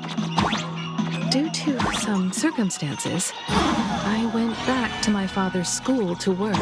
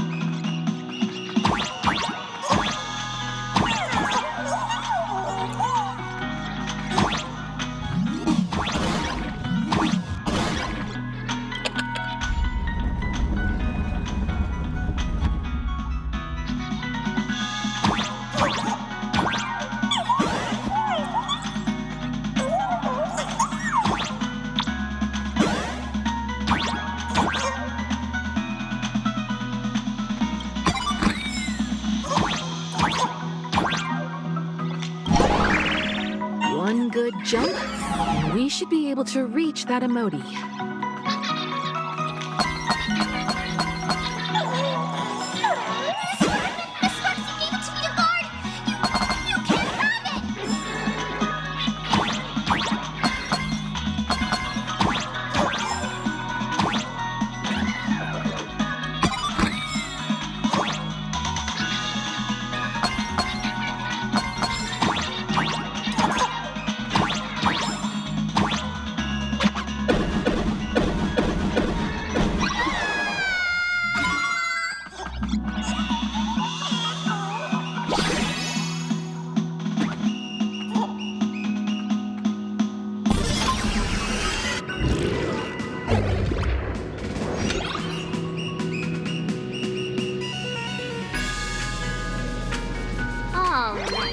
Time to settle the score with Sparksy. Since Sparksy dared to target the Astral Express, treating us like stepping nanostones in the Phantasmoon games, she had better be ready to become a spoil of war herself. He and I will head to the atrium next, piece the imaginated landscape back together, and help Sparkle take down Sparksy. Welt, March, I'm counting on you to protect the students at the Academy. Dovebrook's waves should suppress the mimetic contamination they're experiencing, but they might panic and run into the combat area.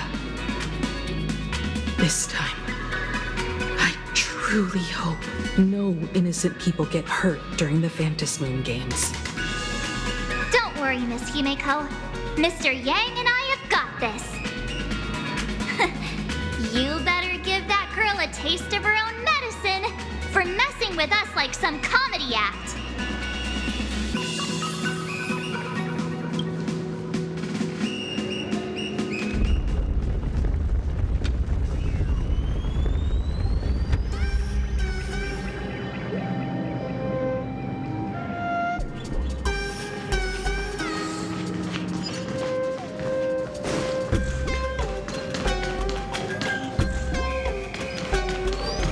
What does everyone think? Well then, let's cheer for Miss Sparksy! Who will emerge victorious? Miss Sparksy or the Astral Express? Stay tuned to find out! Sparkle and Sparksy are gone. And the students too?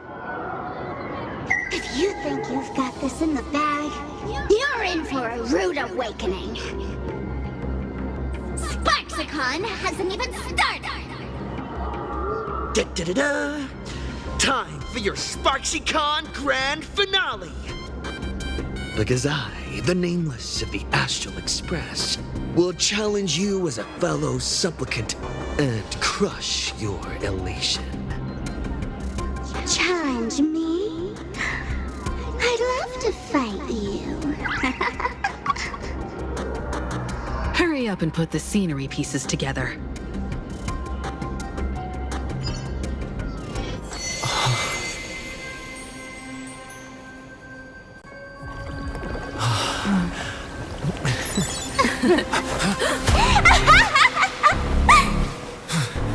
That annoying old model has already fallen asleep. Soon, there will only be one sparkle in the world. Or maybe everyone will be one.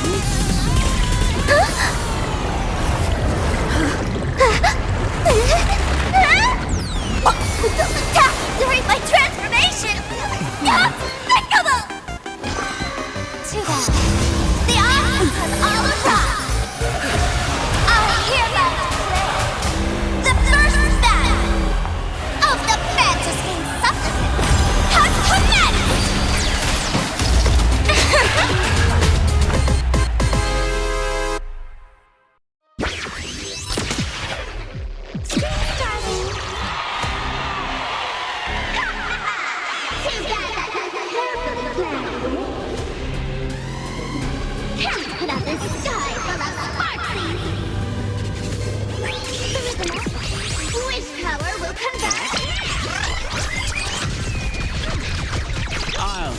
stand in their way.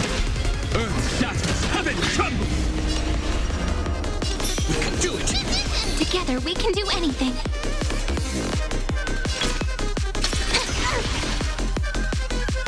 Existence is of no consequence. The future will come. That's okay.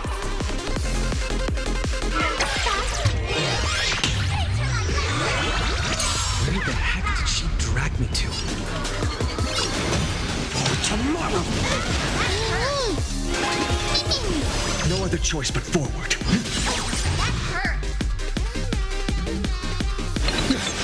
My purpose is to protect. Flowers bloom for tomorrow. Dragons soaring above the lands. This is permanent!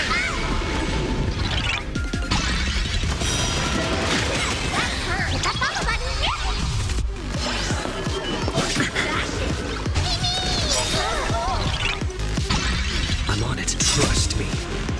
We can do anything! As a witness!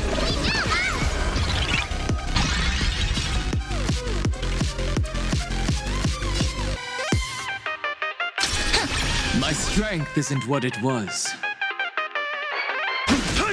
Existence is of no consequence. A future will come. Still hanging on? Did everyone really take good care of Sparksicle?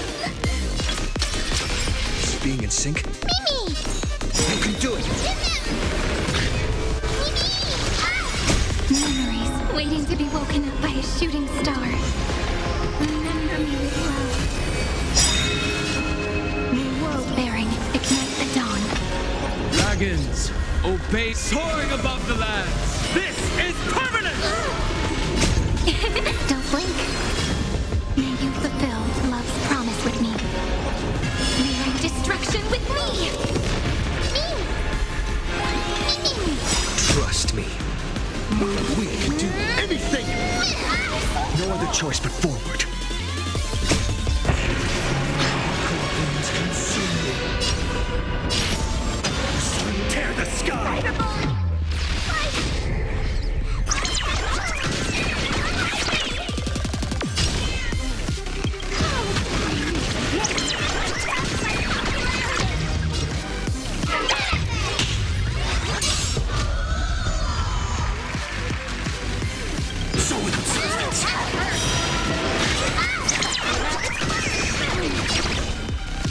Hail the new dawn!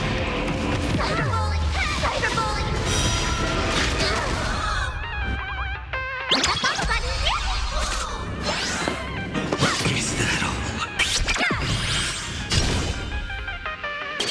Empty shell!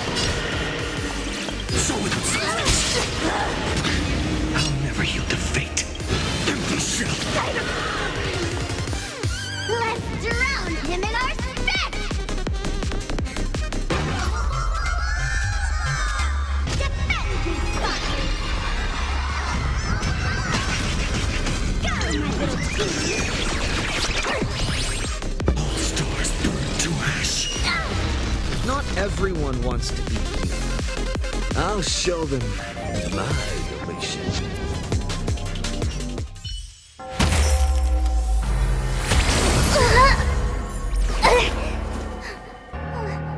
Sparksicle isn't over yet! Stop her! She's trying to escape into the crowd!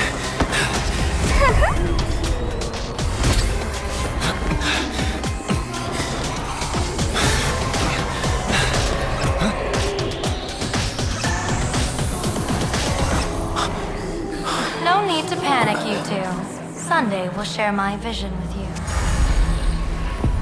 Let my eye of Ishvara see through it all. Weal and woe, clear as day.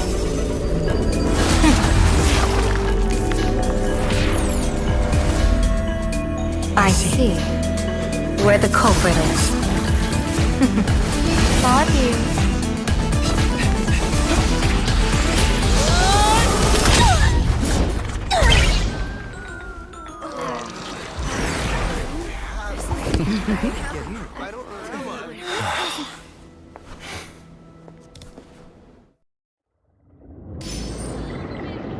Are you okay?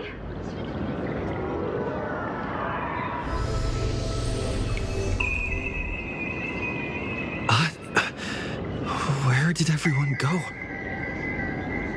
Look over here. General Yao Guang? Am I seeing things? We're just attuned to each other, that's all. Feeling dizzy? Don't worry, it's just a minor side effect. When I first opened my eyes, I couldn't even conduct basic self-care for nearly a month. Don't worry, though. With my reinforcement, you'll be back to normal in a moment. Thank you, General. By the way, above your head, Can you see the sign above my head? So, whether it brings weal or woe, whether it changes or not, please keep this secret safe from me. Don't let me know, and don't let anyone else, okay?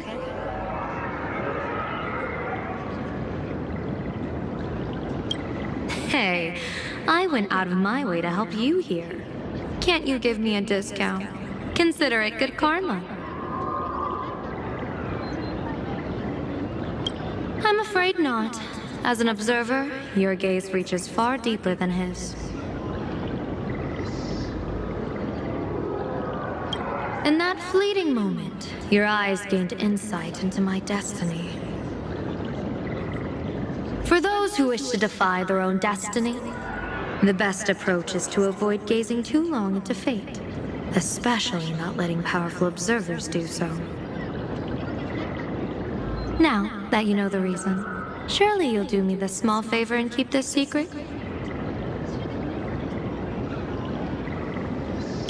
Thanks. And of course, be careful not to let it slip. Or else. I'll tell everyone all about your true identity. You're a former Stellaron hunter, aren't you? No, just imagine the chain reaction that would cause. I don't even want to think about it. Doesn't this feel like the opening scene of a comedy? Two people who barely know each other, yet they're keeping each other's destiny a secret. I guess you could say we're now partners in fate. No surprise there. After all, both comedy and fortune-telling thrive on unexpected twists and turns of fate, don't they? All right, looks like the side effects have worn off. Time for us to say goodbye. And you? Are you okay?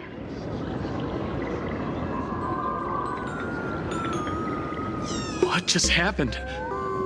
I was so confused. I couldn't see a thing. All I remember is Sparksy and the Nameless got into a fight. I saw everything. The Nameless from the Express smashed Sparksy right into the wall with one swing. That strength was unreal. That was such an epic fight, as expected from a cosmic hero. That was seriously awesome.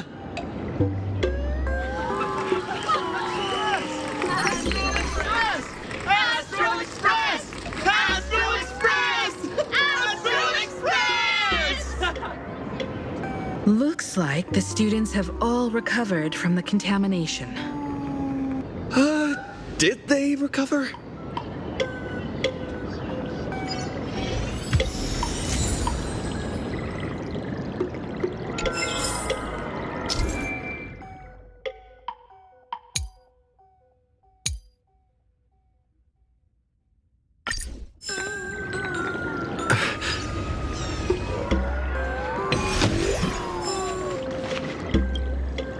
When she absorbed me, I thought it was all over. Thankfully, gray hair, you won this one. 1 point for the Trailblaze.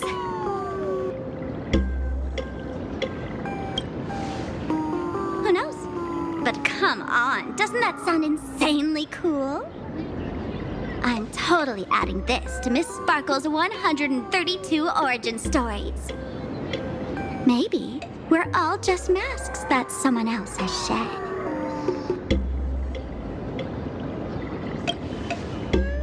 The tavern? They might kick up a fuss about Sparksy's defeat for a few days. Maybe some foolish hotheads might even come knocking to fight you. But trust me, give it a couple days and the tavern will act like none of it ever happened.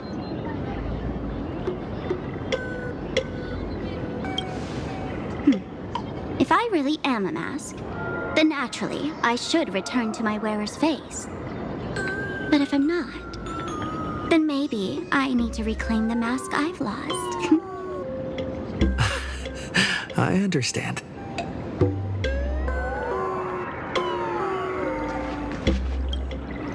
Sparksy probably didn't expect that the first miracle of the Phantasmoon games wouldn't be everyone becomes her, but the Express hero defeats the villain spreading the virus. Compared to a streamer reflecting people's desires, the fearless trailblazer of the Astral Express is more of an attention grabber.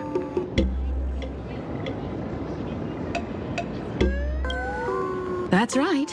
Sometimes the supplicants work together, sometimes they clash. It's like a coin toss.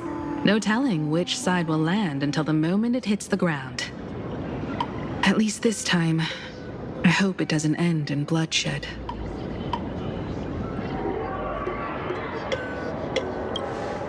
You're one step closer to an audience with Aha. Right now, all of Plain Arcadia is watching you, and all of their attention's flooding over you, and the mask you wear. Make the most of that attention.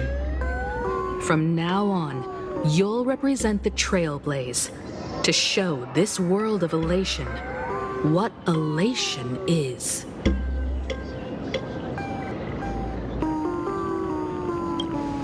Show mercy. Or don't. No, I'm just kidding. Lower your bat. The audience in this Arcadia doesn't go easy on losers at the games. She'll lose her wish power soon enough, and the Sparksy virus will fizzle out.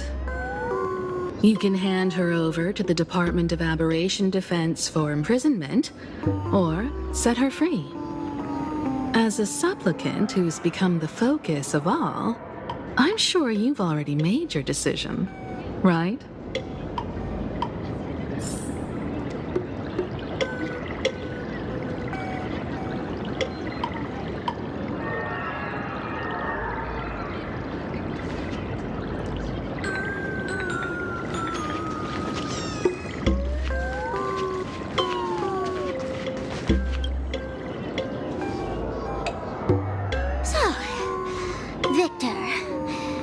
Claim your prize? Very well. Sparksicle has no objections to that. So what'll it be? Gonna hand me off to the Department of Aberration Defense? Lock me up as a hardened criminal? But knowing you, you're not that heartless, are you? Or maybe you want to take away my streaming account as punishment. I'll live stream 24/7 and sing praises of your valor. All right. Let what belongs to the Graffia family return to the Graffia family. But don't let this little win get to your head. You've still got a long way to go before you meet the laughter. We can keep working together. Better to have a friend at the Phantasmoon Games than another enemy, right? What? No parting words?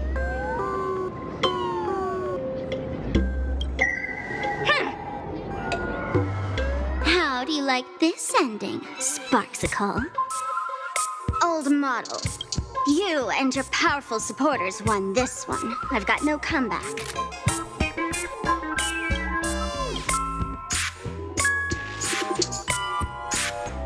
As a mask, what do you plan to do with your original self? Who's the mask and who's the original? Shouldn't that be decided by the one left standing? Your plan is finished. Your relation has been eliminated. You're the one who should be called the old model. That elation isn't mine. It's the elation everyone chose. And besides, wasn't it your idea in the first place? What? You told me to leave you behind. You also told me to take the idea and its relevant memories and go chase my dream.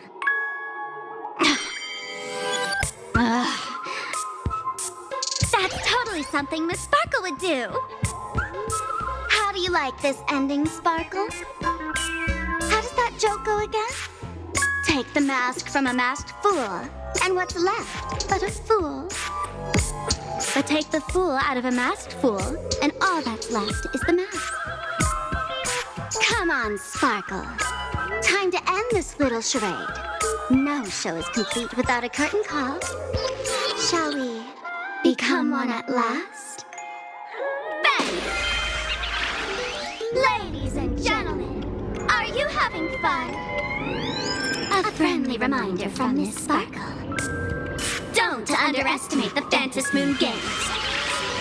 You won't get another opening act as spectacular as this Sparksicon, you know.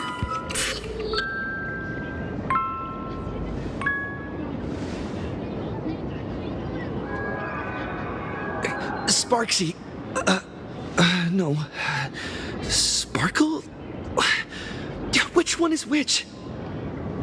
Perhaps it was just a masked fool playing a harmless trick under the watchful eyes of the gods. Or maybe she just wanted to remind us that the elation in plain Arcadia has become something even the gods no longer recognize. In any case, everything here has come to an end. We should move on and unravel the next plot.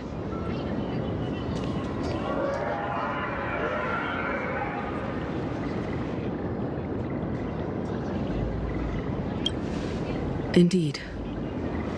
I want to investigate and find out who exactly created that place and why. Let me know when you're ready to head out.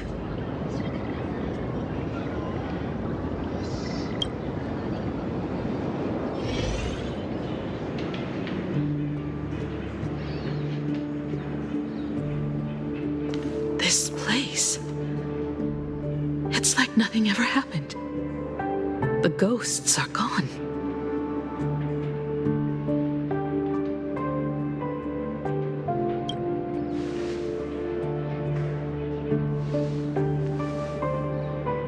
"15 years ago, during the last Phantom Moon Games, I participated as a supplicant. I once believed that all it took for a supplicant to win was to show the people a magnificent miracle. And then I'd have an audience with the Eon of Elation. How foolish. How naive I was. Not everyone wants to obtain everyone's wish power in a positive way. On July 22nd, year 1984 of the Arcadian calendar, a supplicant harboring immense malice stepped into Graphia Academy. He slaughtered 22 students who had stayed behind after school, then went on to Dovebrook District, where 146 innocent civilians were either killed or wounded. That killer moved like a deranged artist, leaving corpses, imprinting his signature mark. The Bloody Bloom. The media dubbed him the Herald of Death.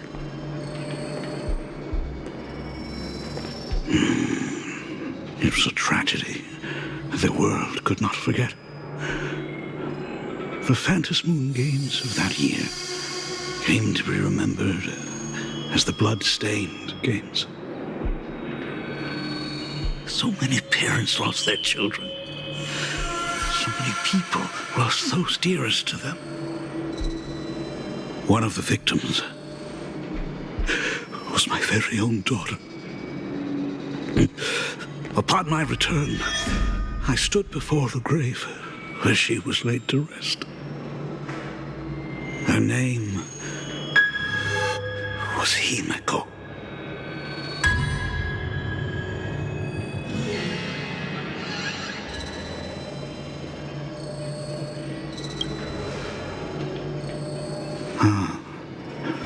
Forgive me. Allow me to introduce myself. I am Ryusuke, the current dean of Graphia Academy. So, this lady who bears her name, who exactly are you?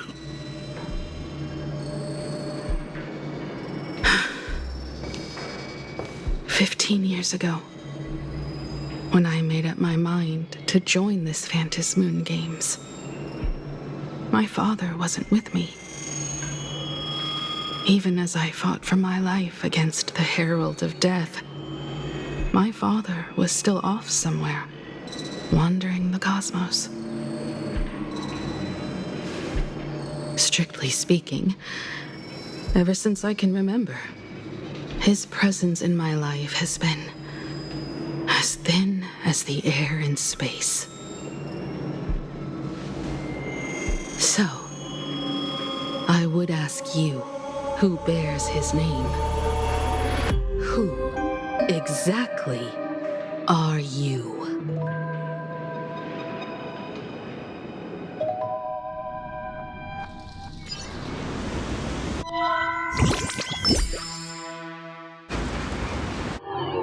Welcome back to the Arcadian Morning Report Special Edition.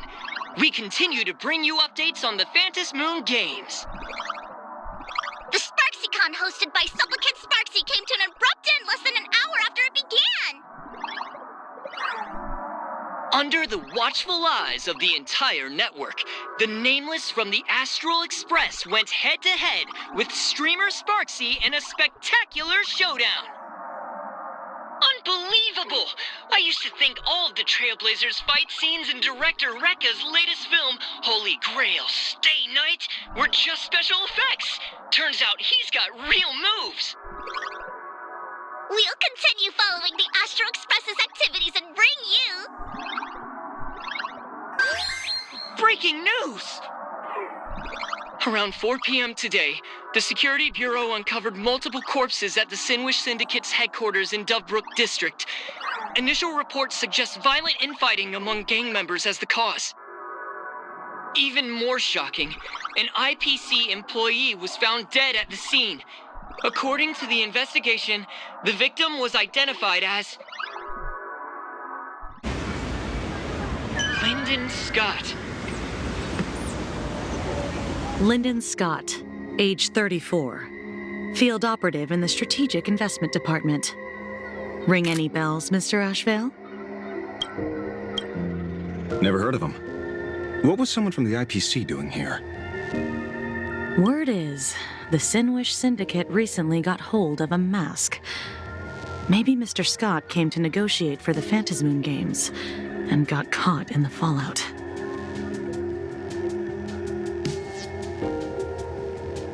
Apologies for interrupting your work, Mr. Ashvale.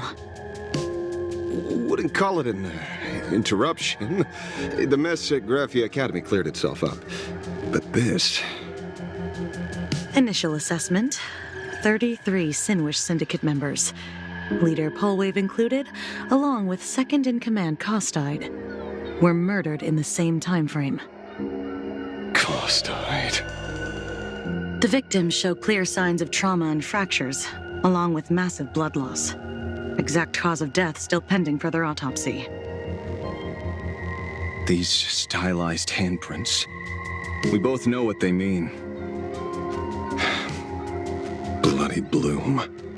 Only one person ever used that as their calling card. The Herald of Death is back. Your suspicion isn't without merit, but that guy was executed 5 years ago. Executed? Who witnessed it? Was the execution broadcast to the public? Who can prove he's dead? Who's to say you didn't let him out to rig this entire game? You've heard the rule, haven't you? No one can enter the Phantasmoon Games twice. So let me give you a piece of advice. Don't let rage gnaw away at your reason. It's bad for your health. The case's info is in the dossier. Get to work. The Department of Aberration Defense isn't paying us to bum around,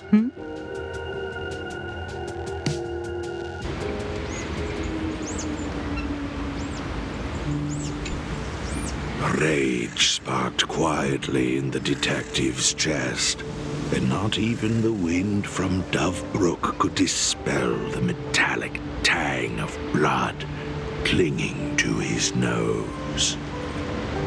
When he first heard the Sinwish Syndicate had obtained the mask, a grim premonition stirred within him, but he never expected it to be the omen of a friend's death. Mr. N, he's no longer with us. Now he's just a body, another nameless casualty buried beneath a headline. People only care about the stars twinkling above, about the epic tales of the eternal conflicts among the cosmos's great figures. Compared to all that, who would mourn a small-time thug from a petty gang? What should we do next? I've been slacking off for far too long. It's time to make a choice. Mr. Ashvale, if you're calling now, may I assume you've accepted my offer? You are right, Miss Pearl. I'll join the games, assuming you still need me, of course. My offer still stands. Just like 15 years ago, the same omen returns. There are signs the Phantasmoon Games are spiraling out of control again. Mr. Ashvale, I ask for your strength to steer the Zeonic Games back on course. All I have to offer is a heart set on revenge. Today, 33 citizens of plain Arcadia and one IPC colleague perished under mysterious circumstances. Someone is imitating the Herald of Death's methods, attempting to interfere with the games. Only victory can bring solace to the fallen. No. What consoles the dead is only justice.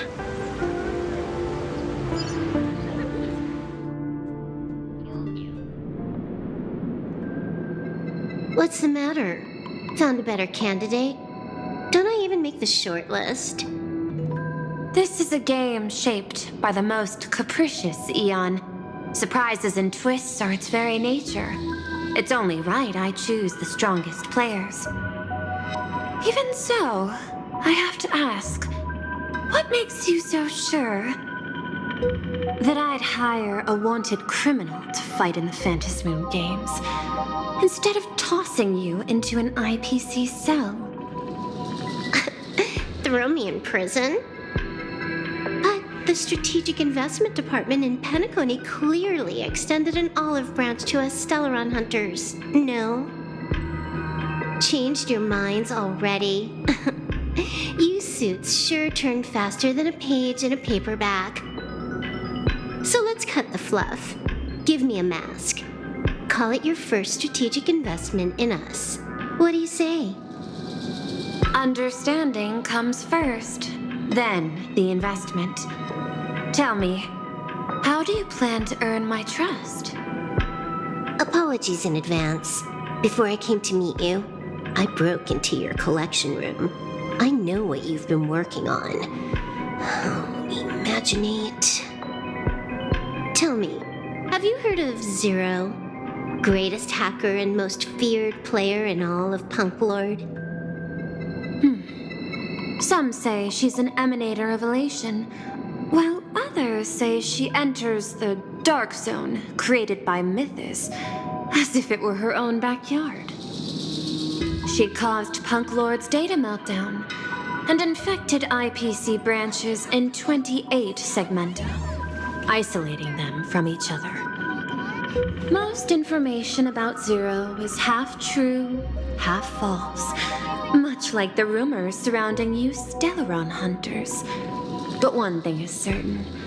Zero suffered a major downfall and is now a prisoner of the IPC. It's obvious she left a deep impression on you. Traumatic, even. In that case, you should also know that ether editing and imagenesis stem from the same technological source. Or art. I know. I've studied it. How could I forget? You stole Zero's tech to make that lousy cash grab game Ethereum Wars. Of course, you know all this. But you corporate moneybags will never comprehend it. The fleeting, ever-changing power of the elation. Zero once tampered with a parameter of reality, creating an independent realm that belonged solely to her, just like that other one. Just like Graphia. Are you willing to trade the secrets of imagenesis? I can think about it. Deduction. You may be lying. I've heard that those who join the Stellaron Hunters have long since abandoned the path they once walked. Who knows? You're in the Arcadia of elation. Wouldn't it be a waste not to test your luck? Deal, ether hacker. And to seal it with confidence, let me show you a little trick of the trade. A hacking trick?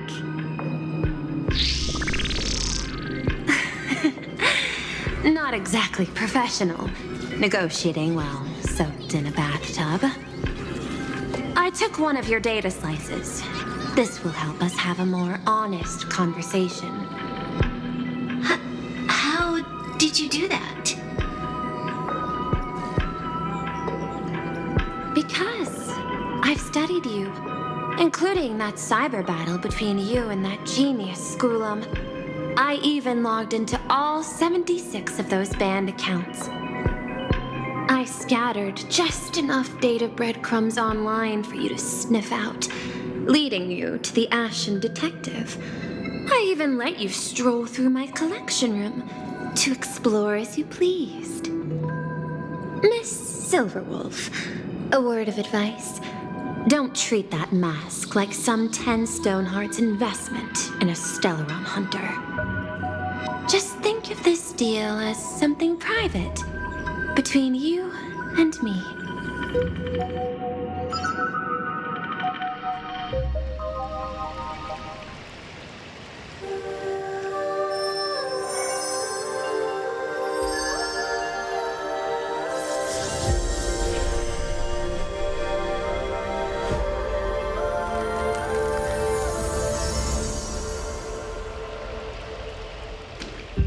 What the heck?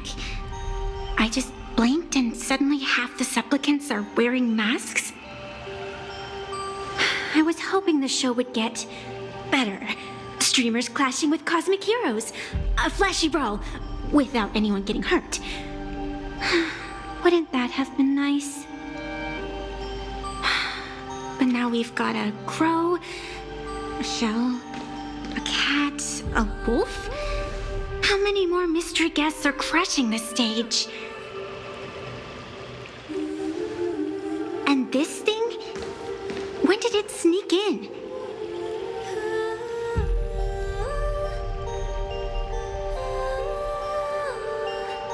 In the end, everything always spirals into the abyss. But you're the rare exception. Your first battle wasn't bad for a greenhorn protagonist. Since you came out on top, let's wipe the slate clean on that doom-filled oath. Who knows if the owners of those masks will become your friends or opponents? Or maybe one of them will bring about that terrifying future I saw in my dreams.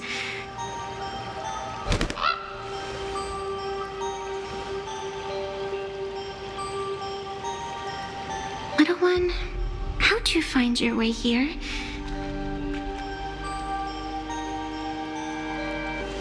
The supplicants in this Phantasmoon Games really caught me by surprise.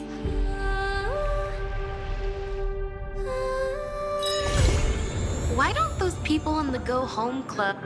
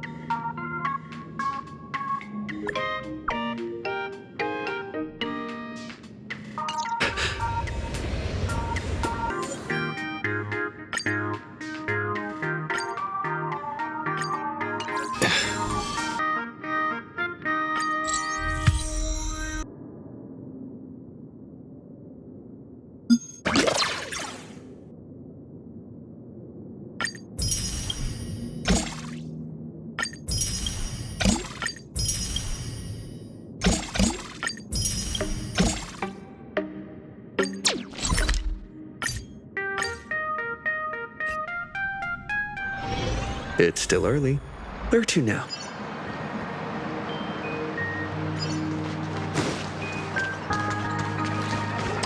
Excuse me, can I have the